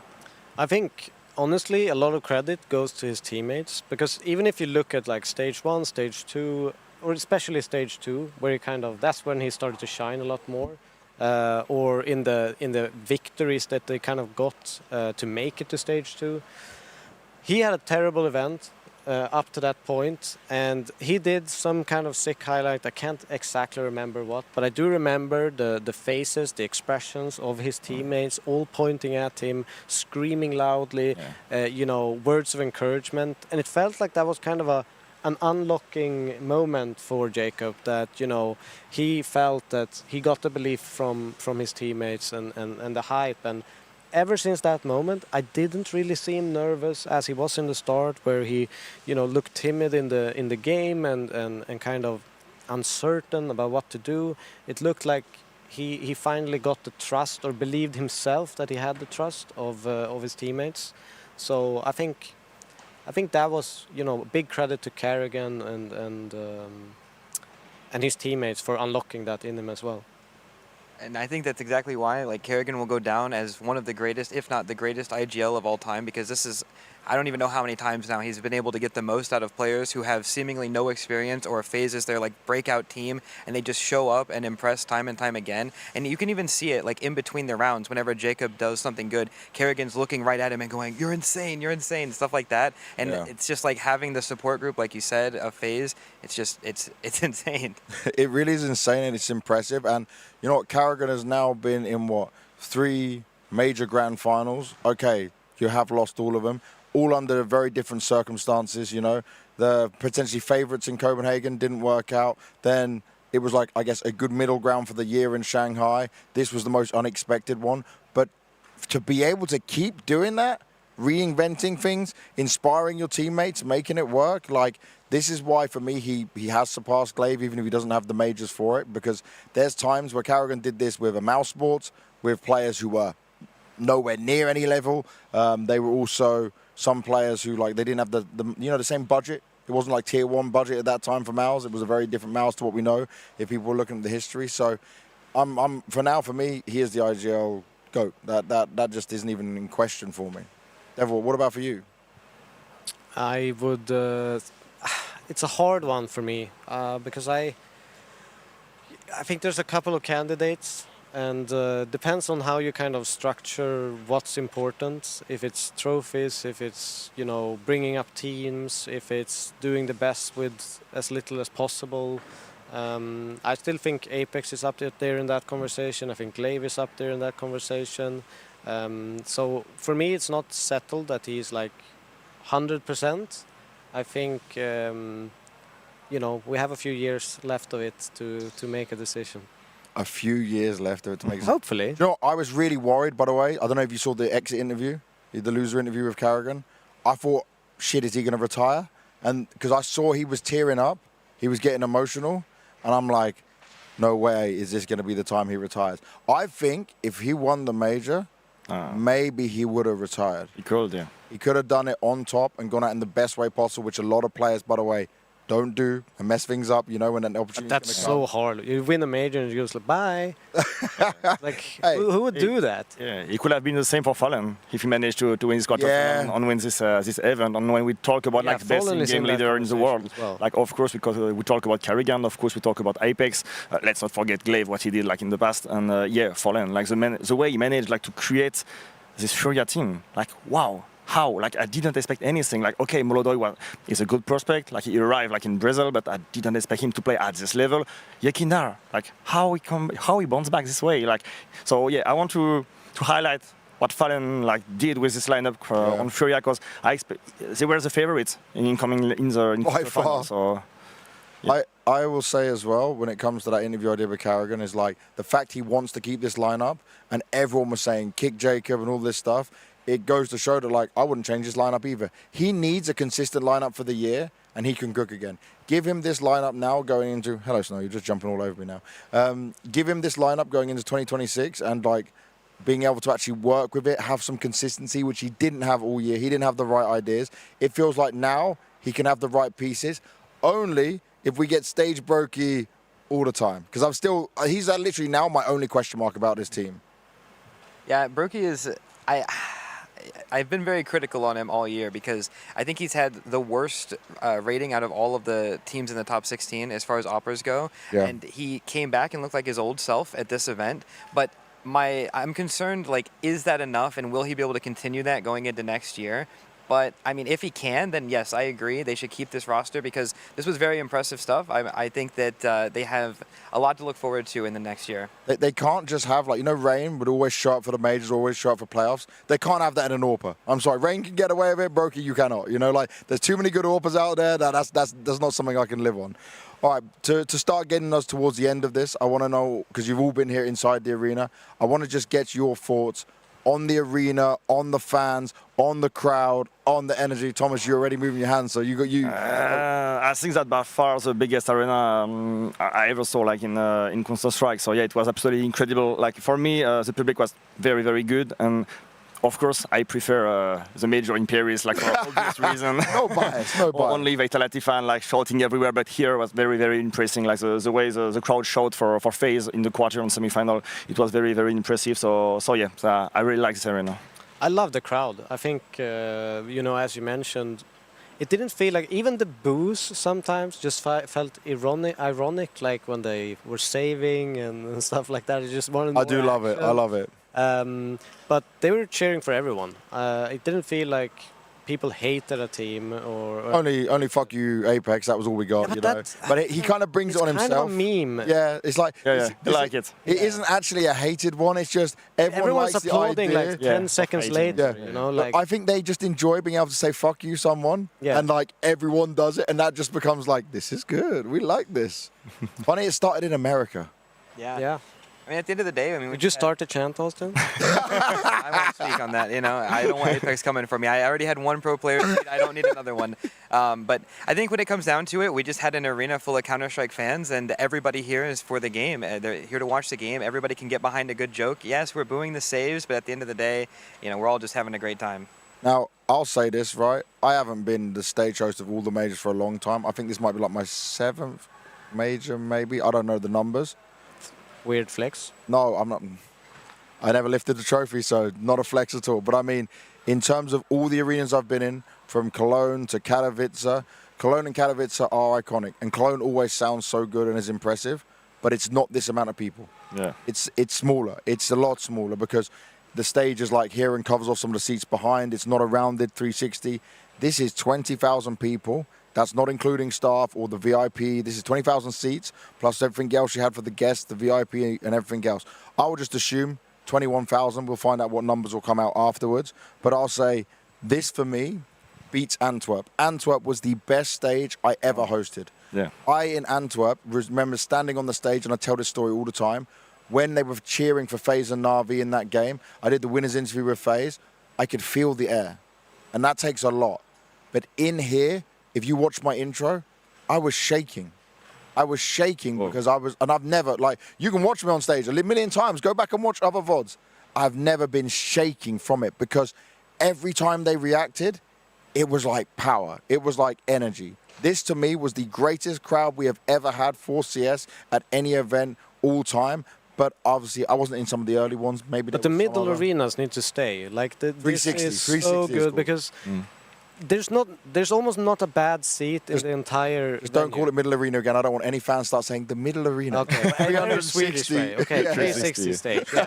But I feel like everyone got a great viewing experience. I feel like when you have these like long ass arenas with the stage all the way, some people are not gonna have the most amazing experience, and I think that. Yeah. It helps the crowd deliver what they've delivered as well. Yeah, I 100% agree. And I think historically, if we go back and look at some of the best crowds throughout history, it's these 360 arenas that provide some of the best. If I'm not mistaken, I think Boston was also a 360 arena, and that crowd was also insane. Just for watching from the stream, I wasn't there.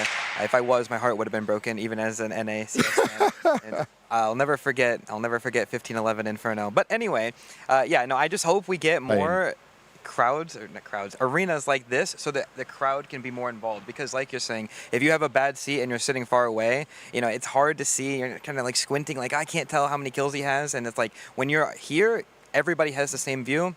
It's way better for everybody. And you know what you just said there, right? Everyone having the same view. I know StarLadder got a lot of shit for what they did and what they've been through right from the start of this, but this playoff experience was nuts.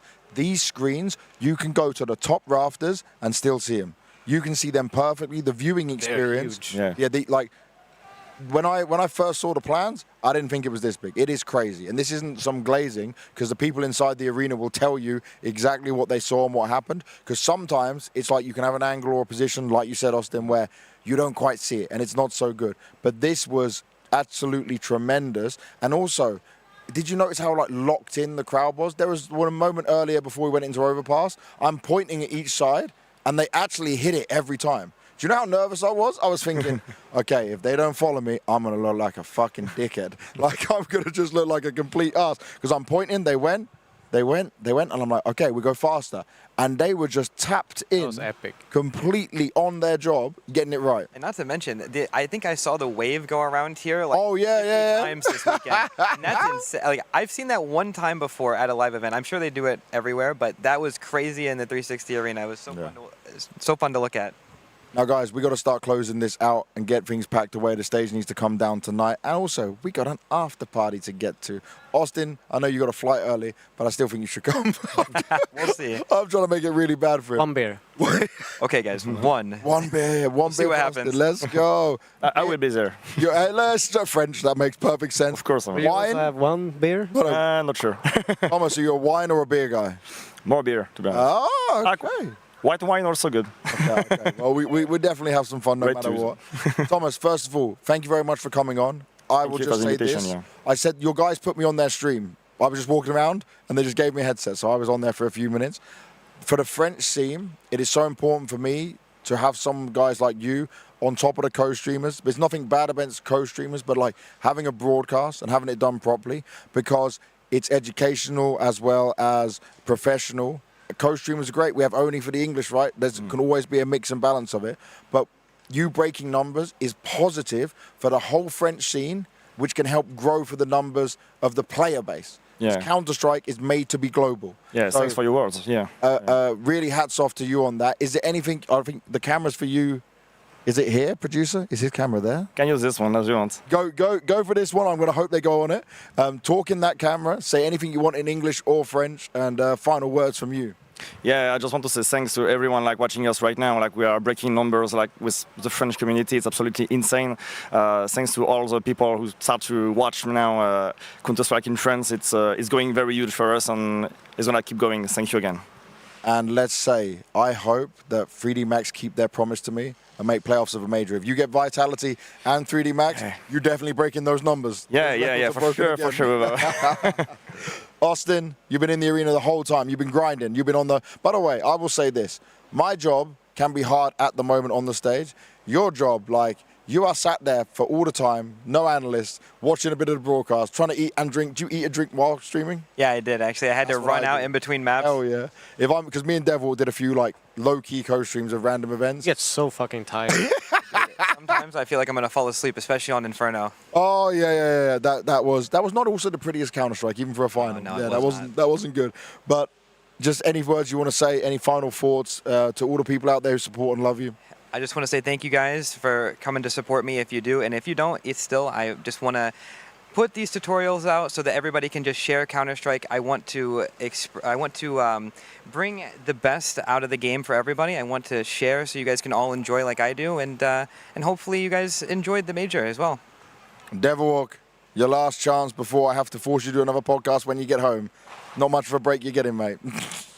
No, but yeah, thank you everyone for the support. I hope you enjoyed the major. I certainly did, and thank you guys for joining us here. Thank you. Thanks for the invitation. Yeah. It's a pleasure. Super lovely. I mean, let's go Counter-Strike. Yeah. Let's go Counter-Strike. Well, that is it. The StarLadder Budapest Major has ended. If you are a big fan of Counter-Strike, you need to be at events like this. The Major is something different that cannot be explained. The feelings you have, the emotions you have, people traveling from all around the world. Counter-Strike is a truly global game. It is full of millions of players around the world. It's getting bigger in China. We just heard it's getting bigger in France. It's growing all over. And that's what makes our game beautiful. We are undefeated. We are #1. There is no competition in esports compared to what anyone else is doing. Counter-Strike is forever. Counter-Strike is what always remains, and we will forever be the best because we have the legacy, we have the passion, and we have a game that can just never die. This has been the All About Counter-Strike StarLadder Major podcast from start to finish. We've been having a lot of fun rocking it. We've been in the arena. We've been having guests on. This is it. We're going home tomorrow, but trust me, there'll be more episodes and more fun. Thank you very much for watching, and forever Counter-Strike, forever love.